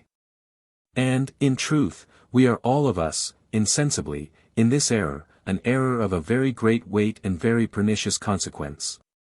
But whoever shall represent to his fancy, as in a picture, that great image of our Mother Nature, in her full majesty and lustre, whoever in her face shall read so general and so constant a variety, whoever shall observe himself in that figure, and not himself but a whole kingdom, no bigger than the least touch or prick of a pencil in comparison of the whole, that man alone is able to value things according to their true estimate and grandeur. This great world which some do yet multiply as several species under one genus, is the mirror wherein we are to behold ourselves, to be able to know ourselves as we ought to do in the true bias. In short, I would have this to be the book my young gentleman should study with the most attention. So many humors, so many sects, so many judgments, opinions, laws, and customs, teach us to judge aright of our own, and inform our understanding to discover its imperfection and natural infirmity, which is no trivial speculation. So many mutations of states and kingdoms, and so many turns and revolutions of public fortune, will make us wise enough to make no great wonder of our own. So many great names, so many famous victories and conquests drowned and swallowed in oblivion, render our hopes ridiculous of eternizing our names by the taking of half a score of light horse, or a hen roost, which only derives its memory from its ruin. The pride and arrogance of so many foreign pomps, the inflated majesty of so many courts and grandeurs, accustom and fortify our sight without closing our eyes to behold the lustre of our own. So many trillions of men, buried before us, encourage us not to fear to go seek such good company in the other world, and so of the rest Pythagoras was wont to say, 279 that our life resembles the great and populous assembly of the Olympic games, wherein some exercise the body, that they may carry away the glory of the prize, others bring merchandise to sell for profit, there are also some, and those none of the worst sort, who pursue no other advantage than only to look on, and consider how and why everything is done, and to be spectators of the lives of other men, thereby the better to judge of and regulate their own. To examples may fitly be applied all the profitable discourses of philosophy, to which all human actions, as to their best rule, ought to be especially directed. A scholar shall be taught to know. Quid fas optar, quid asper. Util nummus habet, patrix curisque propinquis, quantum elargere decit, quern te deus esse, just sit, e humana qua part locatus es in re. Quid summus, e quid nam victuri gignomer. Learn what it is right to wish, what is the true use of coined money, how much it becomes us to give in liberality to our country and our dear relations, whom and what the deity commanded thee to be. And in what part of the human system thou art placed, what we are and to what purpose engendered. 280. What it is to know, and what to be ignorant, what ought to be the end and design of study, what valor, temperance, and justice are. The difference betwixt ambition and avarice, servitude and subjection, license and liberty, by what token a man may know true and solid contentment, how far death, affliction, and disgrace are to be apprehended. E quo quemque modo fugiac ferat laborum. And how you may shun or sustain every hardship. 281. By what secret springs we move, and the reason of our various agitations and irresolutions, for, methinks the first doctrine with which one should season his understanding, ought to be that which regulates his manners and his sense. That teaches him to know himself, and how both well to dig and well to live. Amongst the liberal sciences, let us begin with that which makes us free. Not that they do not all serve in some measure to the instruction and use of life, as all other things in some sort also do, but let us make choice of that which directly and professedly serves to that end. If we are once able to restrain the offices of human life within their just and natural limits, we shall find that most of the sciences in use are of no great use to us, and even in those that are That there are many very unnecessary cavities and dilatations which we had better let alone, and, following Socrates' direction, limit the course of our studies to those things only where is a true and real utility. Sapere Ode. Insipe, correct vivendi prorogat horum, rusticus expectat, dum deflut amnis, ad al labater, eti labater in omni volubilis evum. Dare to be wise, begin. He who defers the hour of living well is like the clown, waiting till the river shall have flowed out, but the river still flows, and will run on, with constant course, to ages without end. 282. 'Tis a great foolery to teach our children. Quid movant Pisces, animosaque signa Leonis, lotus ed Hesperia quid Capricornus aqua. What influence Pisces have, or the sign of angry Leo, or Capricorn, washed by the Hesperian wave. 283. The knowledge of the stars and the motion of the eighth sphere before their own. 284. Anaximenes writing to Pythagoras, to what purpose, said he, should I trouble myself in searching out the secrets of the stars? Having death or slavery continually before my eyes. For the kings of Persia were at that time preparing to invade his country. Every one ought to say thus, being assaulted, as I am by ambition, avarice, temerity, superstition, and having within so many other enemies of life, shall I go ponder over the world's changes? After having taught him what will make him more wise and good, you may then entertain him with the elements of logic, physics, geometry, rhetoric, and the science which he shall then himself most incline to. His judgment being beforehand formed and fit to choose, he will quickly make his own. The way of instructing him ought to be sometimes by discourse, and sometimes by reading. Sometimes his governor shall put the author himself, which he shall think most proper for him, into his hands, and sometimes only the marrow and substance of it. And if himself be not conversant enough in books to turn to all the fine discourses the books contain for his purpose, there may some man of learning be joined to him, that upon every occasion shall supply him with what he stands in need of, to furnish it to his pupil. And who can doubt but that this way of teaching is much more easy and natural than that of Gaza 285, in which the precepts are so intricate, and so harsh, and the words so vain, lean, and insignificant, that there is no hold to be taken of them, nothing that quickens and elevates the wit and fancy, whereas here the mind has what to feed upon and to digest. This fruit, therefore, is not only without comparison, much more fair and beautiful, but will also be much more early ripe. 'Tis a thousand pities that matters should be at such a pass in this age of ours, that philosophy, even with men of understanding, should be, looked upon as a vain and fantastic name, a thing of no use, no value, either in opinion or effect. Of which I think those ergotisms and petty sophistries, by prepossessing the avenues to it, are the cause. And people are much to blame to represent it to children for a thing of so difficult access, and with such a frowning, grim, and formidable aspect. Who is it that has disguised it thus, with this false, pale, and ghostly countenance? There is nothing more airy, more gay, more frolic, and I had like to have said, more wanton. She preaches nothing but feasting and jollity, a melancholic anxious look shows that she does not inhabit there.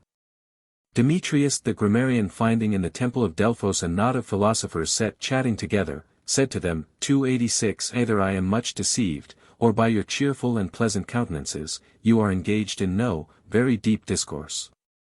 To which one of them, Heraclian the Megarian, replied, 'Tis for such as are puzzled about inquiring whether the future tense of the verb, is spelt with a double A, or that hunt after the derivation of the comparatives, and, and the superlatives, and, to knit their brows whilst discoursing of their science, but as to philosophical discourses, they always divert and cheer up those that entertain them, and never deject them or make them sad. Deprendas animi tormenta latentis in egro, corpori, deprendas id gaudia, sumit utrumque, in habitum facies. You may discern the torments of mind lurking in a sick body. You may discern its joys, either expression the face assumes from the mind. 287. The soul that lodges philosophy, ought to be of such a constitution of health, as to render the body in like manner healthful too. She ought to make her tranquillity and satisfaction shine so as to appear without, and her contentment ought to fashion the outward behavior to her own mold, and consequently to fortify it with a graceful confidence, an active and joyous carriage, and a serene and contented countenance. The most manifest sign of wisdom is a continual cheerfulness. Her state is like that of things in the regions above the moon, always clear and serene. 'Tis Barocco and Barolipton 288 that render their disciples so dirty and ill-favored, and not she. They do not so much as know her but by hearsay. What? It is she that calms and appeases the storms and tempests of the soul, and who teaches famine and fevers to laugh and sing. And that, not by certain imaginary epicycles, but by natural and manifest reasons. She has virtue for her end, which is not, as the schoolmen say, situate upon the summit of a perpendicular, rugged, inaccessible precipice, such as have approached her find her, quite on the contrary, to be seated in a fair, fruitful, and flourishing plain, whence she easily discovers all things below. To which place any one may, however, arrive, if he know but the way, through shady, green, and sweetly flourishing avenues, by a pleasant, easy, and smooth descent, like that of the celestial vault. 'Tis for not having frequented this supreme, this beautiful, triumphant, and amiable, this equally delicious and courageous virtue, this so professed and implacable enemy to anxiety, sorrow, fear, and constraint, who, having nature for her guide, has fortune and pleasure for her companions, that they have gone, according to their own weak imagination, and created this ridiculous, this sorrowful, querulous, despiteful, threatening, terrible image of it to themselves and others, and placed it upon a rock apart, amongst thorns and brambles, and made of it a hobgoblin to affright people. But the governor that I would have, that is such a one as knows it to be his duty to possess his pupil with as much or more affection than reverence to virtue, will be able to inform him that the poets have evermore accommodated themselves to the public humor, and make him sensible, that the gods have planted more toil and sweat in the avenues of the cabinets of Venus than in those of Minerva. And when he shall once find him begin to apprehend, and shall represent to him a Bradamante or an Angelica 289 for a mistress, a natural, active, generous, and not a viragoish, but a manly beauty, in comparison of a soft, delicate, artificial simpering, and affected form. The one in the habit of a heroic youth, wearing a glittering helmet, the other tricked up in curls and ribbons like a wanton minx. He will then look upon his own affection as brave and masculine, when he shall choose quite contrary to that effeminate shepherd of Phrygia. Such a tutor will make a pupil digest this new lesson, that the height and value of true virtue consists in the facility, utility, and pleasure of its exercise. So far from difficulty, that boys, as well as men, and the innocent as well as the subtle, may make it their own, it is by order, and not by force, that it is to be acquired. Socrates, her first minion, is so averse to all manner of violence, as totally to throw it aside, to slip into the more natural facility of her own progress. 'Tis the nursing mother of all human pleasures, who in rendering them just, renders them also pure and permanent, in moderating them, keeps them in breath and appetite. In interdicting those which she herself refuses, whets our desire to those that she allows. And, like a kind and liberal mother, abundantly allows all that nature requires, even to satiety, if not to lassitude, unless we mean to say that the regimen which stops the toper before he has drunk himself drunk, the glutton before he has eaten to a surfeit, and the lecher before he has got the pox, is an enemy to pleasure. If the ordinary fortune fail, she does without it, and forms another, wholly her own, not so fickle and unsteady as the other. She can be rich, be potent and wise, and knows how to lie upon soft perfumed beds. She loves life, beauty, glory, and health. But her proper and peculiar office is to know how to regulate the use of all these good things, and how to lose them without concern, an office much more noble than troublesome, and without which the whole course of life is unnatural, turbulent, and deformed. And there it is indeed, that men may justly represent those monsters upon rocks and precipices. If this pupil shall happen to be of so contrary a disposition, that he had rather hear a tale of a tub than the true narrative of some noble expedition or some wise and learned discourse, who at the beat of drum, that excites the youthful ardor of his companions, leaves that to follow another that calls to a Morris or the Bears. Who would not wish, and find it more delightful and more excellent, to return all dust and sweat victorious from a battle, than from tennis or from a ball, with the prize of those exercises? I see no other remedy, but that he be bound prentice in some good town to learn to make minced pies, though he were the son of a duke. According to Plato's precept, that children are to be placed out and disposed of, not according to the wealth, qualities, or condition of the father, but according to the faculties and the capacity of their own souls. Since philosophy is that which instructs us to live, and that infancy has there its lessons as well as other ages, why is it not communicated to children betimes? Udum et mal ludum est, nunc properandis, eti acri fingendis sine fine rota. The clay is moist and soft, now make haste, and form the pitcher on the rapid wheel. 290. They begin to teach us to live when we have almost done living. 100 students have got the pox before they have come to read Aristotle's lecture on temperance. Cicero said, that though he should live 2 men's ages, he should never find leisure to study the lyric poets. And I find these sophisters yet more deplorably unprofitable. The boy we would breed has a great deal less time to spare, he owes but the first 15 or 16 years of his life to education, the remainder is due to action. Let us, therefore, employ that short time in necessary instruction.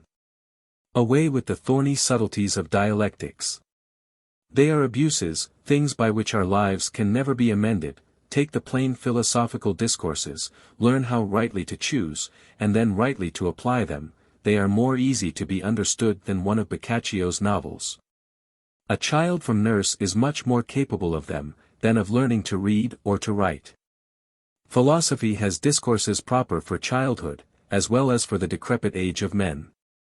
I am of Plutarch's mind, that Aristotle did not so much trouble his great disciple with the knack of forming syllogisms, or with the elements of geometry, as with infusing into him good precepts concerning valor, prowess, magnanimity, temperance, and the contempt of fear. And with this ammunition, sent him, whilst yet a boy, with no more than 30,000 foot, 4,000 horse, and but 42,000 crowns, to subjugate the empire of the whole earth. For the other acts and sciences, he says, Alexander highly indeed commended their excellence and charm, and had them in very great honor and esteem. But not ravished with them to that degree as to be tempted to affect the practice of them in his own person. Petit hinc, juvenesque senesque, finem amo certum, miserisque viatica canis. Young men and old men, derive hence a certain end to the mind, and stores for miserable grey hairs. 291. Epicurus, in the beginning of his letter to Menicius 292 says, that neither the youngest should refuse to philosophize, nor the oldest grow weary of it. Who does otherwise, seems tacitly to imply, that either the time of living happily is not yet come, or that it is already past. And yet, for all that, I would not have this pupil of ours imprisoned and made a slave to his book. Nor would I have him given up to the morosity and melancholic humor of a sour ill-natured pedant. I would not have his spirit cowed and subdued, by applying him to the rack, and tormenting him, as some do, 14 or 15 hours a day, and so make a pack-horse of him. Neither should I think it good, when, by reason of a solitary and melancholic complexion, he is discovered to be overmuch addicted to his book, to nourish that humor in him. For that renders him unfit for civil conversation, and diverts him from better employments. And how many have I seen in my time totally brutified by an immoderate thirst after knowledge? Carneades was so besotted with it, that he would not find time so much as to comb his head or to pare his nails. Neither would I have his generous manners spoiled and corrupted by the incivility and barbarism of those of another. The French wisdom was anciently turned into proverb, early, but of no continuance. And, in truth, we yet see, that nothing can be more ingenious and pleasing than the children of France. But they ordinarily deceive the hope and expectation that have been conceived of them. And grown up to be men, have nothing extraordinary or worth taking notice of, I have heard men of good understanding say. These colleges of ours to which we send our young people, and of which we have but too many, make them such animals as they are. 293. But to our little monsieur, a closet, a garden, the table, his bed, solitude, and company, morning and evening, all hours shall be the same, and all places to him a study. For philosophy, who, as the formatrix of judgment and manners, shall be his principal lesson, has that privilege to have a hand in everything. The orator Isocrates, being at a feast entreated to speak of his art, all the company were satisfied with and commended his answer. It is not now a time, said he, to do what I can do, and that which it is now time to do, I cannot do. 294. For to make orations and rhetorical disputes in a company met together to laugh and make good cheer, had been very unreasonable and improper, and as much might have been said of all the other sciences. But as to what concerns philosophy, that part of it at least that treats of man, and of his offices and duties, it has been the common opinion of all wise men, that, out of respect to the sweetness of her conversation, she is ever to be admitted in all sports and entertainments. And Plato, having invited her to his feast, we see after how gentle and obliging a manner, accommodated both to time and place, she entertained the company, though in a discourse of the highest and most important nature. Ec pauperibus prodest. Locupoletibus ec. Ite neglecta, ec pueris senibusque nocebit.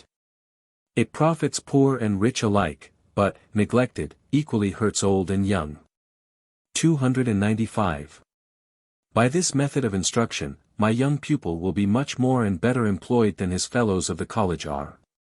But as the steps we take in walking to and fro in a gallery, though 3 times as many, do not tire a man so much as those we employ in a formal journey, so our lesson, as it were accidentally occurring, without any set obligation of time or place, and falling naturally into every action, will insensibly insinuate itself.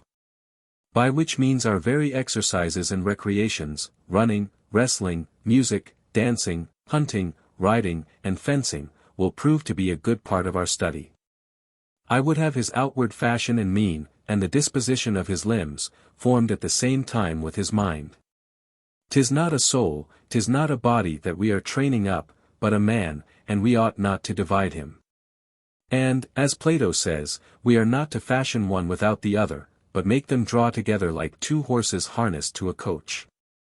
By which saying of his, does he not seem to allow more time for, and to take more care of exercises for the body, and to hold that the mind, in a good proportion, does her business at the same time too? As to the rest, this method of education ought to be carried on with a severe sweetness, quite contrary to the practice of our pedants, who, instead of tempting and alluring children to letters by apt and gentle ways, do in truth present nothing before them but rods and ferrules, horror and cruelty. Away with this violence! Away with this compulsion! Than which, I certainly believe nothing more dulls and degenerates a well-descended nature. If you would have him apprehend shame and chastisement, do not harden him to them, inure him to heat and cold, to wind and sun, and to dangers that he ought to despise. Wean him from all effeminacy and delicacy in clothes and lodging, eating and drinking, accustom him to everything, that he may not be a Sir Paris, a carpet knight, but a sinewy, hardy, and vigorous young man. I have ever from a child to the age wherein I now am, been of this opinion, and am still constant to it. But amongst other things, the strict government of most of our colleges has evermore displeased me. Peradventure, they might have erred less perniciously on the indulgent side. 'Tis a real house of correction of imprisoned youth. They are made debauched by being punished before they are so. Do but come in when they are about their lesson, and you shall hear nothing but the outcries of boys under execution, with the thundering noise of their pedagogues drunk with fury.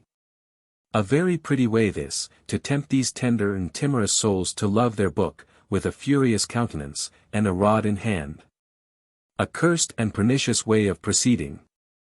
Besides what Quintilian has very well observed, that this imperious authority is often attended by very dangerous consequences, and particularly our way of chastising. How much more decent would it be to see their classes strewed with green leaves and fine flowers, than with the bloody stumps of birch and willows? Were it left to my ordering, I should paint the school with the pictures of joy and gladness. Flora and the Graces, as the philosopher Speusippus did his. Where their profit is, let them there have their pleasure too. Such viands as are proper and wholesome for children, should be sweetened with sugar, and such as are dangerous to them, embittered with gall. 'Tis marvellous to see how solicitous Plato is in his laws concerning the gaiety and diversion of the youth of his city, and how much and often he enlarges upon the races, sports, songs, leaps, and dances, of which, he says, that antiquity has given the ordering and patronage particularly to the gods themselves, to Apollo, Minerva, and the Muses. He insists long upon, and is very particular in, giving innumerable precepts for exercises, but as to the lettered sciences, says very little, and only seems particularly to recommend poetry upon the account of music. All singularity in our manners and conditions is to be avoided, as inconsistent with civil society. Who would not be astonished at so strange a constitution as that of Demophoon, steward to Alexander the Great, who sweated in the shade and shivered in the sun? I have seen those who have run from the smell of a mellow apple with greater precipitation than from a harquebus shot, others afraid of a mouse, others vomit at the sight of cream, others ready to swoon at the making of a feather bed. Germanicus could neither endure the sight nor the crowing of a cock.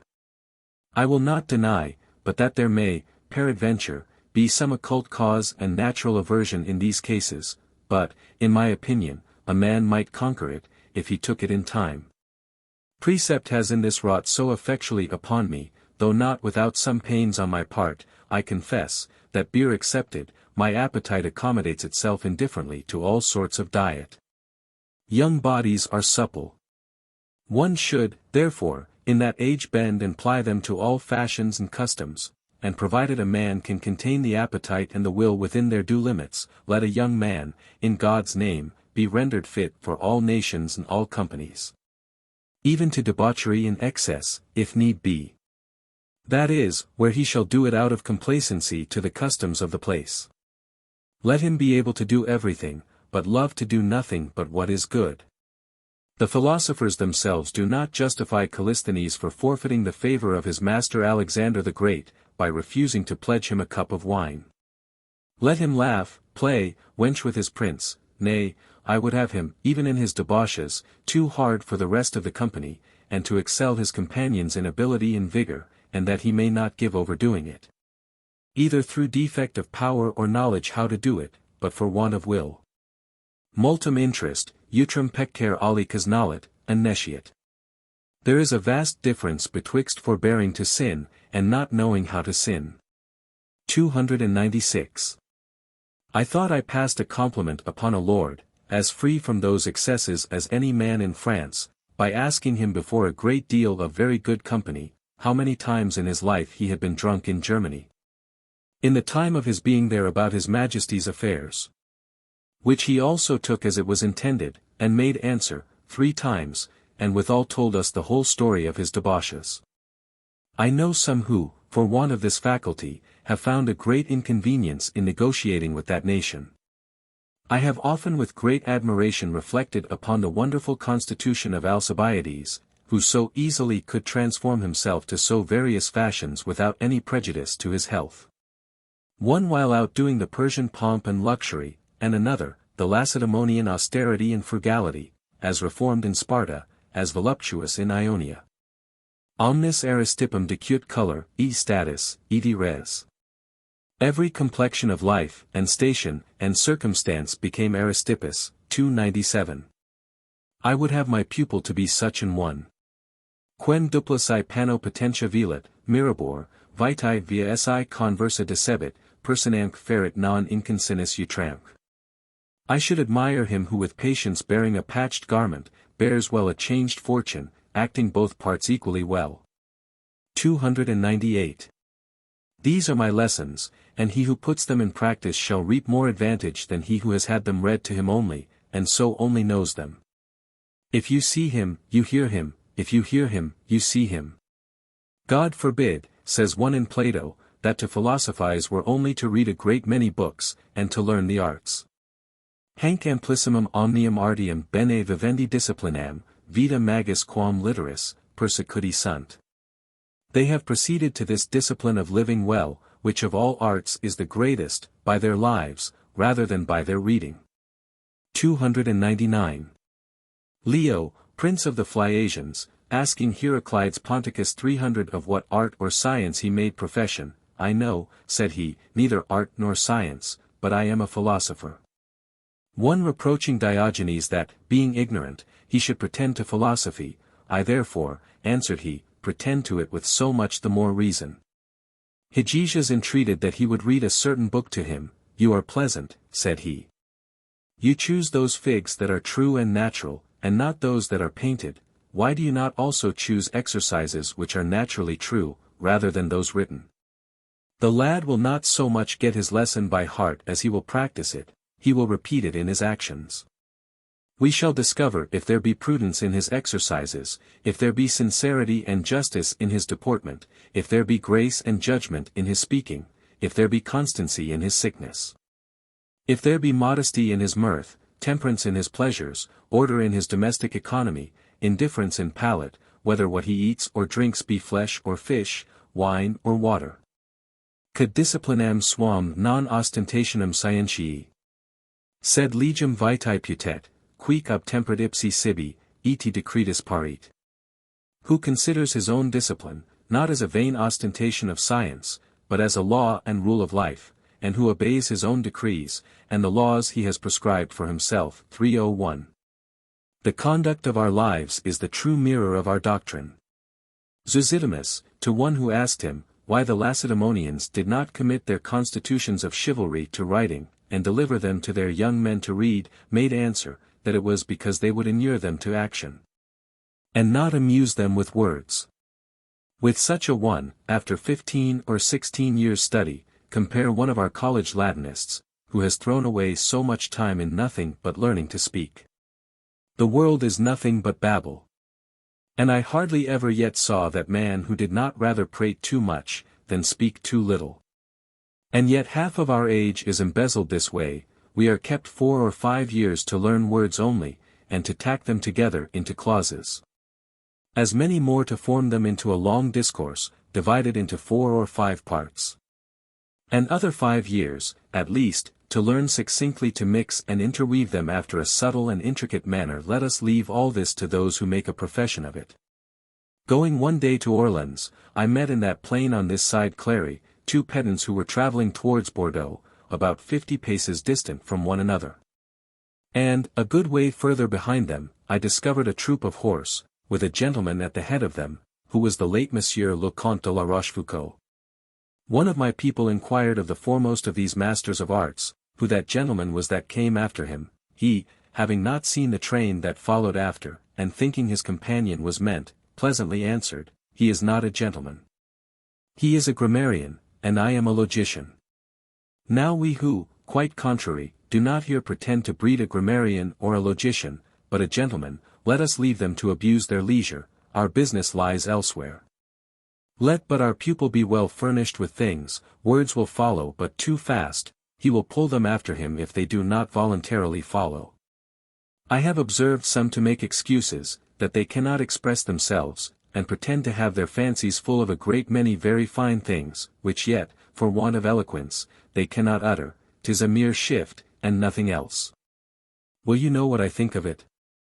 I think they are nothing but shadows of some imperfect images and conceptions that they know not what to make of within, nor consequently bring out. They do not yet themselves understand what they would be at, and if you but observe how they haggle and stammer upon the point of parturition, you will soon conclude, that their labor is not to delivery, but about conception. And that they are but licking their formless embryo. For my part, I hold, and Socrates commands it, that whoever has in his mind a sprightly and clear imagination, he will express it well enough in one kind of tongue or another, and, if he be dumb, by signs. Verbaque previsum rem non in vita sequenter. Once a thing is conceived in the mind, the words to express it soon present themselves.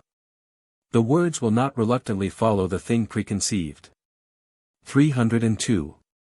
And as another as poetically says in his prose, quum residential animam occupaver, verbs ambient. When things are once in the mind, the words offer themselves readily. When things have taken possession of the mind, the words trip. 303. And this other. Ipsi residential verbs rapient. The things themselves force the words to express them. 304. He knows nothing of ablative, conjunctive, substantive, or grammar, no more than his lackey, or a fishwife of the petit pont.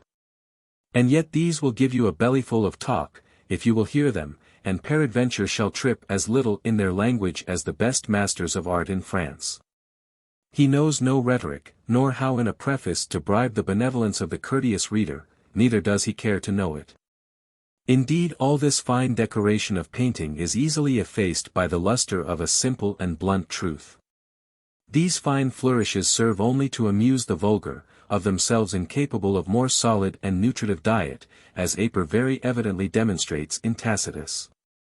The ambassadors of Samos, prepared with a long and elegant oration, came to Cleomenes, king of Sparta, to incite him to a war against the tyrant Polycrates. Who, after he had heard their harangue with great gravity and patience, gave them this answer: As to the exordium, I remember it not, nor consequently the middle of your speech. And for what concerns your conclusion, I will not do what you desire. 305. A very pretty answer this, methinks, and a pack of learned orators most sweetly gravelled. And what did the other man say? The Athenians were to choose one of two architects for a very great building they had designed. Of these, the first, a pert affected fellow, offered his service in a long premeditated discourse upon the subject of the work in hand, and by his oratory inclined the voices of the people in his favor. But the other in 3 words, O Athenians, what this man says, I will do. 306. When Cicero was in the height and heat of an eloquent harangue, many were struck with admiration. But Cato only laughed, saying, We have a pleasant, mirth-making, consul. Let it go before, or come after, a good sentence or a thing well said, is always in season. If it neither suit well with what went before, nor has much coherence with what follows after, it is good in itself. I am none of those who think that good rhyme makes a good poem. Let him make short long, and long short if he will, 'tis no great matter, if there be invention, and that the wit and judgment have well performed their offices. I will say, here's a good poet, but an ill rhymer. Emuncti neris, duris componere versus. Of delicate humor, but of rugged versification. 307. Let a man, says Horace, divest his work of all method and measure. Tempora certa medasque, quat prius ordine verbum est, posterius facius, preponens ultima primis, invenias idiom disjecti member pote. Take away certain rhythms and measures, and make the word which was first in order come later, putting that which should be last first, you will still find the scattered remains of the poet. 308. He will never the more lose himself for that. The very pieces will be fine by themselves. Menander's answer had this meaning, who being reproved by a friend, the time drawing on at which he had promised a comedy, that he had not yet fallen in hand with it. It is made, and ready, said he, all but the verses. 309. Having contrived the subject, and disposed the scenes in his fancy, he took little care for the rest. Since Ronsard and Du Bellay have given reputation to our French poesy, every little dabbler, for aught I see, swells his words as high, and makes his cadences very near as harmonious as they. Plus sonnet, quam valet. More sound than sense. 310. For the vulgar, there were never so many poetasters as now. But though they find it no hard matter to imitate their rhyme, they yet fall infinitely short of imitating the rich descriptions of the one, and the delicate invention of the other of these masters. But what will become of our young gentleman, if he be attacked with the sophistic subtlety of some syllogism? A Westphalia ham makes a man drink, drink quenches thirst, ergo a Westphalia ham quenches thirst. Why, let him laugh at it. It will be more discretion to do so, than to go about to answer it, or let him borrow this pleasant evasion from Aristippus: Why should I trouble myself to untie that, which bound as it is, gives me so much trouble? 311. One offering at this dialectic juggling against Cleanthes, Chrysippus took him short, saying, Reserve these baubles to play with children, and do not by such fooleries divert the serious thoughts of a man of years. If these ridiculous subtleties, contorta et aculeata sophismata, as Cicero calls them, are designed to possess him with an untruth, they are dangerous. But if they signify no more than only to make him laugh, I do not see why a man need to be fortified against them. There are some so ridiculous, as to go a mile out of their way to hook in a fine word. Aut ca non verba rebus aptant, sed residential extrinsicus arcescent, cabus verba convenient. Who do not fit words to the subject, but seek out for things quite from the purpose to fit the words, 3:12. And as another says, ca alicugus verbi decor placentis, vocenter ad id, quat non proposerant scriberi. Who by their fondness of some fine-sounding word, are tempted to something they had no intention to treat of. 313. I for my part rather bring in a fine sentence by head and shoulders to fit my purpose, than divert my designs to hunt after a sentence. On the contrary, words are to serve, and to follow a man's purpose. And let Gascon come and play where French will not do. I would have things so excelling, and so wholly possessing the imagination of him that hears, that he should have something else to do, than to think of words. The way of speaking that I love, is natural and plain, the same in writing as in speaking, and a sinewy and muscular way of expressing a man's self, short and pithy, not so elegant and artificial as prompt and vehement. Haec demum sapiet diacetio, cux feriat. That has most weight and wisdom which pierces the ear. That utterance indeed will have a taste which shall strike the ear, 3:14. Rather hard than wearisome, free from affectation. Irregular, incontinuous, and bold, where every piece makes up an entire body, not like a pedant, a preacher, or a pleader, but rather a soldier-like style, as Suetonius calls that of Julius Caesar, and yet I see no reason why he should call it so. I have ever been ready to imitate the negligent garb, which is yet observable amongst the young men of our time, to wear my cloak on one shoulder, my cap on one side, a stocking in disorder. Which seems to express a kind of haughty disdain of these exotic ornaments, and a contempt of the artificial. But I find this negligence of much better use in the form of speaking. All affectation, particularly in the French gaiety and freedom, is ungraceful in a courtier, and in a monarchy every gentleman ought to be fashioned according to the court model. For which reason, an easy and natural negligence does well. I know more like a web where the knots and seams are to be seen, than a fine figure, so delicate, that a man may tell all the bones and veins.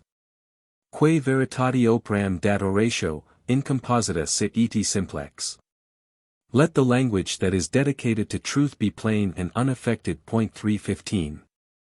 Cas accurat loquitur, nisi cavult putide loci? For who studies to speak accurately, that does not at the same time wish to perplex his auditory?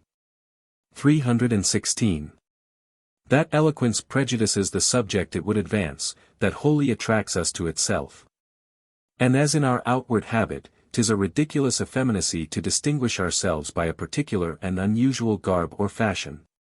So in language, to study new phrases, and to affect words that are not of current use, proceeds from a puerile and scholastic ambition.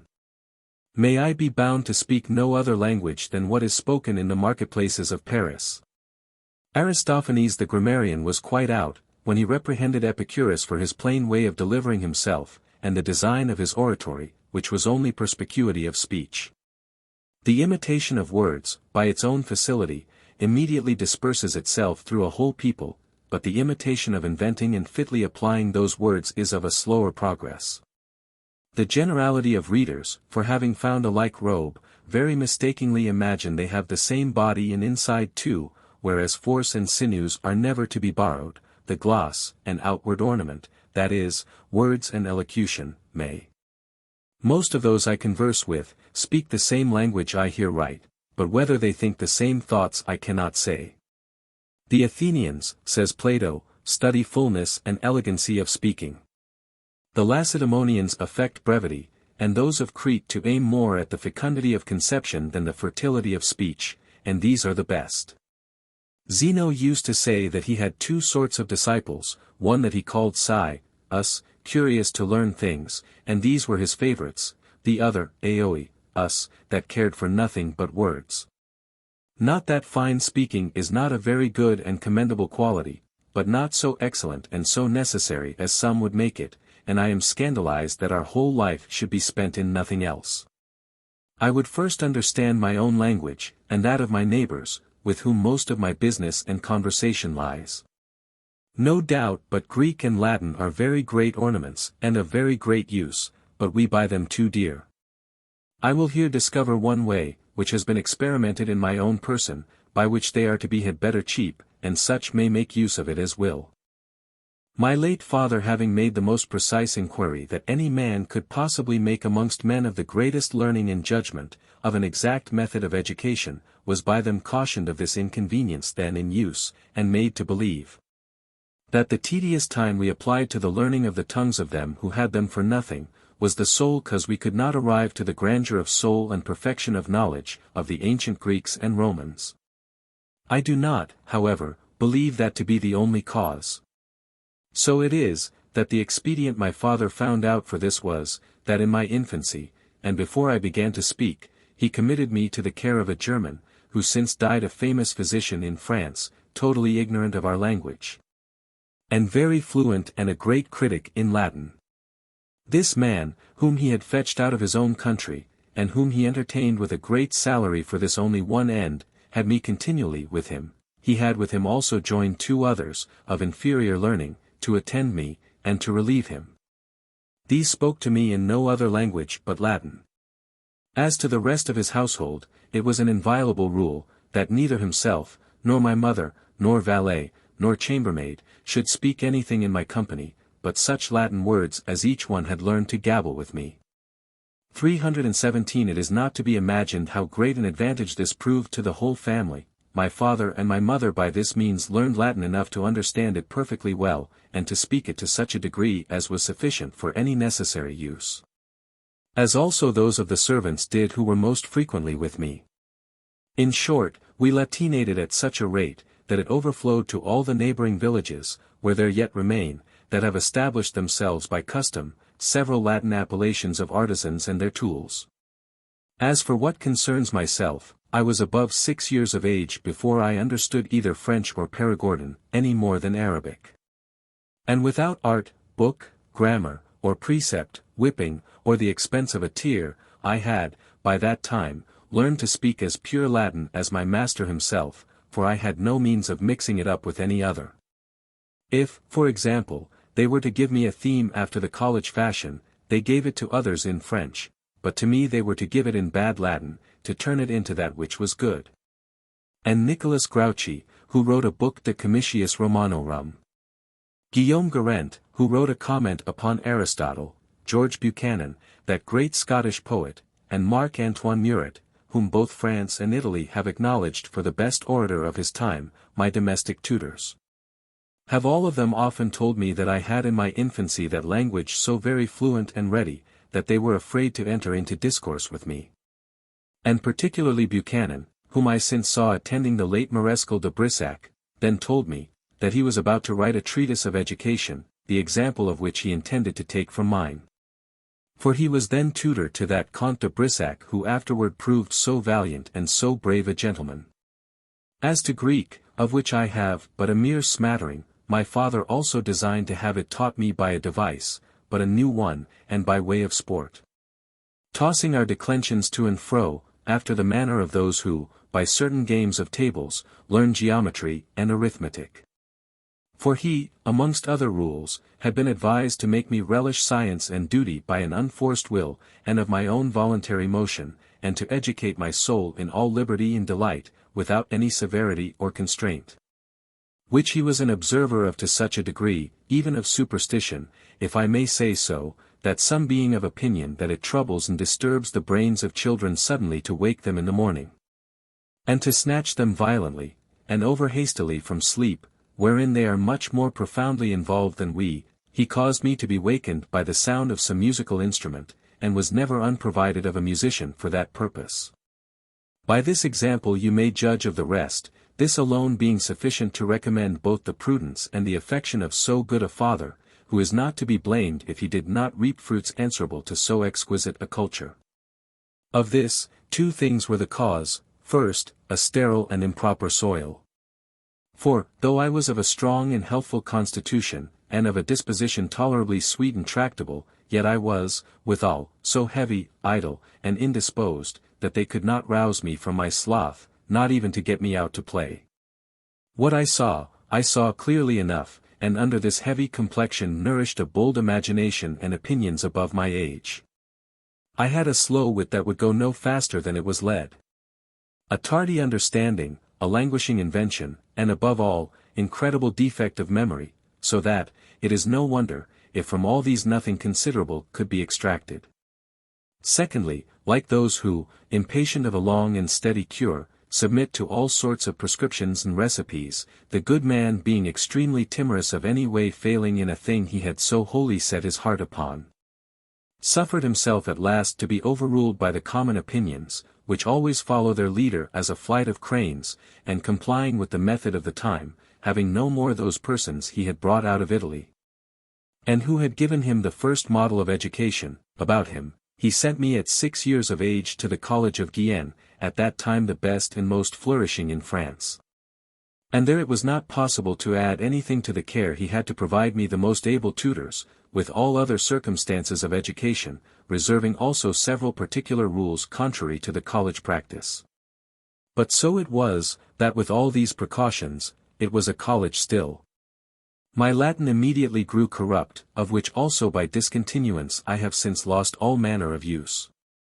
So that this new way of education served me to no other end, than only at my first coming to prefer me to the first forms.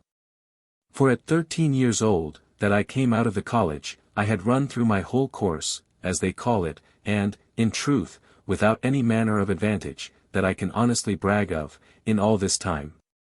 The first taste which I had for books came to me from the pleasure in reading the fables of Ovid's Metamorphoses. For, being about 7 or 8 years old, I gave up all other diversions to read them, both by reason that this was my own natural language, the easiest book that I was acquainted with, and for the subject, the most accommodated to the capacity of my age, for as for the Lancelot of the Lake, the Amadis of Gaul, the Juan of Bordeaux, and such farragos, by which children are most delighted with, I had never so much as heard their names. No more than I yet know what they contain. So exact was the discipline wherein I was brought up.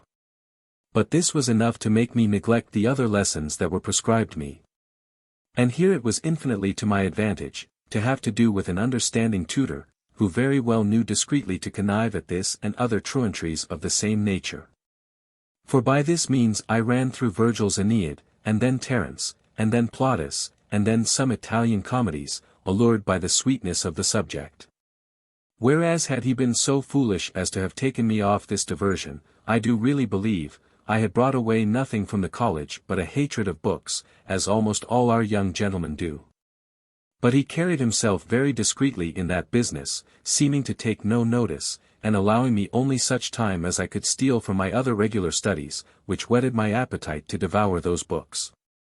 For the chief things my father expected from their endeavors to whom he had delivered me for education, were affability and good humor, and, to say the truth, my manners had no other vice but sloth and want of mettle. The fear was not that I should do ill, but that I should do nothing. Nobody prognosticated that I should be wicked, but only useless. They foresaw idleness, but no malice.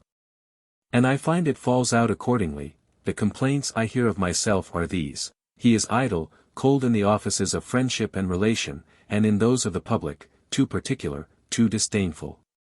But the most injurious do not say, why has he taken such a thing?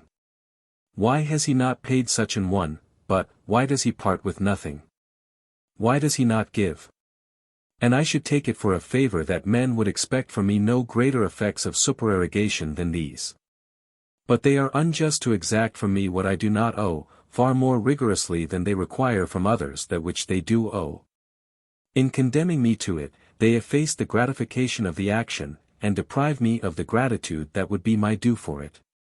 Whereas the act of well-doing ought to be of so much the greater value from my hands, by how much I have never been passive that way at all. I can the more freely dispose of my fortune the more it is mine, and of myself the more I am my own.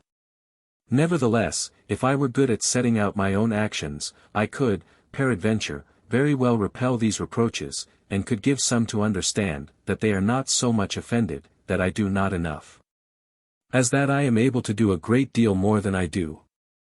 Yet for all this heavy disposition of mine, my mind, when retired into itself, was not altogether without strong movements, solid and clear judgments about those objects it could comprehend, and could also, without any helps, digest them.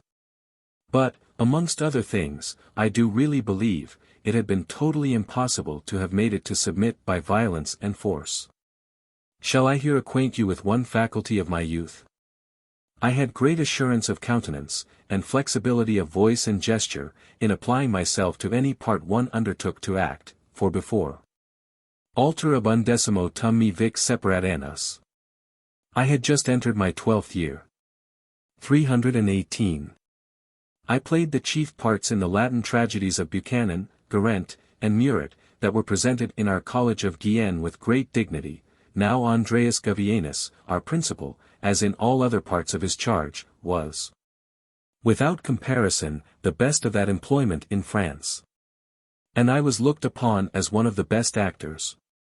'Tis an exercise that I do not disapprove in young people of condition. And I have since seen our princes, after the example of some of the ancients, in person handsomely and commendably perform these exercises. It was even allowed to persons of quality to make a profession of it in Greece. Aristoni tragico actori rem apparit, huic et genus et fortuna honesta erant, nec ars, quia nihil tail apud Grecos pudori est, ea deformabat. He imparted this matter to Aristo the tragedian, a man of good family and fortune, which neither of them receive any blemish by that profession, nothing of this kind being reputed a disparagement in Greece. 319. Nay, I have always taxed those with impertinence who condemn these entertainments, and with injustice those who refuse to admit such comedians as are worth seeing into our good towns, and grudge the people that public diversion. Well-governed corporations take care to assemble their citizens, not only to the solemn duties of devotion, but also to sports and spectacles. They find society and friendship augmented by it.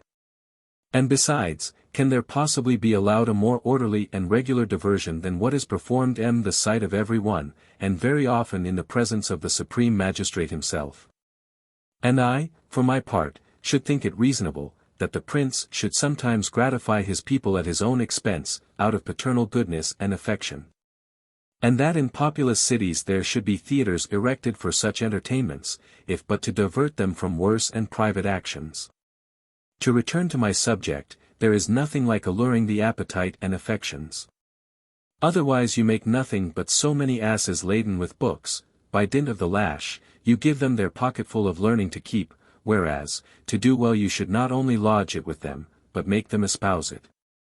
Chapter 26.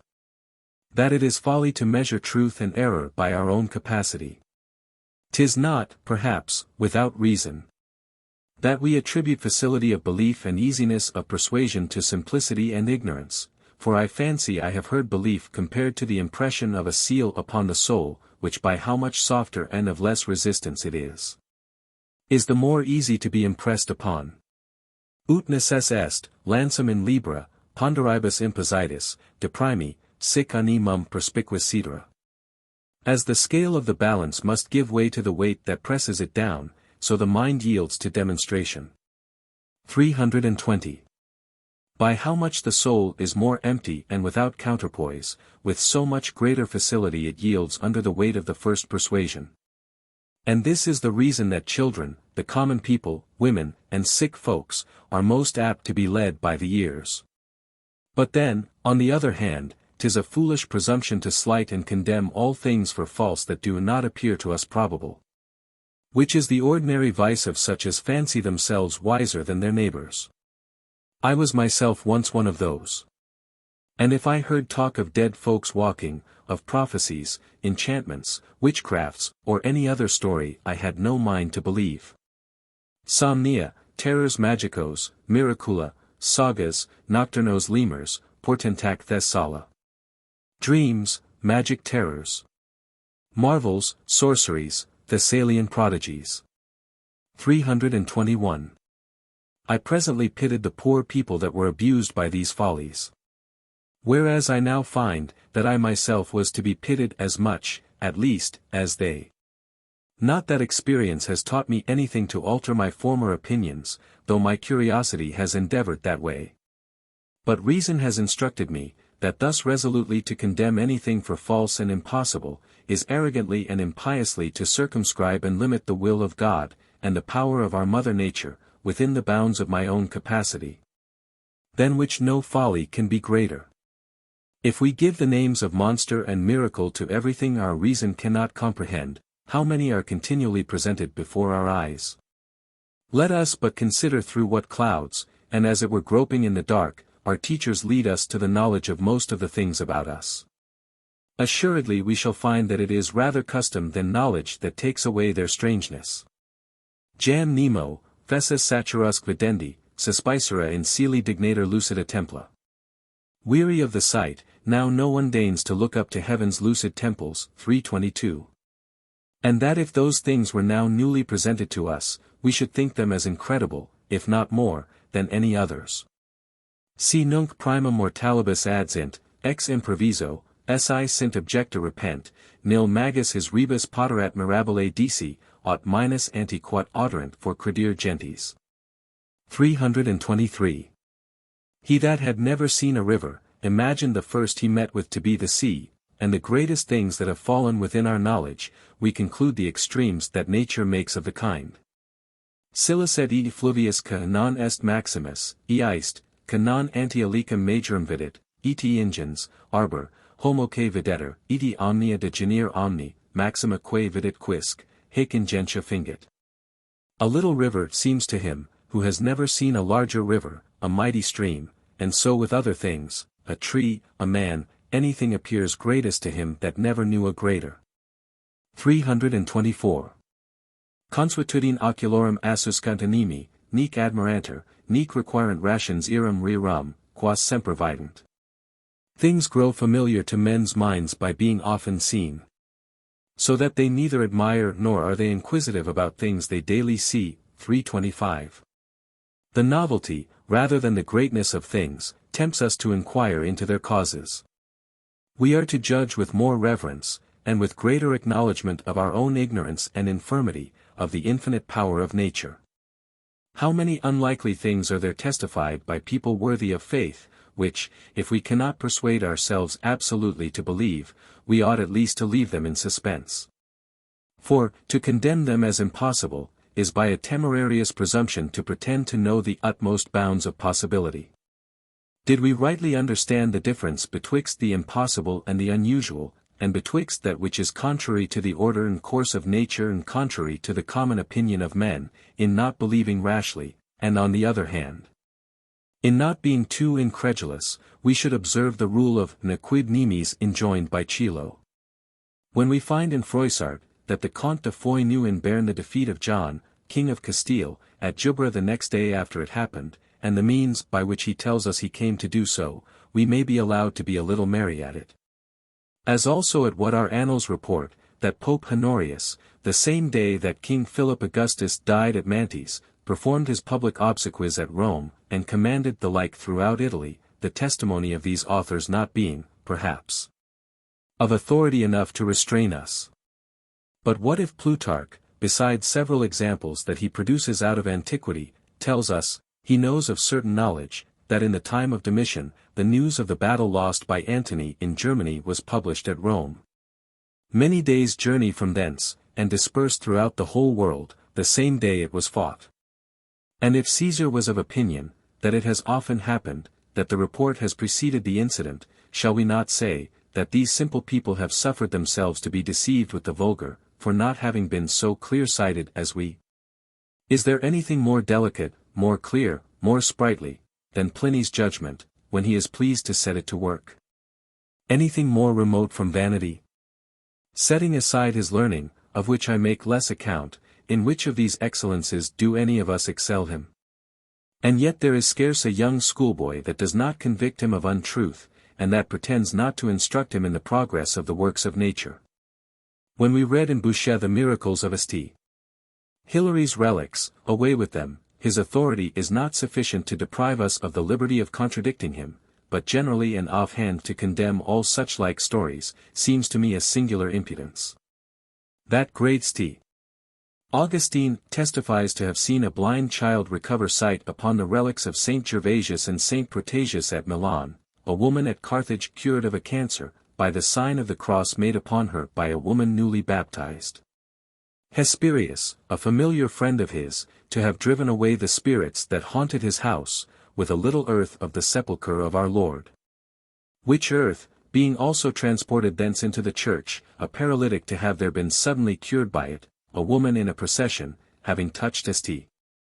Stephen's shrine with a nosegay, and rubbing her eyes with it, to have recovered her sight, lost many years before.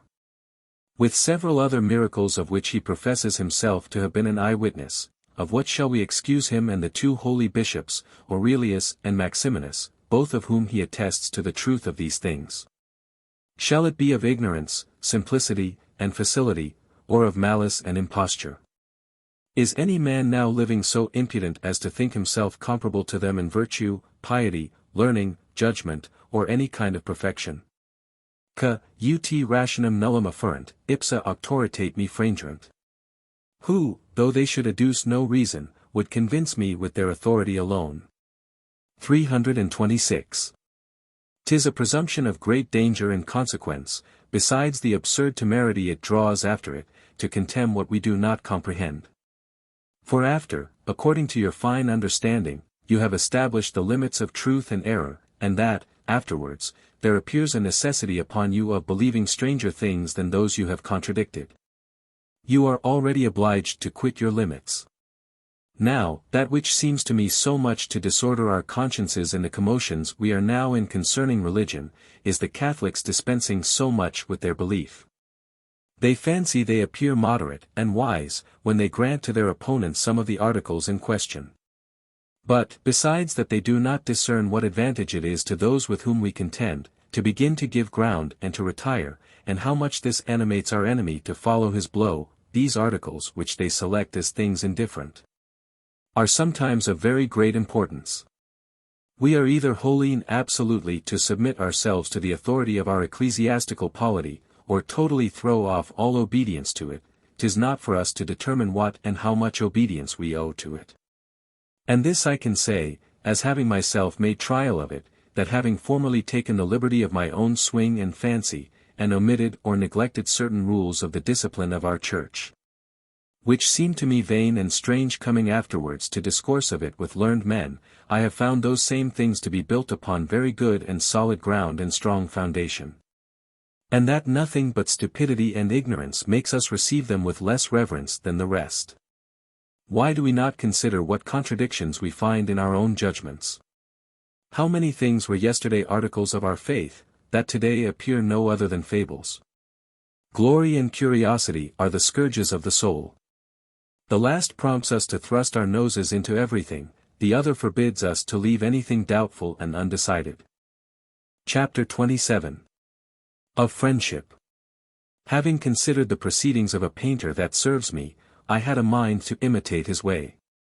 He chooses the fairest place and middle of any wall, or panel, wherein to draw a picture, which he finishes with his utmost care and art, and the vacuity about it he fills with grotesques, which are odd fantastic figures without any grace but what they derive from their variety, and the extravagance of their shapes.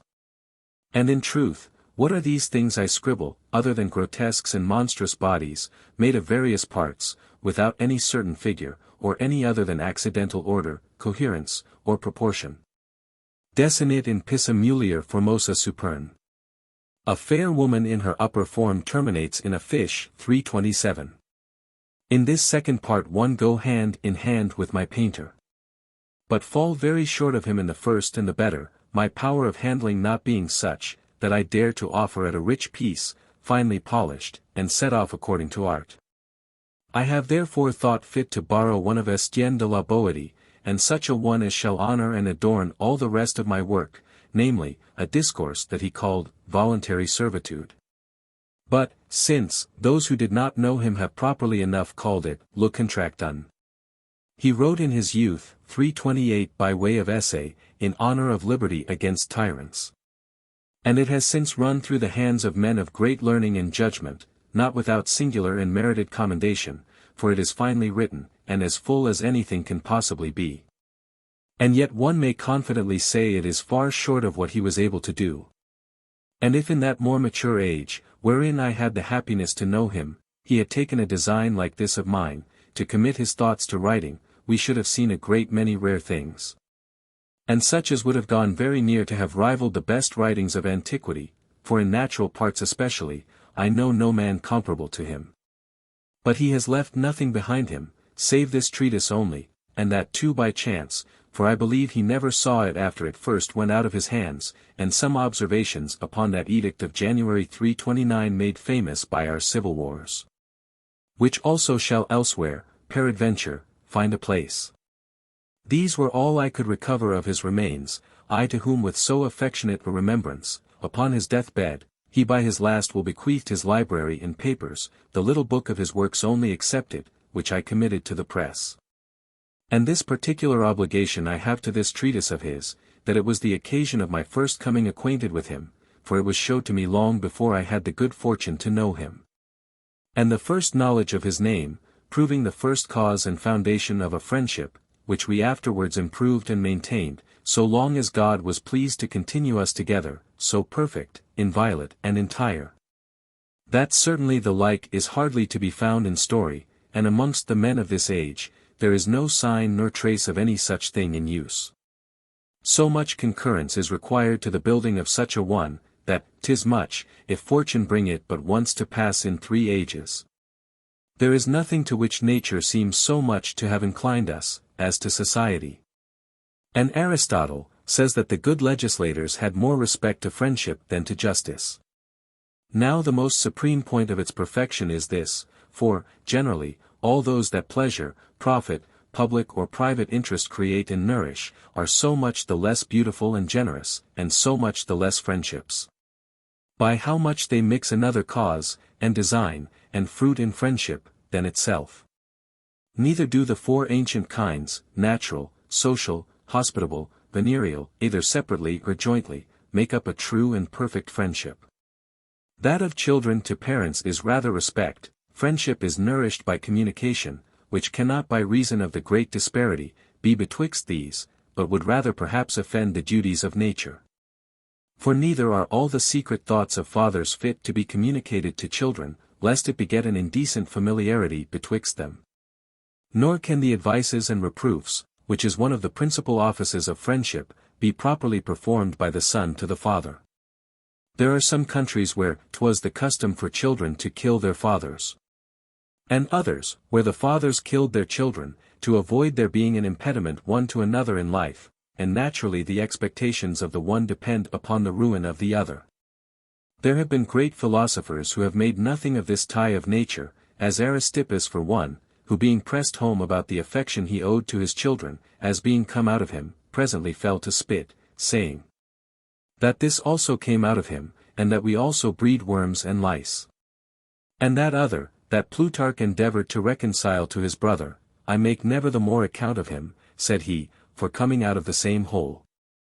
This name of brother does indeed carry with it a fine and delectable sound, and for that reason, he and I called one another brothers, but the complication of interests, the division of estates, and that the wealth of the one should be the property of the other, strangely relax and weaken the fraternal tie, brothers pursuing their fortune and advancement by the same path. 'Tis hardly possible but they must of necessity often jostle and hinder one another. Besides, why is it necessary that the correspondence of manners, parts, and inclinations, which begets the true and perfect friendships, should always meet in these relations? The father and the son may be of quite contrary humors, and so of brothers, he is my son, he is my brother, but he is passionate, ill-natured, or a fool. And moreover, by how much these are friendships that the law and natural obligation impose upon us, so much less is there of our own choice and voluntary freedom, whereas that voluntary liberty of ours has no production more promptly and properly its own than affection and friendship. Not that I have not in my own person experimented all that can possibly be expected of that kind, having had the best and most indulgent father, even to his extreme old age, that ever was. And who was himself descended from a family for many generations famous and exemplary for brotherly concord. Iti ipsi, notus in fratres animi paterni. And I myself, known for paternal love toward my brothers. 330. We are not here to bring the love we bear to women, though it be an act of our own choice, into comparison, nor rank it with the others. The fire of this, I confess. Nec enim est dea nescia nostril, cux dulcem curis misita meritium. Nor is the goddess unknown to me who mixes a sweet bitterness with my love. 331. Is more active, more eager, and more sharp, but withal, 'tis more precipitant, fickle, moving, and inconstant, a fever subject to intermissions and paroxysms, that has seized but on one part of us. Whereas in friendship, 'tis a general and universal fire, but temperate and equal, a constant established heat, all gentle and smooth, without poignancy or roughness. Moreover, in love, 'tis no other than frantic desire for that which flies from us. Cum segue la leper il cacciatori, al freddo, al caldo, alla montagna, al lido, ne piu l'estima poi the presa vide. E sol dietro a chi fug a freda il pedi. As the hunter pursues the hare, in cold and heat, to the mountain, to the shore, nor cares for it farther when he sees it taken, and only delights in chasing that which flees from him. 332. So soon as it enters unto the terms of friendship, that is to say, into a concurrence of desires, it vanishes and is gone, fruition destroys it, as having only a fleshly end, and such a one as is subject to satiety. Friendship, on the contrary, is enjoyed proportionably as it is desired, and only grows up, is nourished and improved by enjoyment, as being of itself spiritual, and the soul growing still more refined by practice. Under this perfect friendship, the other fleeting affections have in my younger years found some place in me, to say nothing of him, who himself so confesses but too much in his verses. So that I had both these passions, but always so, that I could myself well enough distinguish them, and never in any degree of comparison with one another. The first maintaining its flight in so lofty and so brave a place, as with disdain to look down, and see the other flying at a far humbler pitch below. As concerning marriage, besides that it is a covenant, the entrance into which only is free, but the continuance in it forced and compulsory, having another dependence than that of our own free will, and a bargain commonly contracted to other ends. There almost always happens 1,000 intricacies in it to unravel, enough to break the thread and to divert the current of a lively affection, whereas friendship has no manner of business or traffic with aught but itself. Moreover, to say truth, the ordinary talent of women is not such as is sufficient to maintain the conference and communication required to the support of this sacred tie. Nor do they appear to be endued with constancy of mind, to sustain the pinch of so hard and durable a knot. And doubtless, if without this, there could be such a free and voluntary familiarity contracted, where not only the souls might have this entire fruition, but the bodies also might share in the alliance, and a man be engaged throughout. The friendship would certainly be more full and perfect. But it is without example that this sex has ever yet arrived at such perfection, and, by the common consent of the ancient schools, it is wholly rejected from it. That other Grecian license is justly abhorred by our manners, which also, from having, according to their practice, a so necessary disparity of age and difference of offices betwixt the lovers, answered no more to the perfect union and harmony that we here require than the other. Quis est enim ist amor amicitiae? Cur nec deformum adolescentem quisquam amat, nec formosum sinum? For what is that friendly love? Why does no one love a deformed youth or a comely old man? 333. Neither will that very picture that the Academy presents of it, as I conceive, contradict me, when I say, that this first fury inspired by the son of Venus into the heart of the lover. Upon sight of the flower and prime of a springing and blossoming youth, to which they allow all the insolent and passionate efforts that an immoderate ardor can produce, was simply founded upon external beauty. The false image of corporal generation. For it could not ground this love upon the soul, the sight of which as yet lay concealed, was but now springing, and not of maturity to blossom. That this fury, if it seized upon a low spirit, the means by which it preferred its suit were rich presents, favor in advancement to dignities, and such trumpery, which they by no means approve. If on a more generous soul, the pursuit was suitably generous, by philosophical instructions, precepts to revere religion, to obey the laws, to die for the good of one's country. By examples of valor, prudence, and justice, the lover studying to render himself acceptable by the grace and beauty of the soul, that of his body being long since faded and decayed. Hoping by this mental society to establish a more firm and lasting contract. When this courtship came to effect in due season, for that which they do not require in the lover, namely, leisure and discretion in his pursuit, they strictly require in the person loved, forasmuch as he is to judge of an internal beauty, of difficult knowledge and abstruse discovery, then there sprung in the person loved the desire of a spiritual conception. By the mediation of a spiritual beauty. This was the principal, the corporeal, and accidental and secondary matter, quite the contrary as to the lover. For this reason they prefer the person beloved, maintaining that the gods in like manner preferred him too, and very much blame the poet Aeschylus for having, in the loves of Achilles and Patroclus, given the lover's part to Achilles, who was in the first and beardless flower of his adolescence, and the handsomest of all the Greeks. After this general community, the sovereign, and most worthy part presiding and governing, and performing its proper offices, they say, that thence great utility was derived, both by private and public concerns. That it constituted the force and power of the countries where it prevailed, and the chiefest security of liberty and justice. Of which the healthy loves of Harmodius and Aristogiton are instances. And therefore it is that they called it sacred and divine, and conceive that nothing but the violence of tyrants and the baseness of the common people are inimical to it. Finally, all that can be said in favor of the Academy is, that it was a love which ended in friendship, which well enough agrees with the Stoical definition of love. Amorem conatum esse amicitiae faciendi ex pulchritudini specie.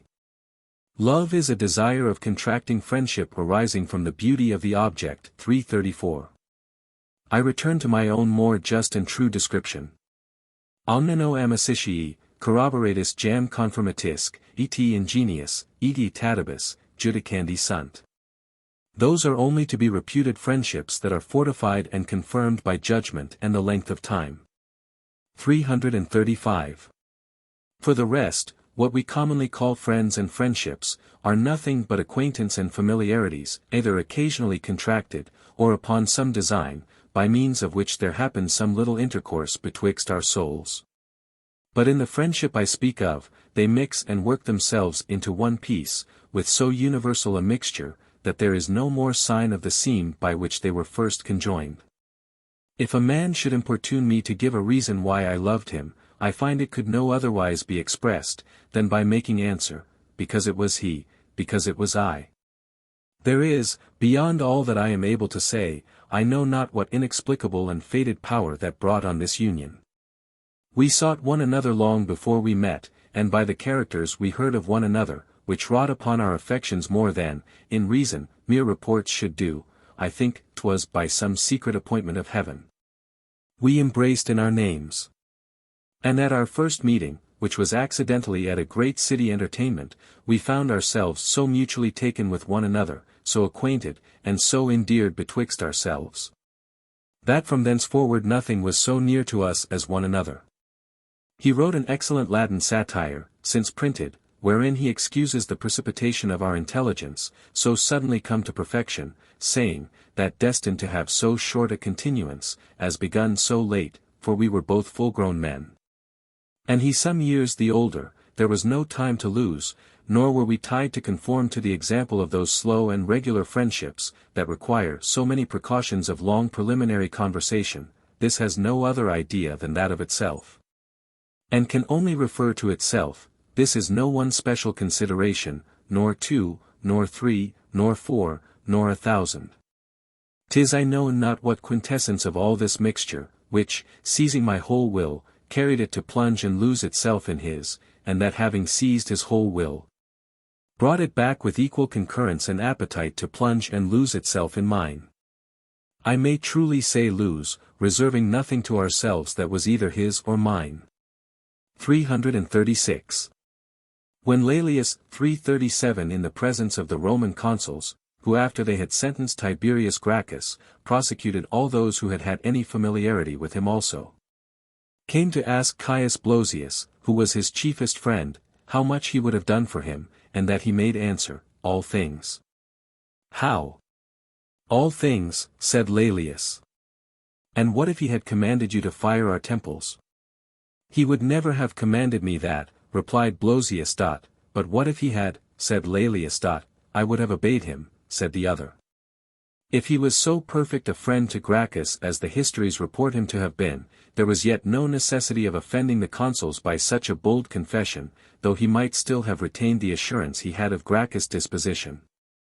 However, those who accuse this answer as seditious, do not well understand the mystery. Nor presuppose, as it was true, that he had Gracchus will in his sleeve, both by the power of a friend, and the perfect knowledge he had of the man, they were more friends than citizens. More friends to one another than either enemies or friends to their country, or than friends to ambition and innovation. Having absolutely given up themselves to one another, either held absolutely the reins of the other's inclination.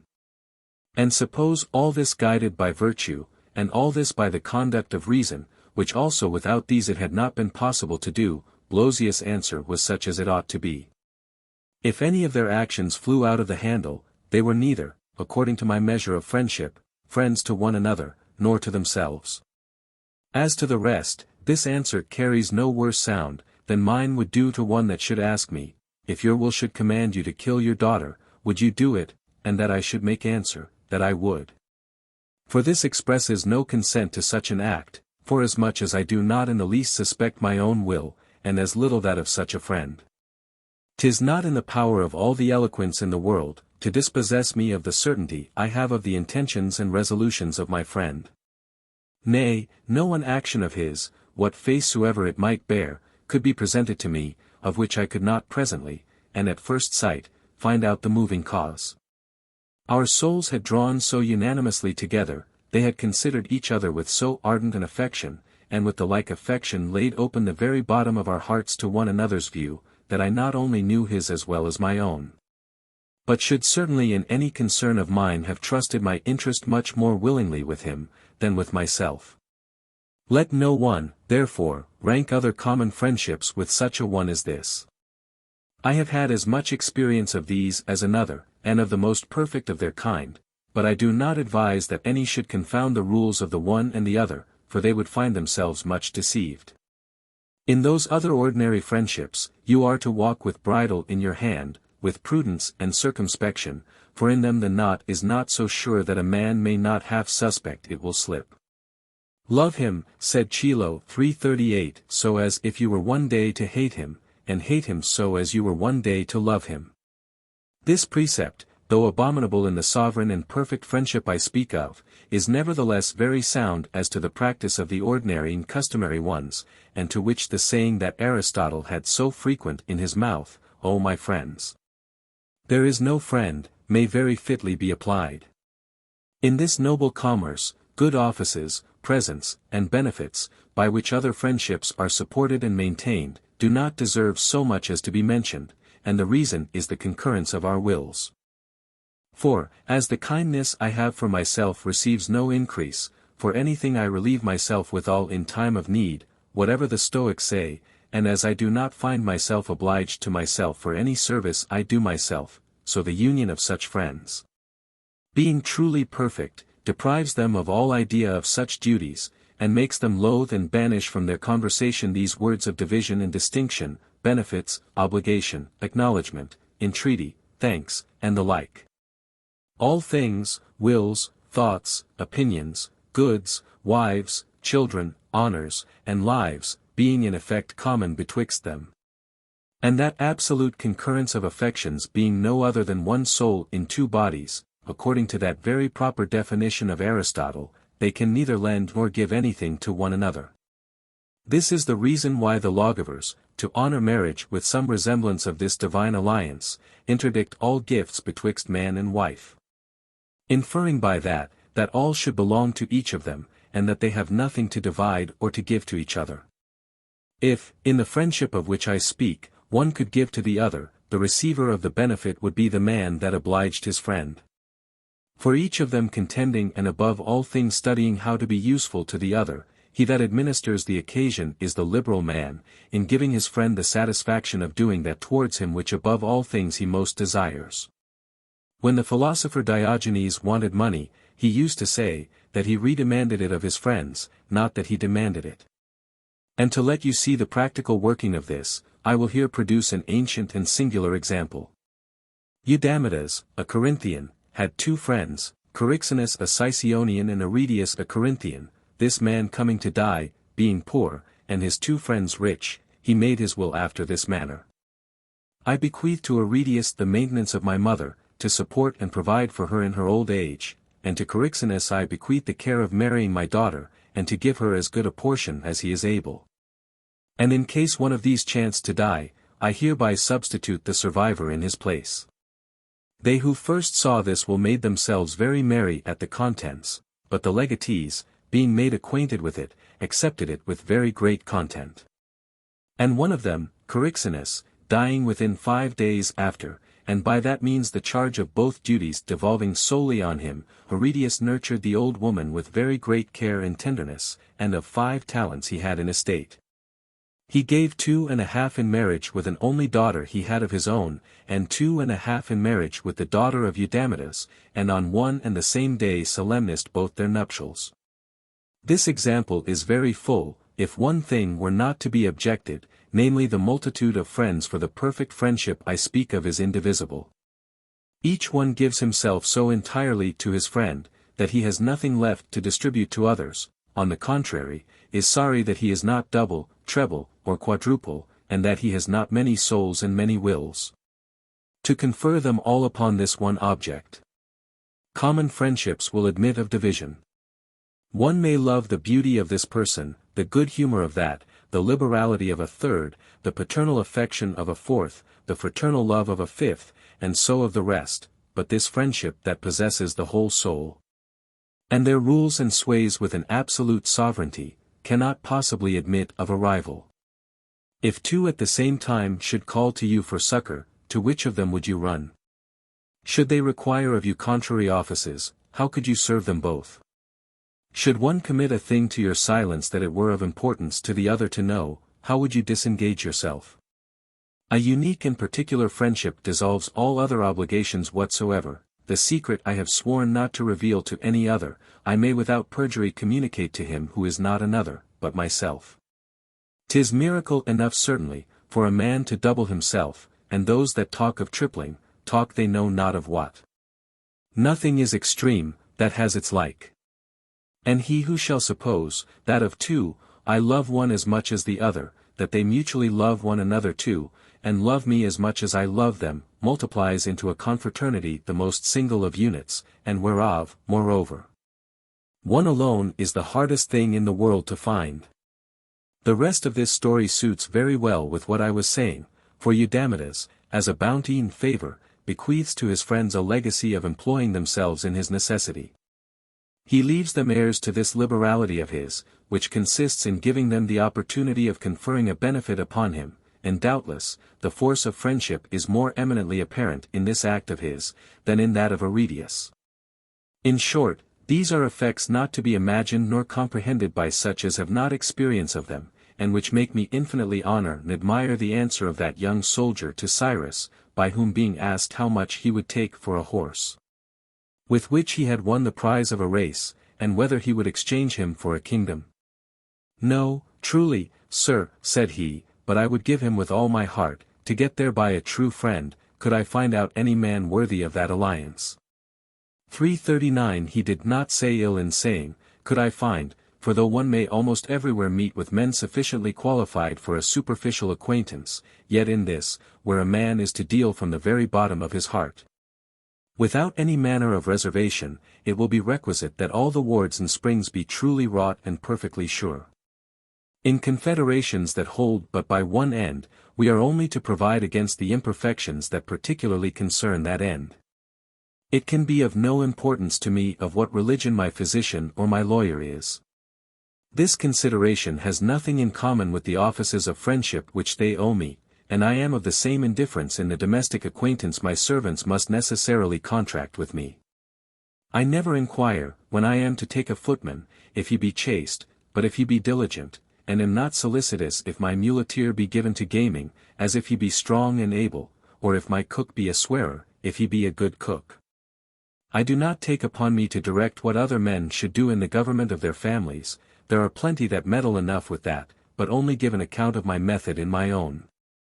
Mihi sic usus est, tibi, ut opus est facto, face. This has been my way. As for you, do as you find needful. 340. For table talk, I prefer the pleasant and witty before the learned and the grave, in bed, beauty before goodness. In common discourse the ablest speaker, whether or no there be sincerity in the case. And, as he that was found astride upon a hobby horse, playing with his children, entreated the person who had surprised him in that posture to say nothing of it till himself came to be a father. 341. Supposing that the fondness that would then possess his own soul, would render him a fairer judge of such an action. So I, also, could wish to speak to such as have had experience of what I say, though, knowing how remote a thing such a friendship is from the common practice, and how rarely it is to be found, I despair of meeting with any such judge. For even these discourses left us by antiquity upon this subject, seem to me flat and poor, in comparison of the sense I have of it, and in this particular, the effects surpass even the precepts of philosophy. Nil ego contulorum jucundo sanus amico. While I have sense left to me, there will never be anything more acceptable to me than an agreeable friend. 342. The ancient Menander declared him to be happy that had had the good fortune to meet with but the shadow of a friend, and doubtless he had good reason to say so, especially if he spoke by experience, for in good earnest. If I compare all the rest of my life, though, thanks be to God, I have passed my time pleasantly enough, and at my ease, and the loss of such a friend excepted, free from any grievous affliction, and in great tranquillity of mind. Having been contented with my natural and original commodities, without being solicitous after others. If I should compare it all, I say, with the 4 years I had the happiness to enjoy the sweet society of this excellent man, 'tis nothing but smoke, an obscure and tedious night. From the day that I lost him. Quern semper acerbum, semper honoratum, sic, d, voluistis, habibo. A day for me ever sad, for ever sacred, so have you willed ye gods. 343. I have only led a languishing life. And the very pleasures that present themselves to me, instead of administering anything of consolation, double my affliction for his loss. We were halves throughout, and to that degree, that methinks, by outliving him, I defraud him of his part. Nec fas esse ola me voluptate hic frui, decrevi, tantus per dum il abest meus particeps. I have determined that it will never be right for me to enjoy any pleasure, so long as he, with whom I shared all pleasures is away. 344. I was so grown and accustomed to be always his double in all places and in all things, that methinks I am no more than half of myself. Illa me esse partem anima tulit, maturior vis, quid more altera? Nec caris ec, nec supersts, integer. I'll dies utramque, duxit ruinum. If that half of my soul were snatched away from me by an untimely stroke, why should the other stay? That which remains will not be equally dear, will not be whole, the same day will involve the destruction of both. Or, if a superior force has taken that part of my soul, why do I, the remaining one, linger behind? What is left is not so dear, nor an entire thing, this day has wrought the destruction of both. 345. There is no action or imagination of mine wherein I do not miss him.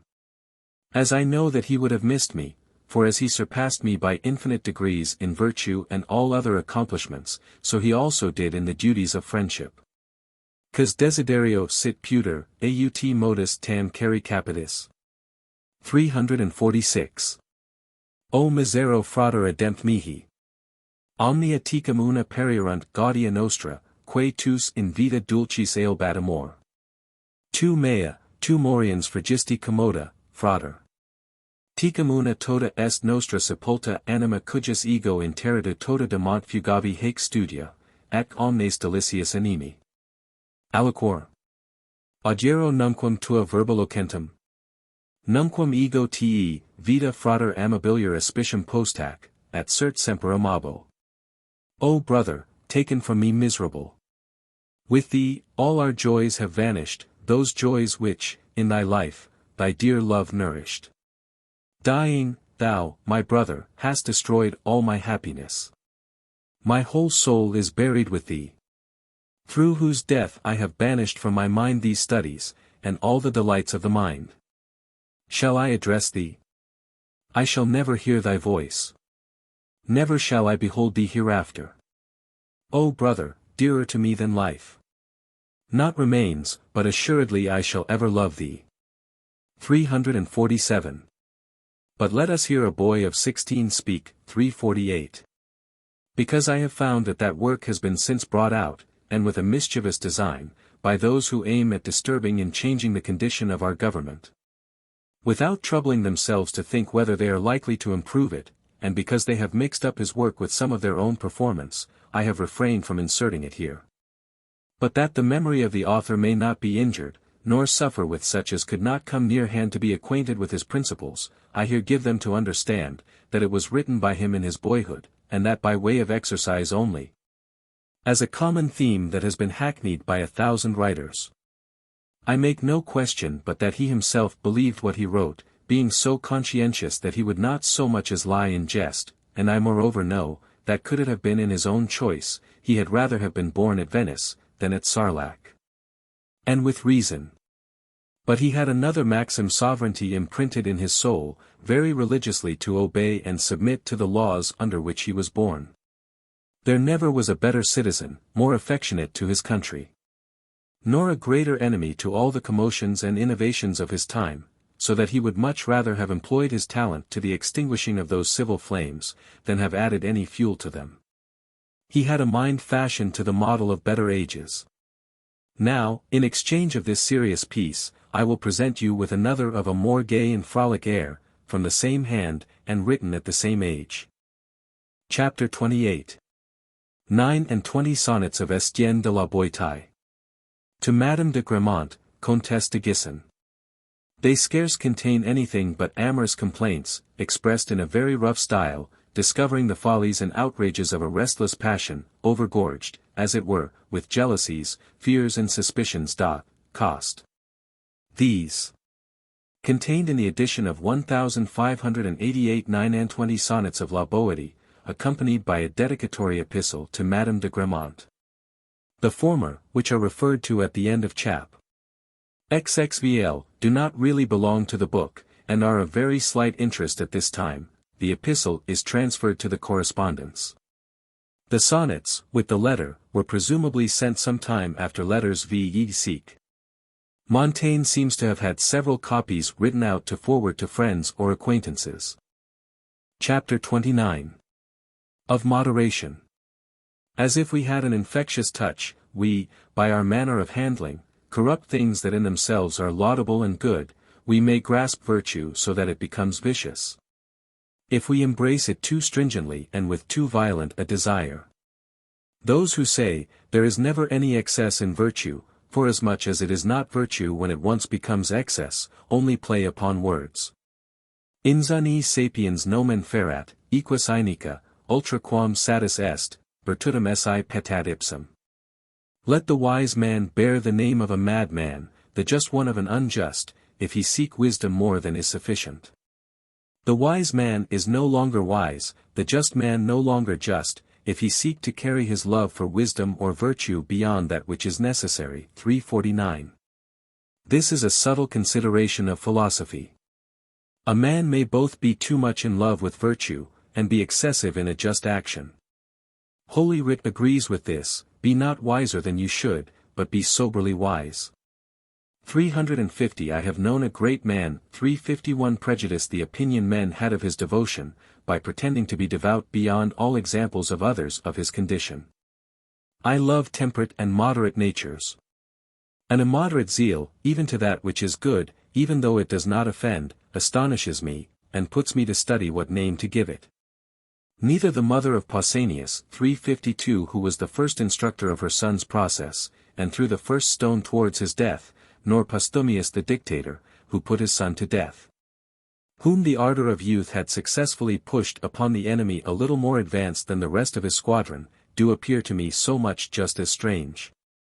And I should neither advise nor like to follow so savage a virtue, and that costs so dear. 353. The archer that shoots over, misses as much as he that falls short, and 'tis equally troublesome to my sight, to look up at a great light, and to look down into a dark abyss. Callicles in Plato says, that the extremity of philosophy is hurtful, and advises not to dive into it beyond the limits of profit, that, taken moderately, it is pleasant and useful. But that in the end it renders a man brutish and vicious, a contemner of religion and the common laws, an enemy to civil conversation, and all human pleasures, incapable of all public administration. Unfit either to assist others or to relieve himself, and a fit object for all sorts of injuries and affronts. He says true, for in its excess, it enslaves our natural freedom, and by an impertinent subtlety, leads us out of the fair and beaten way that nature has traced for us. The love we bear to our wives is very lawful, and yet theology thinks fit to curb and restrain it. As I remember, I have read in one place of St. Thomas Aquinas 354 where he condemns marriages within any of the forbidden degrees, for this reason, amongst others, that there is some danger, lest the friendship a man bears to such a woman, should be immoderate. For if the conjugal affection be full and perfect betwixt them, as it ought to be, and that it be over and above surcharged with that of kindred too, there is no doubt, but such an addition will carry the husband beyond the bounds of reason. Those sciences that regulate the manners of men, divinity and philosophy, will have their say in everything. There is no action so private and secret that can escape their inspection and jurisdiction. They are best taught who are best able to control and curb their own liberty. Women expose their nudities as much as you will upon the account of pleasure, though in the necessities of physic they are altogether as shy. I will, therefore, in their behalf, 355 teach the husbands, that is, such as are too vehement in the exercise of the matrimonial duty, if such there still be, this lesson. That the very pleasures they enjoy in the society of their wives are reproachable if immoderate, and that a licentious and riotous abuse of them is a fault as reprovable here as in illicit connections. Those immodest and debauched tricks and postures, that the first ardor suggests to us in this affair, are not only indecently but detrimentally practiced upon our wives. Let them at least learn impudence from another hand. They are ever ready enough for our business, and I for my part always went the plain way to work. Marriage is a solemn and religious tie, and therefore the pleasure we extract from it should be a sober and serious delight, and mixed with a certain kind of gravity. It should be a sort of discreet and conscientious pleasure. And seeing that the chief end of it is generation, some make a question, whether when men are out of hopes as when they are superannuated or already with child, it be lawful to embrace our wives.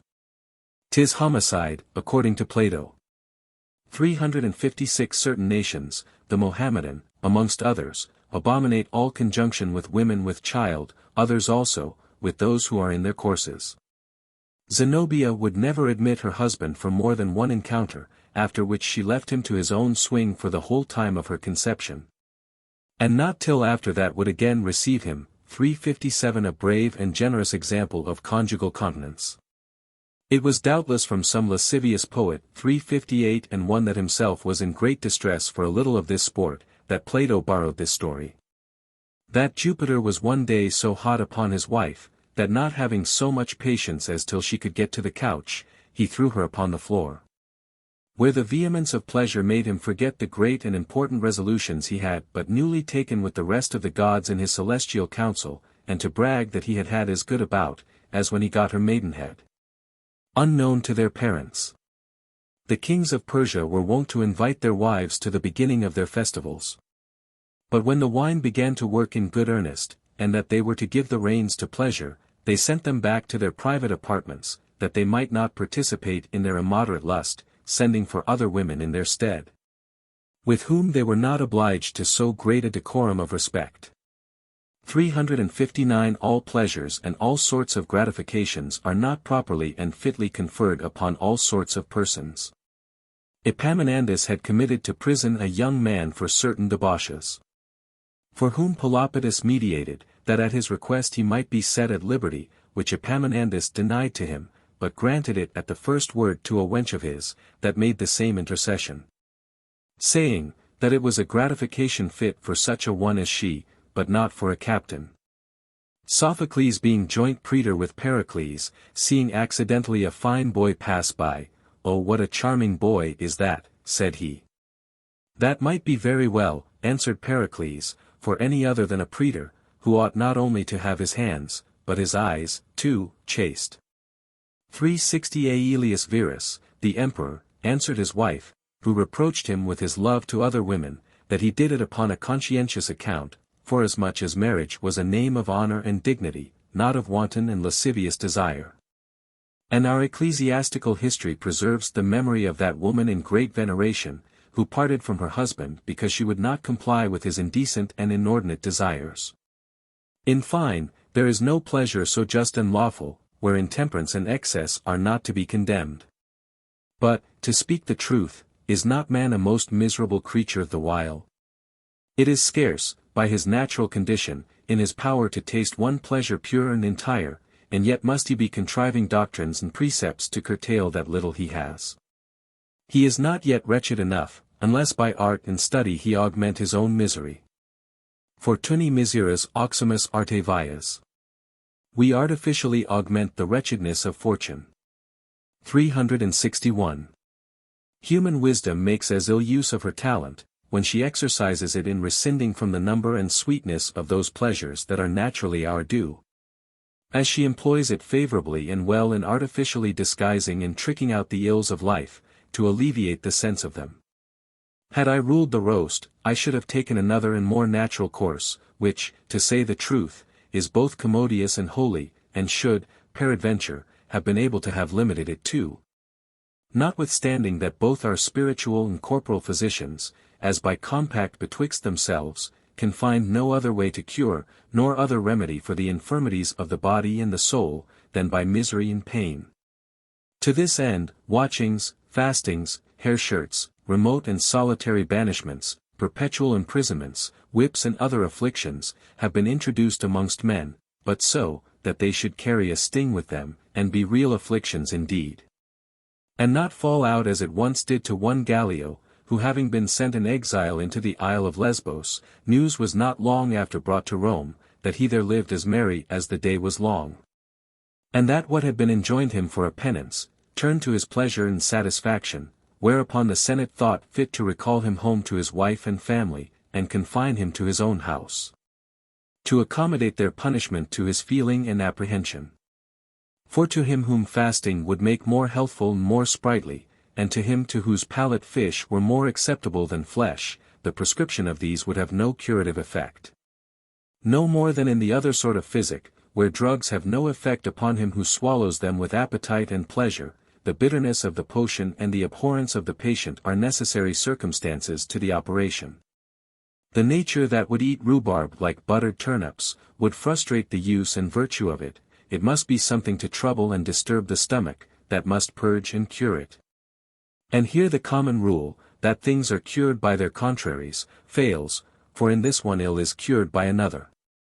This belief a little resembles that other so ancient one, of thinking to gratify the gods and nature by massacre and murder, an opinion universally once received in all religions. And still, in these later times wherein our fathers lived, Amurath at the taking of the Isthmus, immolated 600 young Greeks to his father's soul, in the nature of a propitiatory sacrifice for his sins. And in those new countries discovered in this age of ours, which are pure and virgin yet, in comparison of ours, this practice is in some measure everywhere received, all their idols reek with human blood. Not without various examples of horrid cruelty, some they burn alive, and take, half broiled, off the coals to tear out their hearts and entrails. Some, even women, they flay alive, and with their bloody skins clothe and disguise others. Neither are we without great examples of constancy and resolution in this affair. The poor souls that are to be sacrificed, old men, women, and children, themselves going about some days before to beg alms for the offering of their sacrifice. Presenting themselves to the slaughter, singing and dancing with the spectators. The ambassadors of the King of Mexico, setting out to Fernando Cortés the power and greatness of their master, after having told him, that he had 30 vassals, of whom each was able to raise 100,000 fighting men. And that he kept his court in the fairest and best fortified city under the sun, added at last, that he was obliged yearly to offer to the gods 50,000 men. And it is affirmed, that he maintained a continual war, with some potent neighboring nations, not only to keep the young men in exercise, but principally to have wherewithal to furnish his sacrifices with his prisoners of war. At a certain town in another place, for the welcome of the said Cortés, they sacrificed 50 men at once. I will tell you this one tale more, and I have done. Some of these people being beaten by him, sent to acknowledge him, and to treat with him of a peace, whose messengers carried him 3 sorts of gifts, which they presented in these terms: Behold, Lord, here are 5 slaves, if thou art a furious god that feedeth upon flesh and blood, eat these, and we will bring thee more. If thou art an affable god, behold here incense and feathers, but if thou art a man, take these fowls and these fruits that we have brought thee. Chapter 30. Of Cannibals. When King Pyrrhus invaded Italy, having viewed and considered the order of the army the Romans sent out to meet him. I know not, said he, what kind of barbarians, for so the Greeks called all other nations, these may be, but the disposition of this army that I see has nothing of barbarism in it. 362 As much said the Greeks of that which Flaminius brought into their country, and Philip, beholding from an eminence the order and distribution of the Roman camp formed in his kingdom by Publius Sulpicius Galba, spake to the same effect. By which it appears how cautious men ought to be of taking things upon trust from vulgar opinion, and that we are to judge by the eye of reason, and not from common report. I long had a man in my house that lived 10 or 12 years in the New World, discovered in these latter days, and in that part of it where Villegagnon landed 363 which he called Antarctic France. This discovery of so vast a country seems to be a very great consideration. I cannot be sure, that hereafter there may not be another, so many wiser men than we having been deceived in this.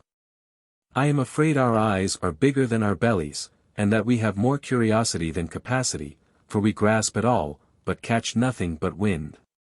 Plato brings in Solon 364 telling a story that he had heard from the priests of Sais in Egypt, that of old, and before the deluge, there was a great island called Atlantis, situate directly at the mouth of the Straits of Gibraltar, which contained more countries than both Africa and Asia put together. And that the kings of that country, who not only possessed that isle, but extended their dominion so far into the continent that they had a country of Africa as far as Egypt, and extending in Europe to Tuscany, attempted to encroach even upon Asia, and to subjugate all the nations that border upon the Mediterranean Sea, as far as the Black Sea. And to that effect overran all Spain, the Gauls, and Italy, so far as to penetrate into Greece, where the Athenians stopped them, but that some time after, both the Athenians, and they and their island, were swallowed by the flood. It is very likely that this extreme eruption and inundation of water made wonderful changes and alterations in the habitations of the earth, as 'tis said that the sea then divided Sicily from Italy. Haec loca, six quandam et vasta convulsa ruina. Deciluus ferent, quum protinus utraque tellus una forae. These lands, they say, formerly with violence and vast desolation convulsed, burst asunder, where erewhile were. 365. Cyprus from Syria, the Isle of Negropont from the continent of Boeotia, and elsewhere united lands that were separate before, by filling up the channel betwixt them with sand and mud. Sterilisque geopolus, aptake remus, vicinus urbs alit. Eti grave sentit erytrum. That which was once a sterile marsh, and bore vessels on its bosom, now feeds neighboring cities, and admits the plough. 366. But there is no great appearance that this isle was this new world so lately discovered, for that almost touched upon Spain, and it were an incredible effect of an inundation, to have tumbled back so prodigious a mass. Above 1200 leagues, besides that our modern navigators have already almost discovered it to be no island, but terra firma, and continent with the East Indies on the one side, and with the lands under the two poles on the other side. Or, if it be separate from them, it is by so narrow a strait and channel, that it none the more deserves the name of an island for that. It should seem, that in this great body, there are two sorts of motions, the one natural and the other febrific, as there are in ours. When I consider the impression that our river of Dordogne has made in my time on the right bank of its descent, and that in 20 years it has gained so much, and undermined the foundations of so many houses, I perceive it to be an extraordinary agitation, for had it always followed this course, or were hereafter to do it, the aspect of the world would be totally changed. But rivers alter their course, sometimes beating against the one side, and sometimes the other, and sometimes quietly keeping the channel. I do not speak of sudden inundations, the causes of which everybody understands. In Médoc, by the seashore, the Sieur d'Arsac, my brother, sees an estate he had there, buried under the sands which the sea vomits before it, where the tops of some houses are yet to be seen, and where his rents and domains are converted into pitiful barren pasturage. The inhabitants of this place affirm, that of late years the sea has driven so vehemently upon them, that they have lost above 4 leagues of land. These sands are her harbingers, and we now see great heaps of moving sand, that march half a league before her, and occupy the land. The other testimony from antiquity, to which some would apply this discovery of the New World, is in Aristotle. At least, if that little book of unheard of miracles be his.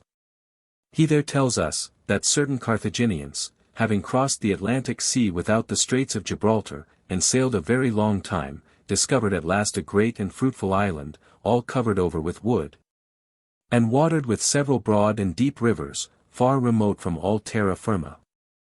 And that they, and others after them, allured by the goodness and fertility of the soil, went thither with their wives and children, and began to plant a colony. But the Senate of Carthage, perceiving their people by little and little to diminish, issued out an express prohibition, that none, upon pain of death, should transport themselves thither, and also drove out these new inhabitants. Fearing, 'tis said, lest in process of time they should so multiply as to supplant themselves and ruin their state. But this relation of Aristotle no more agrees with our new-found lands than the other. This man that I had was a plain ignorant fellow, and therefore the more likely to tell truth, for your better-bred sort of men are much more curious in their observation, 'tis true, and discover a great deal more. But then they gloss upon it, and to give the greater weight to what they deliver, and allure your belief, they cannot forbear a little to alter the story. They never represent things to you simply as they are, but rather as they appear to them, or as they would have them appear to you, and to gain the reputation of men of judgment, and the better to induce your faith, are willing to help out the business with something more than is really true, of their own invention. Now in this case, we should either have a man of irreproachable veracity, or so simple that he has not wherewithal to contrive, and to give a colour of truth to false relations, and who can have no ends in forging an untruth. Such a one was mine. And besides, he has at divers times brought to me several seamen and merchants who at the same time went the same voyage. I shall therefore content myself with his information, without inquiring what the cosmographers say to the business. We should have topographers to trace out to us the particular places where they have been. But for having had this advantage over us, to have seen the Holy Land, they would have the privilege, forsooth, to tell us stories of all the other parts of the world beside. I would have every one write what he knows, and as much as he knows, but no more, and that not in this only but in all other subjects. For such a person may have some particular knowledge and experience of the nature of such a river, or such a fountain, who, as to other things, knows no more than what everybody does, and yet to give a currency to his little pittance of learning, will undertake to write the whole body of physics, a vice from which great inconveniences derive their original. Now, to return to my subject, I find that there is nothing barbarous and savage in this nation, by anything that I can gather, excepting, that every one gives the title of barbarism to everything that is not in use in his own country. As, indeed, we have no other level of truth and reason than the example and idea of the opinions and customs of the place wherein we live, there is always the perfect religion, there the perfect government. There the most exact and accomplished usage of all things. They are savages at the same rate that we say fruits are wild, which nature produces of herself and by her own ordinary progress. Whereas, in truth, we ought rather to call those wild whose natures we have changed by our artifice and diverted from the common order. In those, the genuine, most useful, and natural virtues and properties are vigorous and sprightly, which we have helped to degenerate in these, by accommodating them to the pleasure of our own corrupted palate. And yet for all this, our taste confesses a flavor and delicacy excellent even to emulation of the best of ours, in several fruits wherein those countries abound without art or culture. Neither is it reasonable that art should gain the preeminence of our great and powerful Mother Nature. We have so surcharged her with the additional ornaments and graces we have added to the beauty and riches of her own works by our inventions, that we have almost smothered her. Yet in other places, where she shines in her own purity and proper luster, she marvellously baffles and disgraces all our vain and frivolous attempts. Et venient heteri spont sua melius, surgit et in solis formosier arbutus antris. Et volucres nulls dulcius arte canunt. The ivy grows best spontaneously, the arbutus best in shady caves, and the wild notes of birds are sweeter than art can teach. 367. Our utmost endeavors cannot arrive at so much as to imitate the nest of the least of birds, its contexture, beauty, and convenience, not so much as the web of a poor spider. All things, says Plato, 368, are produced either by nature, by fortune, or by art, the greatest and most beautiful by the one or the other of the former, the least and the most imperfect by the last. These nations then seem to me to be so far barbarous, as having received but very little form and fashion from art and human invention, and consequently to be not much remote from their original simplicity. The laws of nature, however, govern them still, not as yet much vitiated with any mixture of ours, but 'tis in such purity, that I am sometimes troubled we were not sooner acquainted with these people. And that they were not discovered in those better times, when there were men much more able to judge of them than we are. I am sorry that Lycurgus and Plato had no knowledge of them. For to my apprehension, what we now see in those nations, does not only surpass all the pictures with which the poets have adorned the golden age, and all their inventions in feigning a happy state of man, but, moreover, the fancy and even the wish and desire of philosophy itself. So native and so pure a simplicity, as we by experience see to be in them, could never enter into their imagination, nor could they ever believe that human society could have been maintained with so little artifice and human patchwork. I should tell Plato that it is a nation wherein there is no manner of traffic, no knowledge of letters, no science of numbers, no name of magistrate or political superiority.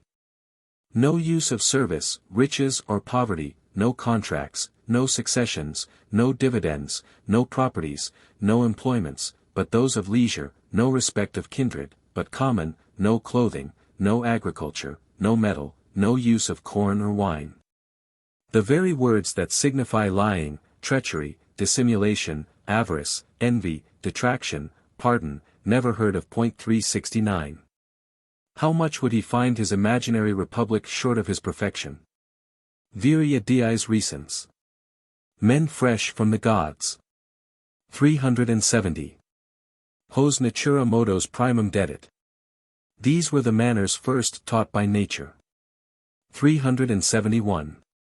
As to the rest, they live in a country very pleasant and temperate, so that, as my witnesses inform me, 'tis rare to hear of a sick person, and they moreover assure me, that they never saw any of the natives either paralytic, blearied, toothless, or crooked with age.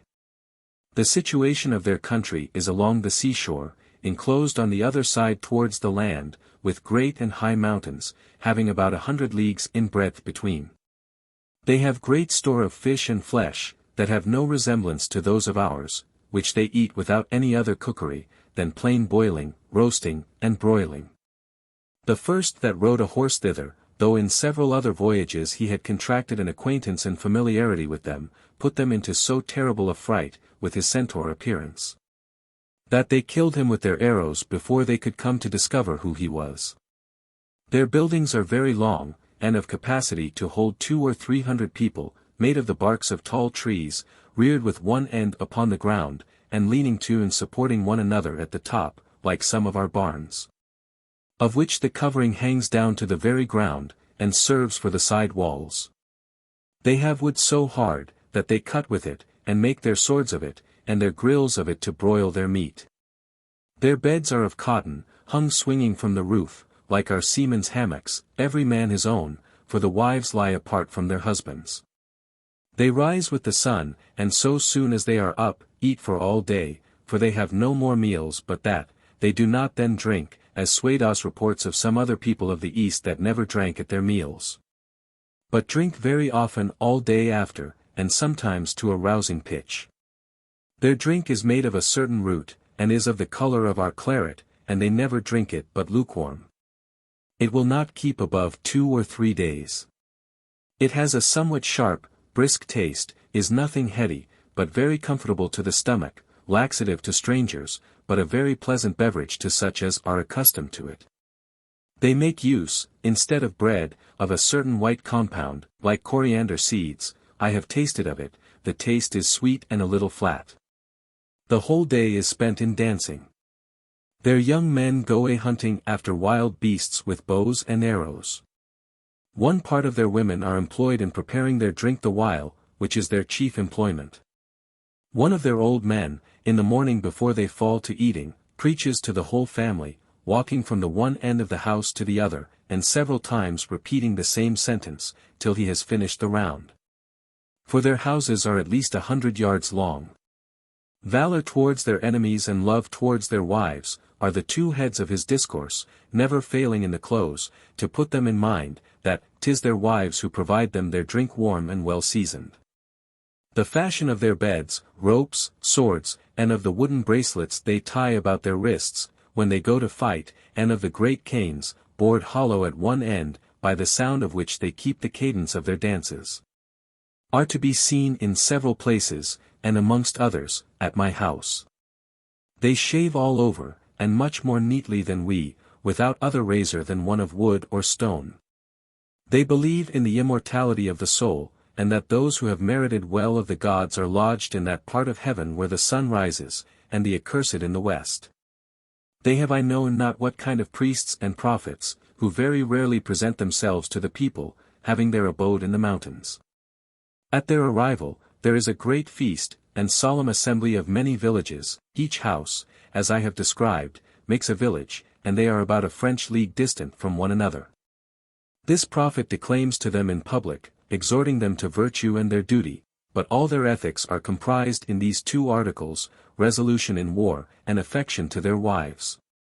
He also prophesies to them events to come, and the issues they are to expect from their enterprises, and prompts them to or diverts them from war, but let him look to't. For if he fail in his divination, and anything happen otherwise than he has foretold, he is cut into 1,000 pieces. If he be caught, and condemned for a false prophet, for that reason, if any of them has been mistaken, he is no more heard of. Divination is a gift of God, and therefore to abuse it, ought to be a punishable imposture.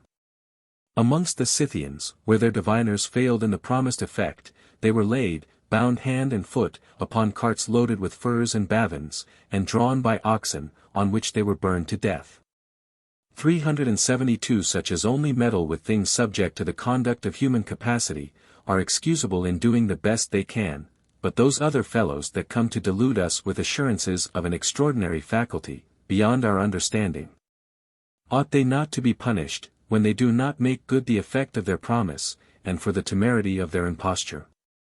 They have continual war with the nations that live further within the mainland, beyond their mountains, to which they go naked, and without other arms than their bows and wooden swords, fashioned at one end like the head of our javelins. The obstinacy of their battles is wonderful, and they never end without great effusion of blood, for as to running away, they know not what it is. Every one for a trophy brings home the head of an enemy he has killed, which he fixes over the door of his house. After having a long time treated their prisoners very well, and given them all the regales they can think of, he to whom the prisoner belongs, invites a great assembly of his friends. They being come, he ties a rope to one of the arms of the prisoner, of which, at a distance, out of his reach, he holds the one end himself, and gives to the friend he loves best the other arm to hold after the same manner, which being done, they too, in the presence of all the assembly, dispatch him with their swords. After that, they roast him, eat him amongst them, and send some chops to their absent friends. They do not do this, as some think, for nourishment, as the Scythians anciently did, but as a representation of an extreme revenge. As will appear by this, that having observed the Portuguese, who were in league with their enemies, to inflict another sort of death upon any of them they took prisoners, which was to set them up to the girdle in the earth.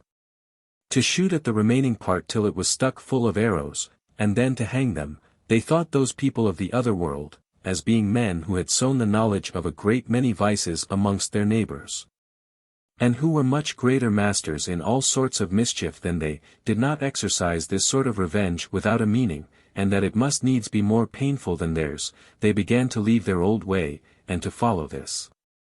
I am not sorry that we should here take notice of the barbarous horror of so cruel an action, but that, seeing so clearly into their faults, we should be so blind to our own.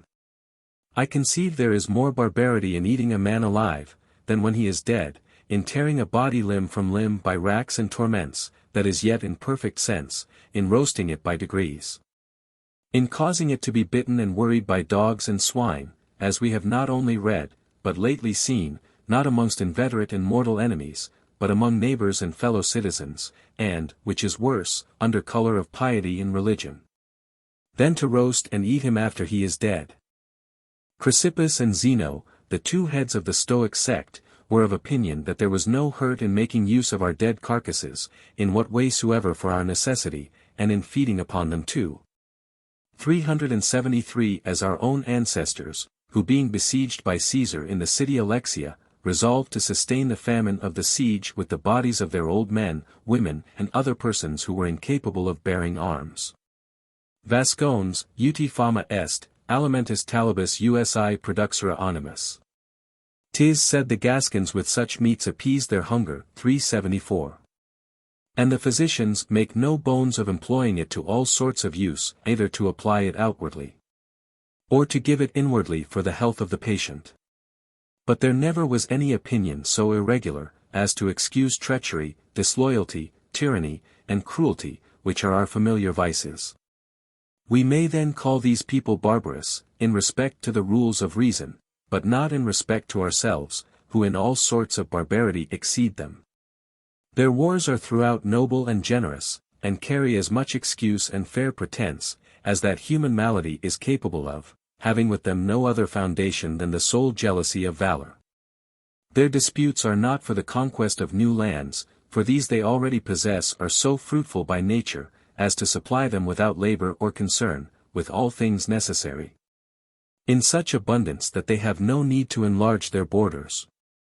And they are, moreover, happy in this, that they only covet so much as their natural necessities require, all beyond that is superfluous to them. Men of the same age call one another generally brothers, those who are younger, children. And the old men are fathers to all. These leave to their heirs in common the full possession of goods, without any manner of division, or other title than what nature bestows upon her creatures, in bringing them into the world. If their neighbors pass over the mountains to assault them, and obtain a victory, all the victors gain by it is glory only, and the advantage of having proved themselves the better in valor and virtue, for they never meddle with the goods of the conquered, but presently return into their own country, where they have no want of anything necessary, nor of this greatest of all goods, to know happily how to enjoy their condition and to be content. And those in turn do the same. They demand of their prisoners no other ransom, than acknowledgment that they are overcome, but there is not one found in an age, who will not rather choose to die than make such a confession, or either by word or look recede from the entire grandeur of an invincible courage. There is not a man amongst them who had not rather be killed and eaten, than so much as to open his mouth to entreat he may not. They use them with all liberality and freedom, to the end their lives may be so much the dearer to them. But frequently entertain them with menaces of their approaching death, of the torments they are to suffer, of the preparations making in order to it, of the mangling their limbs, and of the feast that is to be made, where their carcass is to be the only dish. All which they do, to no other end, but only to extort some gentle or submissive word from them, or to frighten them so as to make them run away, to obtain this advantage that they were terrified, and that their constancy was shaken. And indeed, if rightly taken, it is in this point only that a true victory consists. Victoria nulla est, quamque confessor animo quoque subjugat hosts. No victory is complete, which the conquered do not admit to be so. 375. The Hungarians, a very warlike people, never pretend further than to reduce the enemy to their discretion. For having forced this confession from them, they let them go without injury or ransom, excepting, at the most, to make them engage their word never to bear arms against them again. We have sufficient advantages over our enemies that are borrowed and not truly our own. It is the quality of a porter, and no effect of virtue, to have stronger arms and legs. It is a dead and corporeal quality to set in array. 'Tis a turn of fortune to make our enemy stumble, or to dazzle him with the light of the sun. 'Tis a trick of science and art, and that may happen in a mean base fellow, to be a good fencer. The estimate and value of a man consist in the heart and in the will, there his true honor lies. Valor is stability, not of legs and arms, but of the courage and the soul. It does not lie in the goodness of our horse or our arms but in our own. He that falls obstinate in his courage. Si succiderit, de genu pugnat. If his legs fail him, he fights on his knees. 376. He who, for any danger of imminent death, abates nothing of his assurance. Who, dying, yet darts at his enemy a fierce and disdainful look, is overcome not by us, but by fortune. He is killed, not conquered. The most valiant are sometimes the most unfortunate. There are defeats more triumphant than victories. Never could those four sister victories, the fairest the sun ever beheld, of Salamis, Plataea, Mycale, and Sicily, venture to oppose all their united glories, to the single glory of the discomfiture of King Leonidas and his men. At the pass of Thermopylae, who ever ran with a more glorious desire and greater ambition, to the winning, than Captain Aeschylus to the certain loss of a battle? 377. Who could have found out a more subtle invention to secure his safety, than he did to assure his destruction? He was set to defend a certain pass of Peloponnesus against the Arcadians, which, considering the nature of the place and the inequality of forces, finding it utterly impossible for him to do, and seeing that all who were presented to the enemy must certainly be left upon the place, and on the other side, reputing it unworthy of his own virtue and magnanimity and of the Lacedaemonian name to fail in any part of his duty, he chose a mean betwixt these two extremes after this manner.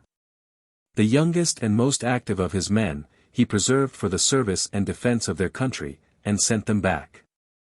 And with the rest, whose loss would be of less consideration, he resolved to make good the pass, and with the death of them, to make the enemy by their entry as dear as possibly he could. As it fell out, for being presently environed on all sides by the Arcadians, after having made a great slaughter of the enemy, he and his were all cut in pieces. Is there any trophy dedicated to the conquerors which was not much more due to these who were overcome? The part that true conquering is to play, lies in the encounter, not in the coming off. And the honor of valor consists in fighting, not in subduing. But to return to my story, these prisoners are so far from discovering the least weakness, for all the terrors that can be represented to them, that, on the contrary, during the 2 or 3 months they are kept, they always appear with a cheerful countenance, importune their masters to make haste to bring them to the test, defy, rail at them, and reproach them with cowardice, and the number of battles they have lost against those of their country. I have a song made by one of these prisoners, wherein he bids them, come all, and dine upon him, and welcome, for they shall withal eat their own fathers and grandfathers, whose flesh has served to feed and nourish him. These muscles, says he, this flesh and these veins, are your own, poor silly souls as you are, you little think that the substance of your ancestors' limbs is here yet. Notice what you eat, and you will find in it the taste of your own flesh, in which song there is to be observed an invention that nothing relishes of the barbarian. Those that paint these people dying after this manner, represent the prisoner spitting in the faces of his executioners and making wry mouths at them. And 'tis most certain, that to the very last gasp, they never cease to brave and defy them both in word and gesture. In plain truth, these men are very savage in comparison of us. Of necessity, they must either be absolutely so or else we are savages, for there is a vast difference betwixt their manners and ours. The men there have several wives, and so much the greater number, by how much they have the greater reputation for valor. And it is one very remarkable feature in their marriages, that the same jealousy our wives have to hinder and divert us from the friendship and familiarity of other women, those employ to promote their husbands' desires, and to procure them many spouses. For being above all things solicitous of their husband's honor, 'tis their chiefest care to seek out, and to bring in the most companions they can, forasmuch as it is a testimony of the husband's virtue. Most of our ladies will cry out, that 'tis monstrous, whereas in truth it is not so, but a truly matrimonial virtue, and of the highest form. In the Bible, Sarah, with Leah and Rachel, the two wives of Jacob, gave the most beautiful of their handmaids to their husbands. Livia preferred the passions of Augustus to her own interest. 378 And the wife of King Deiodorus, Stratonus, did not only give up a fair young maid that served her to her husband's embraces, but moreover carefully brought up the children he had by her, and assisted them in the succession to their father's crown. And that it may not be supposed, that all this is done by a simple and servile obligation to their common practice, or by any authoritative impression of their ancient custom, without judgment or reasoning. And from having a soul so stupid that it cannot contrive what else to do, I must here give you some touches of their sufficiency in point of understanding. Besides what I repeated to you before, which was one of their songs of war, I have another, a love song, that begins thus. Stay, adder, stay, that by thy pattern my sister may draw the fashion and work of a rich ribbon, that I may present to my beloved, by which means thy beauty in the excellent order of thy scales shall forever be preferred before all other serpents. Wherein the first couplet, stay, adder, and makes the burden of the song. Now I have conversed enough with poetry to judge thus much that not only there is nothing barbarous in this invention, but, moreover, that it is perfectly anacreontic. To which it may be added, that their language is soft, of a pleasing accent, and something bordering upon the Greek termination. 3 of these people, not foreseeing how dear their knowledge of the corruptions of this part of the world will one day cost their happiness and repose, and that the effect of this commerce will be their ruin. As I presuppose it is in a very fair way, miserable men to suffer themselves to be deluded with desire of novelty and to have left the serenity of their own heaven to come so far to gaze at ours. Were at Rouen at the time that the late King Charles IX was there. The king himself talked to them a good while, and they were made to see our fashions, our pomp, and the form of a great city. After which, someone asked their opinion, and would know of them, what of all the things they had seen, they found most to be admired. To which they made answer, 3 things, of which I have forgotten a third, and am troubled at it, but 2 I yet remember. They said, that in the first place they thought it very strange that so many tall men, wearing beards, strong, and well armed, who were about the king, 'tis like they meant the Swiss of the guard, should submit to obey a child. And that they did not rather choose out one amongst themselves to command. Secondly, they have a way of speaking in their language to call men the half of one another, that they had observed that there were amongst us men full and crammed with all manner of commodities, whilst, in the meantime, their halves were begging at their doors, lean and half-starved with hunger and poverty. And they thought it strange that these necessitous halves were able to suffer so great an inequality and injustice, and that they did not take the others by the throats, or set fire to their houses. I talked to one of them a great while together, but I had so ill an interpreter, and one who was so perplexed by his own ignorance to apprehend my meaning, that I could get nothing out of him of any moment, asking him what advantage he reaped from the superiority he had amongst his own people, for he was a captain, and our mariners called him king, he told me, to march at the head of them to war. Demanding of him further how many men he had to follow him, he showed me a space of ground, to signify as many as could march in such a compass, which might be 4,000 or 5,000 men.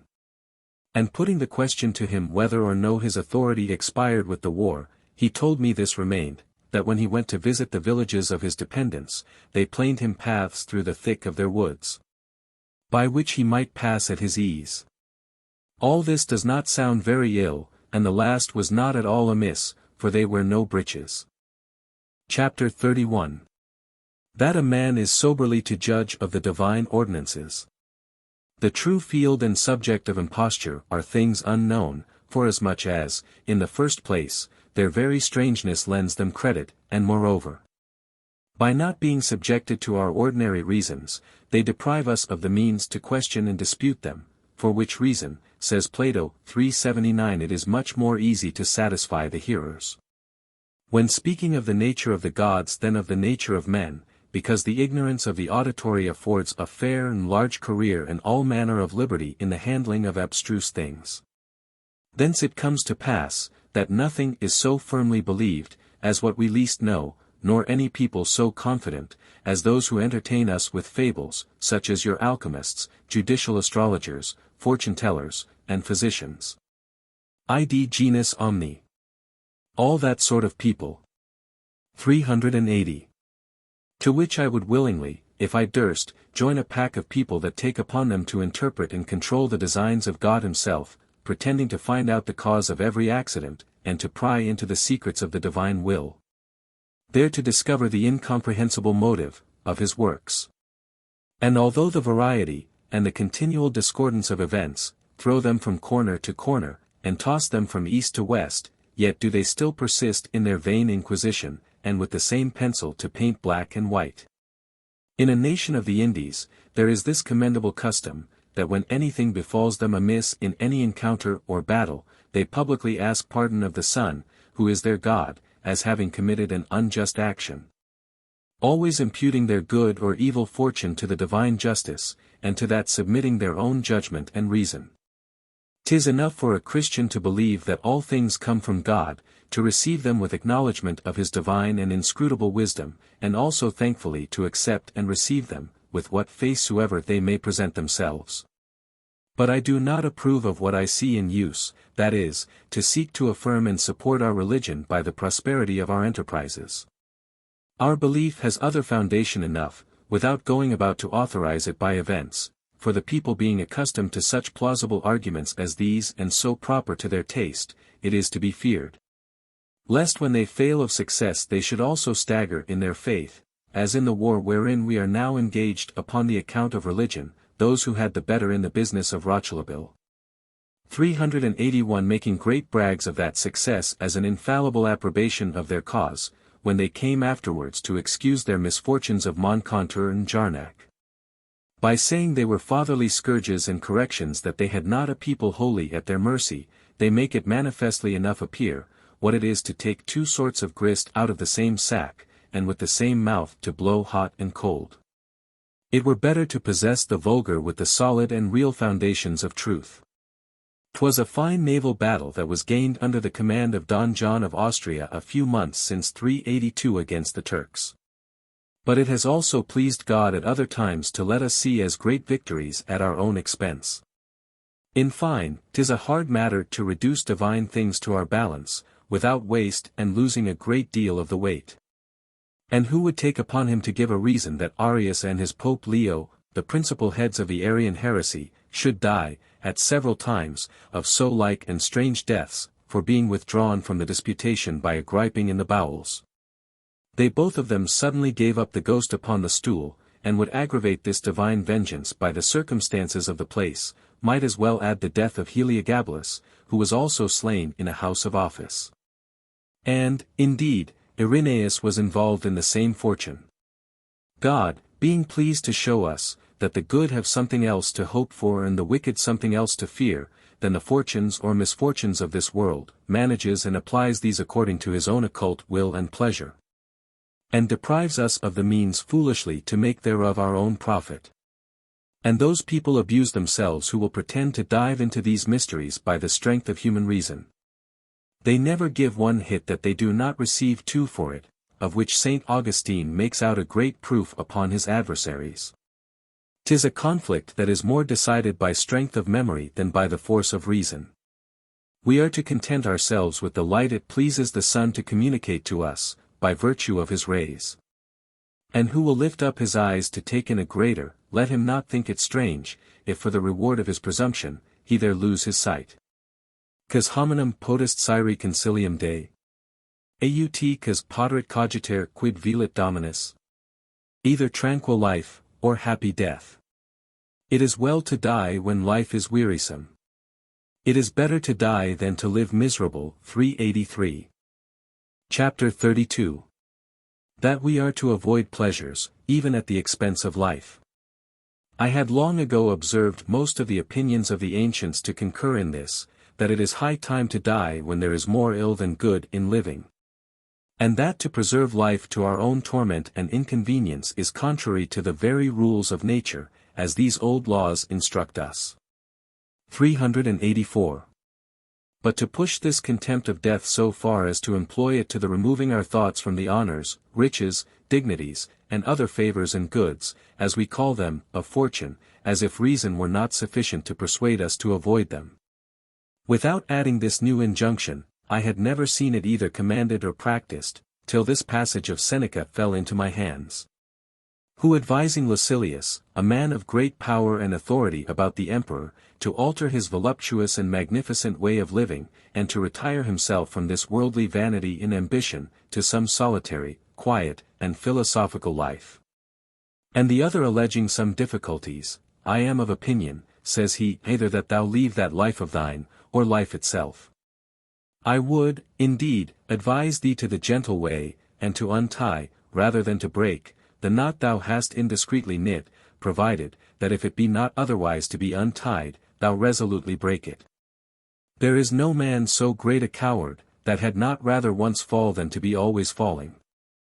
I should have found this counsel conformable enough to the stoical roughness, but it appears the more strange, for being borrowed from Epicurus, who writes the same thing upon the like occasion to Idomeneus. And I think I have observed something like it, but with Christian moderation, amongst our own people. St. Hilary, Bishop of Poictiers, that famous enemy of the Arian heresy, being in Syria, had intelligence thither sent him, that Abra, his only daughter, whom he left at home under the eye and tuition of her mother, was sought in marriage by the greatest nobleman of the country, as being a virgin virtuously brought up, fair, rich, and in the flower of her age. Whereupon he wrote to her, as appears upon record, that she should remove her affection from all the pleasures and advantages proposed to her. For that he had in his travels found out a much greater and more worthy fortune for her, a husband of much greater power and magnificence, who would present her with robes and jewels of inestimable value. Wherein his design was to dispossess her of the appetite and use of worldly delights, to join her wholly to God, but the nearest and most certain way to this, being, as he conceived, the death of his daughter. He never ceased, by vows, prayers, and orisons, to beg of the Almighty, that he would please to call her out of this world, and to take her to himself, as accordingly it came to pass. For soon after his return, she died, at which he expressed a singular joy. This seems to outdo the other, forasmuch as he applies himself to this means at the outset, which they only take subsidiarily, and, besides, it was towards his only daughter. But I will not omit the latter end of this story, though it be for my purpose. St. Hilary's wife, having understood from him how the death of their daughter was brought about by his desire and design, and how much happier she was to be removed out of this world than to have stayed in it, conceived so vivid an apprehension of the eternal and heavenly beatitude, that she begged of her husband, with the extremest importunity, to do as much for her. And God, at their joint request, shortly after calling her to him, it was a death embraced with singular and mutual content. Chapter 33. That fortune is oftentimes observed to act by the rule of reason. The inconstancy and various motions of fortune 385 may reasonably make us expect she should present us with all sorts of faces. Can there be a more express act of justice than this? The Duc de Valentinois 386 having resolved to poison Adrian, Cardinal of Corneto, with whom Pope Alexander VI, his father and himself, were to sup in the Vatican, he sent before a bottle of poisoned wine, and withal, strict order to the butler to keep it very safe. The Pope being come before his son, and calling for drink, the butler supposing this wine had not been so strictly recommended to his care, but only upon the account of its excellency, presented it forthwith to the Pope. And the Duke himself coming in presently after, and being confident they had not meddled with his bottle, took also his cup. So that the father died immediately upon the spot, and the son, after having been long tormented with sickness, was reserved to another and a worse fortune. Sometimes she seems to play upon us, just in the nick of an affair. Monsieur d'Estrées, at that time ensign to Monsieur de Vendôme, and Monsieur de Lix, lieutenant in the company of the Duc d'Ascot, being both pretenders to the Sieur de Fougassel's sister. Though of several parties, as it oft falls out amongst frontier neighbors, the Sieur de Lix carried her. But on the same day he was married, and which was worse, before he went to bed to his wife, the bridegroom having a mind to break a lance in honor of his new bride, went out to skirmish near St. Omer, where the Sieur d'Estrées proving the stronger, took him prisoner, and the more to illustrate his victory, the lady was fain. Conjugis anticoacta novi dimitir column. Quam veniens una at altera rursus hiems noctibus in longes avidum saturus et amorem. Compelled to abstain from embracing her new spouse in her arms before 2 winters pass in succession, during their long nights had satiated her eager love. 387. To request him of courtesy, to deliver up his prisoner to her, as he accordingly did, the gentlemen of France never denying anything to ladies. Does she not seem to be an artist here? Constantine, son of Helena, founded the empire of Constantinople, and so many ages after, Constantine, the son of Helen, put an end to it. Sometimes she is pleased to emulate our miracles. We are told, that King Clovis besieging Angoulême, the walls fell down of themselves by divine favor, and Bouchet has it from some author, that King Robert having sat down before a city, and being stolen away from the siege to go keep the feast of St. Aignan at Orleans, as he was in devotion at a certain part of the Mass, the walls of the beleaguered city, without any manner of violence, fell down with a sudden ruin. But she did quite contrary in our Milan wars. For, look, Capitaine Rents laying siege for us to the city Arona, and having carried a mine under a great part of the wall, the mine being sprung, the wall was lifted from its base, but dropped down again nevertheless, whole and entire. And so exactly upon its foundation, that the besieged suffered no inconvenience by that attempt. Sometimes she plays the physician. Jason of fears being given over by the physicians, by reason of an impostum in his breast, having a mind to rid himself of his pain, by death at least, threw himself in a battle desperately into the thickest of the enemy, where he was so fortunately wounded quite through the body, that the impostum broke, and he was perfectly cured. Did she not also excel the painter Protogenes in his art? Who having finished the picture of a dog quite tired and out of breath, in all the other parts excellently well to his own liking, but not being able to express, as he would, the slaver and foam that should come out of its mouth. Vexed and angry at his work, he took his sponge, which by cleaning his pencils had imbibed several sorts of colors, and threw it in a rage against the picture, with an intent utterly to deface it. When fortune guiding the sponge to hit just upon the mouth of the dog, it there performed what all his art was not able to do. Does she not sometimes direct our counsels and correct them? Isabel, Queen of England, having to sail from Zealand into her own kingdom 388 with an army, in favor of her son against her husband, had been lost, had she come into the port she intended, being there laid wait for by the enemy. But fortune, against her will, threw her into another haven, where she landed in safety. And that man of old who, throwing a stone at a dog, hit and killed his mother-in-law, had he not reason to pronounce this verse, 389. Aestes had contracted with 2 soldiers to kill Timoleon at Adrana in Sicily. 390 They took their time to do it when he was assisting at a sacrifice, and thrusting into the crowd, as they were making signs to one another, that now was a fit time to do their business, in steps a third, who with a sword takes one of them full drive over the pate, lays him dead upon the place and runs away, which the others see, and concluding himself discovered and lost, runs to the altar and begs for mercy, promising to discover the whole truth. Which as he was doing, and laying open the full conspiracy, behold the third man, who being apprehended, was, as a murderer, thrust and hauled by the people through the press, towards Timoleon, and the other most eminent persons of the assembly. Before whom being brought, he cries out for pardon, pleading that he had justly slain his father's murderer. Which he, also, proving upon the spot, by sufficient witnesses, whom his good fortune very opportunely supplied him withal, that his father was really killed in the city of Leontini, by that very man on whom he had taken his revenge. He was presently awarded 10 Attic minae, for having had the good fortune, by designing to revenge the death of his father, to preserve the life of the common father of Sicily. Fortune, truly, in her conduct surpasses all the rules of human prudence. But to conclude, is there not a direct application of her favor, bounty, and piety manifestly discovered in this action? Ignatius the father and Ignatius the son being proscribed by the triumvirs of Rome, resolved upon this generous act of mutual kindness, to fall by the hands of one another, and by that means to frustrate and defeat the cruelty of the tyrants. And accordingly with their swords drawn, ran full drive upon one another, where fortune so guided the points, that they made 2 equally mortal wounds, affording withal so much honor to so brave a friendship, as to leave them just strength enough to draw out their bloody swords, that they might have liberty to embrace one another in this dying condition, with so close and hearty an embrace, that the executioner cut off both their heads at once, leaving the bodies still fast linked together in this noble bond, and their wounds joined mouth to mouth, affectionately sucking in the last blood and remainder of the lives of each other. Chapter 34. Of one defect in our government.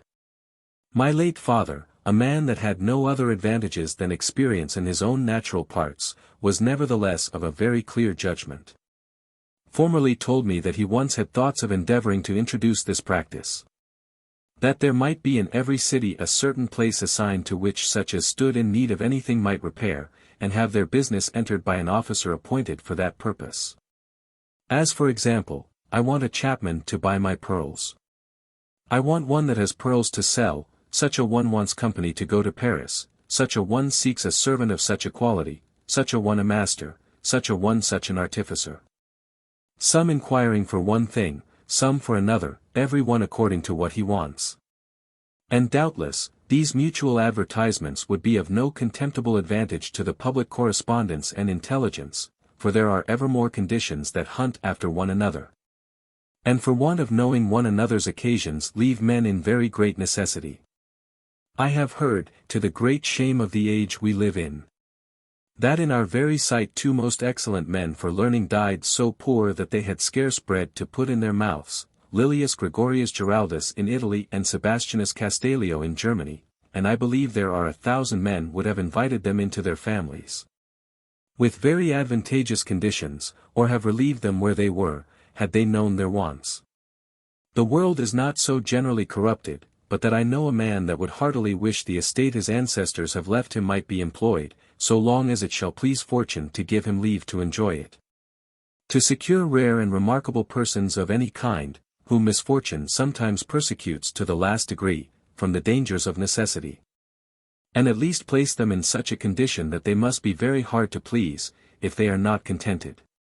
My father in his domestic economy had this rule, which I know how to commend, but by no means to imitate, namely, that besides the day book or memorial of household affairs, where the small accounts, payments and disbursements, which do not require a secretary's hand, were entered, and which a steward always had in custody, he ordered him whom he employed to write for him, to keep a journal, and in it to set down all the remarkable occurrences and daily memorials of the history of his house, very pleasant to look over, when time begins to wear things out of memory, and very useful sometimes to put us out of doubt when such a thing was begun, when ended, what visitors came, and when they went, our travels, absences, marriages, and deaths, the reception of good or ill news, the change of principal servants, and the like. An ancient custom, which I think it would not be amiss for every one to revive in his own house, and I find I did very foolishly in neglecting it. Chapter 35. Of the custom of wearing clothes. Whatever I shall say upon this subject, I am of necessity to invade some of the bounds of custom, so careful has she been to shut up all the avenues. I was disputing with myself in this shivering season, whether the fashion of going naked in those nations lately discovered is imposed upon them by the hot temperature of the air, as we say of the Indians and Moors, or whether it be the original fashion of mankind. Men of understanding, forasmuch as all things under the sun, as the Holy Writ declares, are subject to the same laws, were wont in such considerations as these. Where we are to distinguish the natural laws from those which have been imposed by man's invention, to have recourse to the general polity of the world, where there can be nothing counterfeit. Now, all other creatures being sufficiently furnished with all things necessary for the support of their being 391, it is not to be imagined that we only are brought into the world in a defective and indigent condition, and in such a state as cannot subsist without external aid. Therefore it is that I believe, that as plants, trees, and animals, and all things that have life, are seen to be by nature sufficiently clothed and covered, to defend them from the injuries of weather. Propterique fere residential omnes and choreo sunt.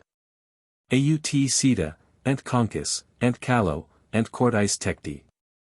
And that for this reason nearly all things are clothed with skin, or hair, or shells, or bark, or some such thing. 392. So were we, but as those who by artificial light put out that of day, so we by borrowed forms and fashions have destroyed our own. And 'tis plain enough to be seen, that 'tis custom only which renders that impossible, that otherwise is nothing so. For of those nations who have no manner of knowledge of clothing, some are situated under the same temperature that we are, and some in much colder climates. And besides, our most tender parts are always exposed to the air, as the eyes, mouth, nose, and ears, and our country laborers, like our ancestors in former times, go with their breasts and bellies open. Had we been born with a necessity upon us of wearing petticoats and breeches, there is no doubt but nature would have fortified those parts she intended should be exposed to the fury of the seasons with a thicker skin, as she has done the finger ends and the soles of the feet.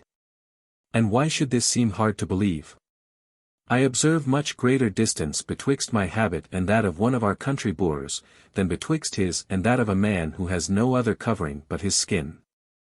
How many men, especially in Turkey, go naked upon the account of devotion?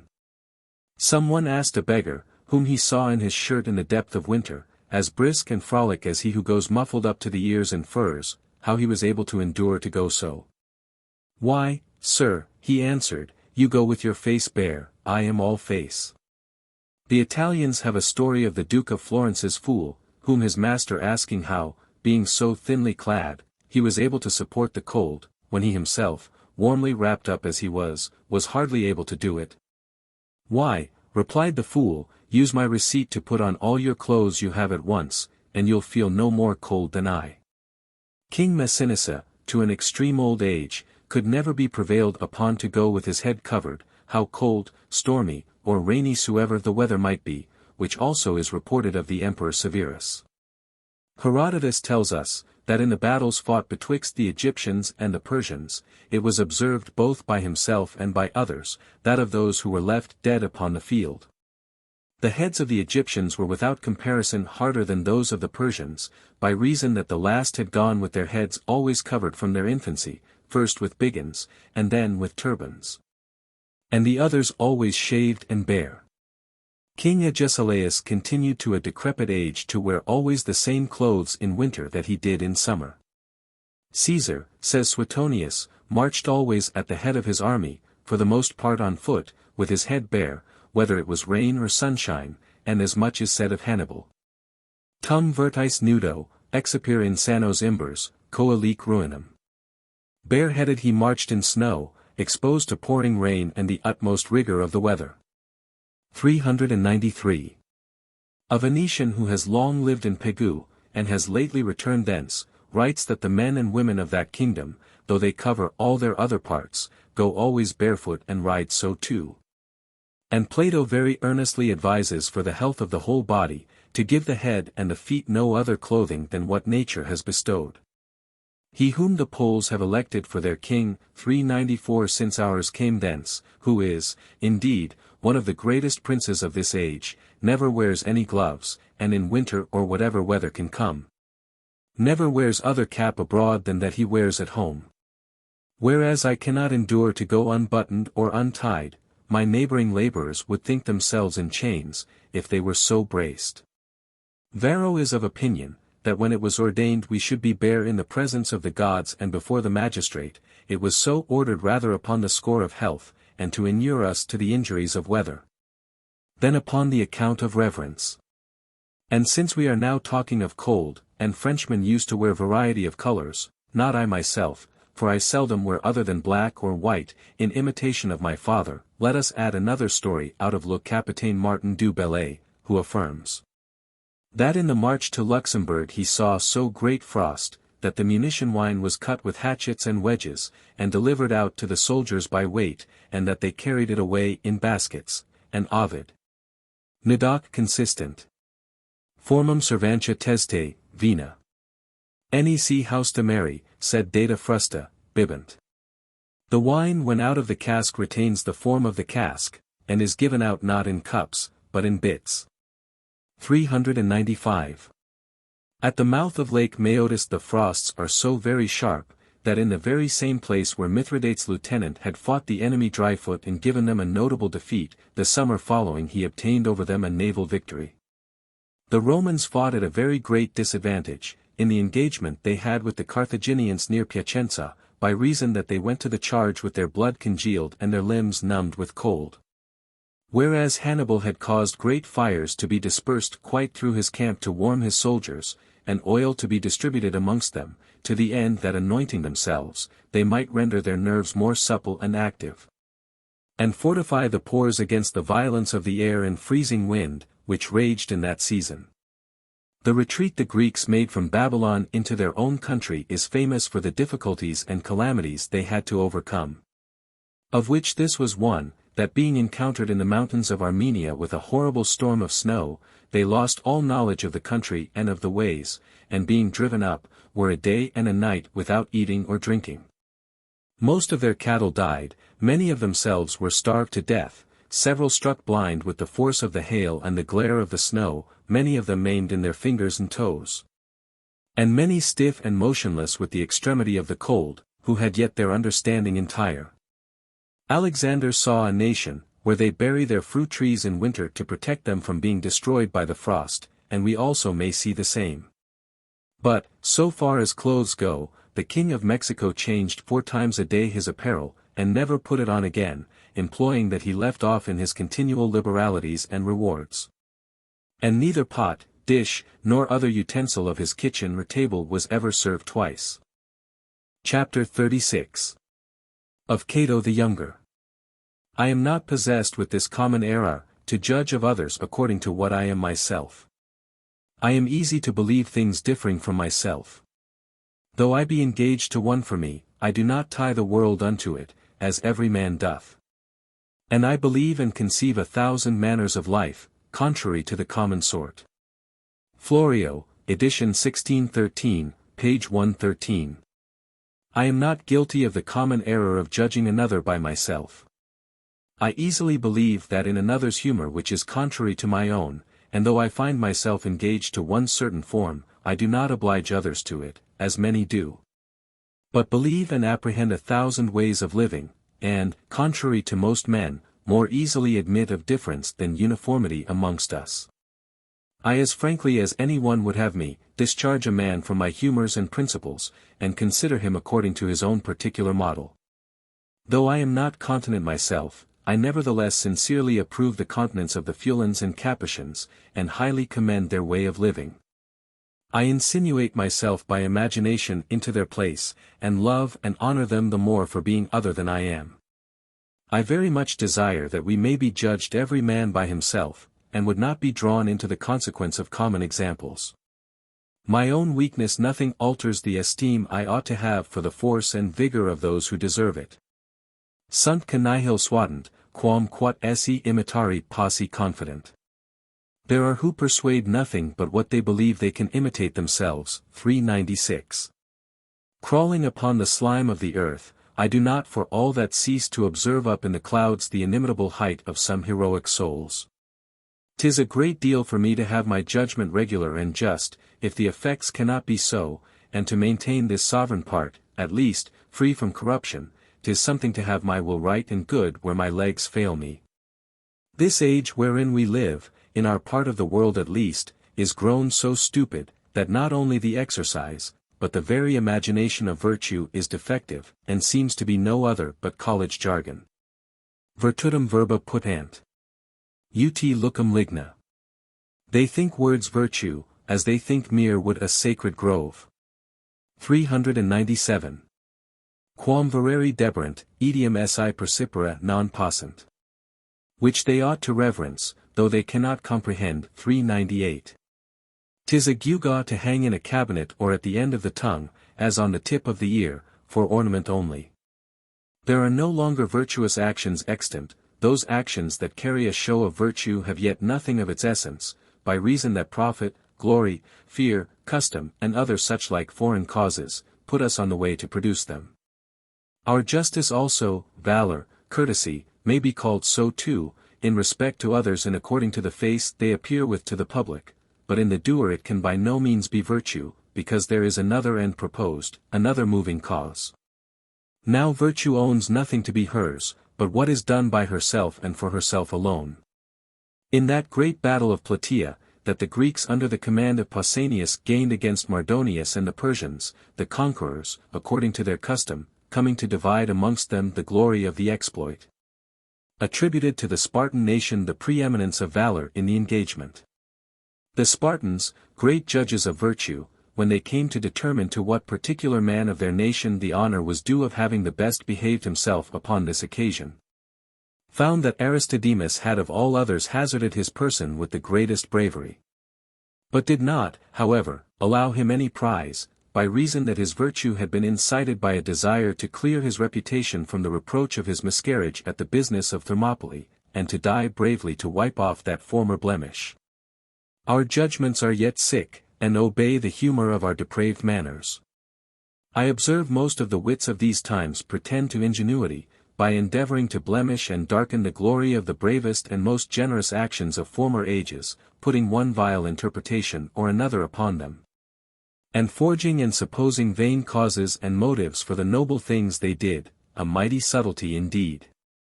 Give me the greatest and most unblemished action that ever the day beheld, and I will contrive 100 plausible drifts and ends to obscure it. God knows, whoever will stretch them out to the full, what diversity of images our internal wills suffer under. They do not so maliciously play the censurers, as they do it ignorantly and rudely in all their detractions.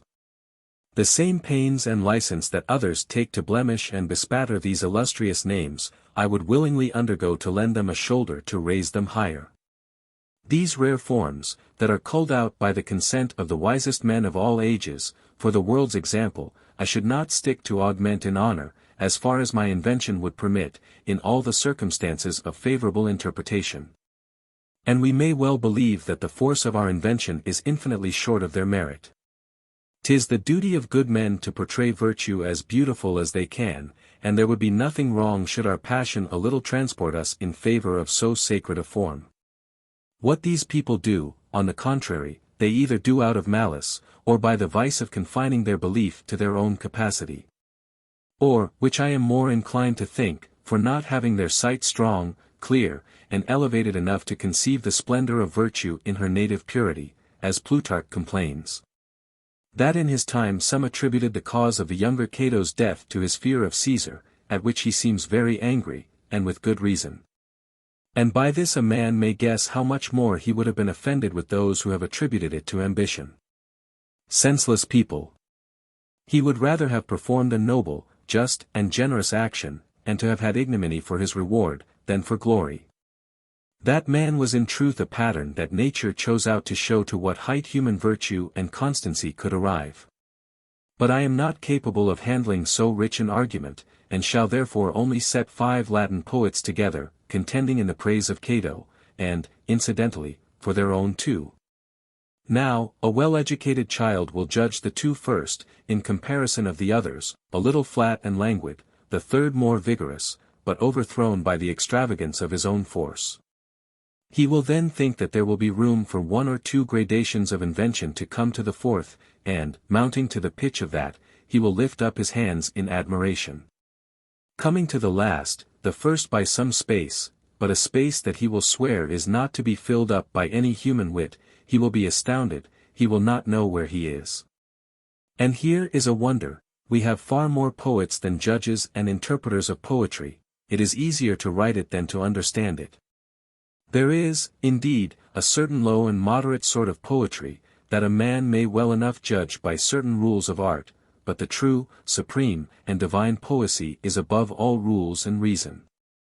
And whoever discerns the beauty of it with the most assured and most steady sight, sees no more than the quick reflection of a flash of lightning, it does not exercise, but ravishes and overwhelms our judgment. The fury that possesses him who is able to penetrate into it wounds yet a third man by hearing him repeat it, like a lodestone that not only attracts the needle, but also infuses into it the virtue to attract others.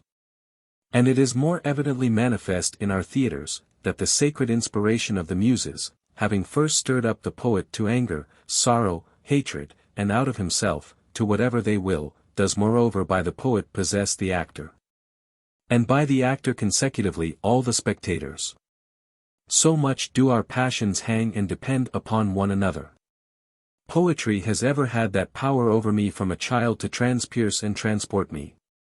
But this vivid sentiment that is natural to me has been variously handled by variety of forms, not so much higher or lower, for they were ever the highest of every kind, as differing in color. First, a gay and sprightly fluency. Afterwards, a lofty and penetrating subtlety, and lastly, a mature and constant vigor. Their names will better express them, Ovid, Lucan, Virgil. But our poets are beginning their career. Sit Cato, dum vivit, sane vel Caesar major. Let Cato, whilst he live, be greater than Caesar, 399. Says one. Et invictum, devicta mort, catenam. And Cato invincible, death being overcome. 400. Says the second. And the third, speaking of the civil wars betwixt Caesar and Pompey. Victrix causa dies placuit, set victa Catoni. The victorious cause blessed the gods, the defeated one Cato. 401. And the fourth, upon the praises of Caesar. Edi cuncta terrarum sub acta, praeter atrasem animum Catonis. And conquered all but the indomitable mind of Cato. 402. And the master of the choir, after having set forth all the great names of the greatest Romans, ends thus. His dantem jura catenam. Cato giving laws to all the rest. 403. Chapter 37. That we laugh and cry for the same thing. When we read in history that Antigonus was very much displeased with his son for presenting him the head of King Pyrrhus his enemy, but newly slain fighting against him, and that seeing it, he wept. And that René, Duke of Lorraine, also lamented the death of Charles, Duke of Burgundy, whom he had himself defeated, and appeared in mourning at his funeral. And that in the battle of Doré, which Count Montfort obtained over Charles de Blois, his competitor for the Duchy of Brittany, the conqueror meeting the dead body of his enemy, was very much afflicted at his death. We must not presently cry out. E cosi aven, the el animo siascuna sua passion sato el contrario manto, ricopri, con la vista or chiara, or bruna. And thus it happens that the mind of each veils its passion under a different appearance, and beneath a smiling visage, gay beneath a sombre air. 404. When Pompey's head was presented to Caesar, the histories tell us that he turned away his face, as from a sad and unpleasing object. There had been so long an intelligence and society betwixt them in the management of the public affairs, so great a community of fortunes, so many mutual offices, and so near an alliance, that this countenance of his ought not to suffer under any misinterpretation, or to be suspected for either false or counterfeit, as this other seems to believe. Tutumque putavit, jam bonus esse socer. Lacrimi non spont cadentes, effudit, gemitusque expressit pector lido. And now he thought it safe to play the kind father-in-law, shedding forced tears, and from a joyful breast discharging sighs and groans. 405. For though it be true that the greatest part of our actions are no other than visor and disguise, and that it may sometimes be true that Heredes fleetest sub persona rises est. The air's tears behind the mask are smiles. 406. Yet, in judging of these accidents, we are to consider how much our souls are oftentimes agitated with diverse passions.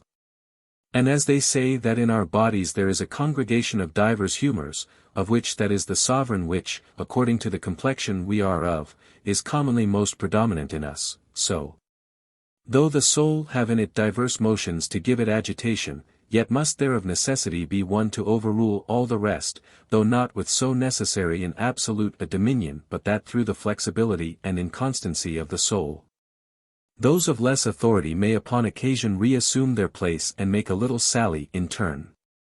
Thence it is, that we see not only children, who innocently obey and follow nature, often laugh and cry at the same thing, but not one of us can boast, what journey soever he may have in hand that he has the most set his heart upon. But when he comes to part with his family and friends, he will find something that troubles him within. And though he refrain his tears yet he puts foot in the stirrup with a sad and cloudy countenance. And what gentle flame soever may warm the heart of modest and well-born virgins, yet are they fain to be forced from about their mothers' necks to be put to bed to their husbands. Whatever this boon companion is pleased to say. Est novus nuptis odio venus. And parentum frustranter falsis gaudia lacrimulis, ubertum thalami quasi intra limina fundunt. Non, ita me divi, vera gemunt, juverant. Is Venus really so alarming to the new-made bride, or does she honestly oppose her parents rejoicing the tears she so abundantly sheds on entering the nuptial chamber? No, by the gods, these are no true tears. 407. Neither is it strange to lament a person dead whom a man would by no means should be alive. When I rattle my man, I do it with all the mettle I have, and load him with no feigned, but downright real curses. But the heat being over, if he should stand in need of me, I should be very ready to do him good, for I instantly turn the leaf. When I call him calf and coxcomb, I do not pretend to entail those titles upon him forever. Neither do I think I give myself the lie in calling him an honest fellow presently after. No one quality engrosses us purely and universally. Were it not the sign of a fool to talk to one's self, there would hardly be a day or hour wherein I might not be heard to grumble and mutter to myself and against myself, confound the fool, and yet I do not think that to be my definition. Who foreseeing me one while cold and presently very fond towards my wife, believes the one or the other to be counterfeited, is an ass. Nero, taking leave of his mother whom he was sending to be drowned, was nevertheless sensible of some emotion at this farewell, and was struck with horror and pity. 'Tis said, that the light of the sun is not one continuous thing, but that he darts new rays so thick one upon another that we cannot perceive the intermission. Largus enim liquidi fons luminis, aetherius sol. Irrigat acidu colum candor recenti, sepetitat novo confestum lumen. So the wide fountain of liquid light, the ethereal sun, steadily fertilizes the heavens with new heat, and supplies a continuous store of fresh light. 408. Just so the soul variously and imperceptibly darts out her passions. Artabanus coming by surprise once upon his nephew Xerxes, chid him for the sudden alteration of his countenance. He was considering the immeasurable greatness of his forces passing over the Hellespont for the Grecian expedition. He was first seized with a palpitation of joy, to see so many millions of men under his command. And this appeared in the gaiety of his looks, but his thoughts at the same instant suggesting to him that of so many lives, within a century at most, there would not be one left, he presently knit his brows and grew sad, even to tears. We have resolutely pursued the revenge of an injury received, and been sensible of a singular contentment for the victory, but we shall weep notwithstanding. 'Tis not for the victory, though, that we shall weep, there is nothing altered in that but the soul looks upon things with another eye and represents them to itself with another kind of face, for everything has many faces and several aspects. Relations, old acquaintances, and friendships, possess our imaginations and make them tender for the time, according to their condition. But the turn is so quick, that 'tis gone in a moment. Nil addio fieri celeri ration videtur, quam si mens fieri proponit, etiam chode ipsa, osius ergo animus, quam residential southeast perseat ola ante oculos quorum in prompta natura videtur. Nothing therefore seems to be done in so swift a manner than if the mind proposes it to be done, and itself begins. It is more active than anything which we see in nature. 409. And therefore, if we would make one continued thing of all this succession of passions, we deceive ourselves. When Timoleon laments the murder he had committed upon so mature and generous deliberation, he does not lament the liberty restored to his country, he does not lament the tyrant, but he laments his brother. One part of his duty is performed. Let us give him leave to perform the other. Chapter 38. Of Solitude. Let us pretermit that long comparison betwixt the active and the solitary life. And as for the fine sayings with which ambition and avarice palliate their vices, that we are not born for ourselves but for the public, for 10 let us boldly appeal to those who are in public affairs. Let them lay their hands upon their hearts, and then say whether, on the contrary, they do not rather aspire to titles and offices and that tumult of the world to make their private advantage at the public expense. The corrupt ways by which in this our time they arrive at the height to which their ambitions aspire, manifestly enough declares that their ends cannot be very good. Let us tell ambition that it is she herself who gives us a taste of solitude. For what does she so much avoid as society? What does she so much seek as elbow-room? A man many do well or ill everywhere. But if what Bias says be true, that the greatest part is the worst part, or what the preacher says, there is not one good of 1,000. Rari quip boni, numero vix sunt totidem quote thebarum porte, vel divitus ostia nihili. Good men forsooth are scarce, there are hardly as many as there are gates of Thebes or mouths of the rich Nile. 411. The contagion is very dangerous in the crowd. A man must either imitate the vicious or hate them. Both are dangerous things, either to resemble them because they are many or to hate many because they are unresembling to ourselves. Merchants who go to sea are in the right when they are cautious that those who embark with them in the same bottom be neither dissolute blasphemers nor vicious other ways, looking upon such society as unfortunate.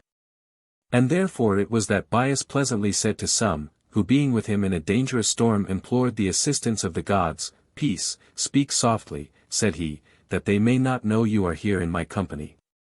For 12 and of more pressing example, Albuquerque, viceroy in the Indies for Emmanuel, king of Portugal, in an extreme peril of shipwreck, took a young boy upon his shoulders, for this only end that in the society of their common danger his innocence might serve to protect him, and to recommend him to the divine favor, that they might get safe to shore. 'Tis not that a wise man may not live everywhere content, and be alone in the very crowd of a palace, but if it be left to his own choice, the schoolman will tell you that he should fly the very sight of the crowd, he will endure it if need be. But if it be referred to him, he will choose to be alone. He cannot think himself sufficiently rid of vice, if he must yet contend with it in other men. Charondas punished those as evil men who were convicted of keeping ill company. There is nothing so unsociable and sociable as man, the one by his vice, the other by his nature.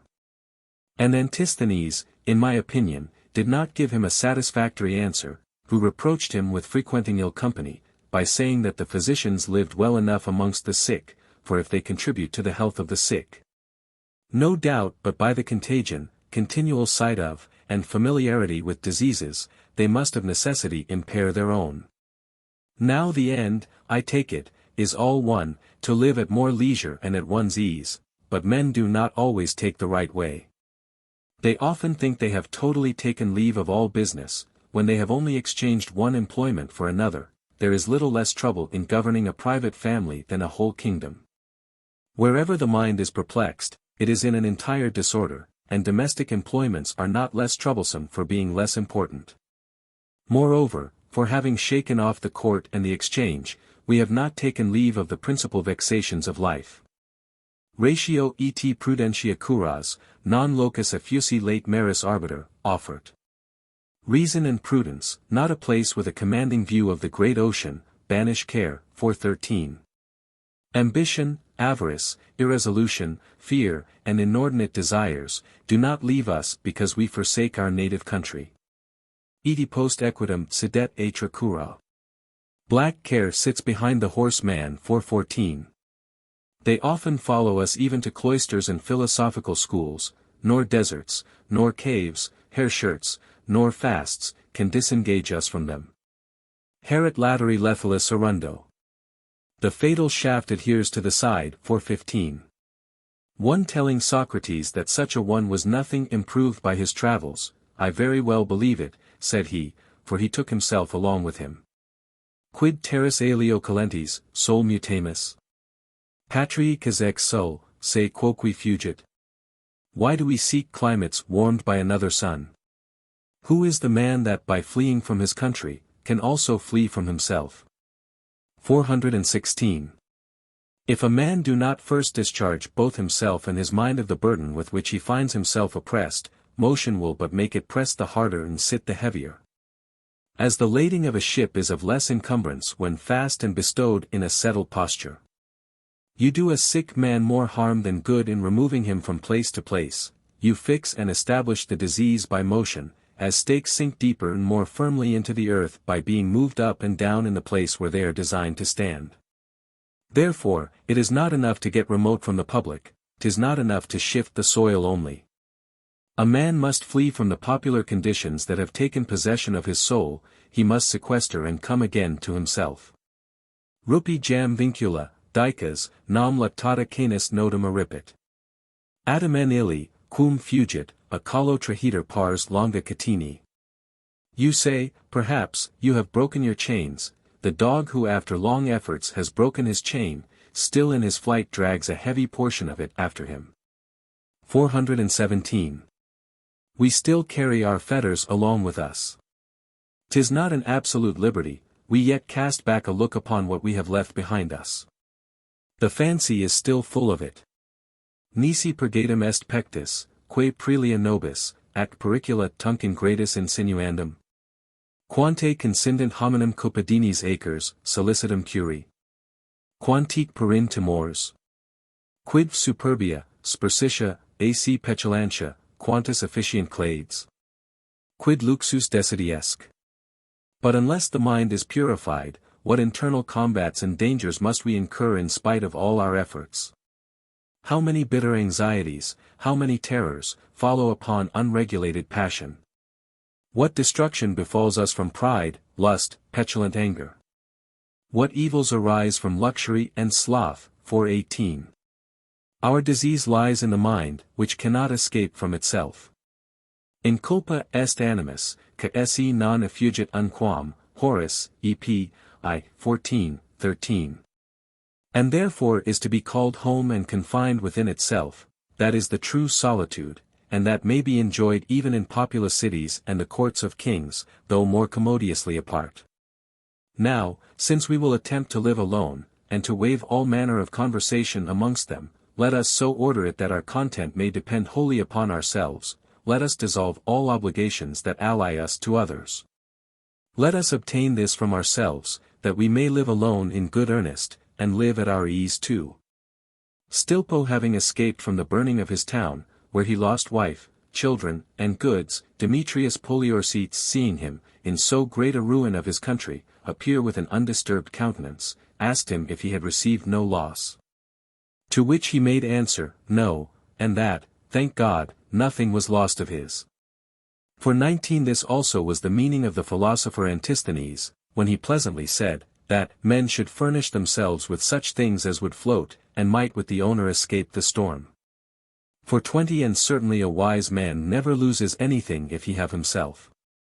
When the city of Nola was ruined by the barbarians, Paulinus, who was bishop of that place, having there lost all he had, himself a prisoner, prayed after this manner, O Lord, defend me from being sensible of this loss. For thou knowest they have yet touched nothing of that which is mine, for 21 the riches that made him rich and the goods that made him good, were still kept entire. This it is to make choice of treasures that can secure themselves from plunder and violence, and to hide them in such a place into which no one can enter and that is not to be betrayed by any but ourselves. Wives, children, and goods must be had, and especially health, by him that can get it, but we are not so to set our hearts upon them that our happiness must have its dependence upon them. We must reserve a back shop, wholly our own and entirely free, wherein to settle our true liberty, our principal solitude and retreat.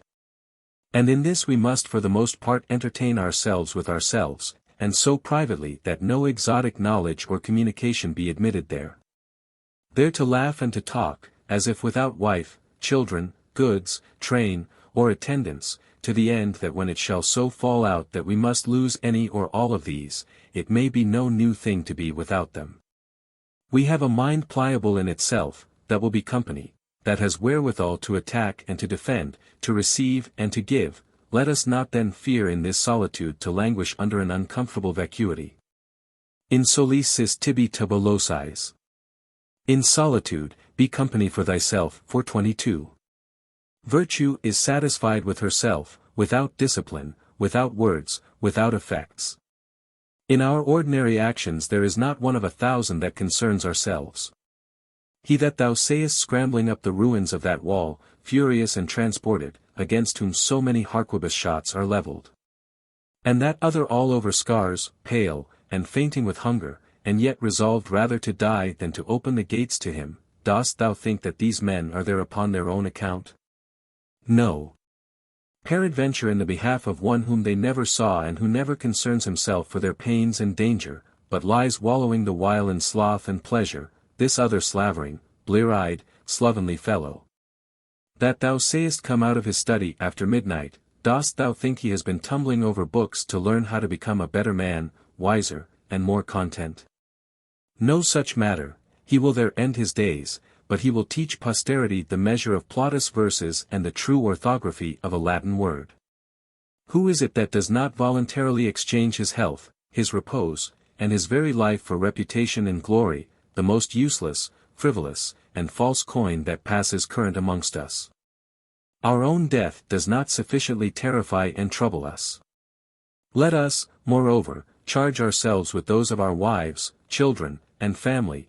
Our own affairs do not afford us anxiety enough, let us undertake those of our neighbors and friends, still more to break our brains and torment us. Va. Quenquam hominum in animum institura, aut parar, quod sit carius, quam ipsi est sibi. Ah! Can any man conceive in his mind or realize what is dearer than he is to himself? 423. Solitude seems to me to wear the best favor in such as have already employed their most active and flourishing age in the world's service, after the example of Thales. We have lived enough for others. Let us at least live out the small remnant of life for ourselves. Let us now call in our thoughts and intentions to ourselves, and to our own ease and repose. 'Tis no light thing to make a sure retreat. It will be enough for us to do without mixing other enterprises. Since God gives us leisure to order our removal, let us make ready, truss our baggage, take leave betimes of the company, and disentangle ourselves from those violent importunities that engage us elsewhere and separate us from ourselves. We must break the knot of our obligations, how strong soever, and hereafter love this or that, but espouse nothing but ourselves, that is to say, let the remainder be our own. But not so joined and so close as not to be forced away without flaying us or tearing out part of our whole. The greatest thing in the world is for a man to know that he is his own. 'Tis time to wean ourselves from society when we can no longer add anything to it. He who is not in a condition to lend must forbid himself to borrow. Our forces begin to fail us, let us call them in and concentrate them in and for ourselves. He that can cast off within himself and resolve the offices of friendship and company, let him do it. In this decay of nature which renders him useless, burdensome, and importunate to others, let him take care not to be useless, burdensome, and importunate to himself. Let him soothe and caress himself, and above all things be sure to govern himself with reverence to his reason and conscience to that degree as to be ashamed to make a false step in their presence. Rerum est enim, ut satis se quisque varietur. For 'tis rarely seen that men have respect and reverence enough for themselves. 424. Socrates says that boys are to cause themselves to be instructed, men to exercise themselves in well-doing, and old men to retire from all civil and military employments, living at their own discretion, without the obligation to any office. There are some complexions more proper for these precepts of retirement than others. Such as are of a soft and dull apprehension, and of a tender will and affection, not readily to be subdued or employed, whereof I am one, both by natural condition and by reflection, will sooner incline to this advice than active and busy souls. Which embrace all, engage in all, are hot upon everything, which offer, present, and give themselves up to every occasion. We are to use these accidental and extraneous commodities, so far as they are pleasant to us, but by no means to lay our principal foundation there. 'Tis no true one, neither nature nor reason allows it so to be. Why therefore should we, contrary to their laws, enslave our own contentment to the power of another? To anticipate also the accidents of fortune, to deprive ourselves of the conveniences we have in our own power, as several have done upon the account of devotion, and some philosophers by reasoning. To be one's own servant, to lie hard, to put out our own eyes, to throw our wealth into the river, to go in search of grief, these, by the misery of this life, aiming at bliss in another. Those by laying themselves low to avoid the danger of falling, all such are acts of an excessive virtue. The stoutest and most resolute natures render even their seclusion glorious and exemplary. Tuta eti parvula laudo, quum residential deficient, satis inter vilia fortis, verum, ubi quid melius contingit et unctius, idem, hos sapere solos aio bene vivere. Quorum, conspicitor nitidus fundata pecunia villis.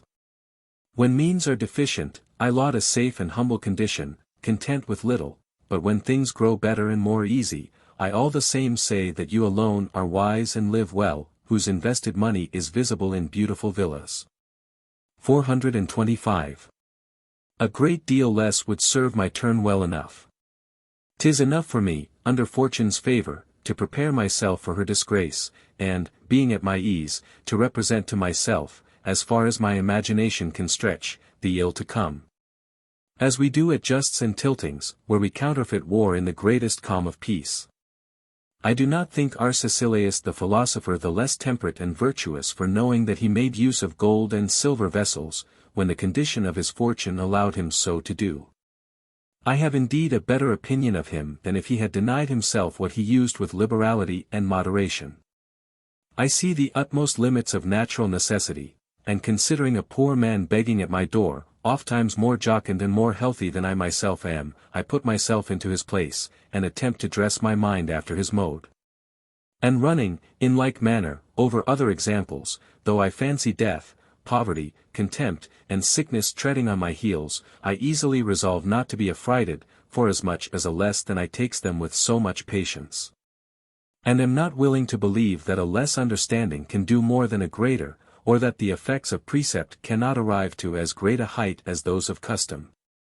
And knowing of how uncertain duration these accidental conveniences are, I never forget, in the height of all my enjoyments, to make it my chiefest prayer to Almighty God, that He will please to render me content with myself and the condition wherein I am.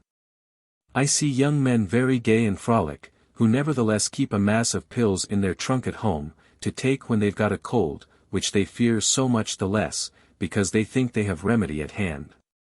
Every one should do in like manner, and, moreover, if they find themselves subject to some more violent disease, should furnish themselves with such medicines as may numb and stupefy the part. The employment a man should choose for such a life ought neither to be a laborious nor an unpleasing one, otherwise 'tis to no purpose at all to be retired. And this depends upon every one's liking and humour. Mine has no manner of complacency for husbandry, and such as love it ought to apply themselves to it with moderation. For 26. Husbandry is otherwise a very servile employment, as Sallust calls it. Though some parts of it are more excusable than the rest, as the care of gardens, which Xenophon attributes to Cyrus. And a mean may be found out betwixt the sordid and low application, so full of perpetual solicitude, which is seen in men who make it their entire business and study, and the stupid and extreme negligence, letting all things go at random which we see in others. Democritus picus edit agellos, cult hoc, dum periger est animus sine corpore velox. Endeavor to make circumstances subject to me, and not me subject to circumstances. 427. But let us hear what advice the younger Pliny gives his friend Caninius Rufus upon the subject of solitude. I advise thee, in the full and plentiful retirement wherein thou art, to leave to thy hinds the care of thy husbandry. And to addict thyself to the study of letters, to extract from thence something that may be entirely and absolutely thine own. By which he means reputation, like Cicero, who says that he would employ his solitude and retirement from public affairs to acquire by his writings an immortal life. Usque ade one, Syri tuum, nihil est, nisi to Syri hoc, sciat alter. Is all that thy learning nothing, unless another knows that thou knowest? For 28. It appears to be reason, when a man talks of retiring from the world, that he should look quite out of, for, himself. These do it but by halves. They design well enough for themselves when they shall be no more in it, but still they pretend to extract the fruits of that design from the world, when absent from it, by a ridiculous contradiction. The imagination of those who seek solitude upon the account of devotion, filling their hopes and courage with certainty of divine promises in the other life, is much more rationally founded.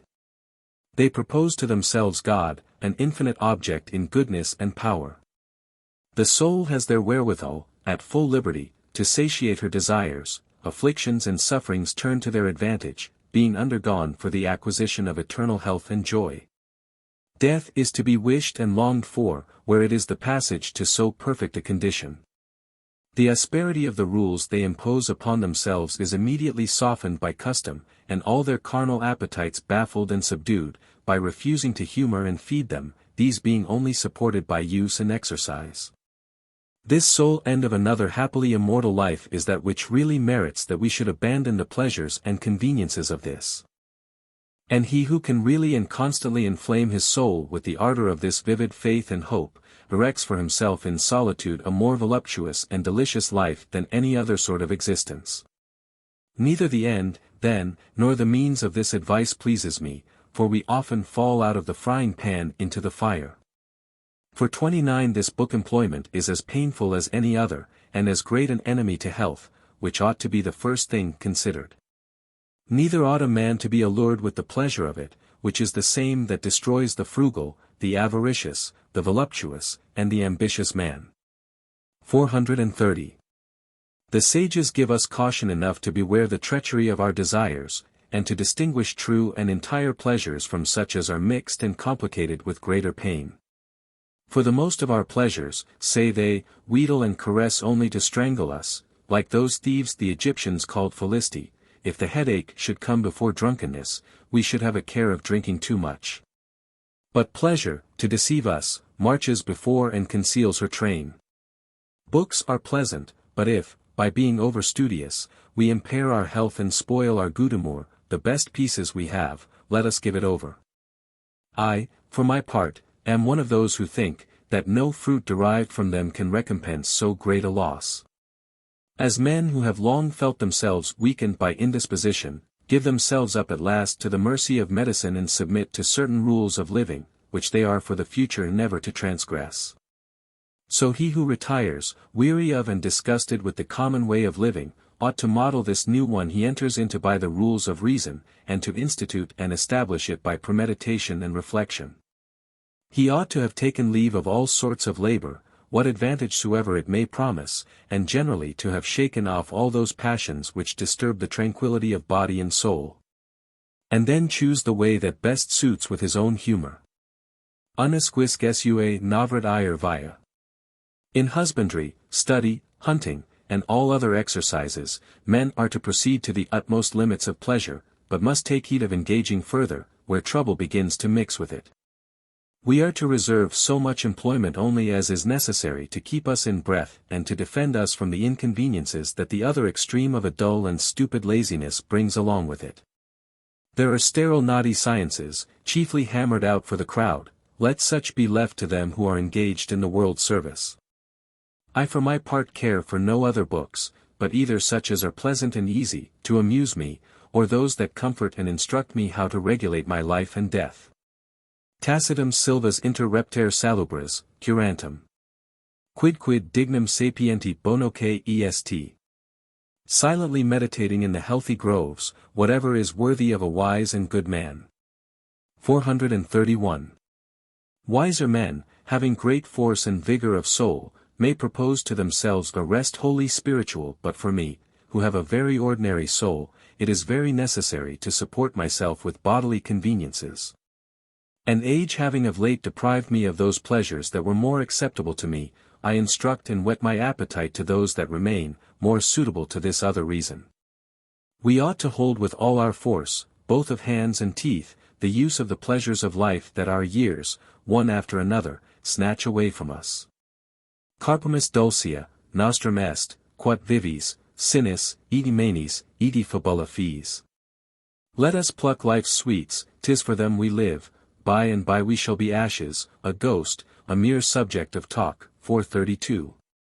Now, as to the end that Pliny and Cicero propose to us of glory, 'tis infinitely wide of my account.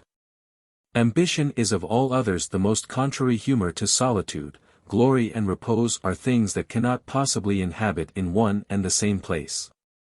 For so much as I understand, these have only their arms and legs disengaged from the crowd. Their soul and intention remain confined behind more than ever. Tun, vetule, auriculus alienis colligus escas. Dost thou, then, old man, collect food for others' ears? 433. They have only retired to take a better leap, and by a stronger motion to give a brisker charge into the crowd. Will you see how they shoot short? Let us put into the counterpoise the advice of two philosophers, of two very different sects, writing, the one to Idomeneus, the other to Lucilius, their friends, to retire into solitude from worldly honors and affairs. You have, say they, hitherto lived swimming and floating, come now and die in the harbor, you have given the first part of your life to the light, give what remains to the shade. It is impossible to give over business, if you do not also quit the fruit, therefore disengage yourselves from all concern of name and glory. 'Tis to be feared the luster of your former actions will give you but too much light, and follow you into your most private retreat. Quit with other pleasures that which proceeds from the approbation of another man, and as to your knowledge and parts, never concern yourselves, they will not lose their effect if yourselves be the better for them. Remember him, who being asked why he took so much pains in an art that could come to the knowledge of but few persons. A few are enough for me, replied he, I have enough with one, I have enough with never an one. 434 He said true. You and a companion are theatre enough to one another, or you to yourself. Let the people be to you one, and be you one to the whole people. 'Tis an unworthy ambition to think to derive glory from a man's sloth and privacy, you are to do like the beasts of chase, who efface the track at the entrance into their den. You are no more to concern yourself how the world talks of you, but how you are to talk to yourself. Retire yourself into yourself, but first prepare yourself there to receive yourself. It were a folly to trust yourself in your own hands, if you cannot govern yourself. A man may miscarry alone as well as in company. Till you have rendered yourself one before whom you dare not trip, until you have a bashfulness and respect for yourself. Obvercenter species honesti animo. Let honest things be ever present to the mind. 435. Present continually to your imagination Cato, Phocion, and Aristides, in whose presence the fools themselves will hide their faults, and make them controllers of all your intentions. Should these deviate from virtue, your respect to those will set you right, they will keep you in this way to be contented with yourself, to borrow nothing of any other but yourself. To stay and fix your soul in certain and limited thoughts, wherein she may please herself, and having understood the true and real goods, which men the more enjoy the more they understand, to rest satisfied, without desire of prolongation of life or name. This is the precept of the true and natural philosophy, not of a boasting and prating philosophy, such as that of the two former. Chapter 39. A consideration upon Cicero. One word more by way of comparison betwixt these two. There are to be gathered out of the writings of Cicero and the younger Pliny, but little, in my opinion, resembling his uncle in his humours, infinite testimonies of a beyond measure ambitious nature. And amongst others, this for one, that they both, in the sight of all the world, solicit the historians of their time not to forget them in their memoirs. And fortune, as if in spite, has made the vanity of those requests live upon record down to this age of ours, while she has long since consigned the histories themselves to oblivion. But this exceeds all meanness of spirit in persons of such a quality as they were, to think to derive any great renown from babbling and prating. Even to the publishing of their private letters to their friends, and so withal, that though some of them were never sent, the opportunity being lost, they nevertheless presented them to the light, with this worthy excuse that they were unwilling to lose their labours and lucubrations. Was it not very well becoming two consuls of Rome, sovereign magistrates of the Republic that commanded the world, to spend their leisure in contriving quaint and elegant missives, thence to gain the reputation of being versed in their own mother tongues? What could a pitiful schoolmaster have done worse, whose trade it was thereby to get his living? If the acts of Xenophon and Caesar had not far transcended their eloquence, I scarce believe they would ever have taken the pains to have written them. They made it their business to recommend not their speaking, but their doing. And could the perfection of eloquence have added a lustre suitable to a great personage, certainly Scipio and Laelius had never resigned the honour of their comedies, with all the luxuriances and elegances of the Latin tongue, to an African slave. For that the work was theirs, its beauty and excellence sufficiently declare, Terence himself confesses as much, and I should take it ill from any one that would dispossess me of that belief. 'Tis a kind of mockery and offence to extol a man for qualities misbecoming his condition, though otherwise commendable in themselves, but such as ought not, however, to be his chief talent. As if a man should commend a king for being a good painter, a good architect, a good marksman, or a good runner at the ring, commendations that add no honour, unless mentioned altogether and in the train of those that are properly applicable to him. Namely, justice and the science of governing and conducting his people both in peace and war. At this rate, agriculture was an honour to Cyrus, and eloquence and the knowledge of letters to Charlemagne. I have in my time known some, who by writing acquired both their titles and fortune, disown their apprenticeship, corrupt their style, and affect ignorance in so vulgar a quality, which also our nation holds to be rarely seen in very learned hands, and to seek a reputation by better qualities. Demosthenes' companions in the embassy to Philip, extolling that prince as handsome, eloquent, and a stout drinker, Demosthenes said that those were commendations more proper for a woman, an advocate, or a sponge, than for a king. Imperit Belanti prior, jacentem, lenis in hostem. In the fight, overthrow your enemy, but be merciful to him when fallen. 436. 'Tis not his profession to know either how to hunt or to dance well.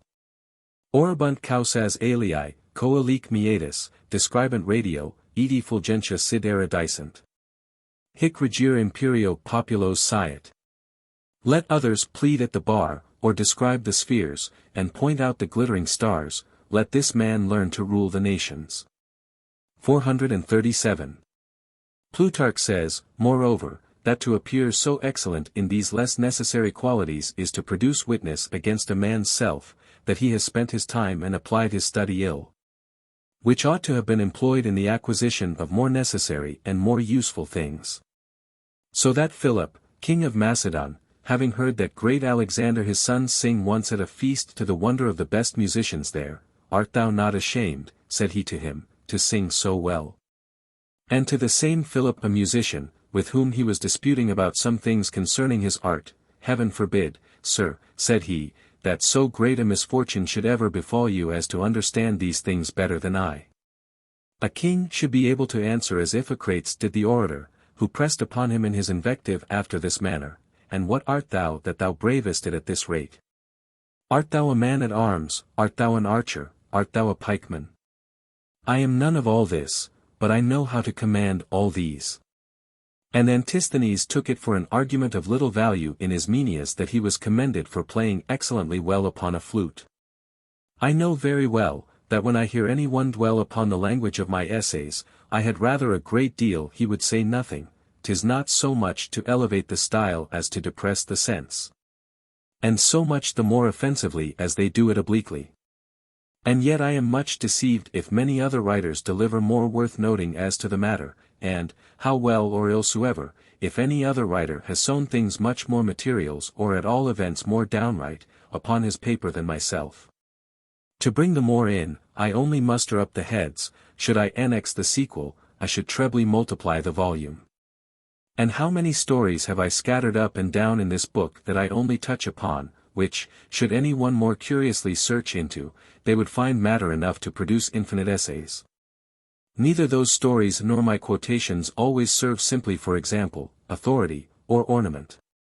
I do not only regard them for the use I make of them, they carry sometimes besides what I apply them to, the seed of a more rich and a bolder matter, and sometimes, collaterally, a more delicate sound both to myself who will say no more about it in this place, and to others who shall be of my humor. But returning to the speaking virtue, I find no great choice betwixt not knowing to speak anything but ill, and not knowing to speak anything but well. Non est ornamentum viril consimitas. A carefully arranged dress is no manly ornament. 438.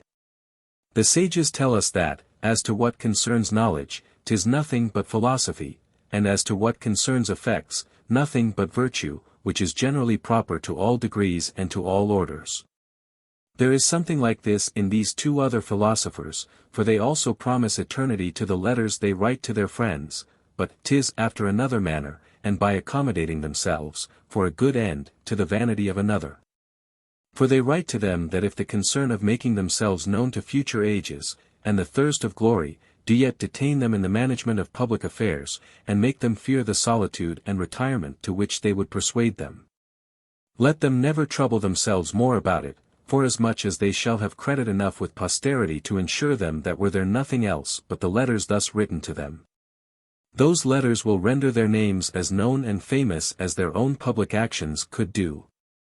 And besides this difference, these are not idle and empty letters, that contain nothing but a fine jingle of well-chosen words and delicate couched phrases, but rather replete and abounding with grand discourses of reason, by which a man may render himself not more eloquent, but more wise, and that instruct us not to speak, but to do well.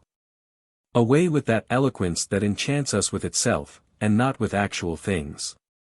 Unless you will allow that of Cicero to be of so supreme a perfection as to form a complete body of itself. I shall farther add one story we read of him to this purpose, wherein his nature will much more manifestly be laid open to us. He was to make an oration in public, and found himself a little straitened for time to make himself ready at his ease. When Eros, one of his slaves, brought him word that the audience was deferred till the next day, at which he was so ravished with joy that he enfranchised him for the good news. Upon this subject of letters, I will add this more to what has been already said, that it is a kind of writing wherein my friends think I can do something. And I am willing to confess I should rather have chosen to publish my whimsies that way than any other, had I had to whom to write, but I wanted such a settled intercourse, as I once had, to attract me to it, to raise my fancy, and to support me. For to traffic with the wind, as some others have done, and to forge vain names to direct my letters to, in a serious subject, I could never do it but in a dream, being a sworn enemy to all manner of falsification. I should have been more diligent and more confident had I had a judicious and indulgent friend whom to address, than thus to expose myself to the various judgments of a whole people, and I am deceived if I had not succeeded better. I have naturally a humorous and familiar style, but it is a style of my own, not proper for public business, but, like the language I speak, too compact, irregular, abrupt, and singular. And as to letters of ceremony that have no other substance than a fine contexture of courteous words, I am wholly to seek. I have neither faculty nor relish for those tedious tenders of service and affection. I believe little in them from others, and I should not forgive myself should I say to others more than I myself believe. 'Tis, doubtless, very remote from the present practice. For there never was so abject and servile prostitution of offers, life, soul, devotion, adoration, vassal, slave, and I cannot tell what, as now. All which expressions are so commonly and so indifferently posted to and fro by every one and to every one, that when they would profess a greater and more respectful inclination upon more just occasions, they have not wherewithal to express it. I mortally hate all air of flattery, which is the cause that I naturally fall into a shy, rough, and crude way of speaking, that, to such as do not know me, may seem a little to relish of disdain. I honor those most to whom I show the least honor, and where my soul moves with the greatest cheerfulness, I easily forget the ceremonies of look and gesture. And offer myself faintly and bluntly to them to whom I am the most devoted. Methinks they should read it in my heart, and that the expression of my words does but injure the love I have conceived within. To welcome, take leave, give thanks, accost, offer my service, and such verbal formalities as the ceremonious laws of our modern civility enjoin, I know no man so stupidly unprovided of language as myself. And I have never been employed in writing letters of favor and recommendation, that he, in whose behalf it was written, did not think my mediation cold and imperfect. The Italians are great printers of letters. I do believe I have at least 100 several volumes of them, of all which those of Annibale Caro seem to me to be the best. If all the paper I have scribbled to the ladies at the time when my hand was really prompted by my passion, were now in being, there might, peradventure, be found a page worthy to be communicated to our young enamorados, that are besotted with that fury. I always write my letters post-haste, so precipitately, that though I write intolerably ill, I rather choose to do it myself, than to employ another, for I can find none able to follow me, and I never transcribe any. I have accustomed the great ones who know me to endure my blots and dashes, and upon paper without fold or margin. Those that cost me the most pains, are the worst. When I once begin to draw it in by head and shoulders, 'tis a sign that I am not there. I fall to without premeditation or design, the first word begets the second, and so to the end of the chapter. The letters of this age consist more in fine edges and prefaces than in matter. Just as I had rather write 2 letters than close and fold up one, and always assign that employment to some other, so, when the real business of my letter is dispatched, I would with all my heart transfer it to another hand to add those long harangues, offers, and prayers, that we place at the bottom, and should be glad that some new custom would discharge us of that trouble. As also of superscribing them with a long legend of qualities and titles, which for fear of mistakes, I have often not written at all, and especially to men of the long robe and finance. There are so many new offices, such a dispensation and ordering of titles of honor, that 'tis hard to set them forth aright yet, being so dearly bought, they are neither to be altered nor forgotten without offense. I find it equally in bad taste to encumber the fronts and inscriptions of the books we commit to the press with such